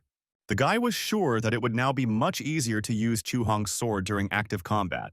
He recognized that the Wu family's blacksmithing skill was simply incredible, so he was lucky that he was able to stumble upon them and find this amazing sword. The man thanked for the compliments and emphasized that it only proved that the meeting between him and the Ao family was destined by fate itself. After that, the protagonist immediately went to Dragon Eye's training base to meet with his subordinates. He asked the warriors to always remember that on the path to cultivation, it didn't matter who started earlier, because the one who had already achieved something would immediately become the winner. In turn, all the soldiers were carefully absorbing all the information the protagonist was telling them. The guy also solemnly announced that from now on, everyone present would get new names. He asked everyone to remember well that their code names would now become their personal names as well. In addition, the protagonist was going to appoint 5 leaders for the teams, hoping that everyone who was interested would take part in the test selection. Of course, the soldiers appreciated such an idea because they would be able to show off their skills and prove themselves to the capital. Toward evening, Lin Mu returned to his home and started training his friend again. The girl had already repeated the desired movement many times and finally felt the right sensation. Our hero praised her for such diligence because all this time Zixi kept practicing. He decided to pick up where they left off last time and started with the first movement called Xian Ren Zhi Lu. This was followed by a second movement called Chen Kun Pan Chu. They spent all night hours in exhausting training, and only with the first rays of the sun, completely exhausted, went for a long-awaited rest. The protagonist found it amusing that his student fell asleep as soon as her head touched the soft couch cushion. The guy lamented that he didn't have a simple life like Zixi, so he had to run errands again. Quite soon, he met up with Yao Xianqian, who immediately noticed that he looked rather tired. Lin Mu already, he was beginning to feel the effects of spending his time training the Dragon Eye brothers during the day and practicing Zixi at night. Meanwhile, they have already arrived at the airport to fly from here to the capital for filming. The girl informed the director, who was still dealing with some issues, that they had already arrived on the spot. The man got excited when he saw the main actors and suggested we finally head for the plane. As they took their seats on board, Lin Mu decided to talk to Qian Qian. The guy warned that he was going to sleep a little, and his companion was not against it because she understood that our hero needed a good rest. He was going to savor this beautiful moment when he could finally rest in peace. Suddenly, Lin Mu heard some strange sound that interrupted the small rest. The protagonist was sure that a gunshot had sounded in the cockpit and began to suspect that someone was trying to hijack the plane. Yao Xianqian noticed that the guy tensed up even though he was about to sleep before. So she asked what was the reason for his awakening. The guy asked her to be quiet because someone was probably hijacking the plane. The girl could not understand where such assumptions came from, and the protagonist explained that he had just heard gunshots from the direction of the business class. Lin Mu assumed that the bandits would be here by now, so he asked Yao Xianqian to close her eyes and pretend to be asleep. Eventually, the young man's assumptions came true, and just minutes later the intruders burst into the first classroom. The masked villain ordered everyone awake and announced that there was an airplane hijacking going on right now. He explained that they had no goal of hurting ordinary people, because they were looking for a specific person. The director breathed a sigh of relief because he was sure he would not be touched now. The bandit asked all passengers to remain in their seats until boarding until the bandits let them go. The men, trembling with fear, obediently complied with every demand of the bandits, their eyes running in terror, but they dared not disobey. Suddenly, the invader pointed the gun at the principal and once again asked if everyone understood how to proceed. The man hesitated for a second, but then quickly answered the armed man's questions. Bandit emphasized that as long as everyone cooperates, everything will be fine. But if anyone wants to play the hero, he asked not to be blamed for being ruthless. Suddenly, the main character appeared behind him and asked if he had a real gun. The intruder turned around sharply and asked how the guy managed to get here so quickly. The entire crew was shocked to see how Lin Mu decided to risk his life so much. The bandit began to shout irritably that it was, of course, a real gun, and suggested that Lin Mu try it out for himself. Our hero pretended that he was just curious to see the real weapons because they usually use props on set. Yao Xiangxian maintained an icy calmness. Her lips touched with a slight sneer because she knew for sure that the criminal had made a fatal mistake by contacting this person. Lin Mu went on to say that he was only a fan of guns and noted that the bandit was holding a limited edition Arthur revolver.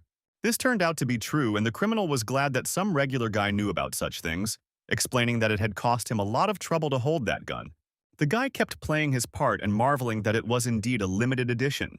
Eventually, the bandit ordered our hero to return to his seat and stop talking about meaningless things. After this conversation, the main character only laughed off the fact that this bunch of idiots are trying to kidnap an airplane. Of course, the guy didn't bother to sit back in his seat and rushed over to attack one of the bandits from the back. The villain didn't expect to find such a bold person, so he didn't even react to Lin Mu's sly strike. One lightning-fast blow and the man collapsed to the floor, his consciousness shutting down before his body even touched the ground. The director turned pale, his eyes widening in horror, as he couldn't believe that someone dared to break the rules, endangering the lives of all the hostages. The main character didn't expect his boss to believe this guy's words and be so scared. Eventually, the man admitted that maybe he had exaggerated the problem a bit. Other staff members also agreed that they did not have to sit here and wait for their fate, because they could only count on themselves.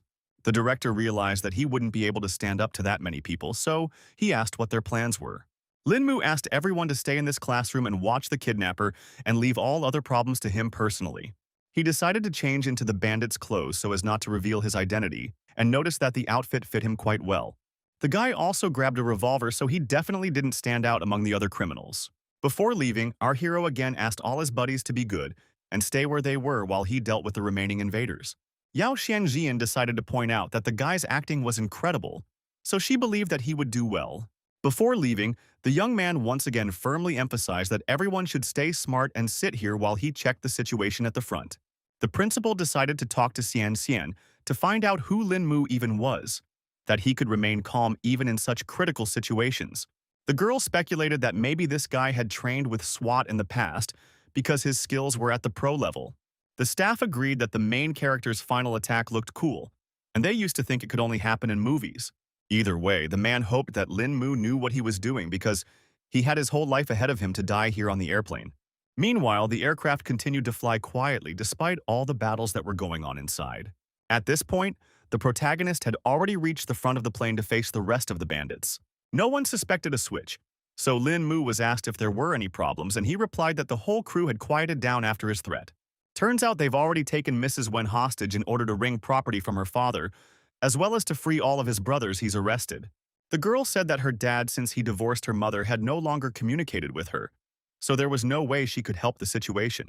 The bandits were aware that Director Wen sent them money every month, so it was obvious that there was minimal communication between them. Mrs. Wen thought it was her father's responsibility because it was only living expenses for her mother, who was bedridden at home and had no income. The criminal didn't even expect that the principal was such a heartless man who refused to give up his bedridden wife, so he even had sympathy for their hostage. At the same time, he wasn't going to stop there and asked Mrs. Wen to give him the phone. The girl realized she had better cooperate, so she handed over her gadget without further ado. The bandit rummaged through her phone for a few seconds and found the information she needed. He decided to talk to Director Wen directly, so he found his contact in the hostage's phone.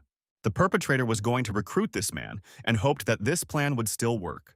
The captor assumed that the girl hadn't heard her father's voice in a long time, so he offered to listen to it together during this call.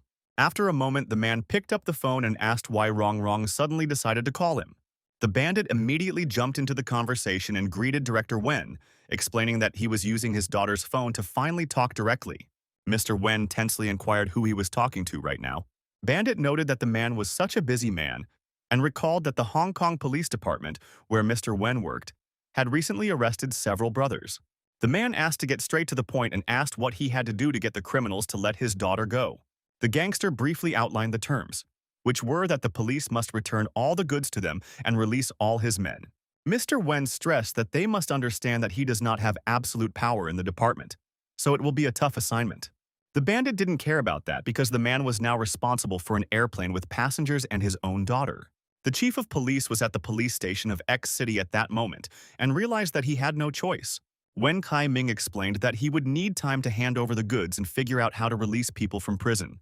Bandit informed him that the principal only had 30 minutes to resolve all issues because otherwise his daughter would be dead. At this point, one of the officers reported that they had already managed to find the phone signal where the call was coming from. They found that the perpetrator made the call from a satellite phone using Mrs. Wen's number, and the signal came from an East Sea airline plane flying out of the East Sea toward the capital. Eventually, the gang leader ordered that the pilots be forced to reroute and continue to stick to the plan of making an emergency landing. The disguised Lin Mu was fine with such an idea and agreed to do it himself because he just wanted to use the restroom. At this moment, one of the bandits asked everyone to hurry up since there was such an important reason. The protagonist seized the opportunity and returned to his acquaintances in first grade. Everyone tensed up when they saw the cloaked guy because they didn't fully understand whether Lin Mu or the bandit was standing in front of them. The young man assured that it was him and said that the terrorists wanted to change the route, so he was just going to say hello to the pilots. He again asked everyone to stay in their seats and not move until he returned. The protagonist walked into the cockpit and told the two men sitting there that he had important information for them. One of the pilots asked with a smile if the bandits were having fun while they were trying to hijack the plane. Lin Mu now realized that the pilots were in league with the terrorists, making the whole situation very complicated. The second manager asked how it went and hoped the bandits had taken care of everything. The protagonist didn't give any sign and replied that everything was under control, adding that he had come to tell about the reroute to the emergency landing site. The pilots were surprised to hear such a change because it was a little earlier than planned, but promised that everything would be fine. They began pulling the right levers on the control panel to change the route and select a new landing spot. At that time, the system reported that the route had been changed and the autopilot turned on. Lin Mu realized that it was time to take charge of the situation and knocked out the pilots with one precise strike. He reported that the pilots could now get some sleep and rest while the system did everything for them. Our hero then dragged their bodies to his acquaintances and asked them to keep an eye on the two. The director couldn't understand why Lin Mu just they talked to the pilots, and now he couldn't understand who was flying the plane. The protagonist explained that the pilots were in league with the terrorists or had simply been switched even earlier. The guy said the plane was on autopilot now and promised to talk when he had dealt with the rest of the bandits. Meanwhile, the criminals had praised Lin Mu for his successful work and were now just waiting to board. Our hero didn't waste any time and also knocked out the first terrorist on his way with one blow. He wished the criminal a good night, joining the others with other allies who also lay passed out. The bandit who was sitting next to Mrs. Wen heard some strange sounds and immediately asked what was going on. Lin Mu didn't bother to explain anything, and after using a few important acupuncture points, he disarmed another bandit. The girl looked at what had been done to the terrorist, and there was at once some hope of rescue in her eyes. She gingerly looked up and asked the protagonist who he was. The guy identified himself as a mere annoying passenger and, holding out his phone, asked Mrs. Wen to call his father and let him know that the plane was now safe. The police chief was surprised when, not long afterward, Rong called him to inform him that the terrorists were already under control. He understood everything perfectly and promised to contact Jingdu International Airport right away and ask for help. The police officers quickly contacted Captain Mishima, apologizing for any inconvenience their requests had caused. The man didn't see it as a problem because he was willing to do whatever it took to save that airplane. He quickly turned to the desired flight and introduced himself as the Jingdu Airport CDC, requesting a response from the board. He was immediately answered by the protagonist, who was waiting for the next instructions to successfully land the plane. Captain Mishima asked him to follow instructions to bring the flight safely to their airport. The guy understood everything perfectly and was going to change his destination according to the pilot's instructions. The man noted that Lin Mu was doing quite well and the flight destination was already being reconfigured. The plane is expected to arrive at Kyoto in 40 minutes and begin its descent in 42, at which time the captain will command our hero to land. At the right time, several fire trucks, ambulances, and police cars were already gathered at the landing strip, waiting for the terrorist board to land. The staff had already seen what the flight needed to board and prepared for it. The protagonist reported that the airspeed, wind speed, and angle were appropriate for the conditions, requesting the airport to land.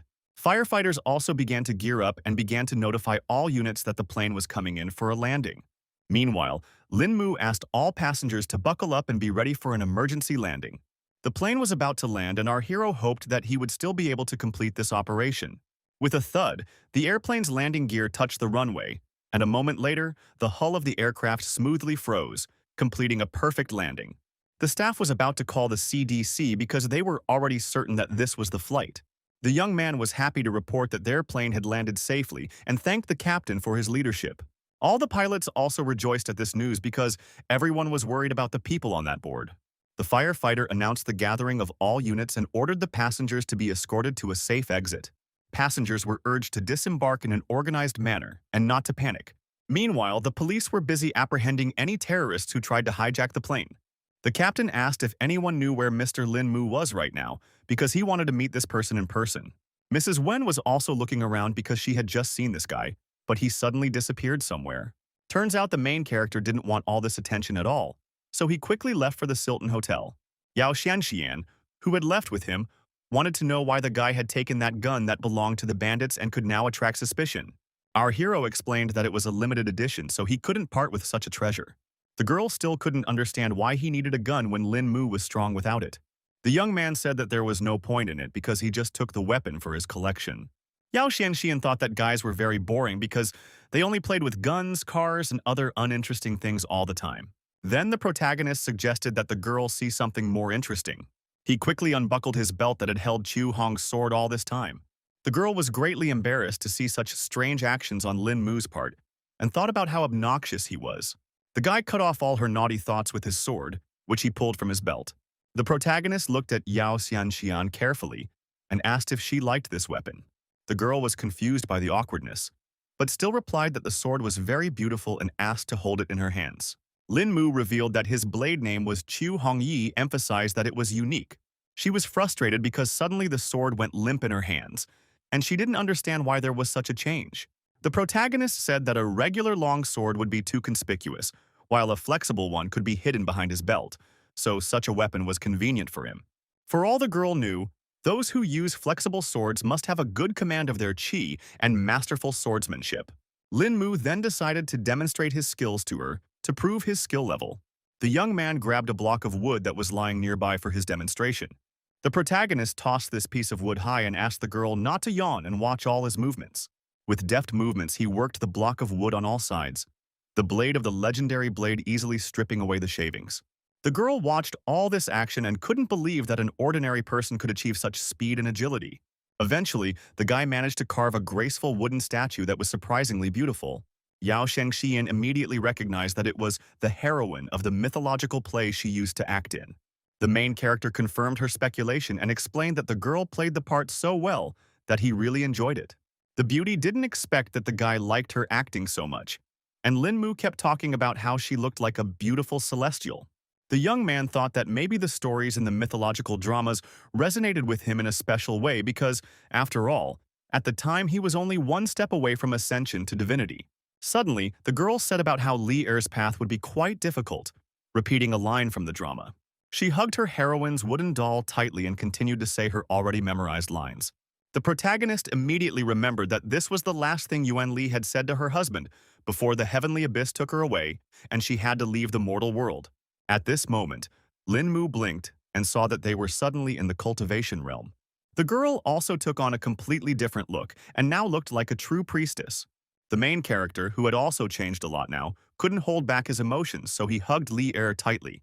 Lin Mu gently kissed the extraterrestrial beauty, repeating a scene from that very mythological drama.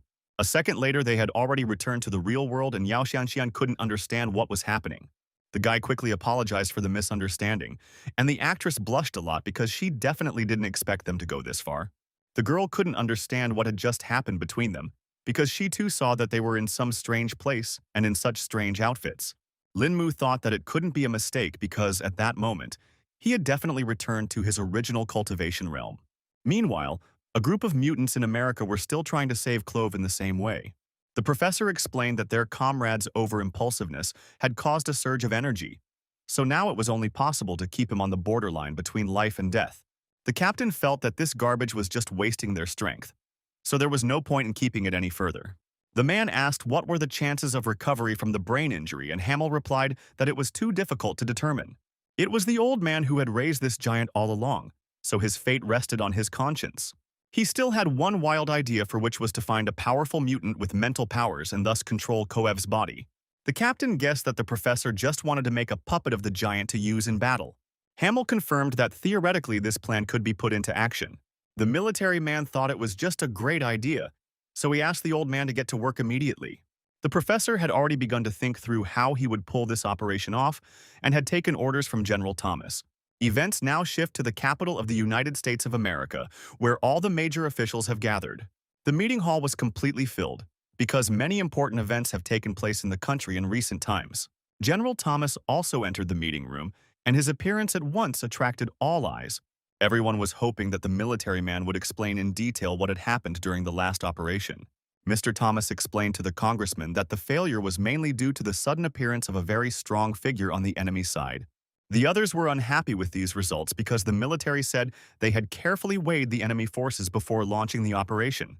The general confirmed and emphasized that after the assessment, they did believe that the task would be successfully completed. The congressman couldn't believe that they had sent so many men and ended up failing some one opponent. Mr. Thomas reported that the thing was that their level 4 mutants couldn't even withstand a single bout of this man's attacks, so he suspected that his real strength surpassed level 5.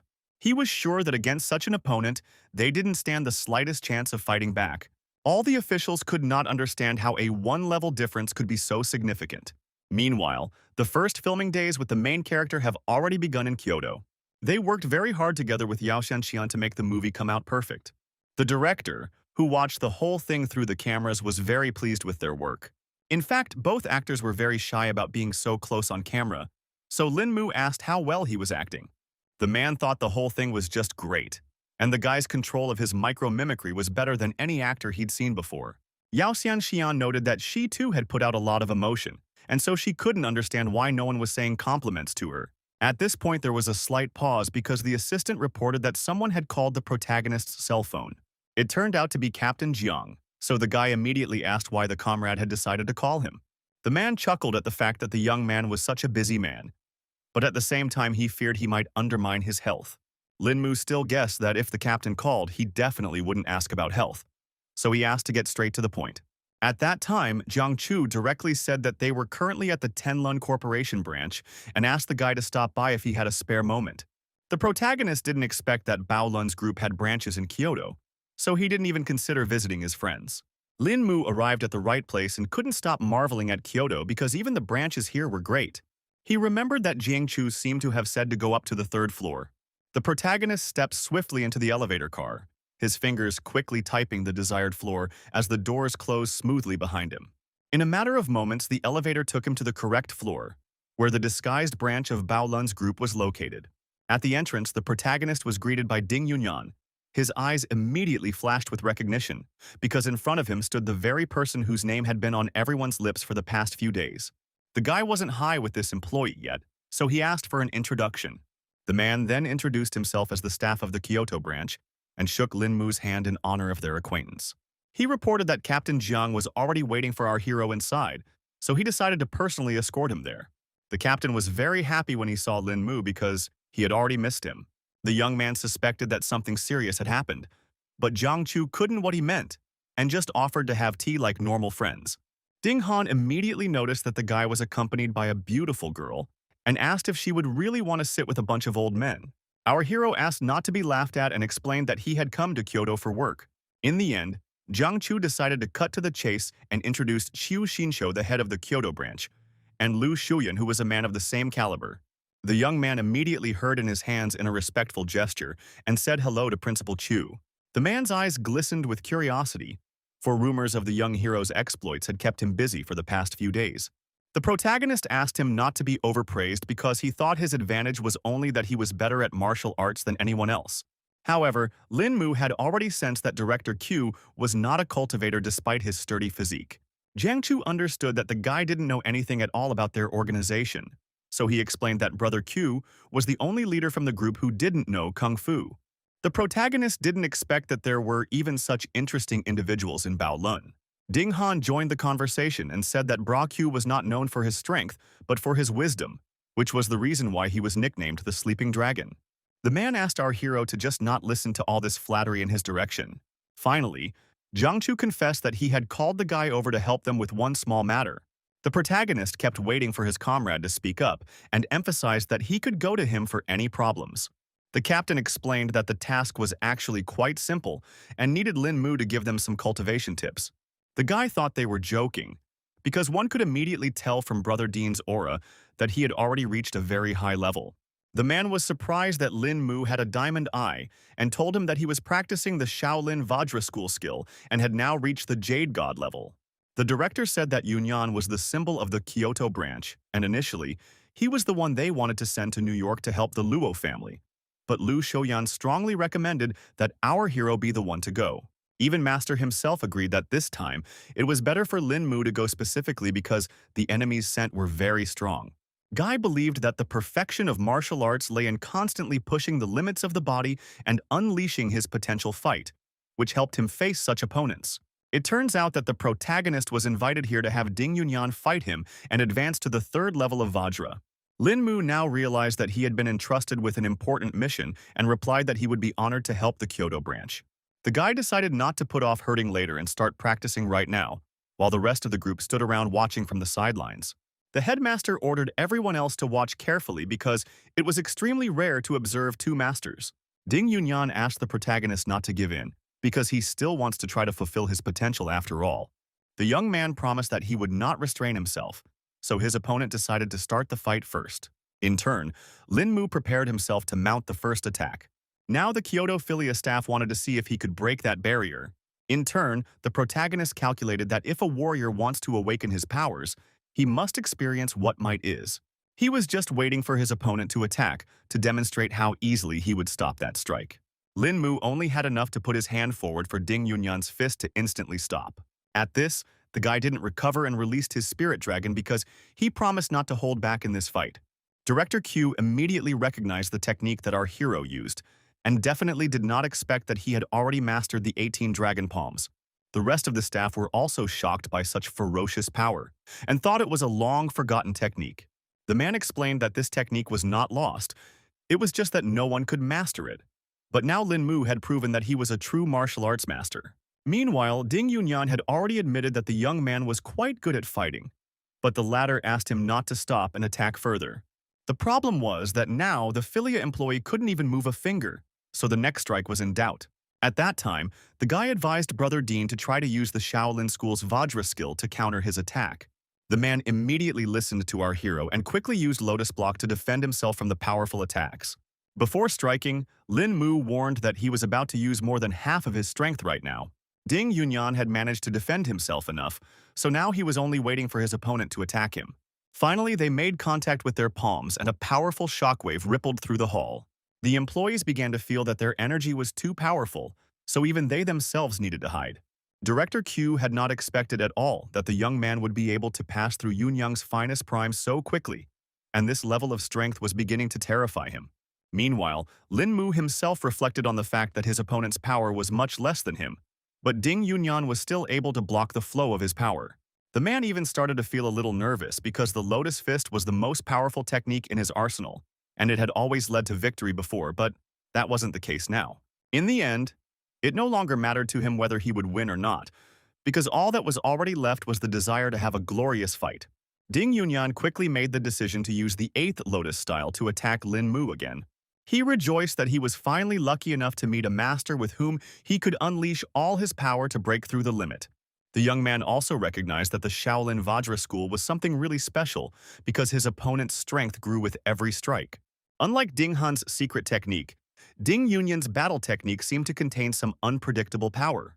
The man began to feel that our hero was testing his movements, and the Lotus Fist was just calculated to awaken every cell in his body and achieve an increase in strength. Lin Mu was becoming more and more interested in his opponent's technique, so he wanted to take a closer look at his opponent's abilities. Ding Han began to feel that his aura had intensified, and Jiang Chu suspected that our hero just wanted to tussle with the Moto's fist. It was getting fiercer by the second, but Lin Mu continued to dodge all the attacks with ease. The young man once again began to feel that Ding Yunyan's strength had increased significantly in just a few seconds, which was simply an astonishing phenomenon. The man was about to attack our hero again, but before he did, he asked how he felt about the Lotus Fist technique. Lin Mu recognized that his opponent's technique was indeed getting stronger and more ferocious, so he had better try out the recently mastered 13 forms of Tai Chi. He decided to parry this blow quickly, assuming it might cool his ardor. Ding Yunyan didn't immediately realize what the protagonist was about to do, so he didn't have time to react to his parry. The man couldn't believe that just now, Lin Mu really had completely neutralized his technique. Even Jiang Chu couldn't understand what was going on because the main character seems to see through Ding Yunyan's actions. Eventually, the Filia employee was able to react to the change of scenery in time and ended up attacking the guy several times with Lotus Strike. The protagonist was able to place a solid shield in front of him with the help of the 13 Tai Chi forms, so all of the opponent's attacks were useless. In fact, even Lin Mu was starting to feel the pressure, so the defense was becoming harder and harder to hold on to. Despite this, the guy still managed to neutralize Yunyan's technique with simple Tai Chi movements. The headmaster was no longer surprised by anything because the young man had already used the 18 Dragon Palm before, so such tricks were within his power. But that didn't change the fact that the 18 Dragon Palms and the Lotus technique were like heaven and earth in the world of martial arts. Everyone marveled at just how deep Lin Mu's understanding of the harmony of arts was, allowing him to suppress the Lotus technique with the most ordinary technique. Meanwhile, the protagonist began to realize that the next events in the battle depended solely on him. The guy quickly regrouped and landed another blow on his opponent, who was a bit distraught after his crushing setback. Ding Yunyan didn't have time to block such fast attacks, so he flew away from Lin Mu without strength. In the end, the fighter recognized that Brother Lin was unimaginably strong, so he would admit defeat after all. It seems that it wasn't the end yet, because the main character's chi energy began to form into a golden dragon in front of him. Principal Q noticed that this ornament was similar to Taiji's skillful dragon drawing. Others noticed that there were no energy fluctuations in the young man's palms at the same time, so they began to suspect that it was only an illusion. Jiang Chu and Ding Han felt that they still needed to intervene in this fight, so they shielded their comrade from Lin Mu. Only now has the protagonist finally come to his senses and realized that something strange is going on. The young man, who had only recently mastered this complex technique, had not yet had time to learn how to fully control it, and now his consciousness suddenly shut down, plunging him into darkness for a while. He warned everyone to disperse to the sides, and released the golden dragon formed.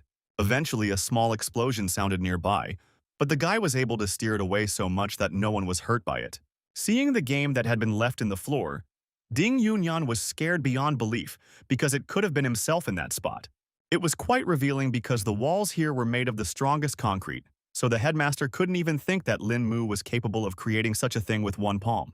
Jiang Chu felt that this was all too much because if a person was hit by such a blow, he was afraid that there would be nothing left of the victim. The young man apologized for nearly losing control and asked his sparring partner if he was okay after such a scuffle. In spite of his serious condition, the man replied that it was only a small scratch for him, and he now worships the skill of our hero. Director Q ordered all subordinates to quickly leave this room and think hard about what they could learn from the battle they had seen. At that moment, a call came to our hero's phone, which distracted him a little from the aftermath of the past fight. It turned out to be Yao Xianxian, who was somehow awake at this late hour. The captain noticed it right away and started laughing at the fact that this beautiful young lady was worried about the fact that the guy still wasn't home. It seemed that something serious had happened after all, because the girl had fallen down in the middle of the bathroom and was now asking Lin Mu to hurry back to her. With a trembling voice, she literally begged to be saved, but the explanation came with great difficulty. The protagonist tried to shout to the girl, but she had already hung up the phone and did not answer his questions. Xianxian plopped down on the bathroom floor and tried to say that she wouldn't last long, but Lin Mu couldn't hear it anymore. Jiang Chu heard that the guy had something going on and excitedly asked why his girlfriend was calling. The protagonist immediately handed the phone to his comrade and asked him to track the girl's location as quickly as possible. The captain quickly ran into Xiao, who could help them with this matter. He explained to his subordinate that he urgently needed to know the exact location of a particular number. The guy quickly connected his phone to the computer and started searching for Yao Xianxian. In just a couple of seconds, Xiao had already received a map that marked the location of the phone. The captain asked Lin Mu to go first while he stayed at the base to relay the refined coordinates over the phone.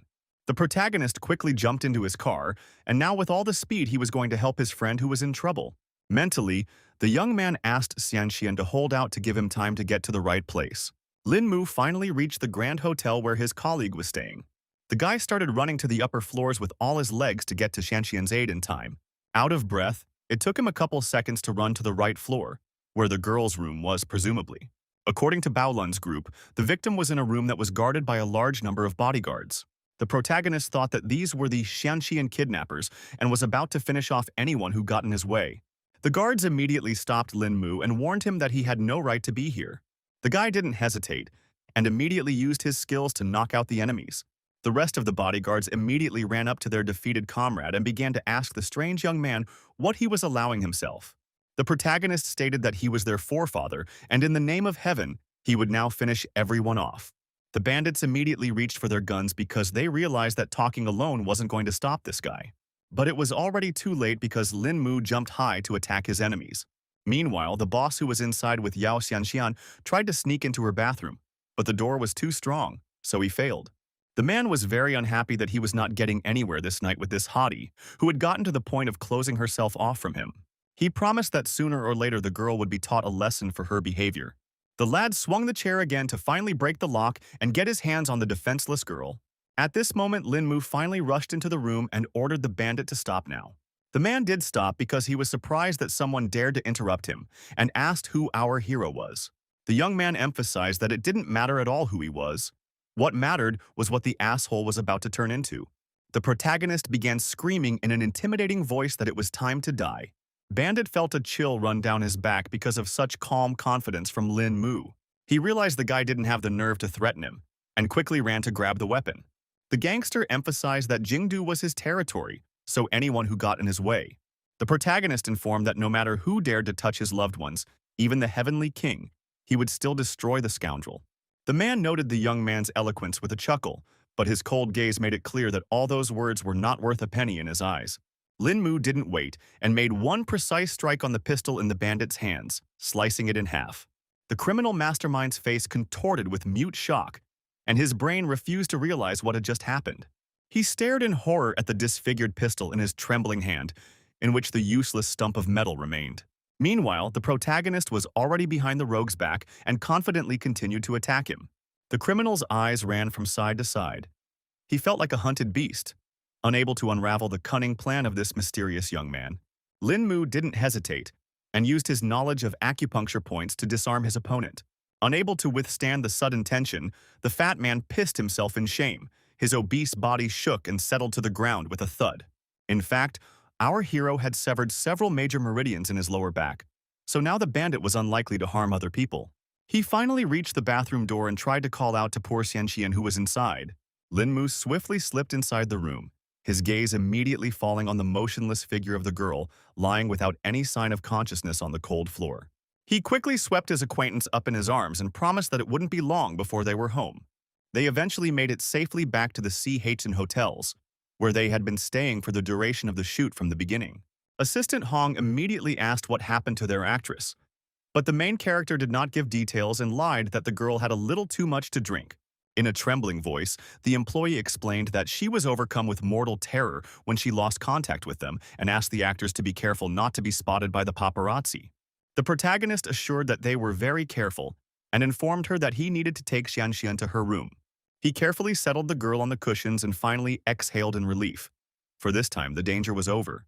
The guy didn't even want to think about the bad consequences because he promised that he would let more incidents like this happen. Also, our hero noticed that the sleeping pills that Xianxian drank were quite strong and had penetrated every cell in her body, causing her to be in such a state. In short, Lin Mu needs to help the girl get rid of these toxins to speed up the process. With his cultivation level, one could use needle transformation for a long time and thus carry around a set of silver needles all the time, which could be needed so suddenly. The poison has already spread throughout Xianxian's body, so the protagonist needs to act as quickly as possible. When the girl finally woke up, she revealed that before that she had met with her classmate who had set her up so meanly. The protagonist immediately asked if she had a photo of a classmate, and Xianxian replied that they had just taken a photo together that evening. The girl also revealed that the sneaky, lousy girl's name was Shen Hui. The next day, Lin Mu already knew all the information about the classmate that Brother Zhang had helped him with. Our hero now had a whole dossier on Shen Yue in his phone, which was supposed to help avenge Xianxian. In the evening, the young man decided to go to the very bar where the girls had rested the previous night. The face of the employee at the entrance of the establishment immediately lit up with a smile, and he greeted their new guest. The protagonist immediately handed him the phone with Shen Zui's picture on it and asked if this girl was here. The guy immediately said that she was a frequent guest at their establishment, and she was currently at the bar. And Lin Mu pretended that he was her friend and asked him to take him to this girl. Meanwhile, near the bar, the evening life was boiling. Everyone was chatting and drinking cocktails. Shenju herself had hooked up with some other bandit and was now listening to his life stories. A man was talking in all seriousness about how he had killed one lover of his. It seems the girl definitely didn't expect to hear something so horrible, so she froze in mute shock. In the end, the bandit only laughed and explained that it was all said just for a harmless joke. Then he turned to Lin Mu, whom he mistook for a waiter, and asked him to bring 2 more margaritas for them. The protagonist, observing this whole situation, immediately thought that this girl did not create a good impression. The man was displeased that the young man still stood still and did not fulfill his order. That was when Lin Mu finally decided to approach their table and explained that he was not a waiter. The guy immediately declared that it was Shen Xue he was looking for, pointing his finger directly at her. The gangster wasn't happy that the kid was starting to pry because he had already bought this beauty. Our hero knew how to influence such people, so he carefully opened his jacket, revealing the pistol in the pocket, and began to threaten this impertinent man. The bandit was not at all frightened and started talking about how he didn't mean to insult Lin Mu at all, promising that he would leave this place right now. He ran with all his legs towards the exit, pushing everyone in his way so the guy definitely couldn't catch up with him. Shenzhu was also starting to get worried, so she asked what the main character wanted. Lin Mu, after demonstrating that he had all the information on the girl, emphasized that she was definitely in no position to ask questions right now and promised that he would let her go if he got honest answers. Such an argument quickly worked on Xianxian's classmate, so she agreed to all the conditions. The first thing our hero asked was if they had drinks with his acquaintance yesterday, and Shen Jue started to tell him that they had studied together years ago, so she called her to meet here. The guy thought that such special treatment of a mere classmate was too suspicious, so he demanded that the girl answer honestly. In the end, Shen Xue admitted that she was forced to deceive Yao Xianxian by threatening serious reprisal.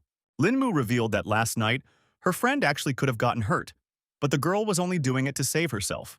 The protagonist asked not to push pity because it was obvious that she was the one to blame for everything. But at the same time, he was going to give a chance for redemption. After this conversation, they went to the Jinting Grand Hotel, where the girl immediately called Brother Kun, her boss, to complain as if someone here was making her uncomfortable and unwilling to pay. She continued to pretend that she had gone to the restroom to discreetly call her acquaintance and asked what she should do. The boss decided to come over on his own to handle the whole situation, so Shen Xue quickly gave her address.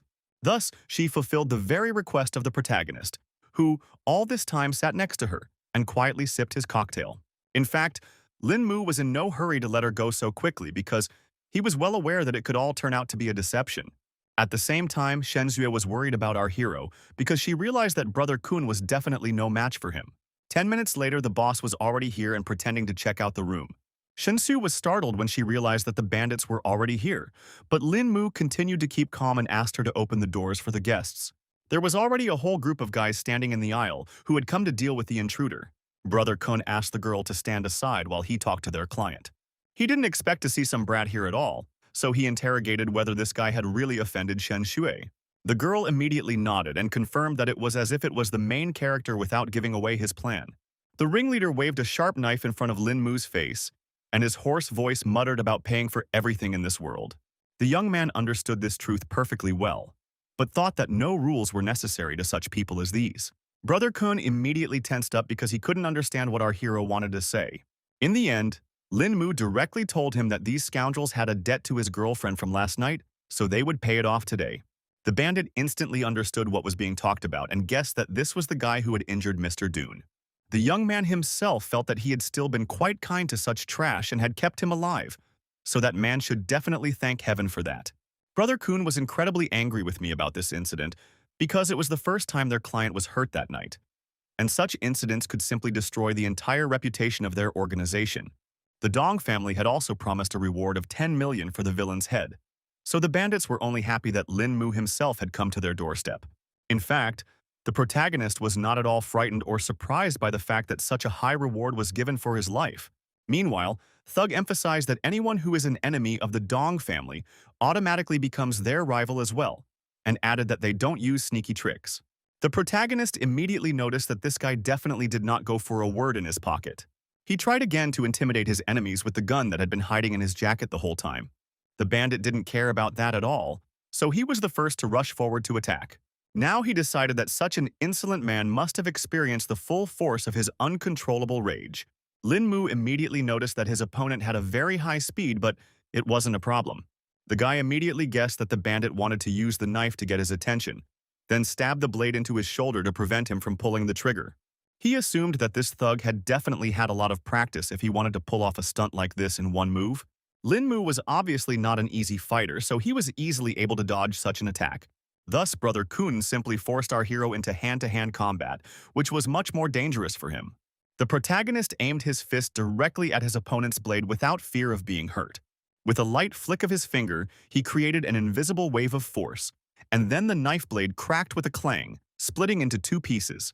The bandit froze abruptly in place, his eyes widening at the realization of his own defenselessness as he now clutched only the useless fragment of a blade in his hands. This blade was made of high-grade steel, and it only took a month to sharpen it alone, and Lin Mu had dealt with it so quickly. Lin Mu was well aware that Brother Kun was just solving money matters, so he asked to take him to the ringleader, promising that he wouldn't cause any more problems. Suddenly, the enemy sharply bounced to a safe distance, making it clear that he does not intend to help the protagonist. The bandit didn't see the point of it because it was just the guy's own problems, which didn't intersect with his interests. The protagonist coldly explained that he would never have paid attention to them if their actions hadn't affected people dear to him. In the end, Brother Kun recognized that Lin Mu was strong, but the leaders of the gang were also no slouches, so going up against the likes of them was dumb. The young man emphasized that it would no longer be the bandit's own problem, because he only needs to take our hero to the top. The gangster couldn't stand up to the guy anymore, so he agreed to help if the guy didn't give him away. Lin Mu understood perfectly well that the guy was afraid, but he also emphasized that he was definitely not in a position to set conditions. Brother Kun explained that if his bosses found out that he was the one who snitched on the gang, they would just kill his whole family. The protagonist promised that he would not give away the bandit, so he asked to finally take him to the right place. It wasn't long before they pulled up to Kaishuan nightclub, one of the most famous places in Jindu. Brother Kun had explained to Lin Mu that the person he was looking for, known by the nickname Leopard, should be here, but his real name remained a mystery. The young man thanked him for his help but warned him that there would be no mercy if he had just been tricked. Before parting, the bandit even wished our hero good luck, because he understood perfectly well what kind of people he would be dealing with. The lad quickly approached the boys who were standing outside the club and told them that he had some business to attend to with Leopard and asked to be shown the way.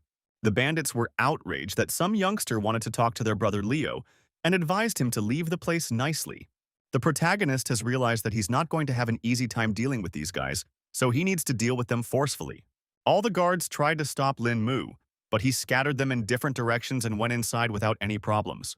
In fact, the guy couldn't understand what was wrong with all the people in the club because there was a serious fight going on here and they weren't even paying attention to it. Lin Mu realized that just his fists wouldn't be enough here, so he decided to act tougher.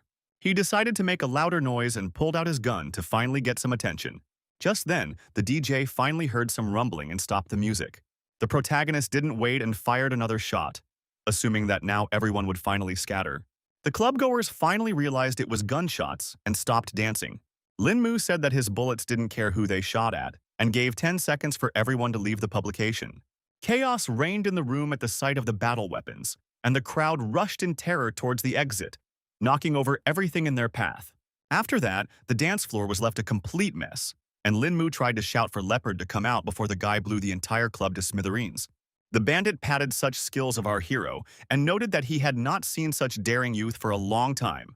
The young man immediately interrogated if it was really the same Leopard standing in front of him. The man in the leopard coat confirmed that he was the leader of the gang. He inquired as to the reason why the protagonist had made such a big fuss here. Guy inquired whether Leopard had received a guest with the surname Dunn last night. The bandit immediately realized that the man who had crippled his client stood before him, not expecting him to come to her lessons himself. Lin Mu explained that he had decided to save a little time, and advised the leader to let his men go if he didn't want the same fate for them. The leopard thought it was all just bragging, and suggested that the young man go through his fighters first. He had already had to face death many times to achieve his position, so he wasn't afraid of some kid. The bandit wasn't happy that the kid had decided to trash an entire club, so he wasn't going to let him leave here alive. Lin Mu was still calm despite his opponents surrounding him from all sides. The protagonist quickly glanced around the room, noting at once that this was a very dubious contingent. Lin Mu had already attacked the first opponent and said that it was still unclear who would die today. The first bandit, of course, could not resist such a precise and strong blow, so he flew aside without strength. The bandit became even angrier when they saw what had become of their comrade, so they tried to attack the young man again. The protagonist looked around the entire crowd and asked them to attack together so as not to waste his time. Without losing momentum, he instantly switched to a new opponent, his fist already rushing towards the face of his next victim with frightening precision. The other bandit was kicked right in the chest and also could no longer continue the fight. After dealing with all the gang members, Lin Mu turned to Leopard and emphasized that it looked like he had just collected a bunch of trash. The leader only recognized that the guy had great technique, and now understood why he dared to come alone. But he also reminded about the saying that says that one is not a warrior in the field, and promised that today our hero will definitely learn it. Also, new warriors had already come to their aid and suddenly jumped down from the balcony. Lin Mu immediately sensed that these were more serious opponents because their speed was surprising. Other than that, they had a stacked job because the whole group decided to attack from below and above at the same time. The protagonists saw that their movement was free, and their understanding was at the highest level, so they acted without any words. In any case, Lin Mu was confident in his strength, so it still wasn't enough to win. He, having slipped through all his opponents, decided to attack the first one he could get his hands on. The fighters stopped abruptly, because they couldn't understand what technique the protagonist decided to use. In the end, with one strike, Lin Mu attacked 3 enemies at once, but those enemies managed to put up a block. As a result, they flew off to the side and were now asking Brother Leo to come down because they were beginning to feel that they could not handle such a strong opponent. The boss definitely didn't expect things to turn out this way, because he was afraid that more of the guy himself would get hurt from such a fight. The bandits were still trying to change their leader's mind because they hadn't seen such an experienced fighter yet. Then the man called out his other armed fighters and laughed at how weak the youth were. Everyone pointed their pistols at our hero, and Leopard praised him for not being a fool and bringing a gun. But at the same time, the leader wasn't sure if Lin Mu would be able to give a rebuff to such firepower. So he advised him to kneel down and beg for mercy. Suddenly, the man noticed that while he was talking, the agile guy had already disappeared somewhere. Turns out the main character was already behind him and explained that there is a simple truth that says that speed rules all the martial arts of the world. The gang leader couldn't understand at all how such a thing was even possible, and couldn't believe that there were people who could dodge bullets. He ordered his subordinates to fight to the end, and still stood bravely and promised to protect Brother Leo at all costs. Lin Mu was displeased that some rascals thought that if they mastered a bit of kung fu, they could create mayhem everywhere. The guy decided it was time to use his sword because he couldn't just bitch about insulting a martial arts principle. He didn't wait and rushed forward because he wanted to teach the bandits a lesson for this attitude. Suddenly, all the fighters felt a strange tingling sensation in their limbs, their muscles numbed as if paralyzed, leaving only the ability to watch helplessly. Everyone started screaming fearfully because they realized that they had already lost this fight. One by one, the fighters began to fall like underlings, their bodies hitting the ground hard, and trying to warn the boss to run away from this place sooner rather than later. Lin Mu informed Leopard that he had already wiped out the rest of his subordinates, so everything else he already had to blame on himself. In the end, the bandit asked the young man to take his time like this because he would definitely not dare to cross the path of the organization behind him. Our hero was of course interested in this information, so he asked the man to elaborate on what kind of power was behind his back. The leopard explained that the Yan family was behind him, and anyone in Jingdu who dared to insult any of them would turn into a walking corpse. Lin Mu was shocked when he heard who was actually behind the whole incident. The man realized that the kid was also familiar with the ruthlessness of this family, so he asked him to just let him go and forget about everything that had happened today. The protagonist explained that he originally wanted to keep the bandit alive, but since Yan was supporting him, this death would serve as a warning to them. The leopard started to stagger back in horror because he realized that the young man was not joking at all. Lin Mu announced in a firm voice that he would send this rascal to his final destination at this very moment, and his words sounded like an inevitable sentence. The man screamed and tried to prevent the inevitable, but the deadly blow could not be stopped. The protagonist did attack the bandit, but he didn't end up spilling a drop of blood. The leopard fell on his knees and started begging for mercy because he didn't want to die at all. Suddenly, he looked at his hands and realized he wasn't bleeding at all. Kyo Hong had actually struck the man's internal organs, but since the nerves were hardly hit, he wouldn't be able to feel all the pain at once. The bandit himself was confused because he was also sure that the blows had hit him. But in the end, he didn't feel any pain. Our hero advised him not to be too quick to rejoice, and warned him that Leopard had only 3 days to ask for help from his Janes. The guy asked to say hello to this family and let them know that Lin Mu always pay their bills. They just need to wait a little longer. An hour later, the whole gang had already learned about what had happened at the club that evening. The leopard returned to his subordinates and ordered them all to gather in his office.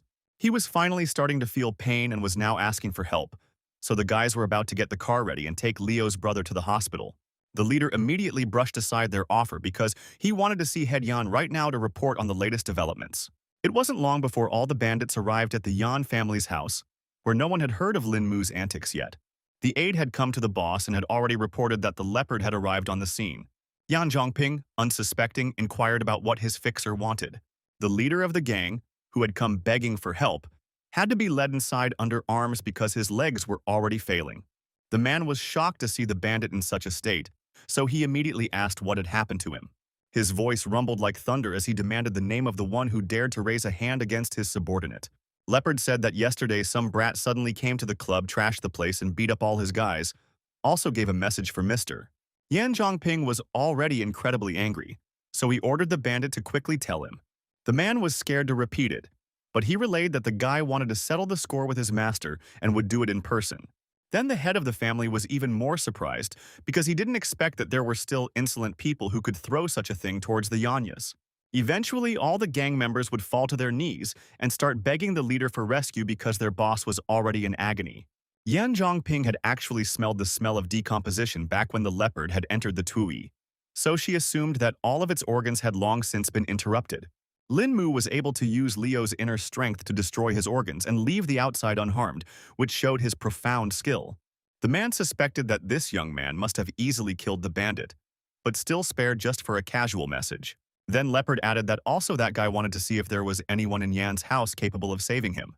He also knew of Boss Yan's great abilities, so he begged to find a way to save his life. Yan Zhongping realized that there was no choice, so he asked the other bandits to help his leader stand up.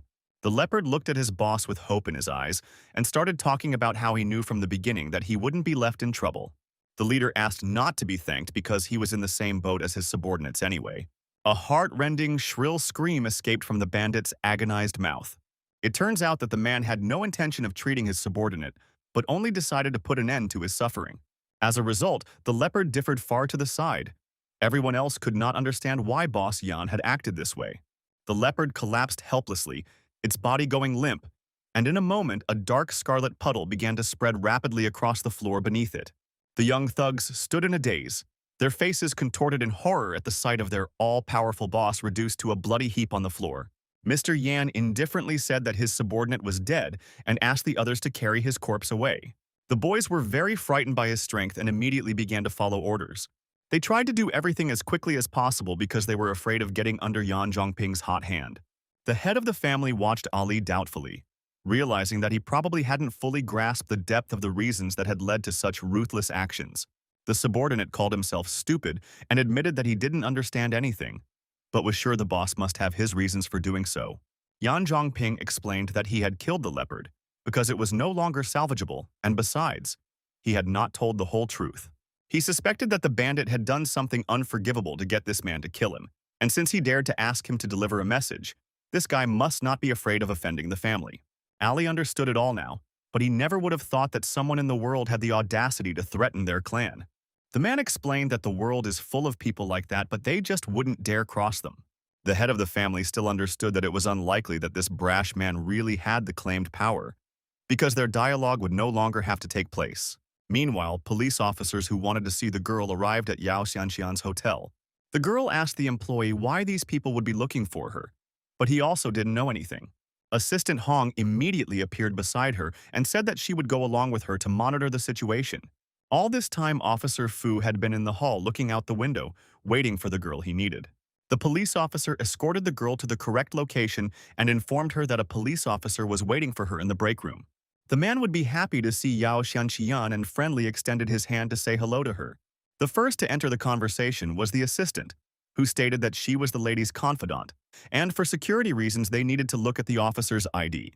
The old man didn't see it as a problem, so he immediately showed his ID. The girl noted that the ID was different from the others, so the policeman explained that he was in a special unit. The officer told them that they are dealing with unusual cases, so they need Ms. Yao's help in this investigation. The girl didn't understand anything, and wanted to know what was required of her in such a case. The man wanted to ask her some questions because in the evening, 2 days ago, she had visited a 5-star hotel with a certain lady named Shen Shui. The aide understood that leaking this information could have badly affected the actress's reputation, so she emphasized that it was a personal matter and Ms. Yao had the right not to answer. The old man then assured that their station could guarantee that the girl's private life would never become public. Yao Xianxian gently placed her hand on the shoulder of the worried assistant, letting her know that the situation was under control and agreed to go along with the police. Now the events are moved somewhere in Thailand to the base of the local mafia. Solinar, the leader of the faction, couldn't figure out where his goods were, so he reprimanded all of his subordinates. The guys reported that the mission failed because a mastermind showed up, interfering with their work and the right people couldn't get to their destination. The man couldn't understand what all his men were doing that they couldn't handle some common intruder, and he wasn't about to believe that Chinese masters were now found at every turn. Turns out this shipment was worth over $1 billion, and if the subordinate can't get it back, it's all over. This was the common cargo of the 13 factions of the Golden Triangle, which was why this assignment was so important. The boss pulled a gun on one of the guys, who still realized it was his fault and agreed that he deserved to die. The man then lowered his weapon and emphasized that he didn't care at all about other people's lives, so he ordered him to find the goods, or else everyone present would be dead. The subordinates said they had already received confirmation of the information that Yuta and his group had moved with the goods to Jindu. The boss understood that this was terrible news because the neighborhood was too dangerous. He knew that Jindu was in the sphere of influence of Chinese factions, so they would never return the party themselves. The boss then immediately ordered his assistant to contact the vultures because only they would be able to return the goods. In parallel to these events, Yao Shenxian had already told the officer that she was already unconscious at the time of the kidnapping, so she did not see the perpetrators. At this point, the protagonist has just returned, finally dealing with all the problems. The guy noticed that his acquaintance seemed to be busy, and wondered who the gentleman was next to her. At that time, Xian Xian introduced Lin Mu in front of the policeman and told him that he was the one who would play the male lead in their movie. The protagonist said hello to the officer and immediately extended his hand to cement their acquaintance. The old man immediately had some strange feeling, so he began to suspect that this young man was far from being an unusual person. The protagonist noticed that Mr. Fu was looking at her strangely somehow, so he inquired what the matter was. The officer was confused because he didn't even know what to say, so he replied that it was okay. In the end, he thanked Mrs. Yao for her cooperation, as the overall situation was now clearer, but perhaps he would contact her again in the future. Toward the end, Lin Mu asked Officer Fu in all seriousness to be careful. Yao Xiangxian couldn't understand why the guy was looking at that gentleman so tensely and thought that he had already noticed something unusual.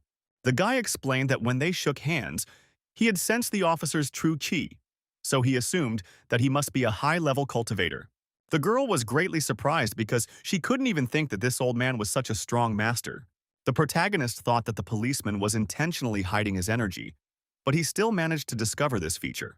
Mr. Fu, who had already gotten into his car, also wondered why, when they shook hands, he felt a powerful pressure from Lin Mu. He began to be even a little afraid because of the abnormal aura emanating from our hero, and already thought that he had managed to stumble upon the Grand Master. Meanwhile, one airplane landed at a private landing site in Vietnam. It turned out to be one of Solinar's old associates, one they hadn't crossed paths with in years. Cecil was surprised that the bandit had suddenly summoned him, so he inquired as to what was so important. The man said that he had some difficulties, so he urgently needed the help of a friend. The guy had already heard about the situation, so he didn't mind dealing with the case because he was like a fish in water in this matter.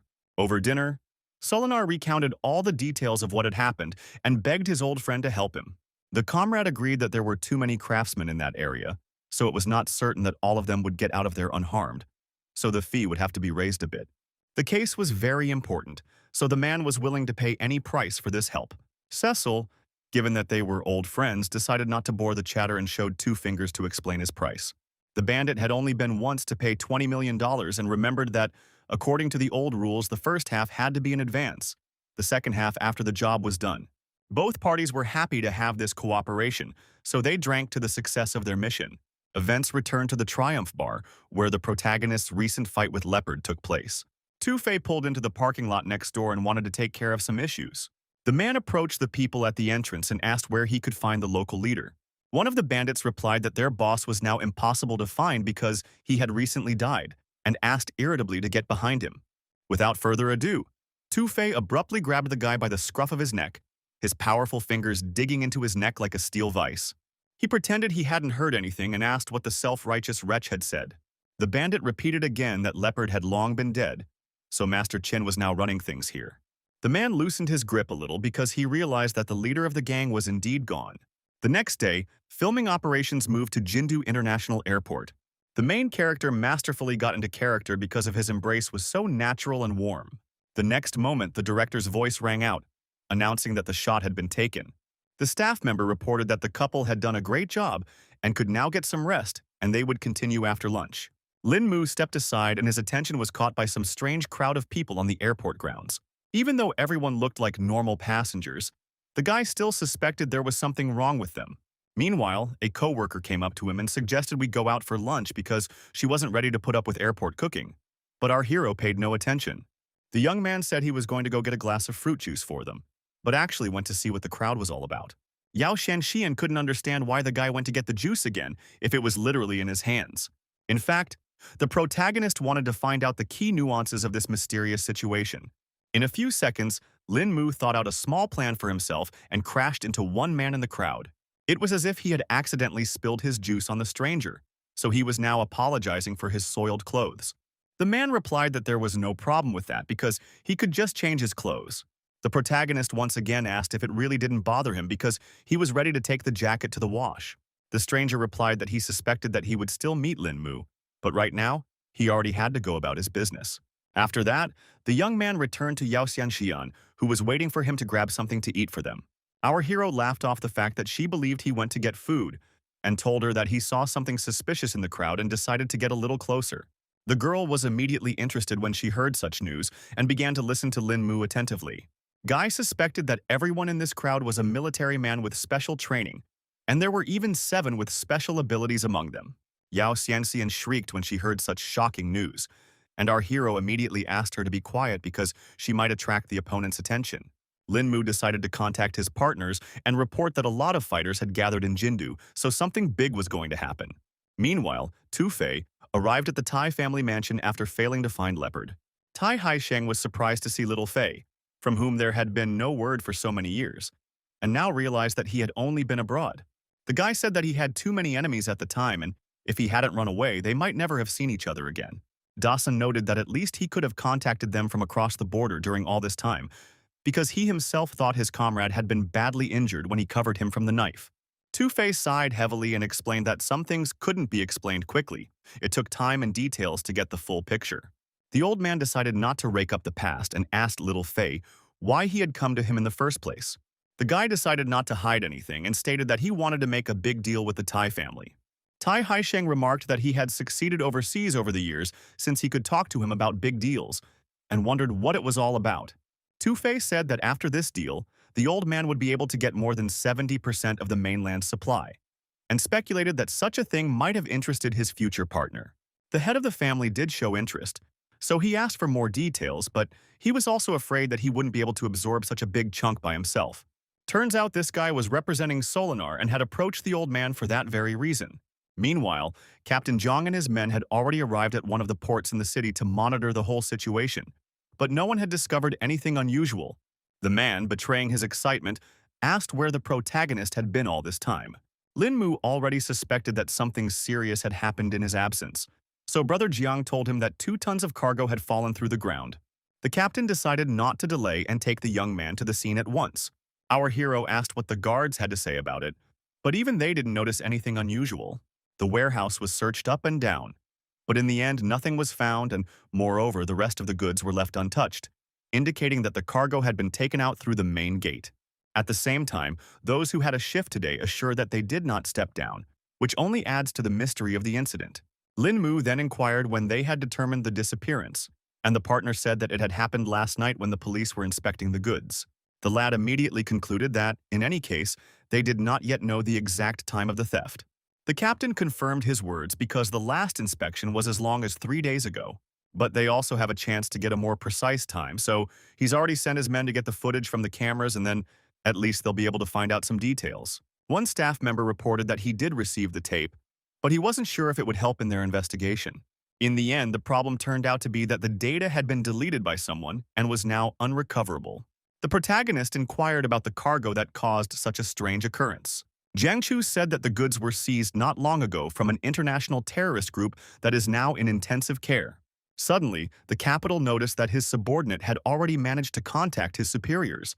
Meanwhile, as it turned out, someone was lodged in a skyscraper that was not far from the port, and was watching the actions of our heroes.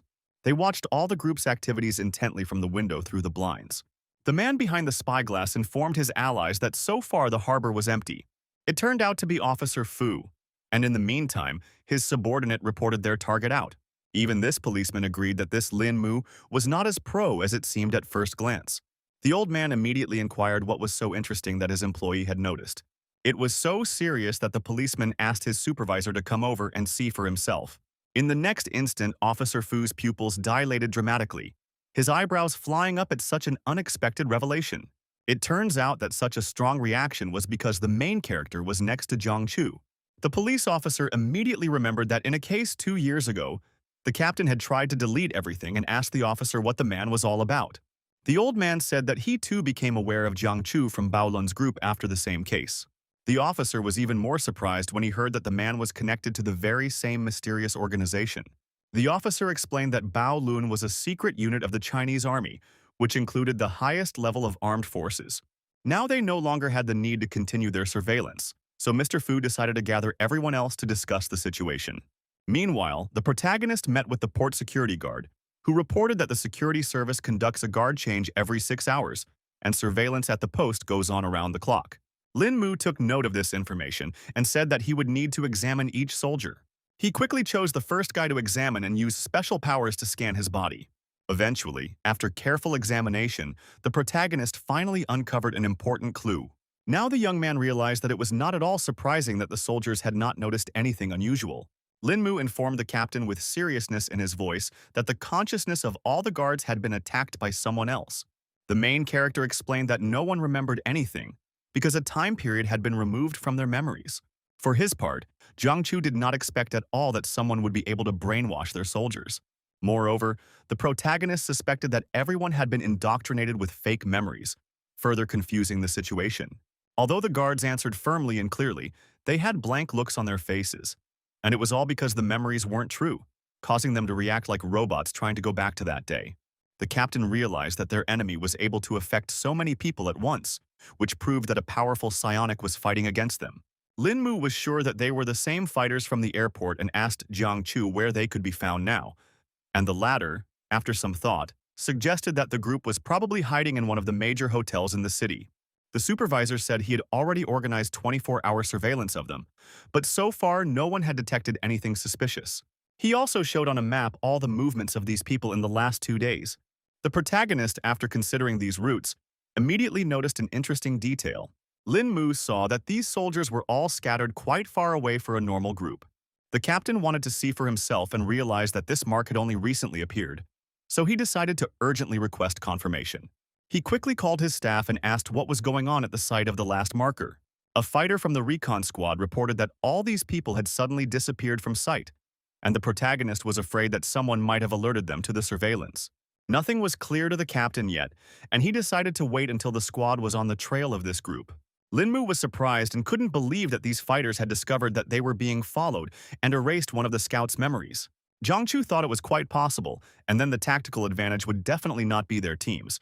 And our hero asked if there was anything noteworthy on the enemy's route. Eventually, the commander did notice that something strange was happening in that direction. He realized that the rivals were getting closer and closer to a maximum security prison. It was now obvious to all that the goal of the enemies was to free the prisoners. Then the captain immediately recalled the very hijacking of the airplane flying to Jindu that Lin Mu had inadvertently revealed. Our hero began to guess that those terrorists were in the same group as these very robbers. Jiang Chu explained that the lost cargo belonged to the group of villains who had hijacked the plane, and it seemed that this time they had sent someone influential to retrieve the goods. The guy asked Brother Jiang to tell his men right now that they should immediately cordon off this building, and they needed to move out to this place right away. The events are transferred to a special regime prison, where a serious incident is about to take place. The unsuspecting guards were discussing that Area A and B were pretty quiet today. Eventually, one of them noticed that something strange was happening nearby. It turns out that one of the prisoners came out of his cell, so the guards immediately called out to him and ordered him to stop. The perpetrator laughed strangely somehow, because he seemed to be up to something. The guards again addressed him by number and ordered him to stop. Otherwise, they were going to use force, but he walked on, ignoring the threats. The prisoner asked confidently if they really wanted to use force against him.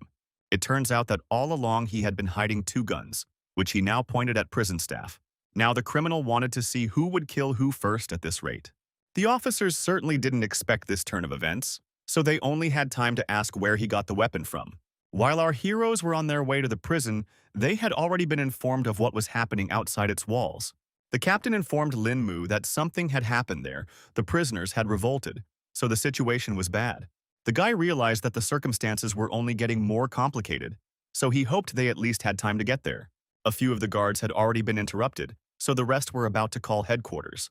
Other officers reported that 2 of their co-workers had been shot in Area A and requested backup to prevent escape and infiltration. That's when they were approached by the very criminal who was standing right behind the guards' backs.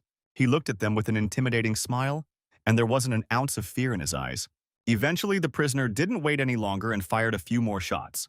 The security personnel did not have time to react to such a sudden attack, so they repeated the fate of their colleagues. The criminal breathed a sigh of relief because now he had finally discovered his way out. It had been so many years since he had touched guns, and yet he was still able to deal with so many opponents. It turns out the other prisoners were also armed, so their leader signaled for everyone to come out. They weren't going to come up with some elaborate plan and decided to go straight head-on. All the villains were only happy to have this opportunity because it had been a long time since they had entertained themselves in this way. The guards have seen the fugitives armed to the teeth, so such a force is simply impossible to deal with. Meanwhile, under the walls of the prison, special forces have already gathered to stop all this mob of thugs. The commander had already ordered to prepare for the attack when Lin Mu and Jiang Chu finally arrived on the scene. The SWAT chief was overjoyed when he saw that Captain Jiang had come to their aid. He said that the situation was suddenly out of control and all their attacks were unsuccessful. So far, they didn't know where the criminals had gotten such an arsenal from, so the entire group had to be equipped with precision-heavy weapons to stop this escape. Even Captain Jiang was shocked at what was happening and couldn't guess how the prisoners could have gotten all those weapons. The main character intervened in their conversation, asking to be given one assault rifle and one bulletproof vest to make way for the others. Officer Liu reported that the fugitives had too much firepower, so he was afraid that a rash assault would be extremely dangerous. Jiang Chu was in agreement with his colleague and asked the guy to wait a bit while they thought of some other way. Lin Mu tried to reassure his comrades and promised that nothing would happen to him, and he would signal them after the breakthrough. The SWAT team did honor our hero's request, and also asked him to be careful during this operation. Before he left, the captain asked the lad to never lose contact with them and to always be on the lookout. Over the comms, the partners relayed to the protagonist that there were 2 targets near him for 10 hours. They warned that the fugitives were armed with assault rifles, so Lin Mu should deal with them quickly. The protagonist took this information to heart and prepared for the first encounter with the enemy. The criminals, who were on duty, heard some rustling behind them and behind their backs, but did not pay much attention to it. The young man masterfully used the element of surprise. His first 2 attacks were so swift that the victims didn't even have time to realize what had happened. Lin Mu decided to immobilize them first and save the fugitives' worthless lives so that someone could assist in the investigation. Our hero now reported that the threat in the outer zone had already been eliminated. The leader of this coup immediately thought the guy would be the new cannon fodder. The criminal slowly raised his weapon, his scope clearly catching Lin Mu's figure, his finger already starting to smoothly squeeze the trigger. The next instant, the deafening rumble of gunfire broke the silence. Now the guy was glad he was wearing body armor because just now that shot had almost caught him off guard. The criminal looked at the protagonist with mute shock, realizing that all of his shots had somehow missed their target. Lin Mu quickly decided to use the acupuncture point technique, and his opponent immediately let the pistols out of his hands because his hands were paralyzed. The other fugitives at the entrance couldn't understand why Kay wouldn't already order them to get the hell out of here, not realizing he had already fallen. Meanwhile, the protagonist reported to Brother Jiang that he had already reached the right point. At this moment, Lin Mu rushed forward to clear the way for his allies, so he asked them to prepare to attack. The captain took the information from our hero, who had already jumped into the air to suddenly attack the enemy. He promised to engage as soon as the young man signaled them to be ready. The fugitives, who had not suspected anything at all, saw Lin Mu literally flying out at them out of nowhere. The guy started attacking from the moment he landed and punched the first enemy right in the face. From the powerful blow, the prisoner flew helplessly to the side and was no longer a threat. The other criminals thought that this kid was just looking for his death and were about to open fire on him. A smirk immediately appeared on the protagonist's face, and he declared that death awaited only his opponents. Suddenly they noticed that the young man had vanished somewhere, and now they didn't know where to aim. Lin Mu suddenly jumped out from a completely different place and began mercilessly shooting everyone in his path. The opponents, who were in a different position, had time to react to this attack and were now going to focus their fire on our hero. The guy immediately read what his opponents were going to do and began to run away from the bullets rapidly. No one could understand how the boy had such speed that made them unable to hit him. The protagonist thought that it was his enemies who were too slow and were already in a different location, so an opportunity for him to attack opened up. The young man was acting on his old tactics, so he attacked the hands of his opponents again to paralyze their hands. In a second, all the armed prisoners were already lying on the ground with no way to continue this fight. Lin Mu radioed that the entrance to the prison had been cleared, so the squads could begin their assault. The commander gave the order in a sharp voice, and the soldiers instantly began checking their ammunition, their movements honed to automaticity before the coming battle. He also said that the attack should neutralize all fugitives at first contact. Captain Jiang immediately found our hero to thank him for his help, because it would have been much more difficult without it. The guy also said that he smelled a strange soil odor during the shooting, so he wanted to go back and find out what it was. Jiang Chu immediately suspected that perhaps someone with superpowers had cast a curse, and allowed his comrade to go to that place while they dealt with all the other enemies. Our hero started inspecting the area and saw that the cells are made of reinforced concrete, so it is not yet known where the smell of earth is coming from. The young man began to feel that the farther he went, the stronger that scent became. He finally realized that the strange smell must be coming from one of the cells. Lin Mu went inside and realized that other than the strong earthy smell, there was nothing suspicious here, so he couldn't understand what the problem was at all. He crouched down beside one bunk to take a closer look at the cell, and still noticed one interesting detail. It turns out that somewhere under the bed a ragged piece of paper was visible, which the guy immediately reached for. Now the situation is clearer, and the protagonist finally realizes what was going on. He realized that these fugitives had managed to dig a huge tunnel that helped them escape from here. Lin Mu suspected that they couldn't have run far, so if he moved out now, he might be able to catch them in time. In the end, the young man's guesses came true and most of the prisoners were already fleeing through the forest. It turns out that their guide was Tu Fei, who sensed a dangerous aura approaching, causing him to tense up. The young man abruptly froze in place, causing the entire group to stop, causing his partners to anxiously ask what was wrong. The leader explained that he sensed someone approaching them, so he asked all the prisoners to go on without him while he covered the entire team. They were also accompanied by two people with superpowers, who immediately thought that the police had caught up with them after all. Tu Fei was displeased that his allies were so careless, as they weren't out for a walk, because of which it was better to keep an eye out. At that moment, the protagonist just popped up on them and decided to reveal his location. He immediately asked who were these daring rascals who dared to free the Jingdu prisoners. The leader of the faction had not expected such a strong master to be sent against them, and now realized that they would have to adapt to such conditions. The protagonist only laughed off the fact that the criminals still hoped to fulfill their plan. Tu Fei admitted that they don't expect everything to go flawlessly because all they have to do is leave China. Either way, he was sure that some youngster couldn't beat their strongest team. Such self-confidence only brought a smile to the face of the protagonist, who understood the balance of power perfectly. Lin Mu released a powerful wave of energy, his voice sounding menacing and confident as he declared that he wouldn't be killed so easily. The opponents didn't expect at all that this guy was hiding so much energy within him, so they even started to panic a bit. Our hero also knew that all of his opponents had superpowers, but he wasn't afraid of that, so he asked them to attack him first. The fugitives' allies were even more surprised when they realized that the young man already knew about their main power. The beast that was with them was also certain that Lin Mu was destined to die today. Lin Mu then asked if his enemies had encountered Lawrence and Clove, whom he had been able to kill without any problems. Tu Fei definitely didn't expect to meet the person who managed to defeat these strong mutants here. His allies still felt that they shouldn't take the word of some petty lout, and were already about to climb into battle against him. The monstrous mutant decided to take on the protagonist and attacked him first.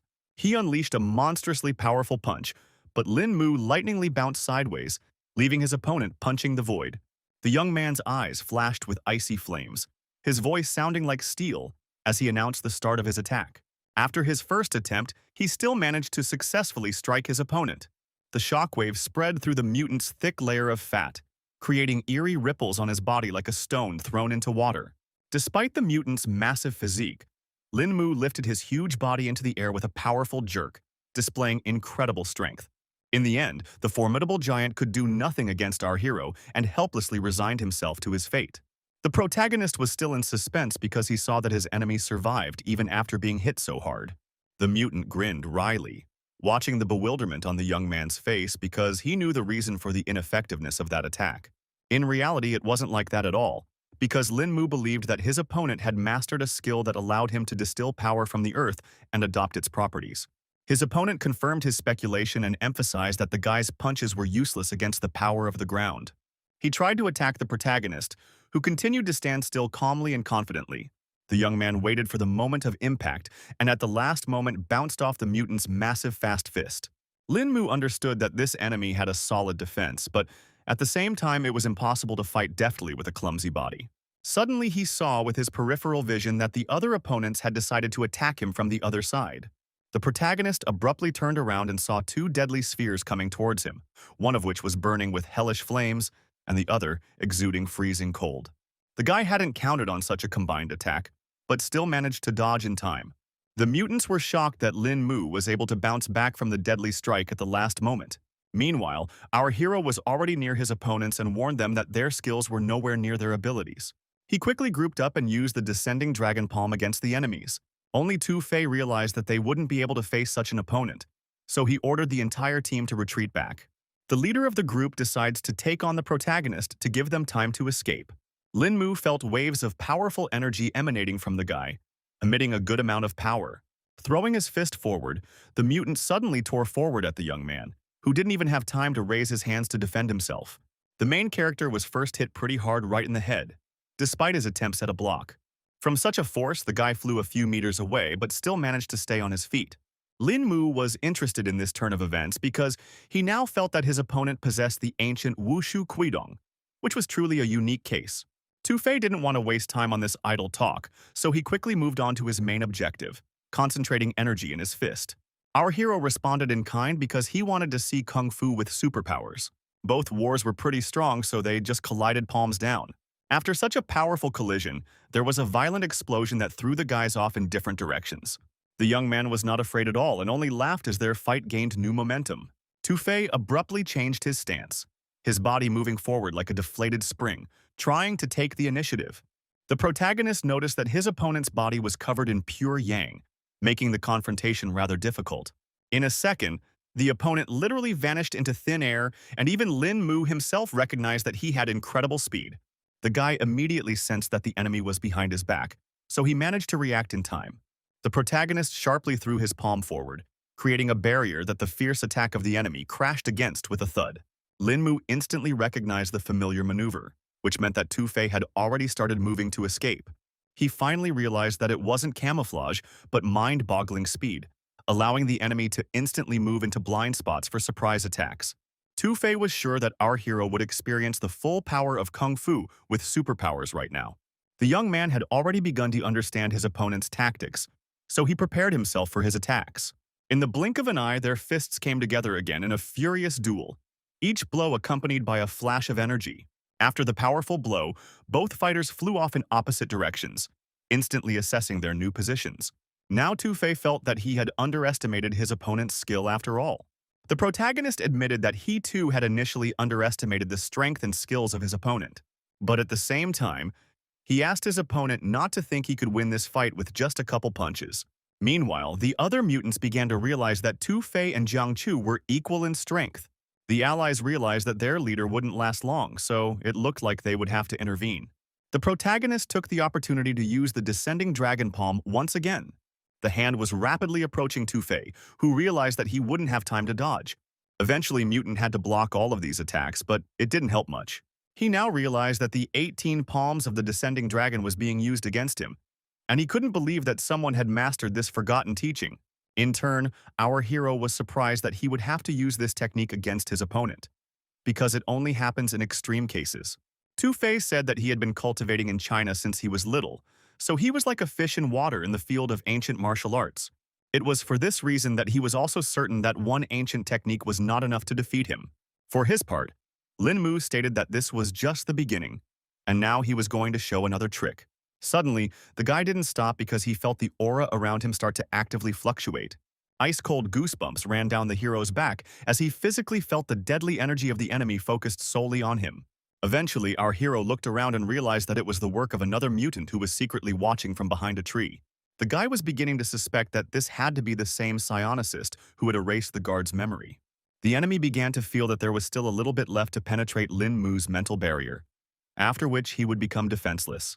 The next moment his confidence shook because he sensed something amiss. The fighter couldn't understand why his consciousness was reflected and tried to realize what had just happened. The mutant looked around confused, his eyes widening at the realization that the area around him was completely unfamiliar, as if he had been transported instantly.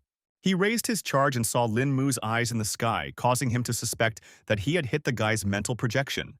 The protagonist was pissed off by a trick the enemy was trying to use, so he wanted him to experience all the madness on his own skin. The guy began to feel incredible pain and begged Brother Fei in agony to save him. The mutant thrashed convulsively on the ground, its fingers digging into its own skull as if trying to keep it from exploding. His allies watched in horror at their comrade's condition, unable to understand what had happened to Neil. They began to suspect that the guy's abilities were out of control, causing such a terrible condition. Meanwhile, Tu Fei and Lin Mu continued to exchange strong blows, but neither of them hit their opponent. The mutant was getting to push our hero away from himself and stepped back to check on Neil. Brother Fei quickly ran up to the guy who was still rolling on the floor in agony and asked him to hold still to allow him to be examined. He probed with chi energy at Neil's head, who couldn't stop screaming that he was in a lot of pain. Eventually, Tu Fei realized that things would be too bad because their ally was seriously injured. He explained that their comrade had just been subjected to a powerful mental attack, causing his spinal cord to be paralyzed. The mutant guessed that it was the main character's doing and asked him how he was able to pull off this stunt. Guy emphasized that he didn't have time to babysit his enemy and suggested that Neil might have caught up with some heavenly punishment. Tu Fei chose to believe his words because he had seen with his own eyes that Lin Mu didn't have the ability to be distracted by others. In fact, our hero's soul was at a high level even though he had lost his former cultivation, which helped him deal with the psionicist. It was for this reason that for such a weak soul, an encounter with a young man turned into a shortcut to the other world. The mutant realized that the guy had decent strength because he was the first equal opponent, but also Tu Fei regretted that our hero was a leaguer because with his abilities, you could bring the whole world under him. Lin Mu emphasized that a true cultivator should follow the righteous path and do good, not gain wealth through iniquity. He was certain that only the noble ones could absorb the boundless energy of heaven and earth, so one must discard the source of all evil to attain greater power. In turn, Tu Fei thought that this was just some nonsense because everything done today was just for the sake of gaining power. Meanwhile, the protagonist has decided to change his tactics and try to win the enemy over to his side because he can still get on the right track and help China.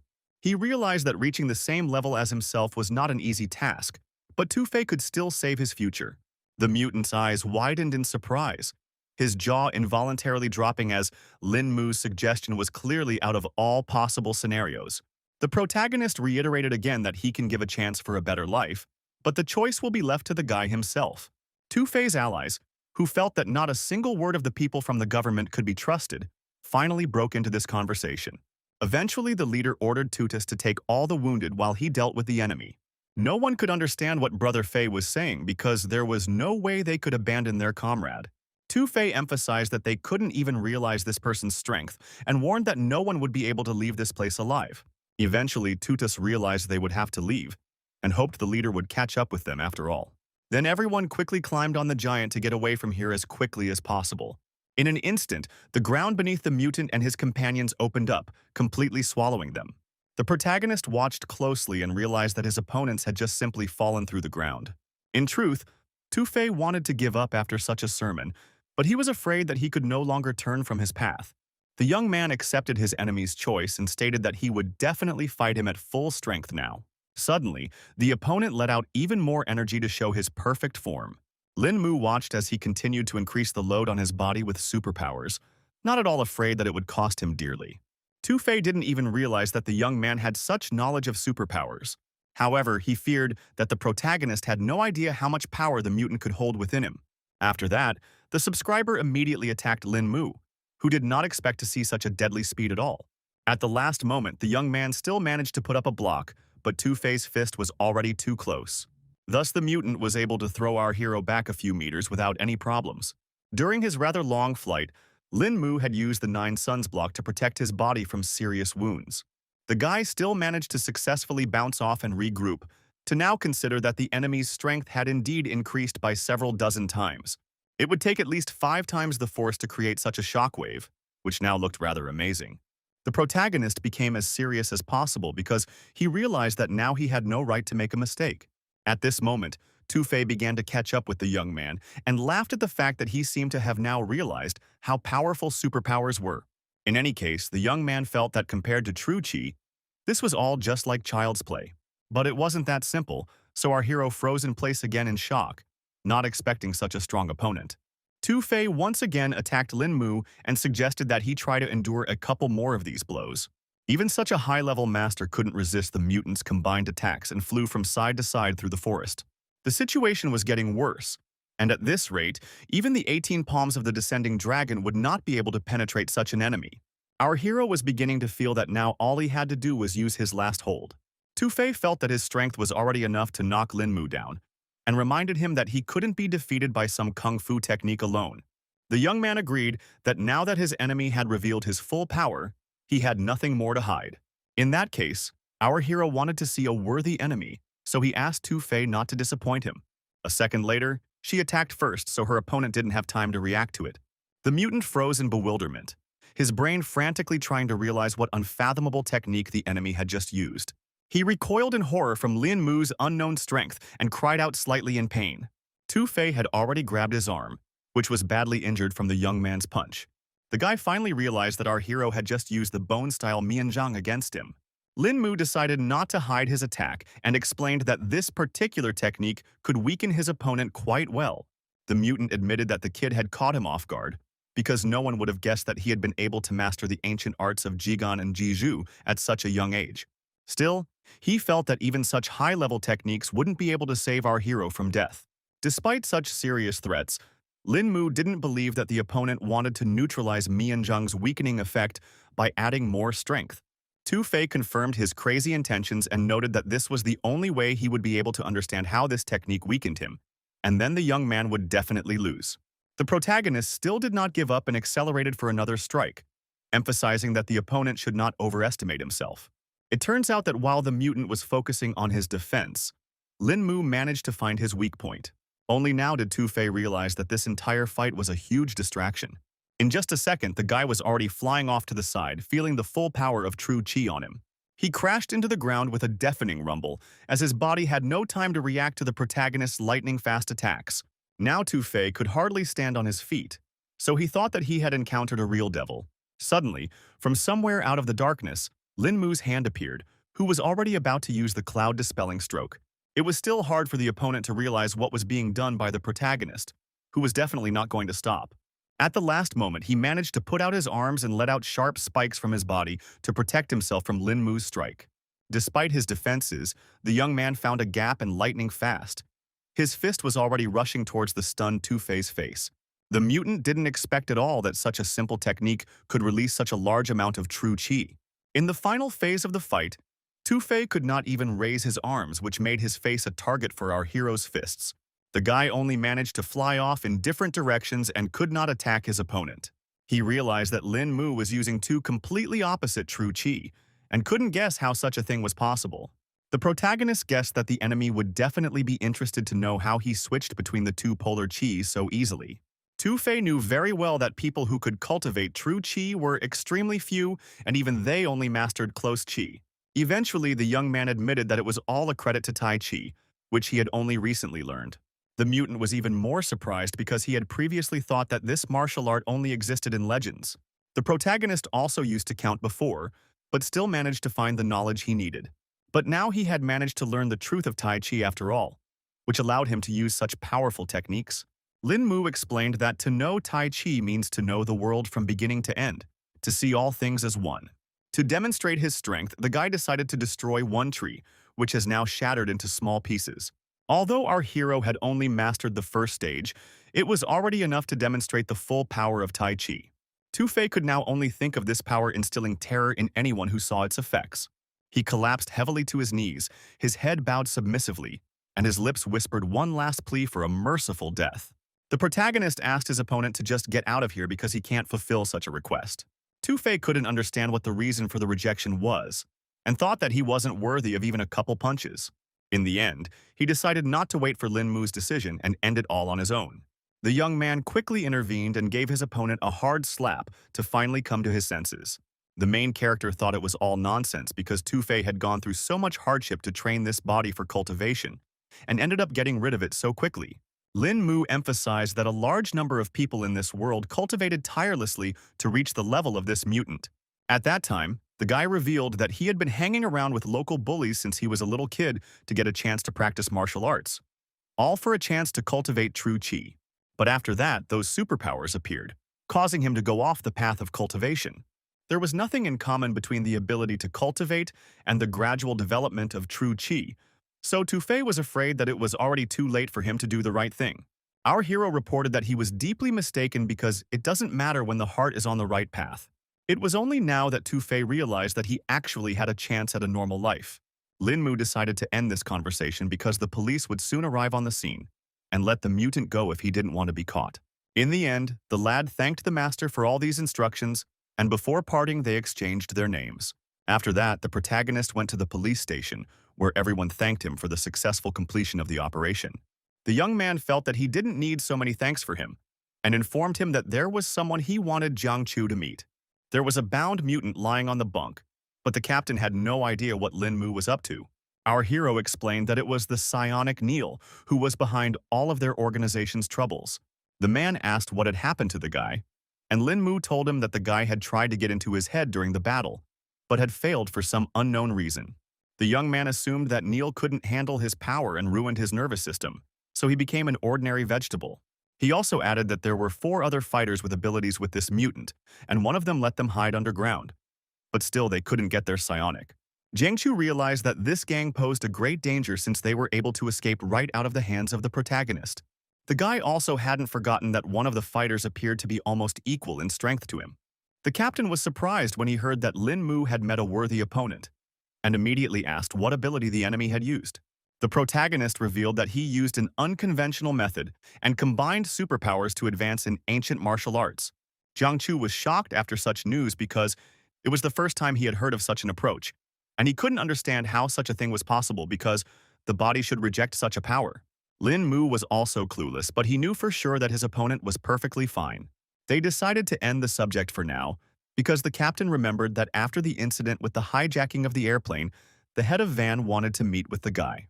The young man was surprised because he hadn't heard the name yet, so he wanted to find out a little more information.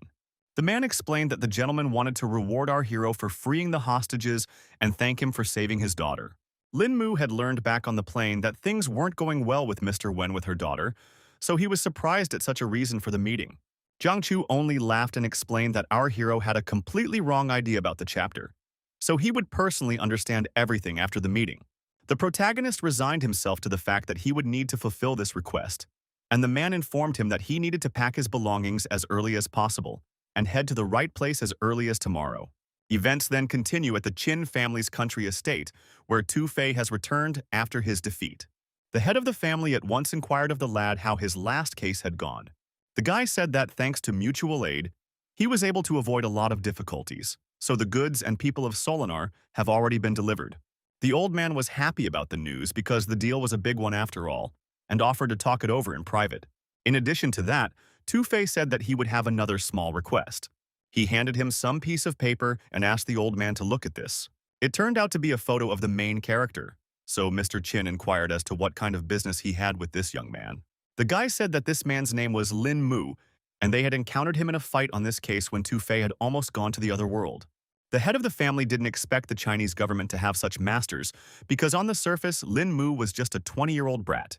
Tu Fei continued to say that this young man had overpowered him but then allowed him to leave, so he suspected that this was not just an employee, because of which it was better to find information on such a person. Mr. Qin felt that no matter which way one looked at it, this young man was still helping the government and looking for information on him would be difficult. In any case, the guy was trying to change Qin's father's mind because considered that he would be doing it for his own business. The next day, the protagonist went to Guangdong with his girlfriend and were now trying to find a cab for themselves. It only took them a few minutes to find a car, and the guy immediately asked the driver to take them to Yilin residence. Yao Xianxian wanted to know who this Principal Wen was, but the problem was that even the guy himself wasn't sure of this information. The young man immediately recalled the moment when the man's daughter had spoken to the bandit and complained about her father. But at the same time, Lin Mu remembered Brother Jiang's words, saying that our hero had a mistaken opinion about this gentleman. Eventually, they reached the residence rather quickly, which looked simply gorgeous. The protagonist immediately warned the girl that she was sure to stick close by, despite what other people would say. They were met at the entrance by a female employee, who immediately guessed that these young people were waiting for the head of Wen and asked them to follow her to this meeting. She invited the dear guest to taste tea and relax in the waiting room after the road. The girl also announced that Director Wen would be arriving at their place any minute. Lin Mu, studying the area around him, sensed that 2 people were approaching the room, which meant that the man had come with someone else. The gentleman finally went inside and immediately apologized for his tardiness. The protagonist immediately guessed that the man in the suit who was walking in front was the very same dear Wen. But at the same time, he couldn't figure out who was accompanying him and assumed it was a bodyguard. In addition, Lin Mu noted that this fighter had a light, almost soundless footstep, which meant that he was an unusual person. The man held out his hand to say hello to the young brave, explaining that he had been greatly delayed in his previous meeting, causing him to keep his guests waiting. Our hero didn't see this as a problem because they themselves had just arrived at the residence and didn't have a particularly long wait. In addition, the guy decided to introduce his partner Yao Xianxian, expecting Director Wen to do the same. The girl also shook his hand and winded that she was glad to make this acquaintance. It turned out that the man was familiar with the work of the actress and singer, so immediately recognized her. Mr. Wen explained that Rongjun just loves her music and hasn't missed a concert yet. Yao Xianxian was very pleased to hear such words, and because of this, she was truly flattered. In the end, the principal finally cut to the chase and explained that there was a bodyguard named Yang Guangqing standing to his right. The protagonist then immediately extended his hand to cement his acquaintance with this fighter and introduced himself in return. Now Lin Mu made sure that he had met another master. In turn, the bodyguard could not understand how the young man was able to achieve such a high level of strength. As they shook hands, Yang Guangqing felt an incredible surge of true qi, causing his own energy to collide with it in a ferocious confrontation. Our hero also recognized that this guy was quite interesting because, contrary to expectations, he was able to skillfully suppress two true qi. The bodyguard couldn't stop thinking about the fact that Lin Mu had demonstrated tremendous control with his handshake alone, and such masters could be counted on one's fingers. In the end, he decided to say out loud that Mr. Lin was so young and had already reached such a level, and expressed his admiration for the young talent. The next moment, a crying girl ran into the hall and immediately threw herself into her father's arms, because she and her mother had already missed him a lot. The main character, who was watching all this from the outside, could not understand what was going on, because after the incident on the airplane, he had a completely different idea of their relationship. From the guy's reaction, Mr. Wen realized that the young man really thought he was an insensitive person who could abandon Rong and her mother. Now the girl has admitted that she purposely made a scene in front of. The director lived in constant danger as his activities made him many enemies, which led to tragedy a few years ago when unknown assailants kidnapped his wife and daughter, after which his wife became paralyzed. After that day, the man announced that he had severed his relationship with his family and tampered with the data in the system about his loved ones to keep her out of harm's way. Now everything fell into place and the protagonist realized that Director Wen only wanted to protect his loved ones, but also wanted to ask what caused Mrs. Wen's paralysis. It was hard for the policeman to talk about it, but he revealed that the kidnappers had brutally tortured his wife, causing severe spinal nerve damage. The boy continued to question and inquired how long Mrs. Wen had been in this condition. Yang Guangqing immediately guessed that the guy was asking about it, because he knows that long-term paralysis causes the muscles to gradually atrophy, which can lead to a stage where there is no hope of treatment anymore. The protagonist has confirmed that this is exactly what he meant, so he requires to find out if the woman has a chance of recovery. The man said that in the year his wife was paralyzed, they tried the most advanced medical technology, but all was in vain. However, they still didn't give up, and all these years, every day, Ian would give his wife a foot massage to keep her muscles working. The bodyguard assumed that Mr. Lin knew a famous healer who could help them with this problem. Lin Mu then explained that he himself was somewhat proficient in healing, so if Mrs. Wen's legs were in really good condition, he could try to help. Mr. Wen hopefully grabbed the guy's shoulders and asked if he really had a way to heal his beloved. The protagonist admitted that there is a way, but everyone better prepare for the worst, because, after all, the woman has been immobilized for quite a long time, so the treatment will not be easy. The headmaster immediately apologized for his behavior because he realized that he had lost his temper for a second because the young man's words had ignited hope in him. The man asked Lin Mu not to worry and just do his best, and the outcome was not important to him, so he would be grateful for the effort anyway. At this moment, Yao Xianxian had just retreated to the restroom and now didn't understand what she had managed to miss in just a couple of minutes. Upon seeing her idol, Rong couldn't contain her emotions and shouted with joy at the top of her voice.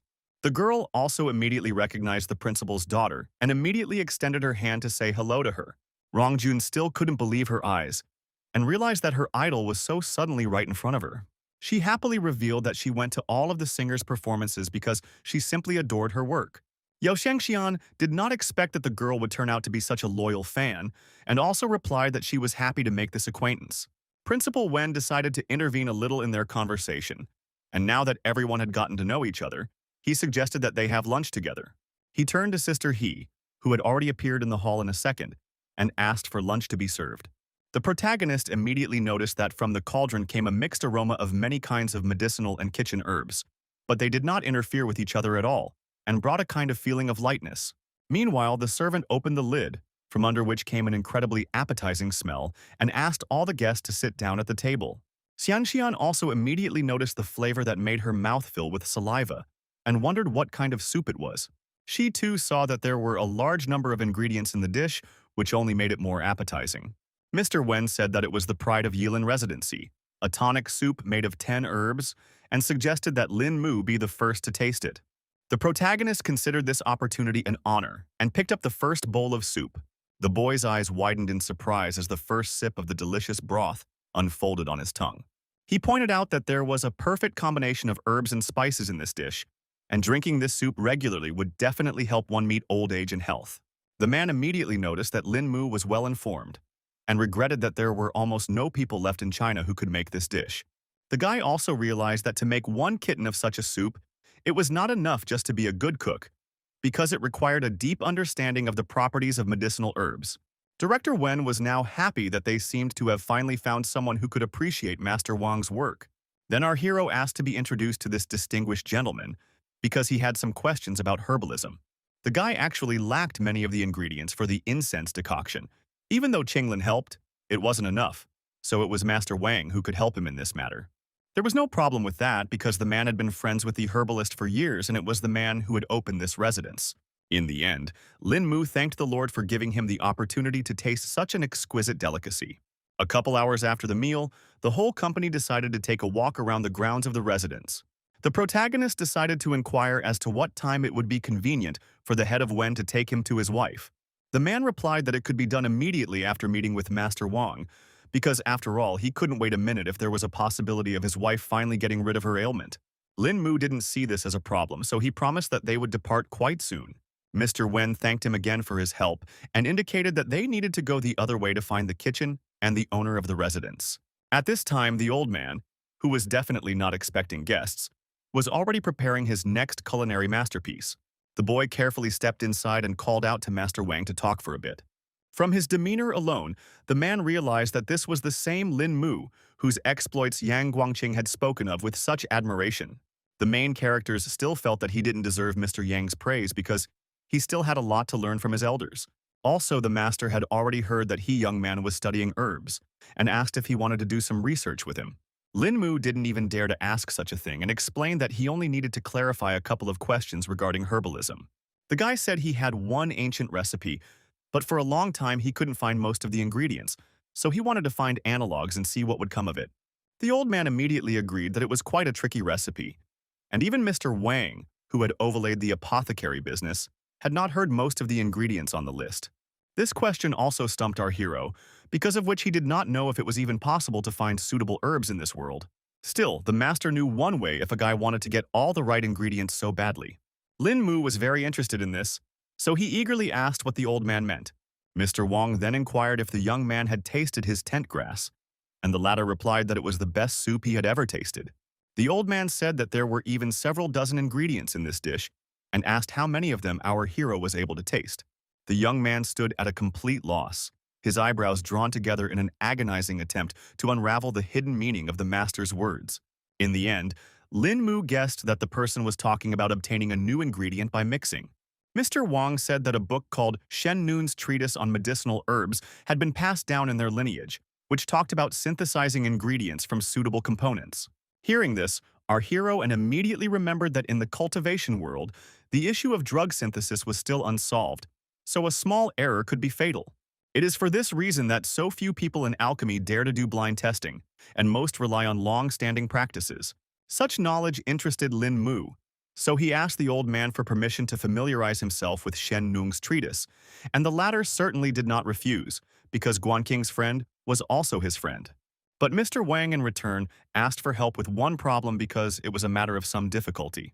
The protagonist began to listen to him carefully, and asked him to elaborate on the situation. The man inquired if Lin Mu had ever heard of the peacock stone. The young man immediately guessed that he must be talking about a special mineral that, when added to the elixir, could enhance the effects of the other components. The master confirmed his hunch and hoped that the protagonist would now help him in his search at a chance, even if the odds of stumbling upon him were slim.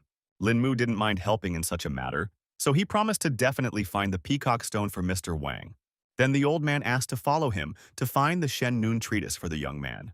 After that, they went to the bamboo garden, but our hero couldn't understand why the master had chosen that particular place. The master explained that everything was correct because the text they needed was tucked away in the bamboo stalks of this garden.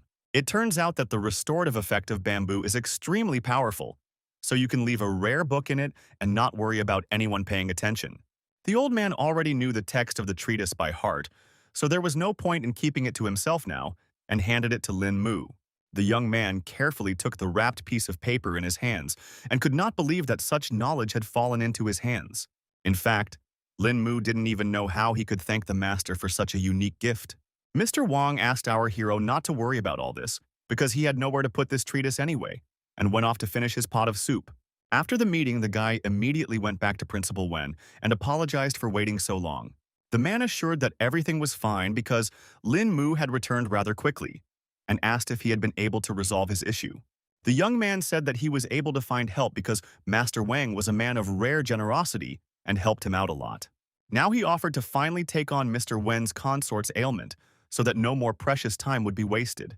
They headed to the old Laoshi quarter, where the Wang family's mansion was hidden among the narrow alleys and ordinary houses. The girl sat down on the couch and waited anxiously for the result of the main character's efforts. Meanwhile, the protagonist began his examination and first decided to feel and measure Mrs. Wen's pulse. Master couldn't wait for Lin Mu's conclusions, so he kept asking what his wife's condition was. Guy felt that the woman's spinous process at the bottom of her spine had been damaged, though her back was still well intact. But the nerves inside had not recovered from that time. He explained that thanks to years of meticulous care, Mrs. Wen's leg muscles really hadn't lost their tone, and her condition was much better than he had anticipated. The man rejoiced at this news, so he asked what the chances of his spouse's recovery were. In the end, the protagonist concluded that the probability of recovery was above 70%. He asked the director to turn his spouse over onto her stomach so he could perform acupuncture on her lower back area. Mr. Wen gently helped his wife and asked if she was comfortable lying like that. Lin Mu couldn't stop being happy that Master Mu had passed down the secret acupuncture technique. He filled with his energy and was already confident that this technique should heal Mrs. Wen. Yang Guangqing, who was watching the process from the side, noticed that the guy was using silver needles concentrating true qi, and once again marveled at our hero's abilities. Meanwhile, Lin Mu asked his patient not to worry, promising that the treatment would be quick and painless. In fact, the woman hoped it would hurt at least a little, because after all these years she had already forgotten about the feeling. The protagonist didn't wait any longer and started executing his secret technique. He was going to take yin and return yang to Mrs. Wen's body using needle convergence. Lin Mu was as serious and concentrated as possible because now he had no right to fail. The bodyguard never ceased to marvel at his fine control of the force and was sure that if he maintained such precision, everything would go off without a mistake. Mr. Wen was also in mute shock because his spouse's lower back seemed to be enveloped by some silvery gas. After a couple seconds, our hero felt that the damaged nerves in his lower back had already fully recovered. So now what was left was to inject the needle with true qi to revitalize again. Gathering the energy in his palms, Lin Mu smoothly but confidently directed its flow into the woman's body, where it began its healing work. The guy finally reported that the treatment was successful and asked the director to roll the spouse back onto her back. The man asked his beloved how she was feeling, and she replied that she seemed to feel something in her legs. The protagonist explained that the focus of the lesion had already fully recovered, so the patient's body only had to go through the process of adaptation.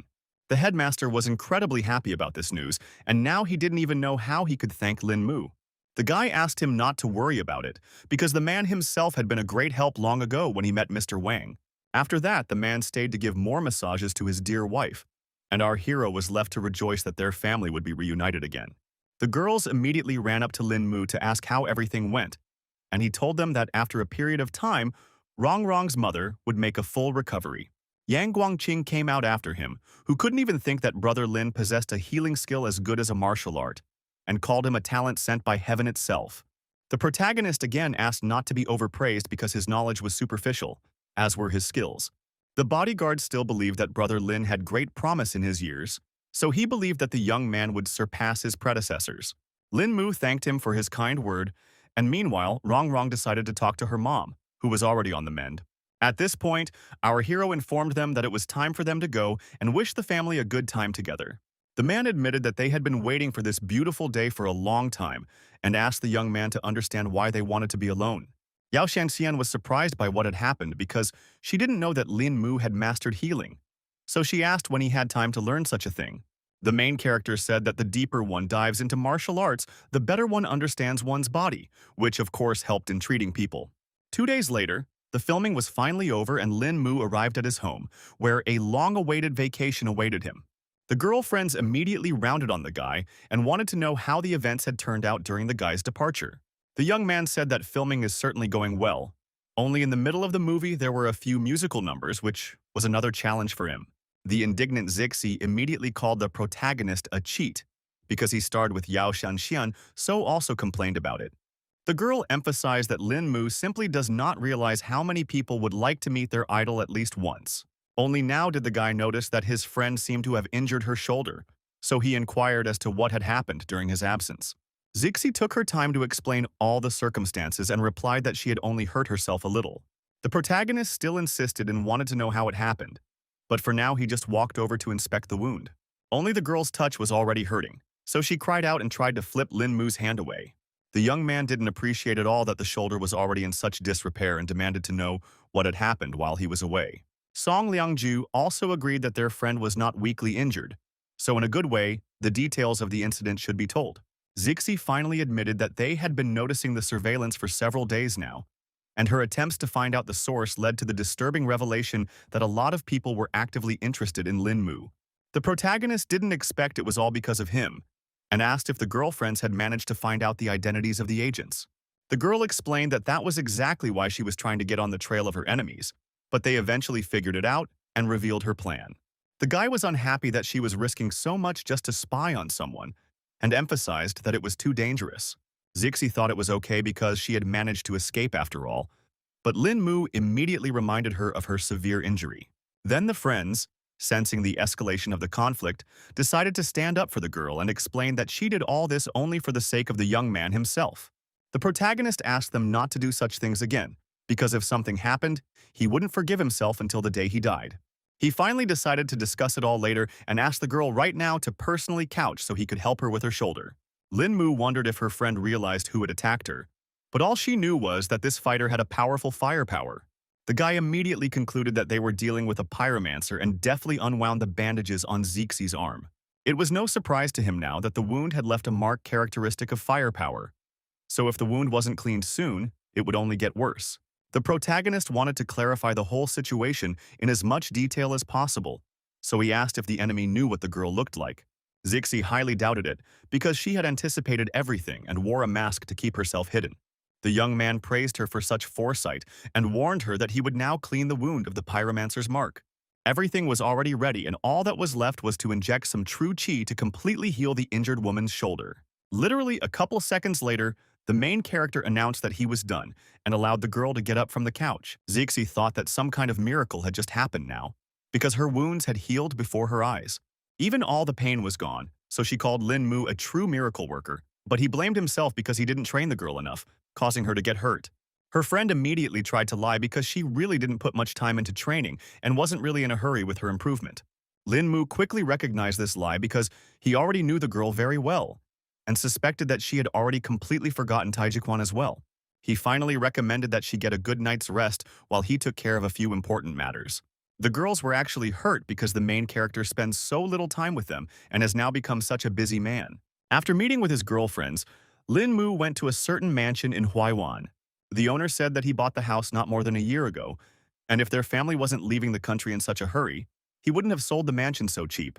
The man frankly admitted that he was accustomed to speaking plainly, and, looking intently at the hero, asked if he would accept the bargain if he lowered the price a little more. Lin Mu replied that he was fine with everything, so he was willing to pay at any time as the most important thing for him was for them to make a deal as soon as possible. The master was glad to have found someone as straightforward as he was, and decided to tell his men right away to take care of all the formalities. Eventually, they shook hands to seal the deal and exchanged thanks. Having dealt with the issue at home, our hero went to the base of his team, Dragon Eyes. He decided it was best for his allies to move closer here to react quickly if something unforeseen happened. At this moment, all the fears were just actively practicing their kung fu without waiting for the commander to return. Everyone was very excited when they saw Lin Mu come to them and stopped their training. The protagonist explained that he had just completed a mission and inquired about the soldiers' training. Dragon 3 reported that in addition to daily cultivation training, they also organized sparring sessions on their own to help raise their actual combat experience. Lin Mu immediately noted that martial practice was one of the best ways to advance in cultivation, and now asked if they were able to choose a squad leader. All the fighters immediately lined up and reported that they nominated Dragon 3, Dragon 5, Dragon 14, Dragon 19, and Dragon 23 for the role of commander. The protagonist has announced that the strength of all these soldiers has earned them all recognition, so he is now officially appointing them as squad leaders. Next, he wanted to convey the plan to his subordinates and explained that their new task was to all raise their level to true chi within a year. Everyone rejoiced at this prospect and asked if they could really make a leap and overcome the threshold of true chi in such a short period of time. Lin Mu noted that it was a pretty good question and asked one of her subordinates to step out of line. He clearly stated the rules, which were that the fighter must attack him without restraint, and even a single successful hit would be considered a victory in this challenge. The protagonist didn't wait for the soldier's response and stated that they were starting right away. The subordinate immediately apologized to Captain Lin and tried to attack him. Lin Mu corrected the warrior and advised that his movements should be swift because otherwise the enemy would quickly take his life. The soldier realized that completing the captain's task would not be easy, so he tried to think of another strategy. He tried to attack from the other side and was already swinging to try to strike once more. The protagonist was still able to dodge such an attack, so he kept yelling that it was too slow. Lin Mu coldly stated that with such slowness, the fighter was only interesting as a training target for practicing basic strikes. Eventually, the soldier was unable to resist the strength of his commander and fell to the ground. The other fighters noted that Captain Lin seemed to have overdone it with his last strike after all.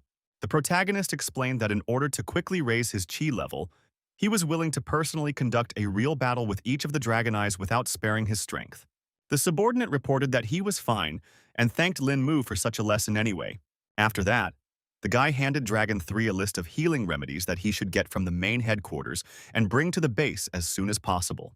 He also said that he had purchased a mansion nearby, so when the time came, he would send his subordinates there as guards. All in all, our hero hoped that all his allies were mentally prepared, because they would have to go through a hell of a workout from the beginning of next week. After that, Lin Mu traveled further on his business and came to Yinghuangzhaoge. The guards at the entrance immediately recognized young Master Lin, so they now let him inside without any problems. The guy inquired if Tianming was on the top floor because he had come specifically to meet him. The staff member at the entrance confirmed this and explained that he had to go straight down the hallway and then up the stairs. After a couple of minutes, the protagonist has already met with a man who immediately inquired about the reason why the young man decided to come to visit him. Lin Mu explained that he had come to get his acquaintance's opinion on the surveillance of him and to find out the information he knew. The bandit said that they had indeed heard similar rumors before and feared that this was not a simple case. Hearing such assumptions, the guy immediately tensed up and wondered why the acquaintance was talking like that. Tianming explained that after receiving the news, they had secretly sent people to reconnoiter, and as a result, they all died because of the pure and quiet work of some unusual professional. The young man realized that under the circumstances, only his acquaintance could help uncover the truth, especially if professionals were behind it. But for now, he preferred to temporarily postpone the investigation. It turns out that Lin Mu came to the bandit to offer to start a security company and turn his affairs into a serious business. The gang leader definitely didn't expect to hear such an offer, but our hero relied on him because he heard that there were many retired military men in Jundao. The protagonist was sure that these fighters would be much better able to fulfill their potential by providing security services and performing tasks around the globe. Tianming was still afraid that there were some difficulties in setting up such a structure, and right now, every clan was secretly preparing their own personal guard units, so someone was bound to put sticks in the way. The guy was well aware of all these risks, so their company will not be registered domestically, and at first, there will only be a branch of the company here. Now the man was well aware that the young man had thought it all out long ago. Anyway, our hero was already going to find people to help with overseas registration, and Tianming had to make sure to lure decent cadres to their side. Lin Mu had come to the important realization that relying on himself alone was not enough to have a firm foothold in this world. so it was time to create his own business and a solid foothold. After that, our hero went to Lo Bi-yun to talk about how he wants to register a European security company. The girl was surprised at such plans, but Lin Mu explained to her that he wanted to do something like Blackwater.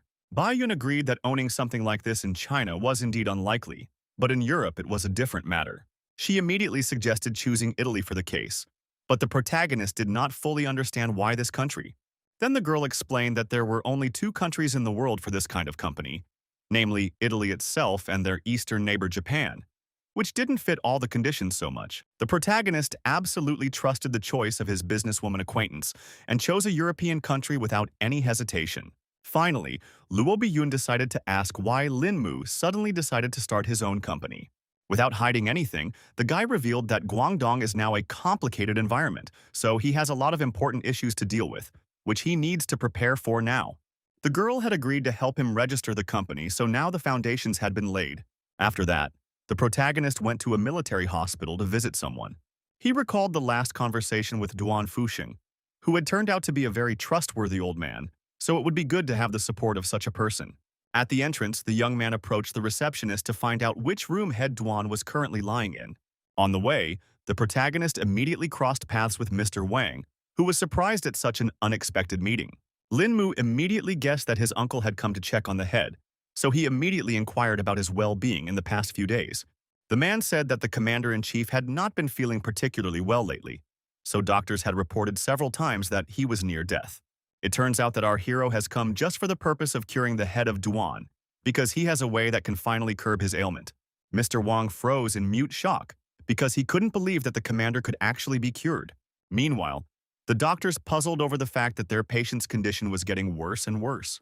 At this moment, our heroes were passing near them, so Mr. Wang again inquired what was the condition of his superior. The doctor said that they have already done everything possible. Further, everything depends on the body of the old man himself. But he also hoped that all his loved ones are mentally prepared for the fact that everything is nearing the end. The man replied that they had already realized what the outcome must have been, and asked the hospital staff to leave them alone with the patient. They quickly entered the chamber, and Mr. Wang happily informed the old man about the important guest. The commander-in-chief was overjoyed when he saw that it was young Lin, and asked why the kid had decided to stop by his place.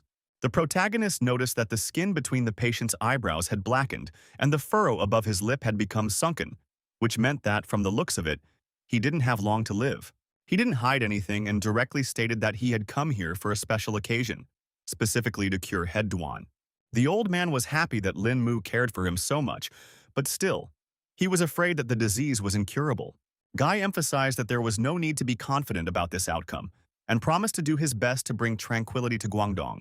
Mr. Duan only laughed with such good talk from the youngster because he didn't think that Guangdong's tranquility depended on just any one old man. At the moment, they were also joined by one of the soldiers who inquired as to the condition of the commander-in-chief. Our hero explained that the treatment is quite successful, and now everyone can be sure that the life of the head is no longer threatened.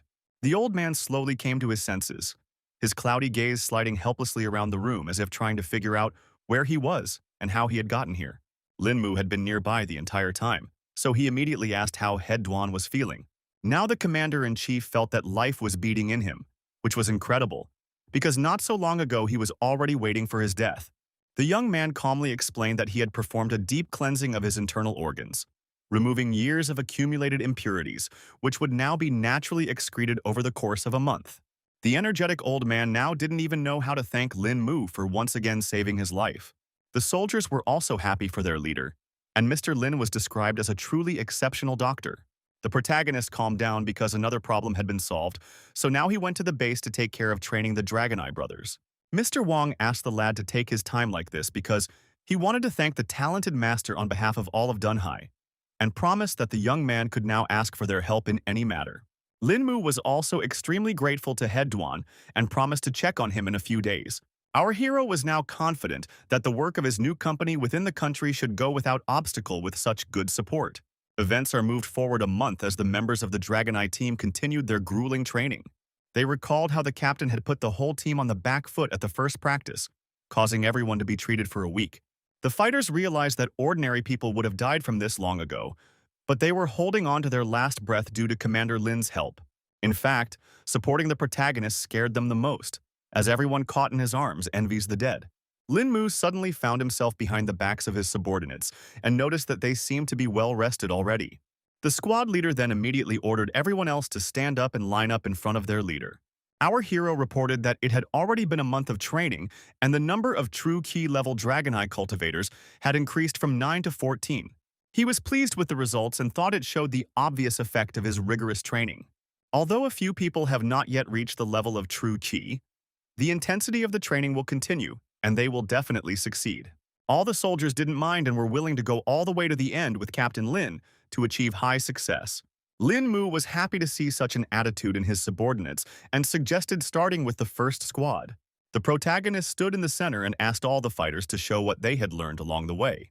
The team members also asked for guidance from Captain Lin to further work on their mistakes.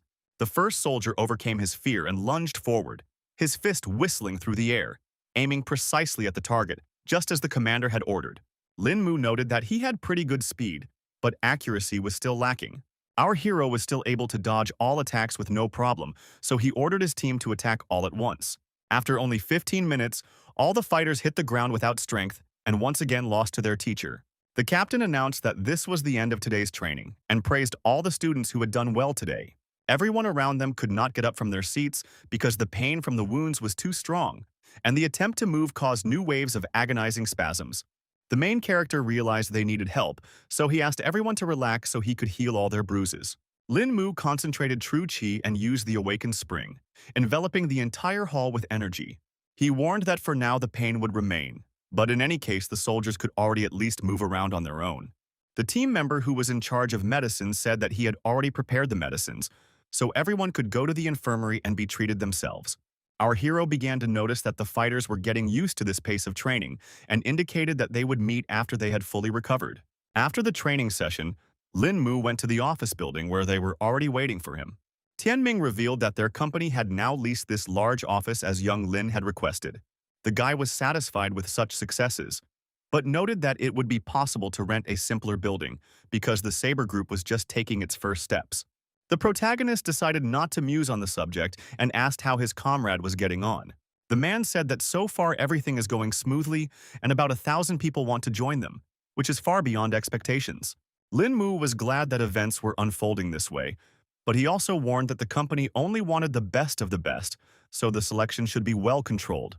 Tianming smiled softly and reassured reassuringly that all these moments were under his watchful control. Next, the protagonist asked if they had decided on a training site because they needed to find a decent place to train so many people. Of course, the man had already given the matter a lot of thought and finally decided to stay in the Philippines. Lin Mu agreed that the place was really not bad because it was close to China, surrounded by the sea, and the rugged terrain was suitable for fighting and training.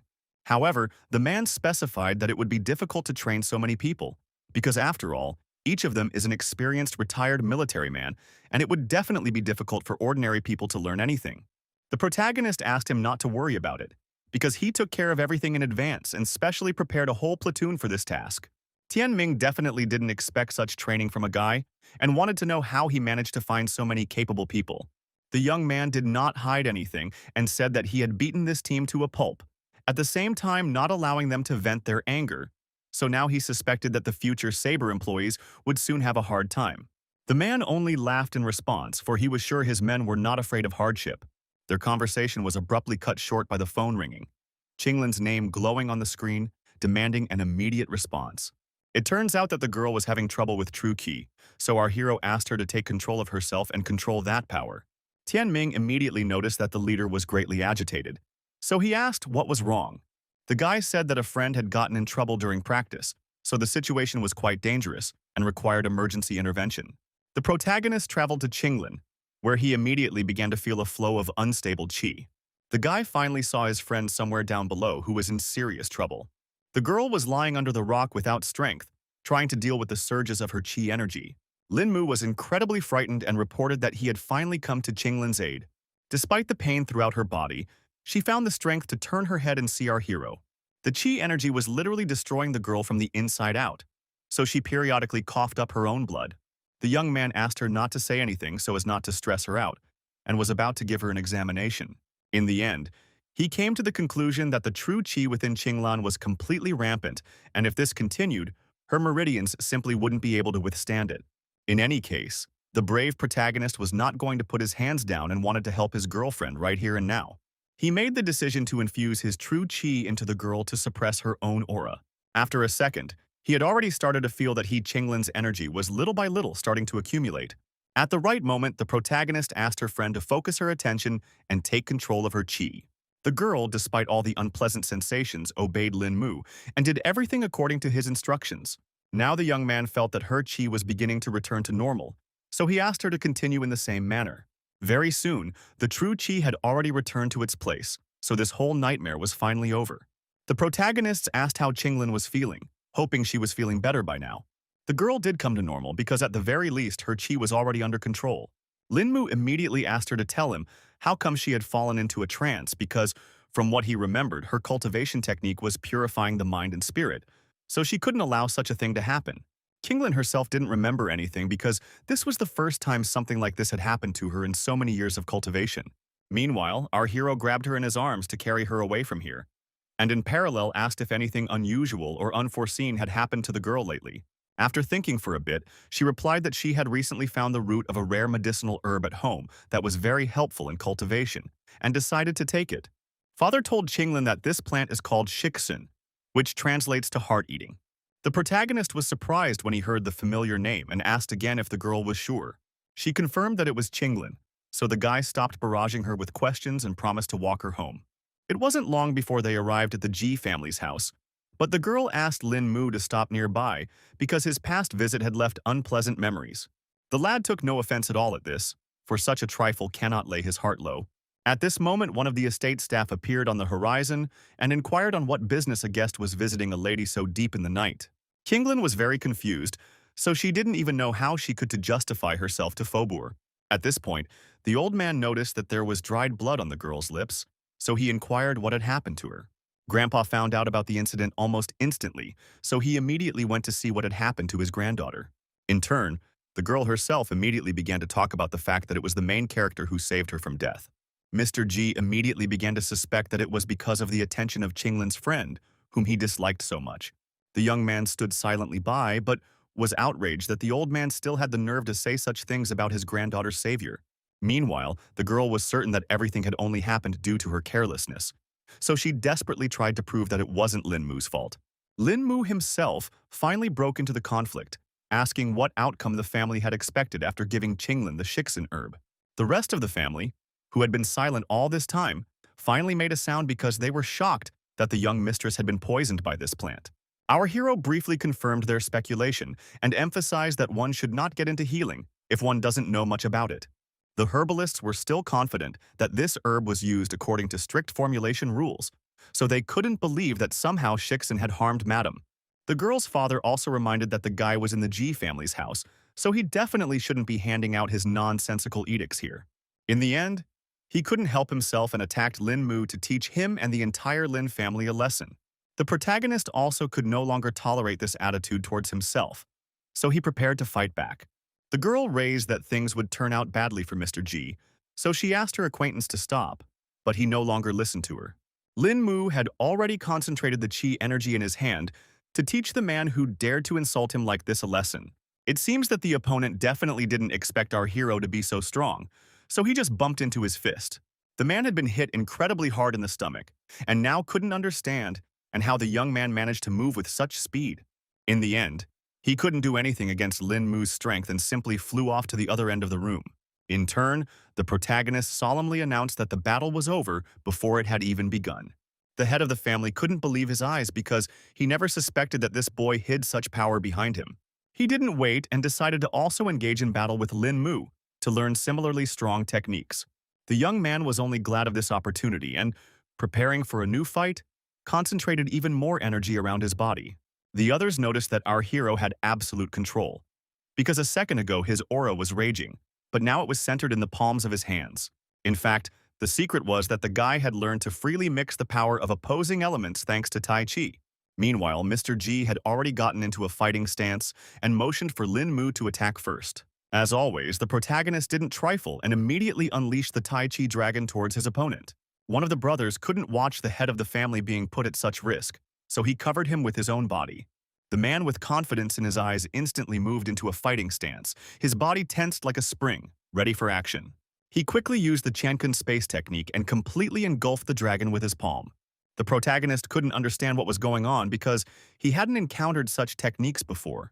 But at the same time, even such an experienced master tensed up when he sensed the huge amount of true chi that this kid had as well. In the end, the old man decided to use star spinning to see how Lin Mu could handle such a strong attack.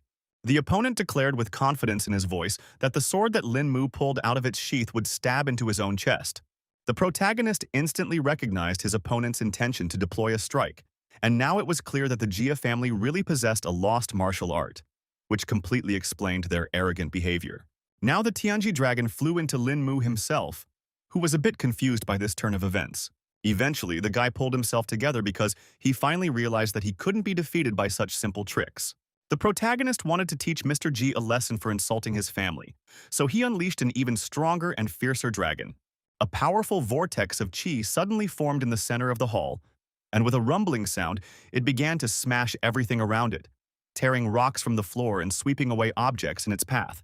The old man couldn't understand what had just happened, because the youngster had just managed to unleash a colossal energy in an instant. His brother finally asked the protagonist to stop and respectfully acknowledged his power.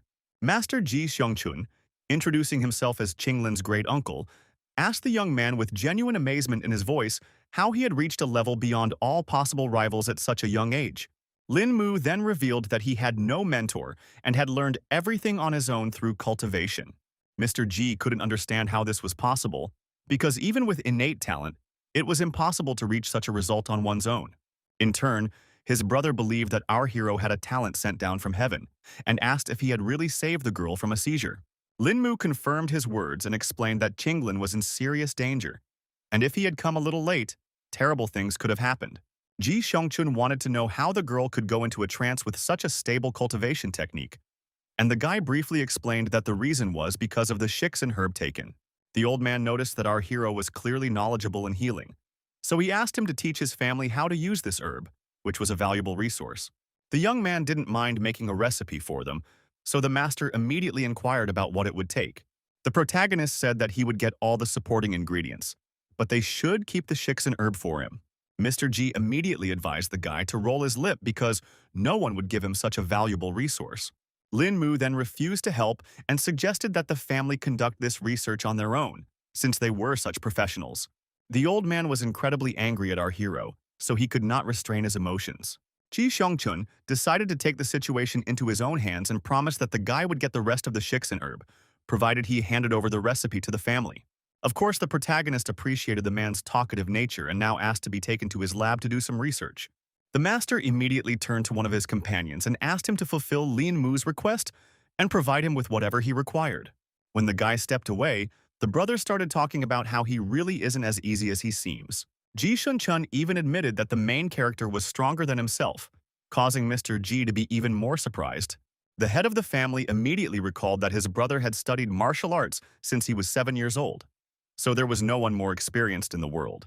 The master explained that Lin Mu's body was transfused with true qi, and on top of that, he knew ancient martial arts, which made it hurt a lot. He realized that the young man must have mastered many different currents, and by comprehensively mastering them, he was able to achieve something new. Mr. G immediately asked how this youngster was able to master several schools of combat, and even combine them into one technique. In the end, Ji Shunchen simply concluded that what his brother had just done was extremely inconsiderate, because such a young man with a lot of experience was better off not getting angry. Meanwhile, the protagonist had already been led to the Ji family's laboratory, where he had to show them a special recipe. The man went to a girl named Yao, who worked here as an assistant, and asked her to provide Mr. Lin with shixin herb. Then, the employee, quickly rummaging through the warehouse, brought out a not small stock on a tray. The protagonist scrutinized the plant and confirmed that it was the authentic shixin grass. Lin Mu didn't hesitate any longer and immediately left a detailed recipe for the Ji family. He then handed the sheet to the female workers and asked them to gather all the herbs on the list for him to make a medicine. The helpers were happy to note that they had all the gradients listed, so they began to prepare them. 5 minutes later, all the ingredients were on the table in front of the protagonist, so now he could start crafting. The young man used the knowledge from a passage in Shen Nong's treatise, which said that all these ingredients should be ground. Some ingredients had to be sliced and the shixin stems had to be separated from the flour. Next, the recipe calls for putting the parts of the ingredients into an herb vat and pouring glacial water over them, then simmering over high heat. When the water boils, add the rest of the list of herbs and further stew on low heat. This recipe had to be followed carefully because at every step in the preparation of the medicine, dosage plays a crucial role. Everyone watched this process with amazement on their faces and waited for our hero to finish. Eventually, the guy reported his success when he tried the cure, which really turned out to be a hit. He then asked Miss Yao to divide the medicine into 100 milliliter ampules, explaining that taking one dose at a time should be fine. Also, the protagonist recalled that they had agreed that he would take the rest of the shixin grass. The man reported that he has no problem doing this because their family always keeps their word. In the hall, Lin Mu was met by Ji Xiongchun, who wanted to know how everything went. The guy said that his medicine is already ready, so the family just has to follow the instructions as they apply it. The master thanked the protagonist again and noted that the granddaughter had already managed to tell him that Lin Mu's inner chi and her ice ki had entered into harmony, and after flowing, their energies were noticeably stronger.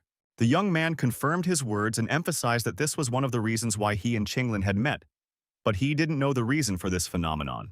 The old man bills that the reason was not at all important, because he believed that they just needed to practice together if cultivating together had such an effect. The protagonist wouldn't mind if there was such a possibility, but other than that, he wanted to get Qinglin's own consent. The old man immediately turned to the girl and asked what her decision on the proposal was. Ji Xiongchun also added that he was not as stubborn as his brother, so he just wanted prosperity for Qinglin.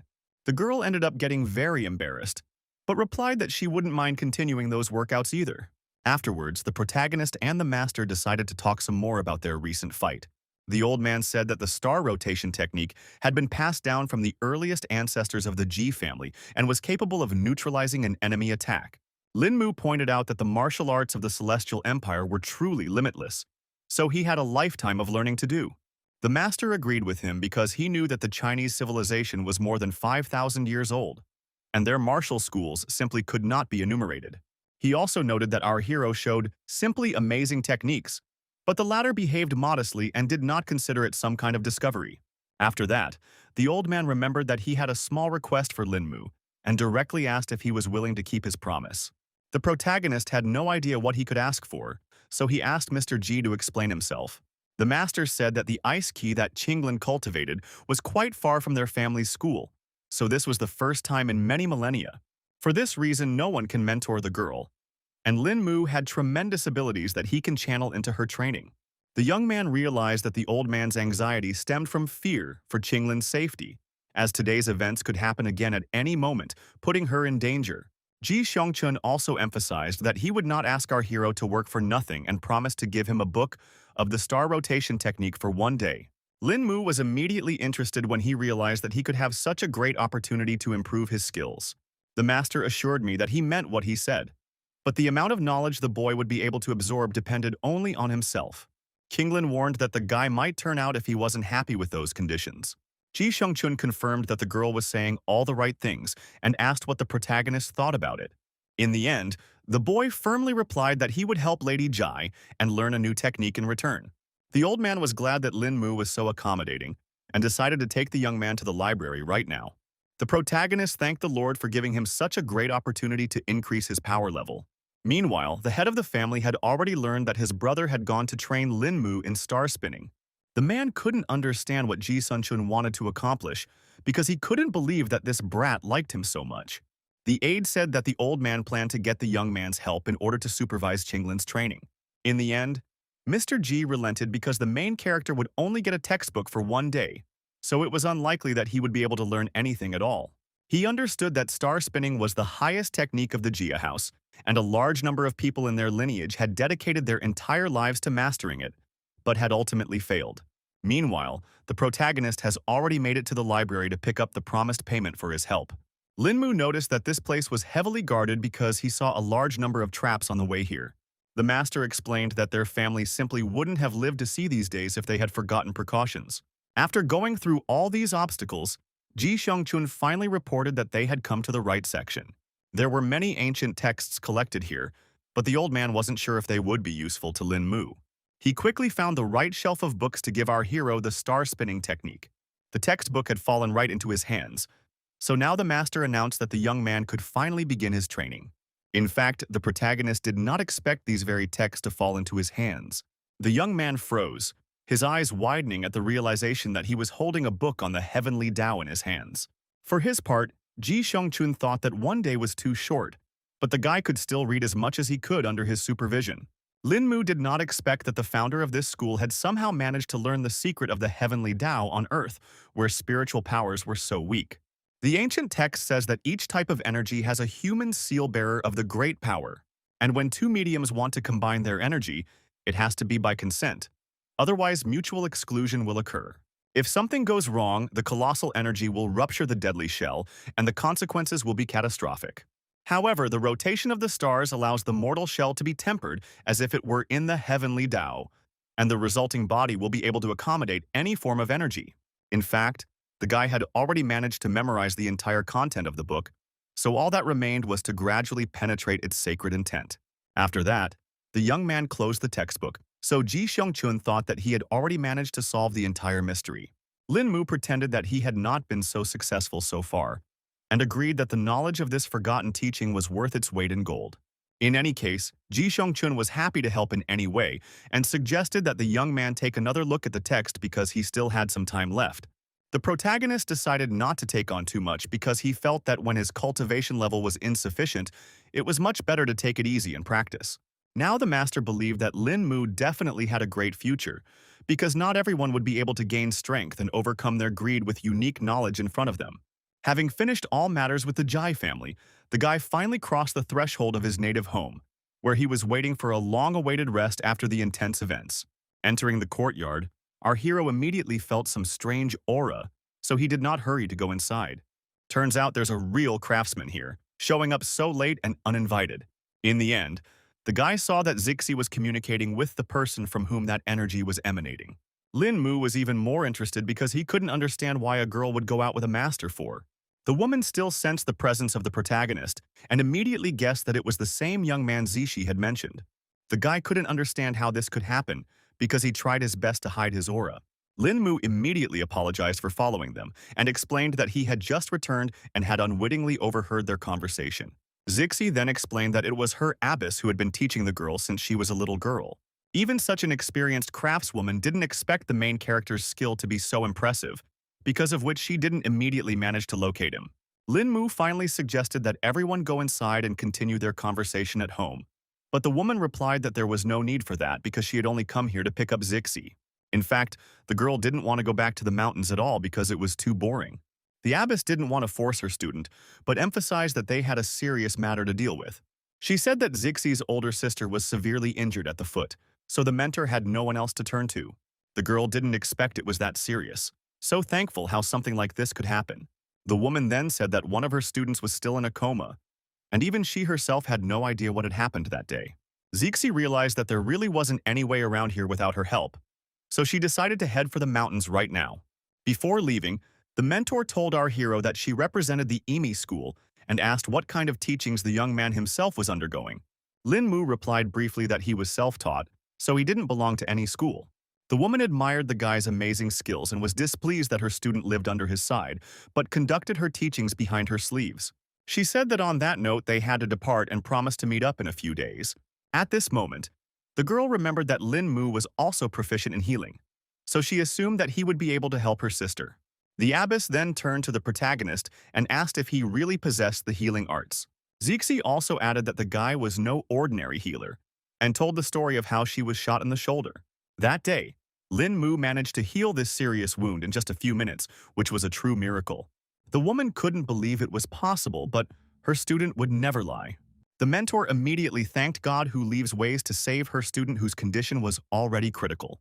The nun inferred from Zixi's words and assumed that the protagonist was cultivating the secret practice of Kungguangdoyang. Lin Mu was surprised at such a high skill because it was enough for her to hear just a brief recounting of his abilities. The girl immediately asked her teacher why she had never heard of Qingguandoyang before.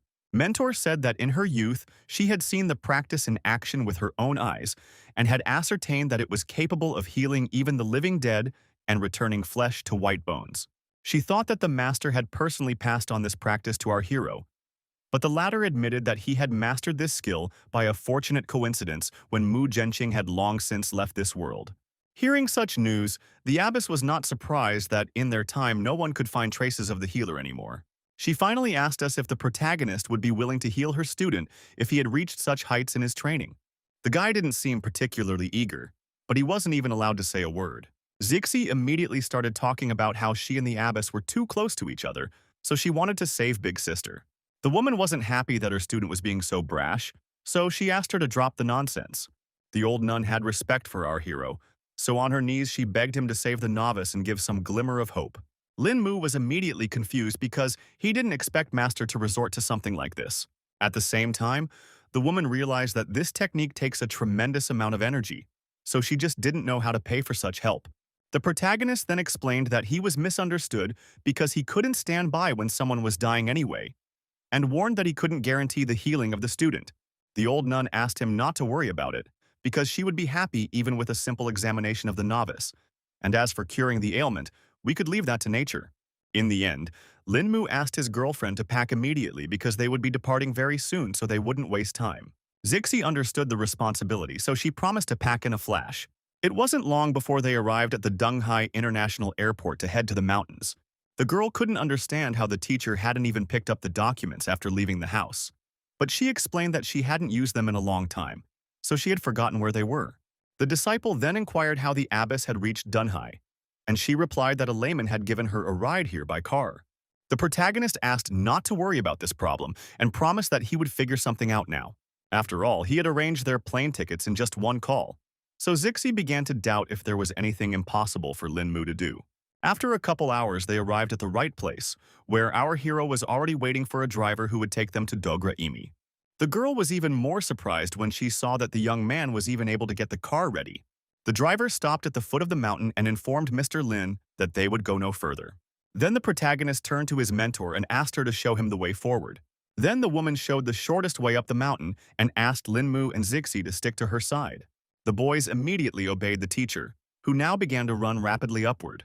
The protagonist noticed that the abbess still had a lot of strength and was easily able to do Qigong. It wasn't long before they finally reached the Jingchen Nunnery, which was almost at the very top of the mountain. The nun hoped that Lin Mu wouldn't experience much discomfort because everyone here lived in simplicity and detached from the outside world. Actually, the guy didn't see it as a problem, because in such a quiet and peaceful place with so little routine, he only wanted to stay and devote himself to cultivation. At that moment, 2 female students came outside and were excited to see their teacher return. They also said hello to Sister Zixi, who hadn't been here for quite some time. The abbess of the monastery immediately inquired about the condition of Nianshan's wound. The girls reported that, unfortunately, the sister was still in a coma. When the woman asked our hero to follow her and led him to the injured student's room, Zixi herself froze at the threshold as she was shocked when she saw her elder sister's condition. She still couldn't fathom that something like this could have happened to a girl. Meanwhile, the nun asked Lin Mu to come over and examine Nian Cheng's wound. The protagonist took the patient's hand and examined her body with qi energy and couldn't understand how this was even possible. The young man realized with horror that he had assessed the damage too superficially, as the girl's actual injuries were far worse than he had originally thought. The organs have already almost stopped working, and the soul of the victim is barely held in the body. So if such a thing happened to an ordinary person, death would have come long ago. At this moment, Zixi asked with hope in her voice what was the condition of her elder sister. Our hero reported that the injury was really very serious, and it's just a miracle that life is still being sustained in Nancheng. The abbess said that when her disciple was brought back to the temple, she immediately gave her a great cycle pilu, also prolonging her life with true qi. The young man immediately guessed that it was about the pill from the Shaolin temple, and the woman said that at one time she knew a Buddhist mentor from there. In fact, Lin Mu didn't even think that he would encounter the real version of the bone-hardening pill that he used in his practices. The guy noted that without this Shaolin miracle cure, the victim would definitely not last long. Zixi still looked at our hero with hope and asked if Qingguan Doyang could save her sister's life. Lin Mu explained that he only had one way to save the patient's life, but even if he succeeded, it was unlikely that she would be able to cultivate. It was hard for the girl to believe something like this because just recently, Nian Cheng was fine. In the young man's estimation, the enemy the nun faced had no intention of leaving her alive, But still, she returned home on her last strength to deliver something important. In the end, the mentor only now realized that she had completely overlooked this so important detail. The protagonist calmed her down and reminded her that if the abbess hadn't taken up the healing, there was no way they would have saved Nancheng by now. Putting all talk aside, the young man declared that this matter could not be delayed, so he proposed to proceed right now to the rescue of the girl. He asked if the monastery had medicinal raw materials, and the nun replied that there were some ingredients, but it was not proper for them to keep many healing herbs. Lin Mu then asked Zixi to bring a pen and pencil so he could write down all the herbs he would need for the medicine. The protagonist explained that their sister's injury required treatment with medication and external exposure, so they would proceed in two ways. After a couple minutes, he handed the mentor the recipe and asked her to combine the ingredients as per the described requirements as soon as possible. The woman was happy to report that they had all the herbs on the list, so right now, she was going to tell her sisters to get it all ready. Half an hour later, the two girls had already brought Lin Mu all the ingredients he had asked for. For starters, the guy asked for help setting up a roaster to distill the medicine. It wasn't long before the helpers reported that the roaster and cooking pot were ready. After only an hour, the protagonist was carefully pouring the finished potion into a porcelain bowl. After that, he handed the bowl into Zixi's hands and asked her to give the patient 1/3 of this decoction to drink. Meanwhile, Lin Mu turned to the nuns and asked them to bring a piece of black cloth. A couple minutes passed, and the girl handed the main character the piece of cloth he needed. The boy was already ready for acupuncture and asked his friend if Master Qinghe should be called here. But the teacher said that the girl would also be able to handle the task. Then the protagonist, blindfolded, declared that they were coming right now. First, he asked Zixi to completely remove Niancheng's clothes to prepare the patient for the procedure. The aide quickly complied with the guy's request, hoping that the older sister would be able to make it through the ordeal. Lin Mu now asked the girl to guide him to the needle point called Shen Kuyue. It turns out that our hero only needed to find this point on the patient's body to determine the position of all the others. He calculated that in order to heal such a serious wound, all 49 needles would have to be used. Before starting the technique, Lin Mu carefully enveloped the girl's body in a dense cocoon of purest true qi. This will make it easier for him to not only insert the needles, but also to control the needle points. The protagonist concentrated as much as possible and warned Zixi that he was starting to inject the needles, asking her to move to a safe distance. The girl only wished Lin Mu good luck because he was the one everyone was counting on right now. In fact, keeping 49 meridians under control at the same time was a challenge even for such an experienced master.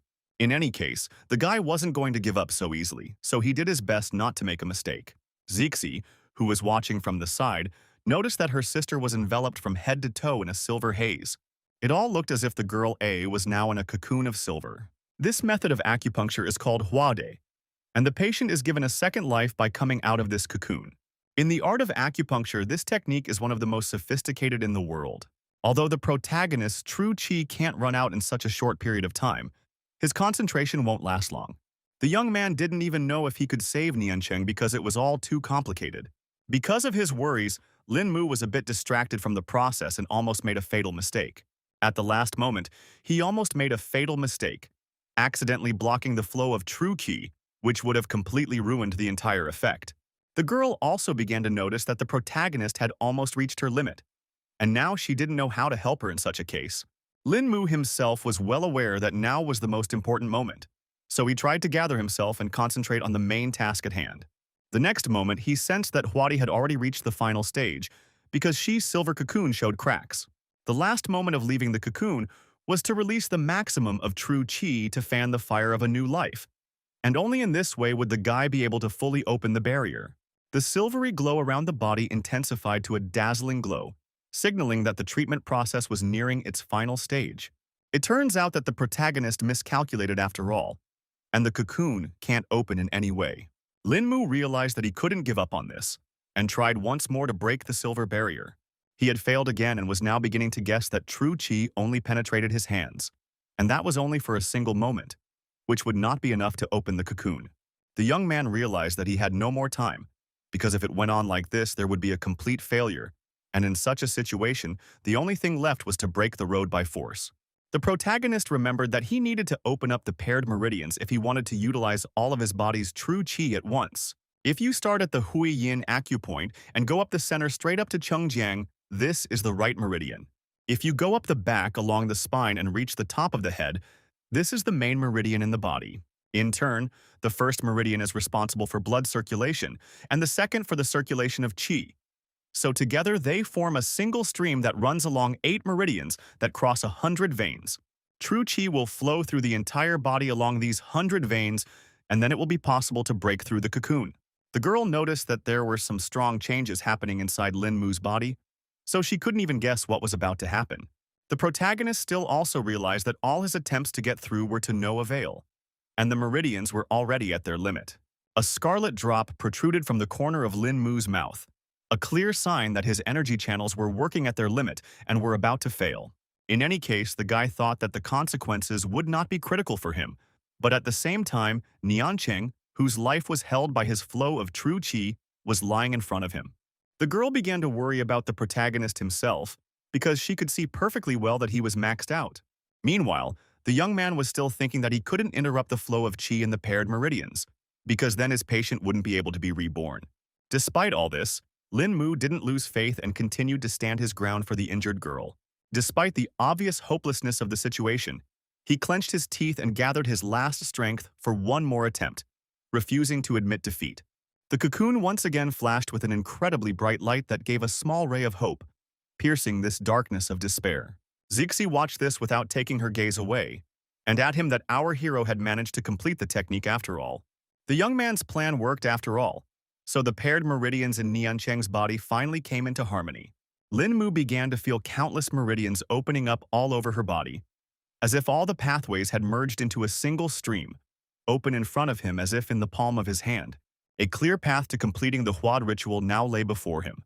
All that remained was to take the final step. The girl covered her face with her hands in confusion as the blinding flash that accompanied the opening of the silver cocoon was so bright that it cut her eyes. Meanwhile, the other nuns stood in front of the entrance and waited for the protagonist to finish his technique. Suddenly, the abbess felt a burst of true qi inside. Things finally calmed down and Zixi asked if the guy had managed to save his older sister. She ran closer and asked how the sister was, but Lin Mu didn't bother to answer the question and asked her to hurry up and dress the patient. The young man explained that Niancheng's wound had healed for the most part, but whether or not she would be able to cultivate afterward would only be decided by luck. Our hero asked his girlfriend to keep an eye on his older sister, while he himself left the room for the time being. The abbess of the temple immediately ran up to him to ask about his condition, but the lad replied briefly that he was fine. But Lin Mu also honestly admitted his exhaustion and politely asked the nun for permission to linger in the temple for a brief rest. The woman immediately turned to Wanchen and asked her to prepare quarters for Lin Mu. Afterward, she immediately went to her student's room to see how it went. Zixi excitedly asked what condition her sister was in while the abbess was giving her an examination. In the end, the nun was greatly surprised when she saw the results the protagonist had achieved. She saw that Niancheng still had tangled meridians, but all the other organs were perfectly fine, which was a true miracle. Other than that, the nun decided to guide some true qi into her body because she was about to wake up. Opening her eyes, the confused girl immediately saw the familiar face of her mentor in front of her. The teacher was overjoyed that her student was awake after all after such a long coma.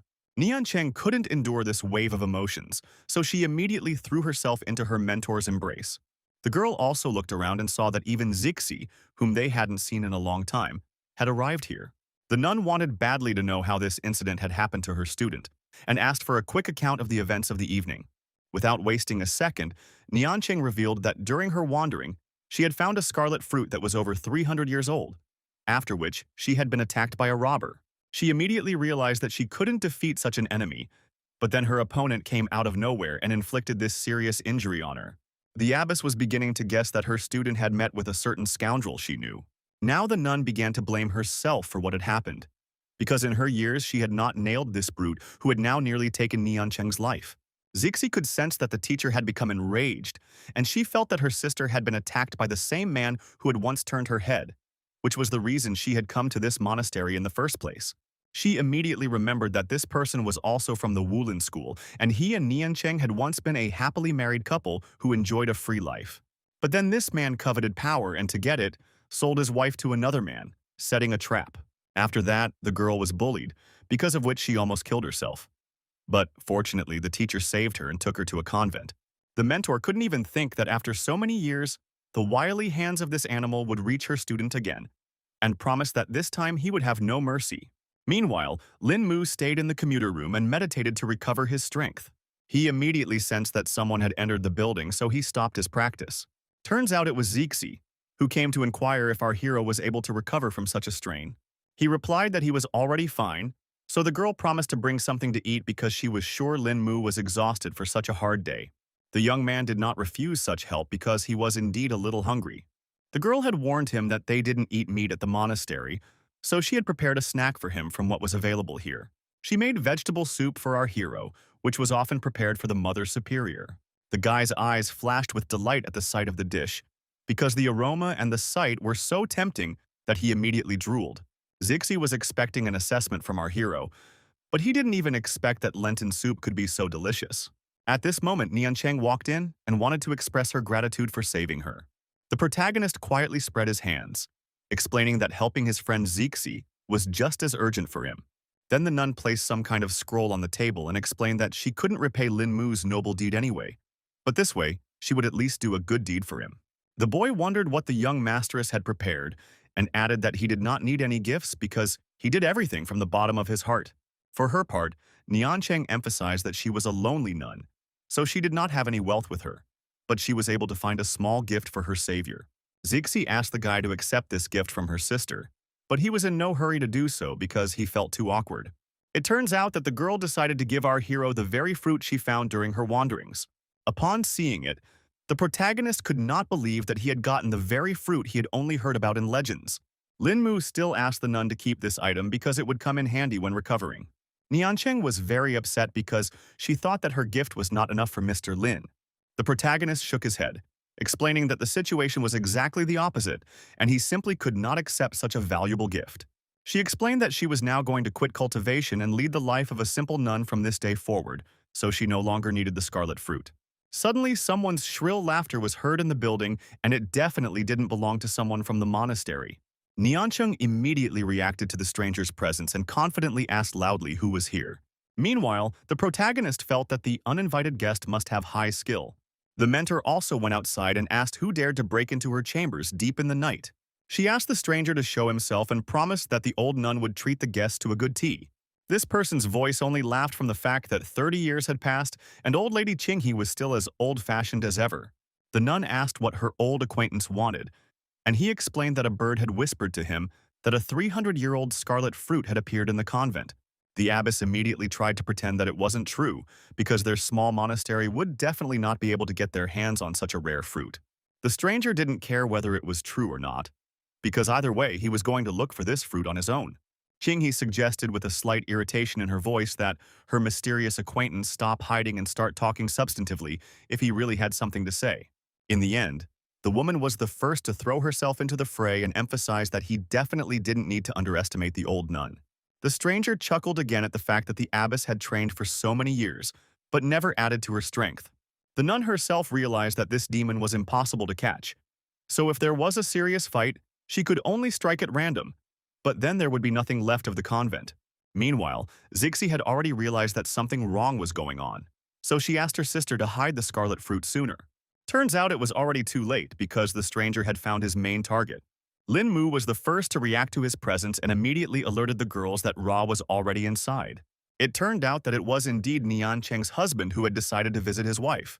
The man declared that they would not be able to get his scarlet fruit so easily and attacked our heroes. The abbess was greatly angered when she verified that it was Feng, whom she called a half-human, half-elf. The enemy was curious to see if the nun had adopted those legendary techniques that had been guarded behind the walls of the monastery for centuries. The protagonist had already come to the rescue and noted that the man was quite brazen since he dared to come here alone to rob defenseless people. Feng became even more angry when he heard some kid allowing himself to talk to him like that. The young man looked firmly into his opponent's eyes and declared that he had no other trump cards besides his own courage, but that was enough to fight. The robber had already had time to notice that our hero was highly skilled and was about to subdue him. He didn't wait any longer and quickly rushed out of his seat and was about to attack Lin Mu.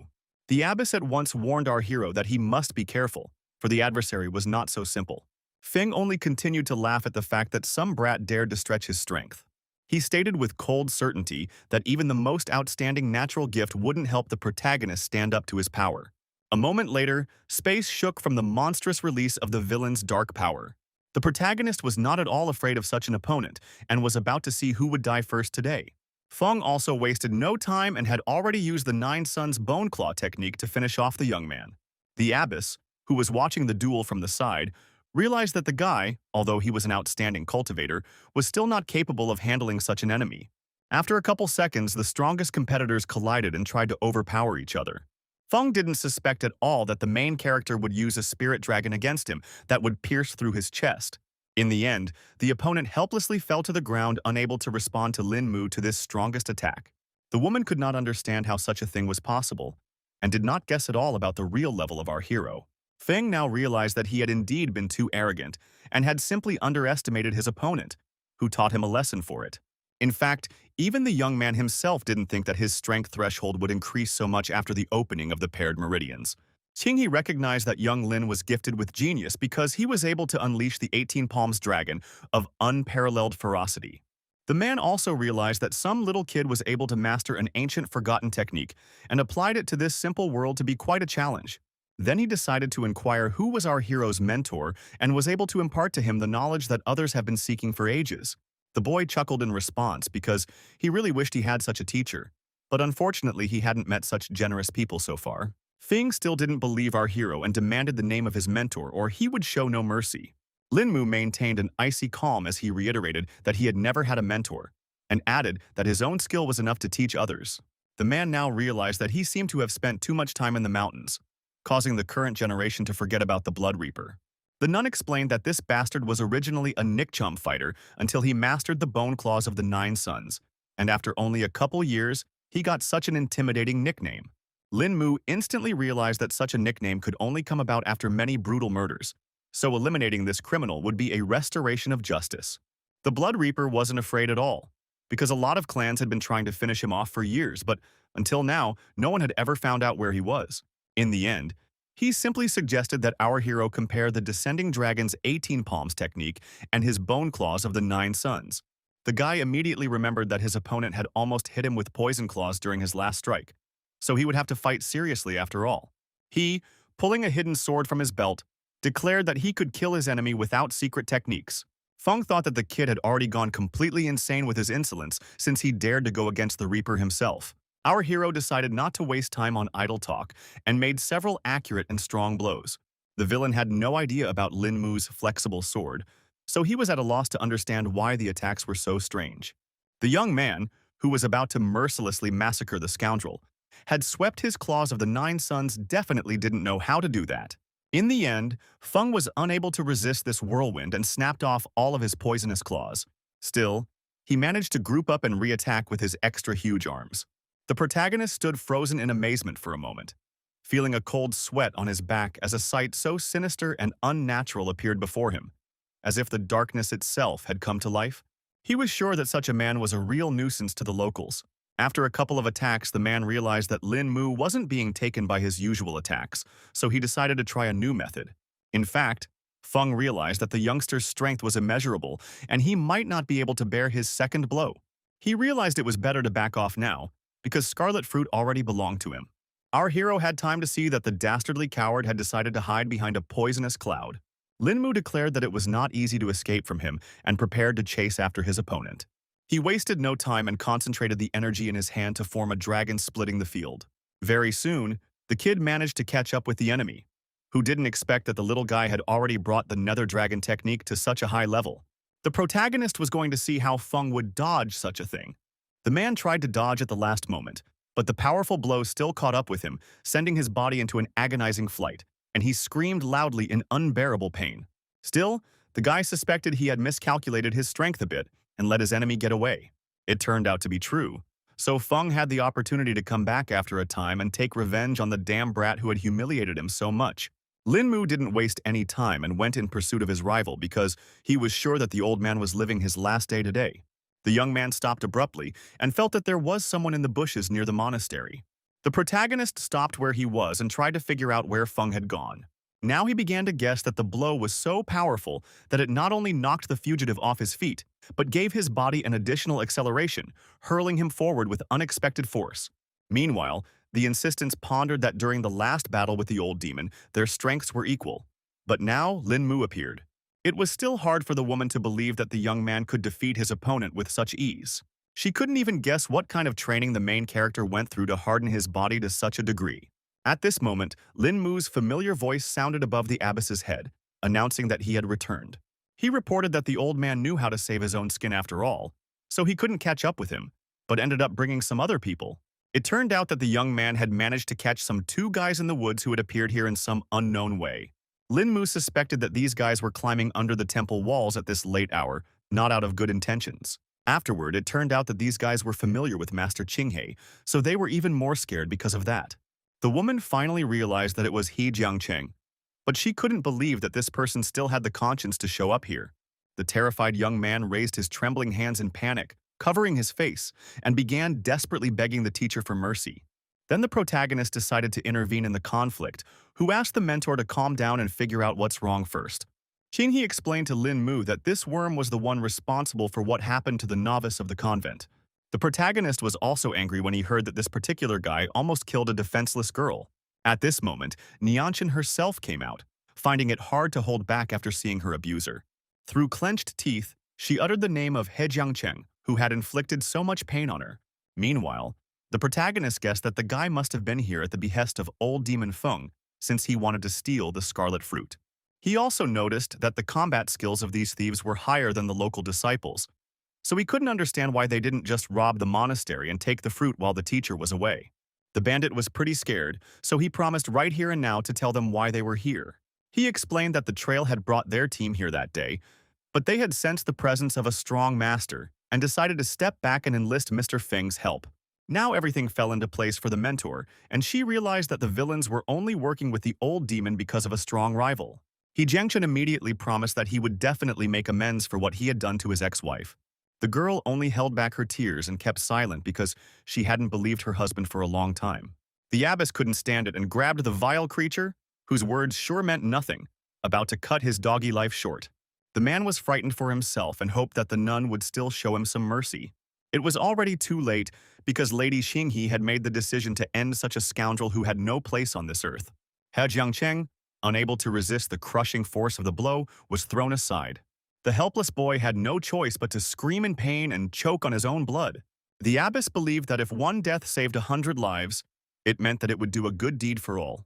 The other bandit was scared out of his wits when he saw what the woman had done to his comrade. The next moment the nun moved on to him as well, for she realized that this fellow was made of the same dough as his mean friend. The robber's wide-open eyes expressed animal terror, their gleam and trembling pupils eloquently begging for mercy. The abbess had no pity for this insolent man and hit him on the head with all her might. The bandit obviously couldn't take the blow, so a thick scarlet veil began to cover his eyes. Yinki believed that these guys had done too much evil, so something like this wouldn't be redeemed even by death. She asked her students to bury the bodies of the bandits and to do it far away from the convent so as not to desecrate the land. In fact, she had no idea that it was because of these two that she would have to cross herself today and do something that would forever be a bloody stain on her conscience. After that, Lin Mu handed over the scarlet fruit that Nianshan had given him to his mentor. The woman believed that saving a life could never be repaid, so she also wanted the protagonist to keep the legendary fruit for herself. Eventually, our hero gave thanks for such a gift and had already decided that he would make a pill from the scarlet fruit that would serve Zixi well. The mentor still wasn't happy because they were making a gift just for Lin Mu, and he's still trying to bring him back to the monastery. The young man explained that it could now be considered that the fruit belonged to him, so he could dispose of his gift as he wished. The woman couldn't object to anything because the protagonist was basically telling the truth. Lin Mu reiterated that the scarlet fruit wouldn't help him much in cultivation, but it would be a great bonus for Zixi. The mentor then quickly turned to her disciple and told her to thank young Lin right now.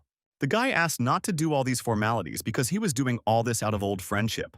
Already 2 days after the recent events, he had already prepared as many as 30 scarlet fruit pills. Our hero decided to keep 25 pieces for Zixi, which should have been enough for her for a short time, and save the remaining 5 for Xianxian. He realized that his other friend was about to reach the true qi level, so the medicine would help make the transition smoother and faster. Zixi offered the young man to stay at their monastery for a while longer, but he could not afford to do so because he had too much to do in Dunhai. Lin Mu asked the girl to train hard because now her sister had lost her strength and couldn't help. Before parting, she smiled softly and with a light sadness in her voice asked the protagonist to be careful and take care of himself. Zixi now realized that the teacher was right in saying that she needed to train hard because there would come a moment when Lin Mu wouldn't be able to be around. In fact, the protagonist wanted to take the opportunity to climb the impregnable mountain to look for rarities. On one of the rocks, the young man had at once already found an herb that should be suitable for incense. At this moment, Lin Mu he looked up and saw that he still had so much more to climb. He suggested that now that he had opened his paired meridians, he could try flying. This isolated wilderness was perfect for his first attempt, so he wasted no more time. The protagonist was confident that this mortal shell, thanks to his efforts, should be able to withstand the tumultuous influx of chi he had burdened it with. The guy unintentionally tried to hold himself in the air, but the release of true chi was too powerful, causing it to be very difficult. After an update, he finally felt his energy settle and now he could keep moving. Lin Mu now tried to channel the released chi to try to fly upwards, and he succeeded. Our hero rejoiced as he finally regained his long-standing sense of riding the wind and a sense of freedom. He darted quickly from side to side and couldn't stop enjoying that feeling of free flight. An hour later, the young man felt that he had almost reached his limit and realized it was time for him to land. This time the flight was stable, so the protagonist couldn't wait for the next opportunity to practice. Suddenly, Lin Mu heard some strange movements ahead and realized that it was the sounds of battle. He finally realized that it was little Tang's voice who seemed to be chasing after someone. The guy couldn't figure out how his acquaintance had ended up here, but that didn't matter for now, because he needed to get close to her first. The protagonist got closer and saw that unknown masked people surrounded some man. This gentleman was already quite battered, but he kept talking about how the great and glorious Ba Shu Tang family would descend to minions. The leader of the group believed that sooner or later that day was going to come because of the way the case was handled by this man. He was convinced that this family was driven by greed and lust for profit, and that their members were honing their dark skills with poisons and dubious potions steeped in the teachings of Udu. The mercenaries believed that the Tang family was unrivaled in the art of stealth and poisons, so they asked not to be mixed with this dark doctrine. The leader decided it was time to end these useless words, and informed the man himself that he would be better off if he gave it all up and kept his life. The Lord only laughed because he was being mistaken for a 3-year-old child, and he wasn't about to believe the words of some mercenary. In the end, for his audacity, he received a shuriken to the head with no chance of escape. The leader then emphasized that this is the fate that awaits anyone who gets in Tan's way. At that point, one of the subordinates said they had been given information about the whereabouts of what they were looking for. After that, their boss did not hesitate to head to the scene, entrusting the victim's corpse to Tang Lian. The lad made no objection to this order and walked over to the breathless body. He quickly opened a bottle of concentrated poison and poured it directly on the man. The protagonist, who was watching from the sidelines, didn't expect Tang's poison to be so caustic. After a couple of seconds, there was nothing left of the body, and the guy concluded that the mercenaries had used a special powder to dissolve the corpse. The protagonist noticed that that guy's weapon-throwing technique exactly mimicked Little Tang's, and it was most likely a mid-level Tang member. The issue was that these people in black had now killed a person without blinking an eye, which was not at all like what Tang Bei Bei had described to him. Lin Mu realized that he couldn't just let this situation go, so he decided to conduct his own investigation. Meanwhile, the Tang family mercenaries had already found new victims for themselves and began to interrogate them. All of the staff members in trembling voices told of their ignorance, but the bandits only grinned as they watched those literally tucking their tails in fear and realized that such genuine terror was hard to fake.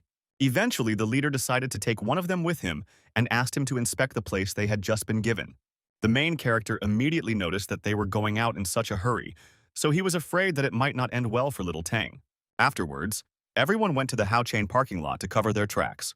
In the end, it turned out that among them was indeed Tang Bei Bei, who was hiding behind a dark robe.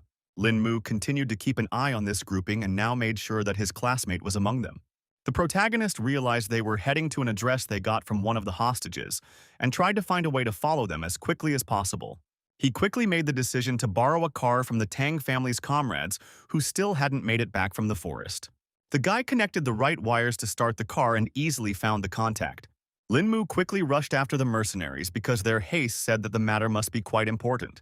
He had never seen Little Tan like this before, so he wanted to know what she was looking for with her partners after all. Meanwhile, the mercenaries had already stopped near the right place and started looking for something. The protagonist had been watching from afar the whole time and realized that they had reached the designated point. Tang Bei Bei led her group because she wanted to find the comma site faster and suggested they go inside immediately. They went onto the property of someone's house because, according to the guy, what they were looking for was in one of the rooms. The strong man didn't have to think long about how to get in there and just broke through the wall. They realized that they couldn't keep the head waiting, so they tried not to loiter here. The mercenary quickly completed the task and found some sort of sack, so the hostage hadn't lied to them after all. The guys asked Little Tan to go faster, but she seemed to be up to something and had already prepared shurikens for it. She realized that the target was already in hand, so the partners didn't need to be left alive. When they decided to jump the fence, the girl concentrated and decided it was the right moment. In the end, the girl threw the 2 shurikens towards her comrades. The guys immediately sensed that something wrong was going on and turned toward their partner. One of them quickly used the Chainmaster's technique and put up a shield to protect himself from the sharp projectiles. Tang Bei Bei didn't expect at all that her concealed weapon could bounce back like this. Turns out they were ready for it, because the captain had guessed long ago that the girl was going to betray Tan. Little Tan realized that her worst fears had come true and immediately asked how her partners knew of her intentions. The guys only explained that the captain hadn't trusted the girl from the beginning, which was why they'd been able to catch her so easily in the hot seat. They noted that Ben Ben wore her mask well after all and endured all this time until the right time. The fighters also admitted that the deaths of the girl's father and brother were also their work. That time, his brother had briefly returned to check on Little Tang, but his carelessness had given away his location, and that was enough to put him on the trail. Because of this, the girl couldn't hold back her tears and now wished her former partners dead even more. At this point, the protagonist intervened in the conflict, who couldn't believe that the former Bashutan would be bred into something like this. The bandits immediately started looking around because they could tell who was talking to them. One of them noticed that someone was able to get close to them without making the slightest noise, which meant that their opponent was a true master. Because of this, the guy turned to his comrade and suggested that he finish off Little Tan first, so he could chit-chat with some strangers later. The mercenaries quickly rushed towards Tang Bei Bei with a cry that she would definitely die today. Suddenly, rocks came whistling down, hitting the brigands in the backs, and under the hail of rubble and dust they stumbled, losing their balance. The girl felt a master coming to her rescue and asked him to show himself right away. In the end, she saw that it was in the Lin Mu she knew. She couldn't believe that things had worked out like this. She was utterly perplexed and inquired how our hero had come to be here. The guy said that he was minding his own business on Mount Amma and suddenly heard a familiar voice at the foot, whereupon he followed his acquaintance. He immediately asked Tang Bei Bei to cry and hold nothing back to make her feel better. The girl immediately remembered that Lin Mu had always said that her parents were good, so now she couldn't understand why they had been attacked. At this moment, one of the mercenaries woke up and now couldn't understand who the young man who dared to meddle in the Tang family's affairs was. Bei Bei thought that there was no point in listening to these guys because they were going to die soon anyway. Meanwhile, she herself decided to see what was in the bag for which they had come to this house. The partner had laughed at the fact that the girl had been wondering all along what they were going for, and now wondered if she was satisfied. Because of this, Tang Bei Bei became incredibly angry and decided to finish off this insolent man right now. She had caught fire with the fire of revenge and now wanted to take this bandit's life after her father's. The protagonist immediately stopped the girl and warned that the blow had already ruptured the internal organs of these guys, so they would soon be able to ask for forgiveness from her father themselves. After that, they went to a restaurant where the young man decided to talk about what he felt was a disturbance in the harmony on Tang Tang's body, and offered to help her. The girl then showed off the purple stain on her body and noted that she might not have long to live. The protagonist is not on a joke frightened when he guessed that his acquaintance was poisoned by someone. Little Tan explained that it wasn't just poison, but something scarier. To gain the group's trust, she began to comprehend their dark practices, using venomous creatures to cultivate. But without the secret recipe for the pill, her training came to a standstill and her progress stopped. Also, at the same time, these people are using the pills to manipulate the younger Link, and if someone turns their back on them, they will simply lose access to the medicine. Bei Bei added that they combine many kinds of toxins and then use an extremely dangerous method to release their potential energy for cultivation. After going through this training, she had almost opened the Dantian points, so the level of true Qi was quite close. The main character rejoiced at the fact that the girl still hadn't released her true Qi and decided to watch her right away.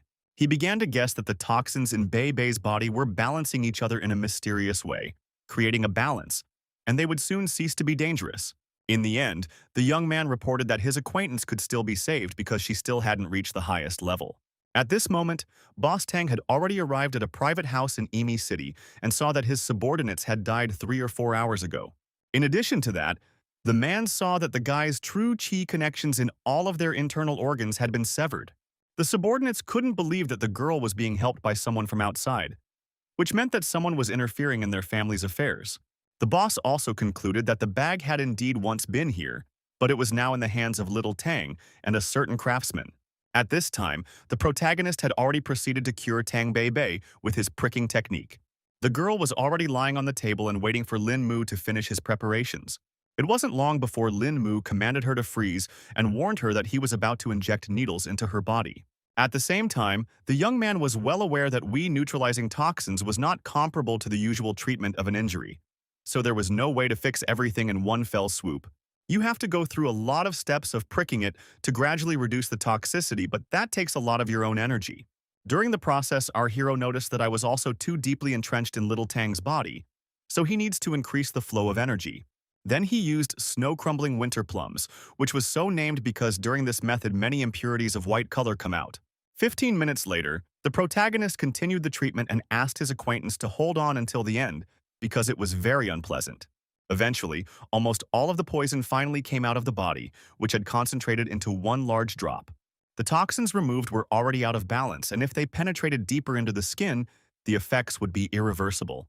After that, the guy immediately felt that his body was quite drained, and he didn't expect it to take much more strength than Huadi. At this moment, Tang Bei Bei noticed that Lin Mu wasn't feeling well because he was too pale. The protagonist replied that he was just a little tired and promised that it would all go away when he got some rest. Also, the guy did not remember that he wanted to give some item for his acquaintance. He pulled a small envelope from his jacket, but ended up not being able to hand it over because he just fainted. At the decisive moment, the girl rushed forward and managed to catch the falling Lin Mu, his exhausted body unconsciously collapsing in her trembling hands. After that, she decided to see what the main character was going to pass on.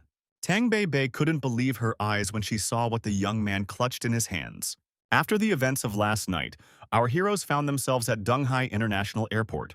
Tang Bei Bei admitted that the guy had scared her out of her mind yesterday, but he calmly explained that the poison treatment had taken a lot of energy. It turned out that before passing out, our hero was trying to give his acquaintance her baby photo, so she asked where he got it. The young man didn't understand at first what it was about, but then he realized that he hadn't had time to do all of this because he had just blacked out. He admitted that he actually passed on the photo at the request of a man. Lin Mu also added that he had a box for little Tan, but he wanted to give it to her after they got home. Quite soon, they arrived was the country house of the protagonist, so now he was trying to find the very box. The guy hid it pretty well, but in the end, he still managed to find this gift for Bei Bei Bei. He explained that the person who had handed over the box had apparently gotten to know their relationship well and had asked him to give it to the girl. Little Tan accepted the gift, but couldn't understand at all what was inside. The protagonist himself also had no idea about the contents, so he asked the girl to hurry up and open this mysterious box. Tang Bei Bei was greatly surprised when she realized that this was where her photos from high school were located. There was also a savings book and some kind of bank card lying next to the photos. On the very same box, the girl found an ancient book called Heavenly Rain Watering Flowers. The guy hadn't heard of such a tutorial, but he immediately noted that it looked like some sort of rare battle drill. With tears in her eyes, Bei Bei explained that it was a lost relic of the Tang family lost over 2 centuries ago, hiding the incredible secrets of learning to wield hidden weapons. All these years, their family had been searching for these texts, and now they were suddenly in the girl's own hands. She was immediately reminded of how much she missed her parents. But at the same time, she was a little relieved because she could at least find the lost manuscript. Lin Mu was already doubting whether his acquaintance needed all this truth because she had already gone through so many difficult events. Through her tears, Tang Bei Bei asked if that person had said anything else. The main character relayed that he wanted to tell the girl that they would always be one family, no matter what happened. You girl couldn't understand why this mysterious, generous man was talking about family. The young man looked intently at little Tang and asked if she had even the slightest suspicion about who might have been behind the gift. Bei Bei cried even more because she realized that it was probably her older brother who had run away from the family many years ago. At that time, everyone said that he was a scoundrel, that he stole from the family, because of which the girl almost killed him with her own hands, but now realized that she was very wrong. After a conversation with his acquaintance, the protagonist went to the office of his security company to settle business matters. It turns out that Tianming was the one who decided to suddenly summon the young man for some reason. The company director explained that the people they sent had passed on new information and said that something had recently happened in the Lin family. The man pulled out a small flash drive and explained that the case was quite serious, so our hero had better see it. From the very first seconds of the video, you could hear that there was some kind of conflict between the family members. It turned out that they were whispering about the fact that the old man father had stopped participating in the family's affairs for many years, and one of the brothers was obviously hatching dark plans for the helpless old man. The man was worried that the will had gone missing and was afraid they would just be cut out of it. Eventually, one of the brothers pretended that such nonsense could not be spoken right in the house. The other man immediately laughed at the fact that he was so frightened and emphasized that there was no need to feign innocence here. He was even certain that it was his brother who had killed Laos's consort and deliberately let Lin Mu off their hook. The second brother immediately replied that before our hero then something was wrong with him, because even the assassins could not cope with him. The man was immediately angry when he heard such news, because in the matter of inheritance, not the slightest chance should be left to chance. In the end, they ended this conversation on the fact that the old man is already taking poison under the guise of medicine and will definitely not live long, and it remains for them to prepare people to find the will as soon as possible. Lin Mu immediately asked how many people knew about it now, and the assistant replied that there were only 3, considering the scout. Our hero asked to hand over the money to their employee and decided to call it a day. Immediately after this meeting, the guy decided to go to his family's mansion. The butler was overjoyed when he saw the young gentleman who had finally returned to visit his grandfather. Lin Mu continued to pretend that he didn't know anything at all and asked what the old man's condition had been recently. The aide said that the gentleman has really not been on the mend lately, but his mind is relatively clear right now. When they entered the room, Senior Lin, helpless as a baby, obediently opened his mouth as the maid brought him a spoonful of food. At this, Lin Mu asked for them to be left alone so that they could talk in peace. Mr. Lin, despite the presence of his beloved grandson, continued to remain silent. The protagonist immediately guessed that there was a camera in the room, causing the grandfather to keep pretending that he was incapable of normal conversation. The guy finally tried to wiggle it with true chi and saw a red light come on, which showed his success. Lin Mu informed his grandfather that they were now safe because no one would hear them, and they could finally talk. The young man immediately asked if the old man ate this porridge every day, as he realized that there was probably poison in it. Grandpa confirmed this and explained that his appetite had completely disappeared by old age, so he could only eat this kind of food all the time. Lin Mu then spoke directly about the danger that lurked in this harmless porridge, but the old man couldn't understand where he got the information about the slow poison from. Just then, the protagonist showed off a flash drive that held something that might disappoint his father. But he definitely needs to know the whole truth. Meanwhile, the cleaning lady in the courtyard noticed that the other servant had somehow fed the gentleman too quickly. A colleague immediately reminded me to remember to add more ingredients to the gentleman's porridge. The woman was surprised to hear this and immediately inquired who had given such an order and why so suddenly. Her colleague emphasized that it was definitely none of her business, so she should just stick to the instructions. Meanwhile, the head of the family could not contain his emotions after seeing that he had raised such scumbags who wanted to kill his own father. Afterwards, the man sat on the couch defeated and realized that this was a complete disaster for the family. Suddenly, Senior Lin's body shuddered. His eyes unnaturally widened due to the sudden pain. Eventually, he began coughing violently and choking on his own blood. The protagonist reacted quickly because he realized his grandfather's body was crumbling before his eyes and engaged the main punctuation points. After that, the old man was immediately able to regain consciousness and stop panting. Lin Mu immediately asked if Mr. Lin was all right. The latter replied that he felt fine. The old man immediately asked his grandson to hand over the certificate to the police because he wanted all his sons to spend the rest of their lives behind bars. Lin Mu thought that they would get off too lightly then, asking them to wait for him to punish them himself. Grandpa asked our hero not to do anything stupid under any circumstances, because then the brothers could ruin his future. The head of the family recognized that he was already too old, so he wouldn't ask too many questions, and simply asked the young man to preserve the Lin clan and do the rest at his own discretion. At that moment, the butler entered the room and said that the CCTV repairman had come here. Lin Mu didn't care about this at all, so he ordered his assistant to go right now and disperse all the servants. The man was surprised to hear such confident orders from our hero and tried to find out what he was going to do.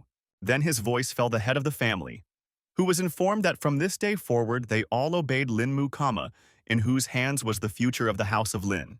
The butler was only glad that the gentleman had come to his senses and agreed to fulfill the request of the protagonist.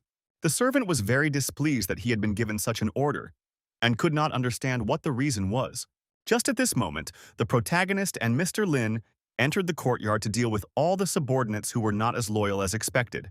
The guy asked to listen to him carefully and firmly stated that from this day forward, everything in the Lin house would only happen on his word. One woman thought that according to conscience and logic, their dismissal should be by Mr. Lin's free decision, so the young man couldn't just chase them away. Meanwhile, the protagonist didn't hesitate and directly told the servants that they already knew that the workers dared to take advantage of Lin Yitai's kindness and secretly spy on him. The subordinates continued to stand their ground and say that the young master was just throwing mud on them, even though everyone here was an honest person. The woman who had been feeding the old man all this time stepped forward and decided to confess that she was the one who had been cooking the porridge.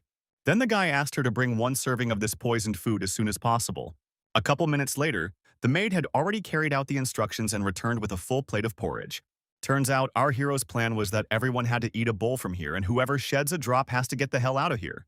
The entire servants were shocked at such a cruel decision by Lin Mu and couldn't believe that he was actually making them up to do such a thing. Lin Mu thus only confirmed that there was something wrong with the porridge and wondered if the police would have any questions if he gave all this information to them. In the end, the guy started to concentrate chi energy around him in order to teach everyone around him a lesson for ruining Lin Yitai for so many days. Within a second, all the workers were on the ground and screaming because their heads were literally splitting. The young man swept the left eardrums of all the subordinates burst with his true chi. The old man asked what his grandson had done to these people, but Lin Mu replied that he had only taught them a lesson so that they would not harm others in the future. The next moment, the protagonist grudgingly noted that he still couldn't see the glistening heels of the servants. All the employees realized that this guy was no joke, so they immediately started running away from the mansion grounds. Thus, they had completed the purification in the house, and now Lin Mu decided to neutralize the effects of the poison in the old man's body. The young man explained that Lin Yitang wouldn't need to take anything because he would do everything with acupuncture. They quickly entered the house, after which the protagonist carefully laid his grandfather on a flat surface and began the acupuncture process. Before this, Lin Mu had already gained experience when he had removed the toxins from Little Tang's body, so now he would do everything simply and quickly. The protagonist realized that a technique called Snow Sprinkles Winter Plums could also help Grandpa go on the mend. After a few minutes, he pulled all the toxins from the old man's body and transferred them to a small bowl. Lin Yitan asked at what point his grandson mastered acupuncture after the operation was completed. The guy said that it was as if he got interested in it when he was discharged from the hospital. And then, at the right time, he met an experienced fellow student who imparted the right knowledge to him. He also emphasized that he was doing it from his heart, so people praised him and said he had an unearthly talent, which only made his grandfather happy. After dealing with Mr. Lin, our hero decided to leave the manor, but in return, he sent his men here for protection. The old man couldn't stop being happy that Lin Mu was such a savvy guy, so he could be calm if the Lin house passed into such safe hands. The butler wasn't completely confident that the youngster could handle this duty, but Lin Yatan didn't worry about it because there was simply no other suitable person in the family. On the second day, the main character decided to meet Yao Xianxian, who was just at a photo shoot. He immediately noticed that the rising star is not lacking in diligence, because he just finished shooting in the movie and already poses for a new advertisement. The girl was surprised when she saw that her filming colleague had decided to pay her a visit. She asked why Lin Mu had come here, and he replied that he just wanted to see her. To talk privately, they went to a cafe nearby, and our hero explained his absence by saying that he was helping Sister Zixi at the Ame Monastery. Also, the guy mentioned that he was told that for the past few years they have all been preparing for some big gathering. Yao Xianxian was surprised and froze when she heard about this unexpected news. Turns out she guessed right away that this was the House of 1,000 Swords, a heroes reunion that takes place every 30 years. The girl explained that this was the Lu clan from Fengmen village, whose masters were countless, and no one could compare to them in the teachings of stealth. She said that their teachings included the secret knowledge of the clans. So many schools send students to the meeting, which caused Lin Mu to get interested and want to go himself. In addition, Yao Xianxian revealed that the first 3 at the Heroes Gathering would be able to choose one book from the Sutra Vault. This meeting is held once every 30 years to test the strength of the younger generation, so only those under 30 can participate. The protagonist agreed with this because the first 30 years were the most favorable time for cultivation, and if one did manage to reach a certain level during this time, then the chances only drop further. The girl herself had heard that in her years her grandfather had been fortunate enough to participate, but had lost to some 19-year-old young man from the Liu house. Even Lin Mu was surprised when he heard that the teenager was able to fight with a more experienced master, which proved his high level of skill. Suddenly, the young man remembered that he wanted to ask how his girlfriend's training was. Yao Xianjian was confused and began to explain that she works all day, so there is only time to practice in the evening, so she doesn't know when she will be able to gather true qi. The protagonist was well aware that being a big star was hard, so he came to deliver the cure for her. Of course, the girl was surprised because she couldn't understand what the point was if there was nothing wrong with her health. Lin Mu explained that it was not a medicine for her illness, but to help her cultivation. He said that he had made this potion from the 300-year-old scarlet fruit and a dozen other ingredients, so it had quite a strong effect. The girl did not expect to receive such a valuable gift at all, so now she did not know how to thank the hero's head. After meeting his friend, Lin Mu immediately went to his family's mansion. The new guards at the entrance now kept out anyone who was involved in the plot against the Lord. The guards said that this was now Mr. Lin's quarters and no outsiders were allowed to enter. The man couldn't believe he was being treated like this because he actually belonged to the clan.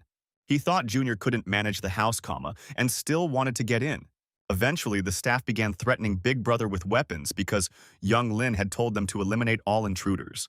At this moment, the old man was just sitting by the window watching his son not being allowed into the mansion. Meanwhile, the protagonist has gone to a real estate development in Dunhai where, according to information from Tianming, those who are keeping tabs on him are hiding. He decided to use the mask he still bought at the black market during his visit to America.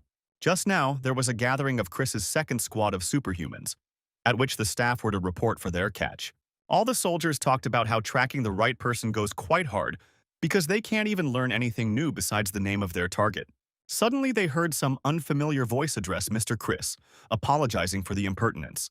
All the subordinates immediately pointed their pistols in the direction from which the sound had come, but the leader asked them to leave, intending to speak to the dear guest himself. The man immediately sensed that a celestial master had come to visit them and suggested that he step out of the shadows. The disguised Lin Mu emphasized that it didn't matter who he was because it was much more important who Mr. Chris was looking for. The special agent said that Mr. Lin's influence in the Middle Kingdom cannot be overestimated because he was able to get information and find surveillance with such speed. The guy pretended that he was only a friend of their target and asked what the agents would do with the information they received after the stakeout. Only now did Mr. Chris realize that it wasn't Lin Mu himself in front of him, so he asked if this man knew about his friend's encounter with the superhuman squad in New York. The man complained because that time our hero had not weakly cracked Cloth and made him an invalid. He stressed that Lin Mu had a direct connection to all of this, which was why their organization had sent this surveillance. But the young man decided to wonder what would happen if they did find their target. Mr. Chris did not hide anything and revealed that their organization has now split into two factions that have completely different views on the situation with the protagonist. In turn, the man himself believed he was in the resistance faction. The guy immediately decided to wonder what their resistance's plans were. The leader of the tracking said that their researchers sharpened their focus on sharing experiences there with Chinese master cultivators because they could complement each other. After listening to Mr. Chris, the protagonist immediately noted that this was a perfectly reasonable position. But at the same time, he realized that the superhuman device did not match at all with the ancient Chinese martial arts. The Americans originally thought the same, but they recently discovered that ways to enhance the physical abilities of superhumans could also apply to cultivators. In the end, the guy took note of this information and promised to pass it on to Lin Mu, still also not giving away his disguise. Lastly, the man handed over his business card, hoping that an opportunity would open up for them to reach new heights of cultivation. After that, he immediately contacted the Bureau of Superhuman Research in the United States and reported that he had managed to meet someone who had contact with Lin Mu and promised to consider their proposal. Dr. Hamilton was delighted at this news, but still wary, for he realized that the young man was not so simple. At this moment, Yang Guangqing arrived at the Dragon Eye base and apologized for his impertinence and explained that he was looking for Lin Mu. The guards immediately warned that here was an important strategic point of the organization, so they could not let anyone through. The bodyguard realized he wouldn't be able to get through here that easily, but continued to stand his ground. Then the main character finally came out of the base, who immediately recognized his acquaintance and asked why he was here. Also, the young man asked everyone to relax because it was his friend who could be here with no problem. Yang Guangqing noted with a smile that he had some rather challenging subordinates who had almost all reached the true Qi level. Our hero suspected that his acquaintance already knew about his new status if he had come to this very place. The guy realized that the bodyguard had come all this way for such a long trip only out of a good reason, so he offered to come inside and discuss all the details. It turns out that the main problem was that someone dared to kidnap the head of Wen. Yang Guangqing said that he left work early yesterday, and he had no idea that such an incident could happen. Our hero realized that the crime was committed extremely quickly, and it was definitely carefully planned. The man added that the kidnappers were working at the request of the Golden Triangle Mafia, who want the confiscated goods back. Then the young man inquired if the keeper had any clue as to the kidnappers. The bodyguard admitted that he had no solid information yet, but that the first thing he did after the kidnapping was to shut down all land and air routes. He also asked some of his friends for favors, so at the very least, it was known that the kidnappers were still in Guangzhou. The protagonist still couldn't understand what the problem was because the criminals could have been dealt with long ago since they still hadn't traveled far. Yang Guangqing explained that there was also a master among them who knew an ancient, unfathomable martial art that greatly helps them. In the end, he asked Brother Lin to follow him to Guangzhou and rescue Mr. Wen. Lin Mu, as always, refused all formalities because he couldn't refuse such an important mission. After that, he immediately went to the hall to meet the entire Dragon Eye team. He informed the soldiers that they must now rescue the man from captivity, which was a rare opportunity to test his true strength. To begin with, the captain ordered the 2nd and 4th squad, after manning up, to leave immediately for Guangzhou and then report their arrival. Our hero also decides to stop by Dunghai University to meet up with little Tang, whom he recently saved from poison.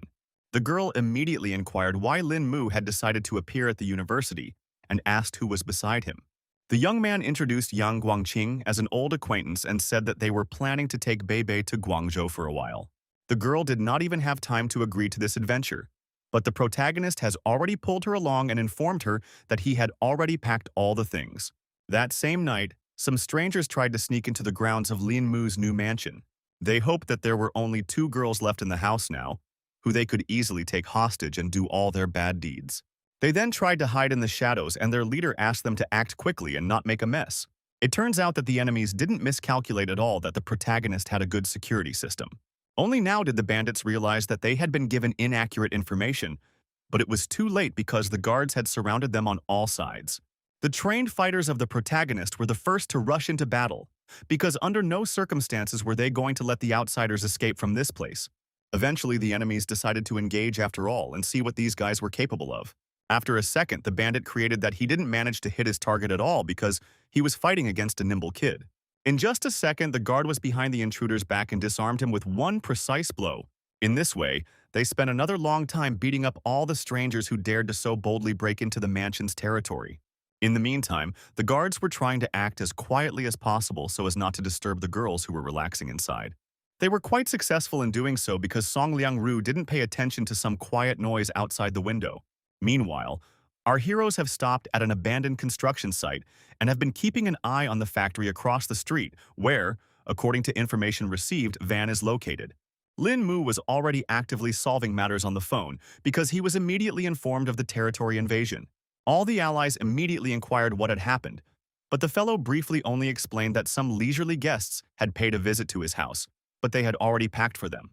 Bei immediately remembered that Teacher Sun and Xuanzong were still at home, so she asked if they were fine.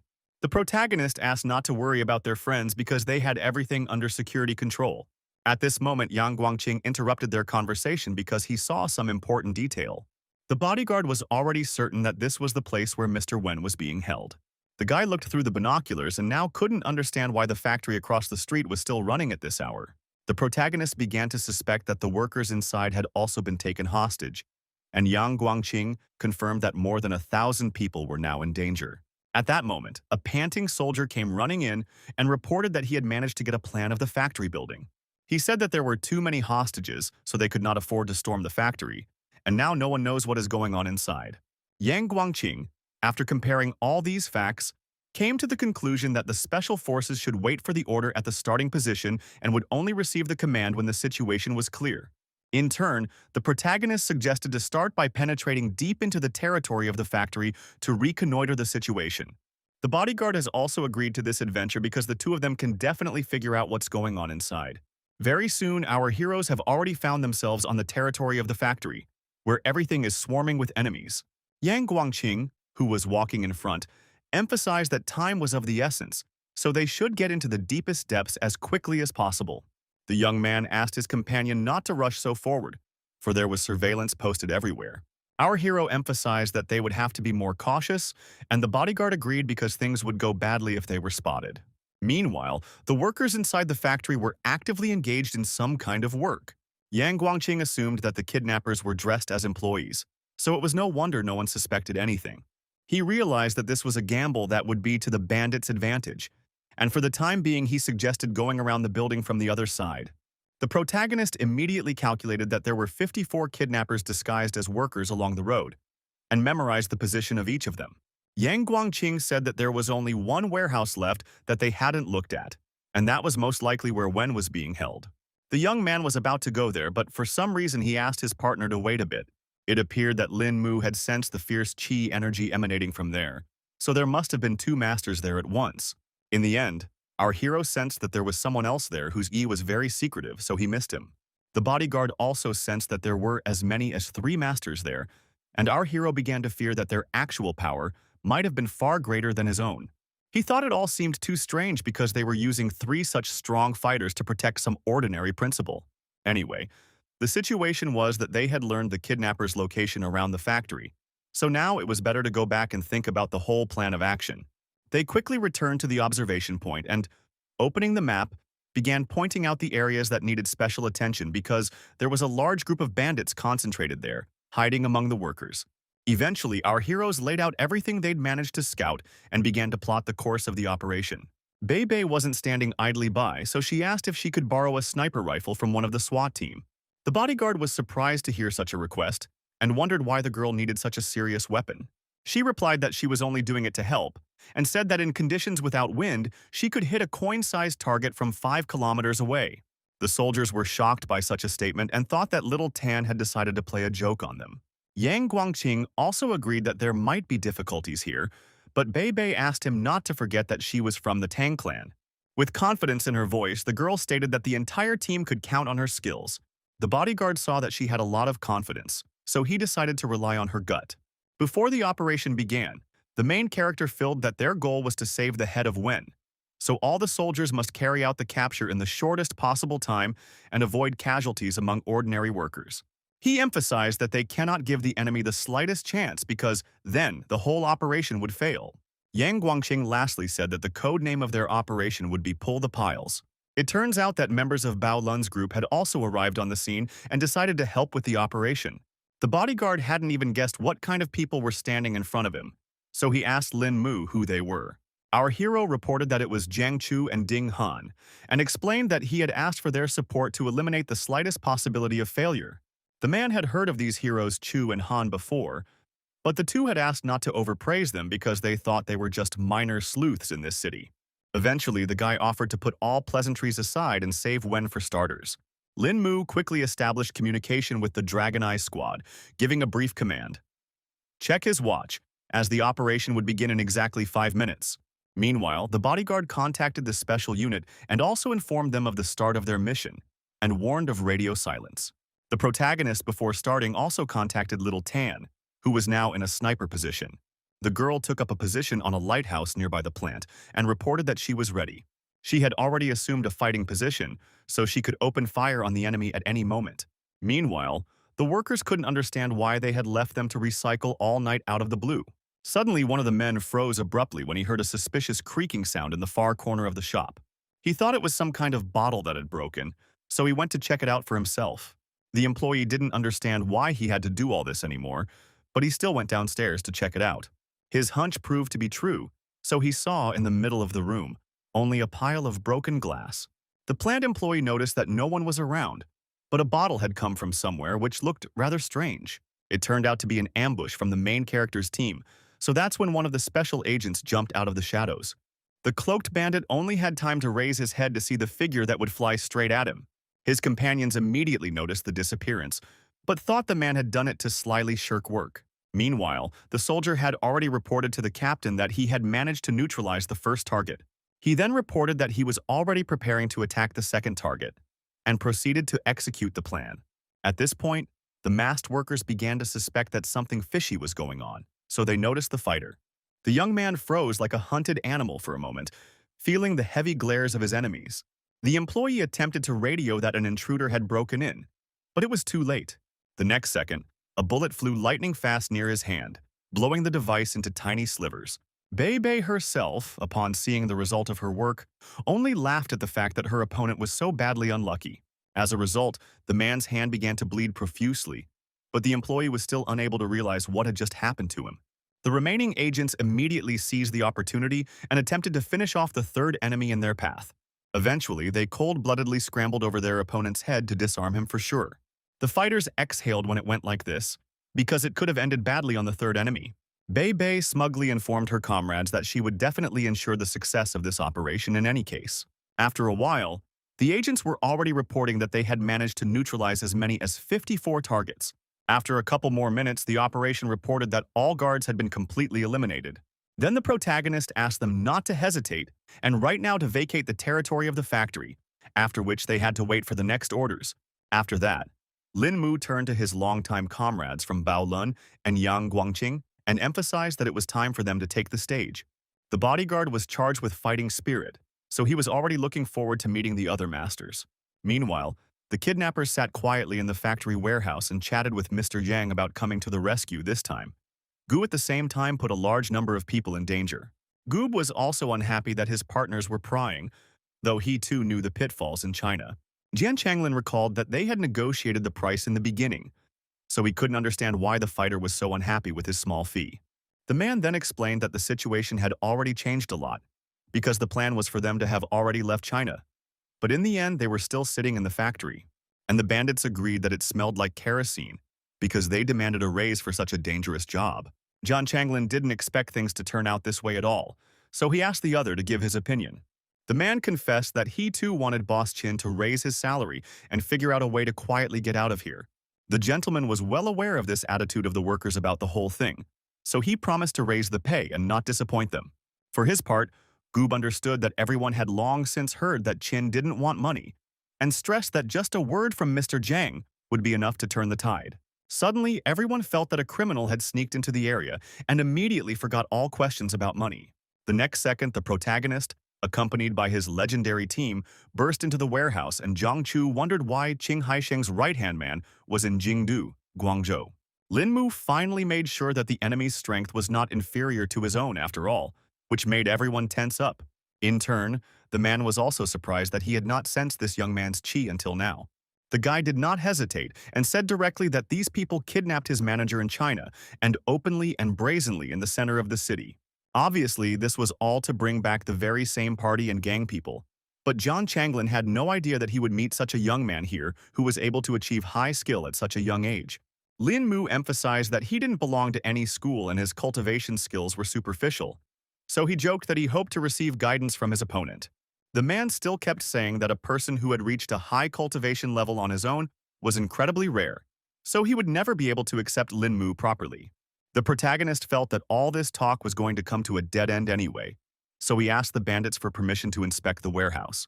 Jian Changlin replied that there was no problem with that and asked the whole team to make themselves at home while they were here.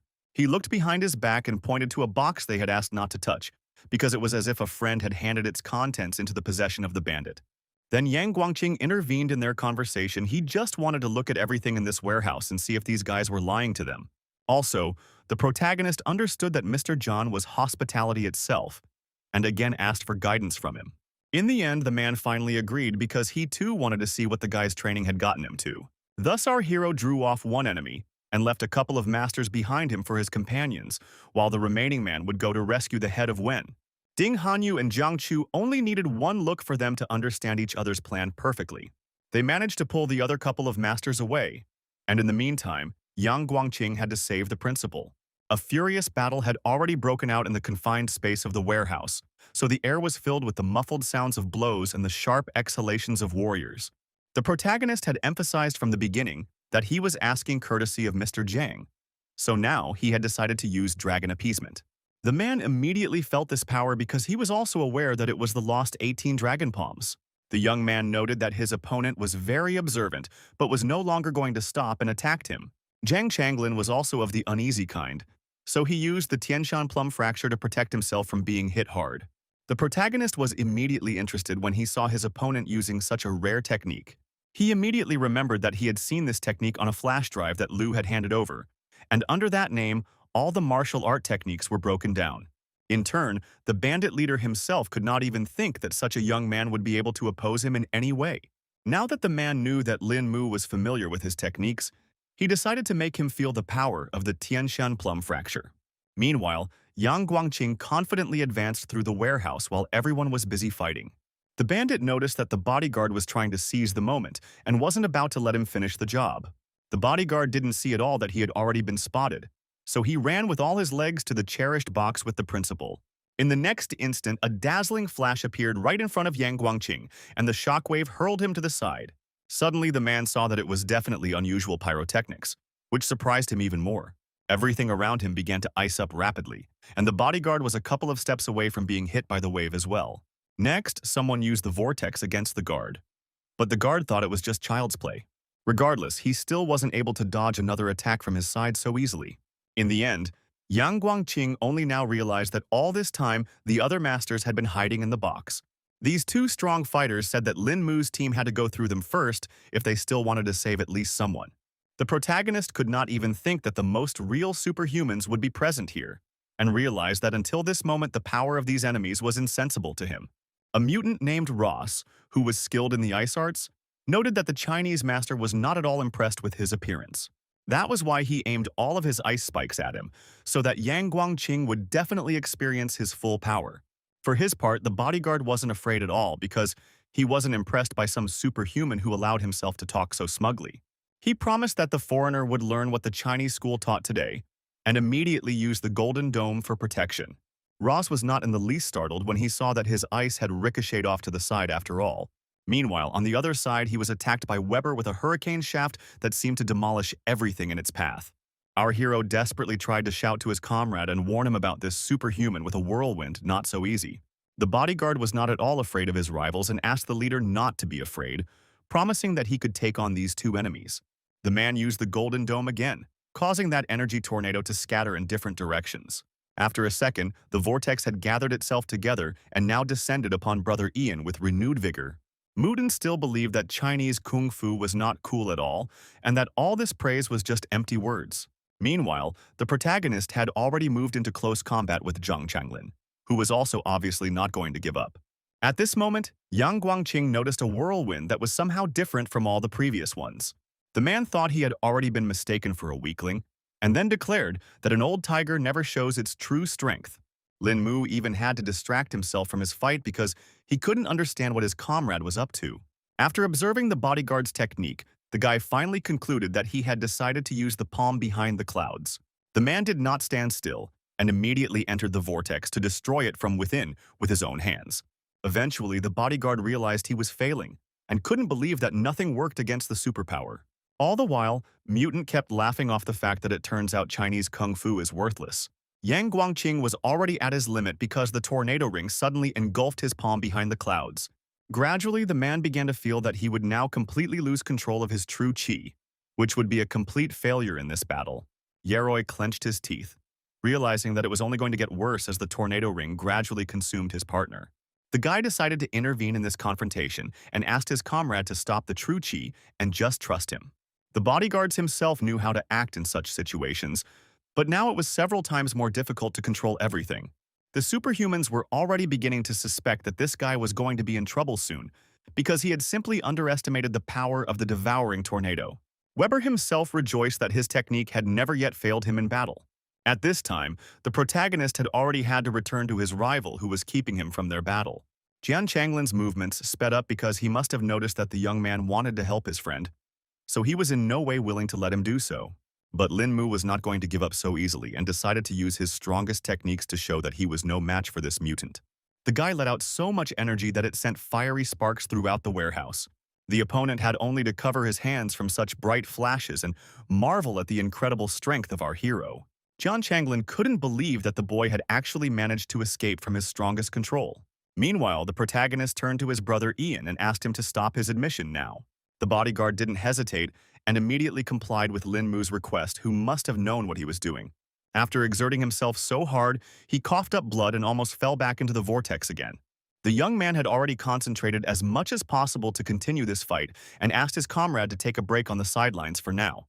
Without wasting a second, our hero quickly threw himself at the devouring vortex and announced that he would now take this enemy on.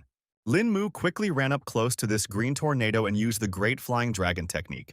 Everyone around him immediately realized that this was another long-lost and at the same time most powerful technique. Strong ki energy enveloped the vortex from all sides, so it began to rapidly shrink. Weber had a hard time believing what was happening, because all he could see was that some strange gimmick had ripped his engulfing tornado to shreds. The protagonist did not stop there, so he once again concentrated energy in his hands. In the end, he unleashed 3 more huge dragons to finally finish off all the opponents. The ferocious dragons that were the embodiment of Lin Mu's aura were already flying forward, ready to sweep away everything in their path. The young man decided to use the strongest Dragon Pearl technique, so he definitely wouldn't fail. Bebe was watching everything through the scope of her sniper rifle and was shocked when she saw the technique the main character used. There was another huge explosion in the warehouse, as if someone had decided to detonate several dozen bombs at once. The SWAT team, who had been standing guard the whole time, couldn't understand what was happening in the opposite part of the factory. The commander still asked them to remain calm and stand in their original positions until new orders. Meanwhile, all the comrades were once again convinced that Brother Lin possessed immeasurable fighting strength. The mutants watched the consequences of our hero's attack in bewilderment, unable to understand how such a thing was even possible. Even his enemies recognized that this young man had simply terrifying power. Jian Changlin silently watched his opponent and seemed to be just glad that he wasn't at the scene of this explosion. In the end, he admitted that he just didn't expect the kid's kung fu to reach a whole new level. The protagonist still thought that everyone was just flattering him because he was only adding his hunches to the ancient martial knowledge. Bandit had been sure that such a young man could not possess such tremendous strength and skill, but now realized that he truly had a talent not of the world to be envied. Gub asked what they should do next, but the leader replied that they had no more options because if they continued the battle, they would die right in that warehouse. It was hard for the man to accept such an answer, but at the same time, he himself understood perfectly well that it was pure truth. Jian Changlin informed everyone on his team that they were definitely inferior in this battle, causing their assignment to fail. Zhang Chu and Ding Han were adamant, so they couldn't let the enemy escape at the very last moment. The bandits still felt they should get away while they could, and not let our heroes defeat them completely. The leader of the group turned to them and warned that it was still unknown who would die first in a battle to the death. Moreover, the villains have come here prepared and can ensure a successful escape. Only now did Lin Mu realize that all this time, his opponent had been holding the detonator in his hands. Then the bandit emphasized that this plant has 1,000 people each, so he asked what would be more important for the guy. In the end, Yang Guangqing still let his opponents go, but he couldn't understand what guarantees there were that Jiang Changlin wouldn't pull the trigger when he left the factory. With a smirk on his face, the man replied that he didn't have any guarantees. But our heroes didn't have a choice either, so all they had to do was trust each other. Meanwhile, a helicopter was already hovering over the warehouse, still waiting to pick up the fugitives. As they prepared to land, Jian Changlin expressed his hopes that they would meet Lin Mu in a more relaxed environment next time. A couple minutes later, the entire crew of bandits were already on board and said their final goodbyes to the main character's team. After that, they immediately began to untie Mr. Wen and told him that they had gone through a lot to be here. Yang Guangqing used the walkie-talkie and informed all the squads that Operation Pull the Piles had been completed, so now they needed to call in the bomb squad and evacuate all the workers.